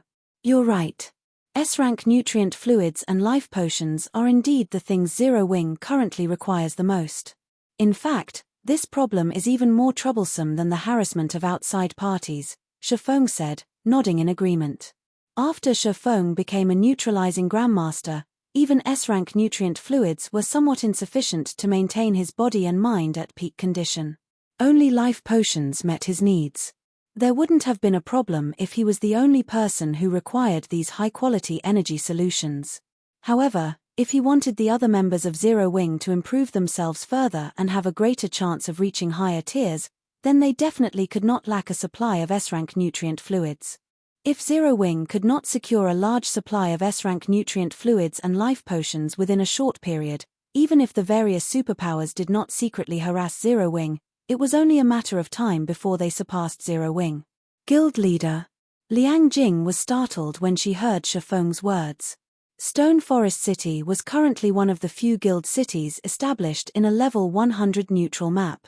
If Faux were really to hand over Stone Forest City, Zero-Wing would suffer immense losses in God's domain. At that time, the leveling speed of Zero-Wing's guild members would plummet. In regard to this situation, both Matt and Whitefeather smiled. At least this kid is mindful of the situation. If he decides to sell Stone Forest City and the secrets of the spiritualization realm now, he can earn some money for them. If he waits until the various superpowers know his secret, nobody will want them even if he decides to sell them, Matt whispered. A neutralizing Grandmaster would indeed be considered an absolute powerhouse in Fenglin City. However, experts of such caliber were only useful as a deterrent against ordinary powers, not against powerful major corporations. Not to mention, without sufficient S-rank nutrient fluids and life potions, Zero-Wing's peak experts would have difficulty further developing themselves. After all, a lot of energy was required to maintain the accelerated brain activity of peak experts' energy that A-rank nutrient fluids couldn't provide. Hence, the various superpowers contested hotly for S-rank nutrient fluids and life potions, driving up the rarity of these solutions. If you have already made your decision, we can immediately close a contract, Guild Leader Black Flame, Fang Shahan said, smiling. No, a contract won't be necessary, Faux said, shaking his head. I won't be selling Stone Forest City or the method to grasp the spiritualization realm. Silence momentarily filled the room after Faux spoke. Both Matt and Whitefeather gazed at Faux in shock, wondering if he had gone crazy. Did he really not grasp the dire-ness of Zero-Wing's situation? Guild Leader Black Flame, you need to think this through clearly. If you miss out on this opportunity, we won't offer you the same price next time, Fang Shahan said, a little surprised by Faux's response. By then, the problems Zero-Wing will have to face will be far greater than what you can imagine. Currently, mythology could be said to be Zero-Wing's only lifeline. This was also the reason behind Fang Shahan's confidence that Faux would not refuse her offer unless he really wished for Zero-Wing's downfall. After all, without sufficient S-rank nutrient fluids and life potions, Zero-Wing's future would be bleak. Thank you for your concern. If the various superpowers really wish to take covert action, I don't mind teaching them what a one-way trip is, Faux replied calmly. The current Zero-Wing was no longer the same as before. This was especially true after he had become a neutralizing Grandmaster. This was also why he did not particularly mind his identity getting exposed. After all, secretly dealing with a neutralizing Grandmaster wasn't easy. Very well. Since you have already said so, we will take our leave first, Guild Leader Black Flame, Fang Shahan said. After seeing Faux remaining unfazed by her warning, she no longer tried to persuade him. Instead, she stood up and left the reception room. After exiting Zero-Wing's main headquarters, Matt looked at Fang Shahan and asked, Vice Guild Leader, are we really going to leave just like that? The old instructor had told them to do their best to get their hands on the method to grasp the spiritualization realm. If they just left now, it would be much more difficult for them to obtain this method in the future. Relax. Zero-Wing won't hold out for long. He might think that he has the power to protect himself after becoming a neutralizing Grandmaster, but the superpowers aren't as simple as he thinks they are. He also doesn't know how crazy they are right now, Fang Shahan replied, smiling. It won't be long before he seeks us out himself. We don't need to rush. I guess you're right. After giving the matter some thought, Matt nodded in agreement and dropped the subject. In order to secure the benefits available in God's domain, the major corporations backing the various superpowers were going all out. To make matters worse, the present state of God's domain had pushed many superpowers to the brink of destruction. As a result, these superpowers were growing even crazier. One could easily imagine what those starving superpowers would do with a fat piece of meat like Zero Wing placed before them. After Fang Shahan's group left, only Shifeng and Liang Jing remained inside the top-floor reception room. Guild leader, what should we do?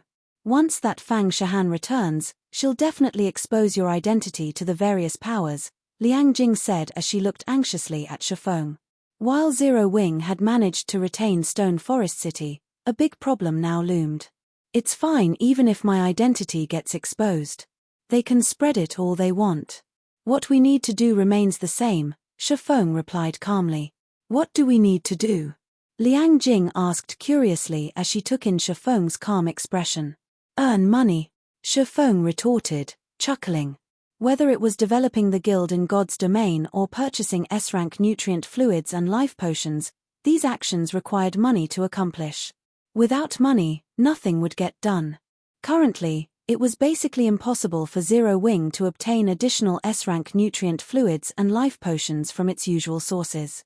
Fortunately, he had the invitation to participate in Green God Company's auction, which was also the only way for the guild to secure a large volume of these high-quality energy solutions.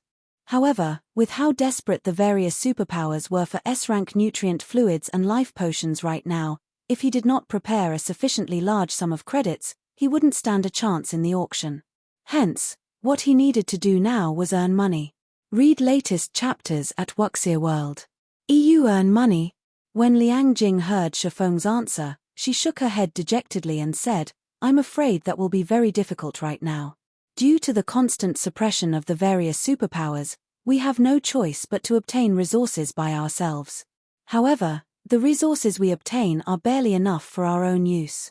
We don't have any surplus to sell. Moreover, Stone Forest City's player population has also been decreasing because of the harassment. In addition, the Faux Saint monsters have already conquered nearly half of Star Moon Kingdom. Our guild's income is decreasing by the day. Relax. That is in the past, Shifeng said, chuckling. After saying so, Shifeng had Liang Jing send someone to replenish the nutrient solution for his virtual gaming cabin. He then did some simple exercises and had a proper meal before logging back into God's domain without hesitation. Once Shifeng was back in Silverwing Town, he promptly called out the town's interface and chose to upgrade the town. Shortly after, a system notification sounded in the ears of every player in Silverwing Town as they got teleported out of the town. Chapter 2679, Promotion Frenzy Orc Empire, Silverwing Town. After Zero Wing's victory over the Faux Saint army, independent players started flocking to Silverwing Town from all over the Orc Empire. The members of many powers also came for a better look at Silverwing Town's situation. As a result, Silverwing Town became incredibly lively for a time. As players crowded into Silverwing Town, a 20-man team entered the town in an orderly manner. The players who saw this team could not help gaping in shock. What?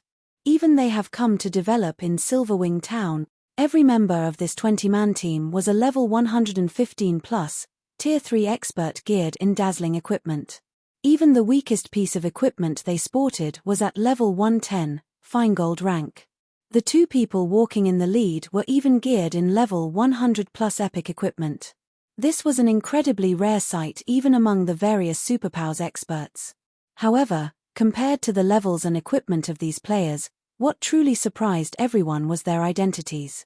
This was because this team belonged to Frost Heaven, a superpower originating from the frozen world, which had unified several of the neighboring kingdoms.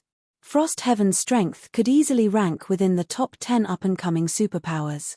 Due to Frost Heaven's access to the frozen world's special bloodline legacy, many expert players were seeking to join the guild. Unfortunately, its recruitment conditions were incredibly stringent. As a result, a large majority of the applicants were disqualified. Now that Frost Heaven's members, who did not operate within the Orc Empire, had come to Silverwing Town, how could everyone not feel surprised? Although the surrounding players were quietly discussing Frost Heaven's members, the Frost Heaven members in question paid no heed to the players around them, taking their time walking down the main street while observing Silverwing Town. "So, this is Silverwing Town," a black-clad, level 116 female summoner muttered after inspecting her surroundings. Calmly, she commented, "While the town's defenses are good, it's still considerably inferior to the other allied guild towns. It is completely reliant on those personal guards to stay afloat. This town is already quite excellent. At the very least, it has managed to stop the attacks of the Faux army. It is worth recruiting into the alliance," said a female cursemancer, who was similarly level 116, bitterly smiling at her companion's words. The Faux army was something even ordinary NPC cities were incapable of stopping, let alone guild towns and cities. Just the fact that Silverwing Town was able to defeat the Faux army was already an incredible feat after all. Not every guild town possessed the Frozen World special methods. While these personal guards are indeed strong, those Faux monsters are no pushovers, either. Those monsters have already spread out to over a dozen kingdoms and the Black Dragon Empire. With their growth rate, I'm afraid a large group of Tier 4, Faux Devourers will appear in a few days. At that time, these personal guards will most likely have trouble fending off the Faux monsters, much less taking the initiative to hunt down those monsters, the black-clad summoner said as she shook her head. Moreover, our purpose in coming here is to observe whether Zerowing is truly qualified to join us in dealing with the Faux monsters or not. We're not necessarily here to recruit it. After all was said and done, personal guards could only be considered an external tool. The first reason for this was the incredible rarity of powerful personal guards. The second reason was the difficulty of resurrecting fallen NPCs. Currently, Silverwing Town might have a lot of players, but the town's Tier 3 player population was pitifully low. "I guess you're right. Zerowing might seem to be flourishing right now, but it is actually in a very precarious situation. The guild simply doesn't know that Saint's Hand has already partnered with many superpowers. Even if the Faux monsters don't take action against Zerowing, Saint's Hand can simply supply the various superpowers with the necessary support tools to thrive in the Faux monsters' territory, and in return, the various superpowers will do their best to suppress Zerowing's members. If Zerowing does not possess enough players to fight for it, it can only hole up in its guild town and rely on the protection of its personal guards, unable to do anything more," the black-clad cursemancer said, nodding in agreement after giving the matter some thought. Just like the summoner had said, a guild that could only defend and not retaliate did indeed lack the qualifications to join their alliance and become their partner. Meanwhile, as the level 116 summoner and level 116 cursemancer from Frost Heaven were conversing, a system notification suddenly entered their ears. "System, Silverwing Town has been promoted to Basic City. You will be teleported out of Silverwing Town in 30 seconds. What's going on? The town got promoted." The system notification stunned the players in Silverwing Town, their minds falling into a daze for quite some time as they stared at their notification windows. As for Zerowing's members, they revealed ecstatic expressions on their faces. As an advanced town, Silverwing Town had already been able to repel the Faux army's attack effortlessly. Now that Silverwing Town was getting promoted to Basic City, it would pose a much more difficult challenge for the Faux army. Before anyone could properly react to the situation, every player inside Silverwing Town was teleported out of it. At the same time, a magic array enveloped the town. "How is this possible?" The black-clad, female summoner from Frost Heaven exclaimed as she gazed at the magic array veiling Silverwing Town in astonishment. Setting aside Silverwing Town's prosperity, its player population alone is still far short of the requirements of promotion. It should have taken the town at least another month to get promoted to Basic City. How could it get promoted so quickly? Frost Heaven had ample experience in promoting guild towns and cities. Hence, the team could tell that Silverwing Town's defenses already met the required standard for promotion, but its player population was still insufficient. This was a condition that could be fulfilled only by gradually accruing popularity among players. Yet, now, Silverwing Town had actually gotten promoted. At this moment, aside from Frost Heaven's members, even the other Superpowers members secretly operating within Silverwing Town were stupefied by this situation. A third guild city. Some superpowers didn't even have 3 guild cities, yet not only did Zero Wing possess 3 guild cities now, but all 3 guild cities were actually established in strategic locations. This was especially true for Silverwing Town. Read latest chapters at Wuxia World. EU. After all, the Faux Saint monsters had already extended their sphere of activity to the dozen or so neighboring kingdoms, as well as the Black Dragon Empire. Due to the arrival of these Faux Saint monsters, many of the local maps had been transformed into high-level maps, with some even becoming level 120 maps. In addition, since these kingdoms and empires would have to deal with these Faux Saint monsters, plenty of kingdom and empire quests would definitely be issued in the future. Through these points, one could easily predict that the players of the affected kingdoms and the Black Dragon Empire would be operating in the Faux Saint monsters' territory in the future.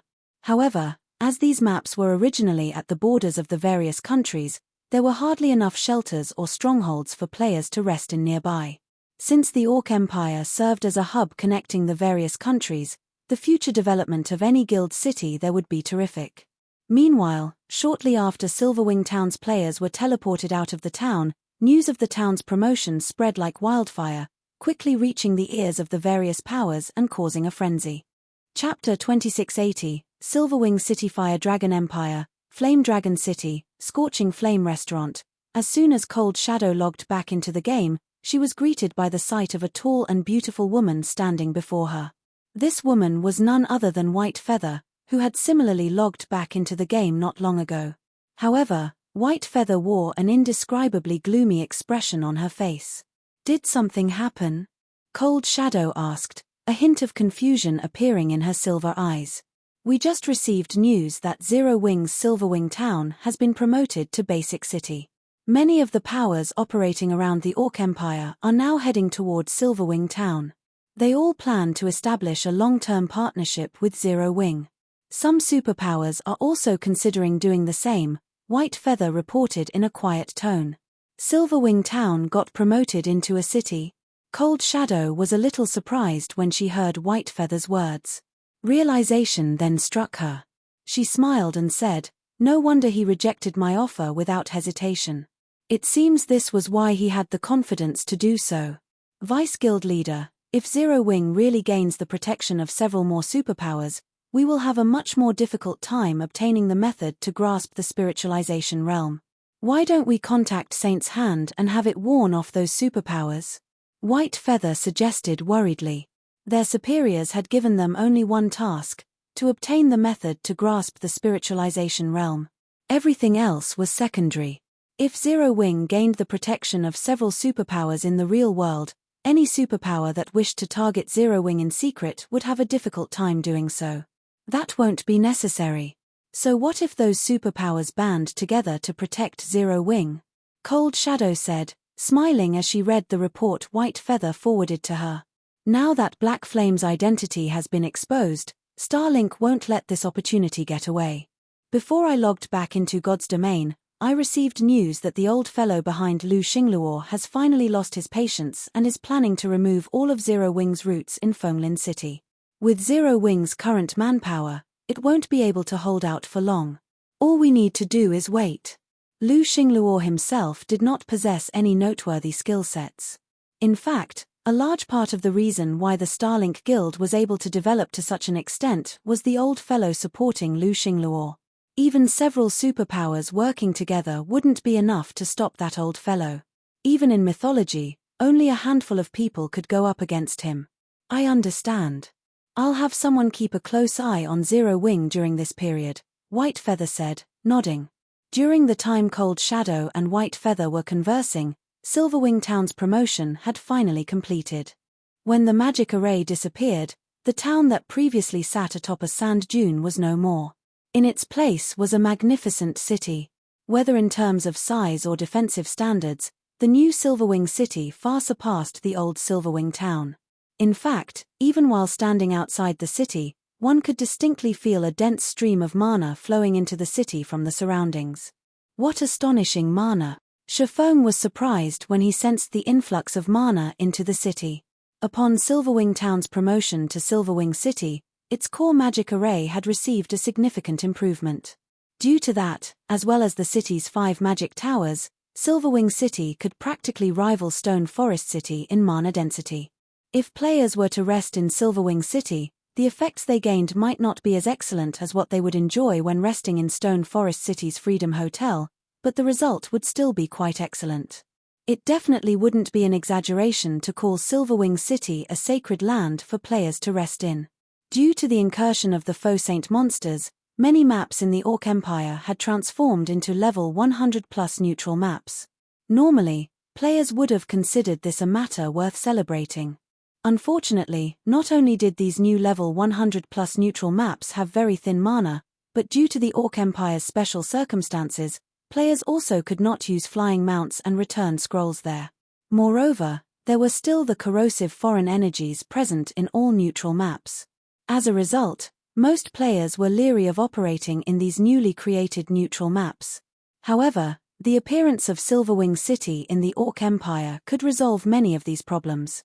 At the very least, players would no longer have to travel to a distant NPC city to recover. In fact, players would enjoy a much faster recovery rate when resting in Silverwing City than in NPC cities. However, what truly excited Faux wasn't the change to the city's mana density, but to the city's airport.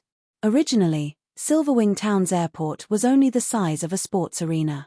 However, after Silverwing Town's promotion, the airport received a massive improvement as well. Now, not only had the airport tripled in size, but the number of airship platforms it housed had also increased by several-fold. Now that Silverwing Town has become Silverwing City, I just need to spend some coins to open up air routes to the various kingdoms' capital cities. Once that's done, players from the various kingdoms can travel directly to Silverwing City. At that time, just the income from collecting transportation fees would most likely rival the Freedom Hotel's income. Faux was filled with excitement and anticipation as he looked at the distant airport. In the past, airports had been one of the main sources of income for guild cities. After all, not every player possessed a flying mount or a private house in the various guild cities. Hence, the airships became one of the main modes of transportation for a large majority of God's Domain's player base. Previously, Silverwing Town's airport was allowed to have only one air route. However, after the town got promoted to Basic City, its airport could have up to 5 air routes. This number would also increase as the airport or city got upgraded. Before Faux could recover from his joy over the airport's transformation, the sound of a system notification entered his ears. System, congratulations. Your Silverwing Town has been promoted into Silverwing City. The transportation firm has met the requirements for promotion to bronze rank. Do you wish to promote the transportation firm? It has reached the bronze rank already. Faux was stunned when he saw the system notification. The transportation firm was a very special construction.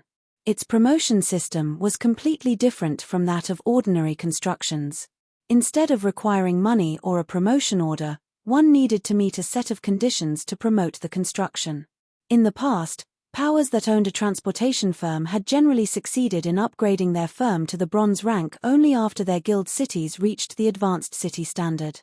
And as far as Faux knew, even the best-performing powers had managed to meet their transportation firm's promotion conditions only after their guild cities had reached the intermediate city standard. Now, Silverwing Town had just been promoted to Basic City, yet its transportation firm already met the conditions for promotion. Naturally, Faux was surprised. Read latest chapters at Wuxia World. EU. Once a transportation firm reached the bronze rank, it would truly gain the ability to drive a guild city's economy. After all, at the bronze rank, the transportation firm would no longer limit its business to the country it was based in. It would expand its operations beyond the borders, becoming a hub that connected the neighboring kingdoms and empires. Even NPCs belonging to neutral powers would start using it as a hub. In other words, not only would it become possible to find merchandise traded by the various countries' neutral powers in the transportation firm, but the transportation firm itself could even become a place where NPC merchants would develop their business. To put it simply, so long as a guild city possessed a bronze-ranked transportation firm, the members of the ruling guild would gain a significant boost in income. The guild city in question would also have a much easier time becoming a main city. Meanwhile, after glancing at the system notification, Faux chose to upgrade the transportation firm without hesitation. Chapter 2681, Arrogant Zero-Wing? System. Transportation firm can be reconstructed once after promotion at the cost of 40,000 gold and 100,000 magic crystals. Do you wish to proceed with the reconstruction? Note: promotion will take place even without the reconstruction. Reconstruct it, Faux said without hesitation. While Zero-Wing's funds were indeed tight, the guild still had around 100,000 gold and 400,000 magic crystals reserved for unexpected expenditures. And although reconstructing the transportation firm would not grant it any additional functions, there was one benefit: accommodating more NPC merchants to do business within it.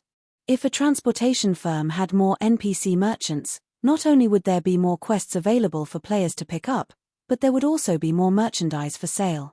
Both of these factors would attract more players to develop in Silverwing City. As soon as Faux made his decision, 40,000 gold and 100,000 magic crystals vanished from his bag. Immediately afterward, the transportation firm, which stood at the edge of the city, transformed into a cloud of black mist that expanded rapidly, growing to the size of 4 sports arenas in just 5 seconds, then dissipated.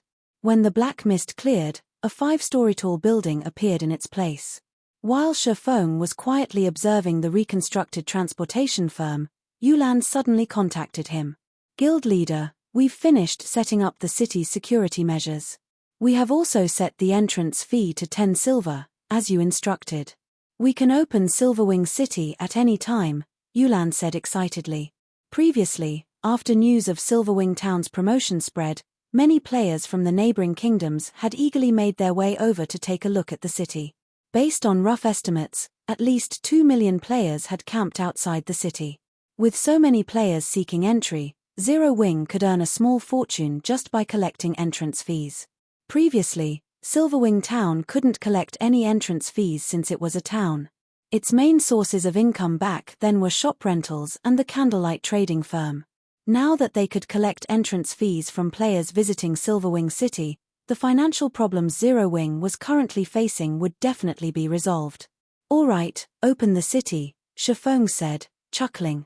After receiving Faux's approval, Yulan promptly deactivated the magic array inside the City Lord's mansion that prevented outsiders from entering the city. Immediately, the opaque magic barrier enveloping Silverwing City shattered, and the city appeared before the eyes of everyone outside the city. The instant Silverwing City was opened to the public, the crowd waiting outside the city walls was dumbfounded. Crap! How spectacular! Isn't this city on the same standard as Stone Forest City? The appearance isn't the only thing that's marvelous. The mana radiating from Silverwing City feels just slightly inferior to Stone Forest Cities. I'm just wondering how much the entrance fee will be. If it's too expensive, ordinary players like ourselves will have a difficult time developing in Silverwing City. Everyone was curious about Silverwing City's current situation. It might be fine if it were any other guild city, but Silverwing City was the only guild city in the Faux Saint Monsters territory. Previously, Silverwing Town was already able to fend off an army of more than 4 million Faux Saint Monsters as an advanced town. Now that it was a basic city, the Faux Saint Monsters would most likely be helpless against it for the foreseeable future. Hence, one could say that Silverwing City was currently the safest location within the Faux Saint Monsters territory. Meanwhile, safety was the #1 priority of both ordinary players and experts. At this stage of the game, many players would fall into despair over even a single death. After all, after reaching level 100 and beyond, not only did leveling up become much more difficult, but level 100 plus equipment was also incredibly precious. Losing a single piece of level 100 plus equipment would set a player back by days or even weeks. However, after the gathered players lined up at Silverwing City's main gate, they were stupefied by what they saw. An entrance fee of 10 silver?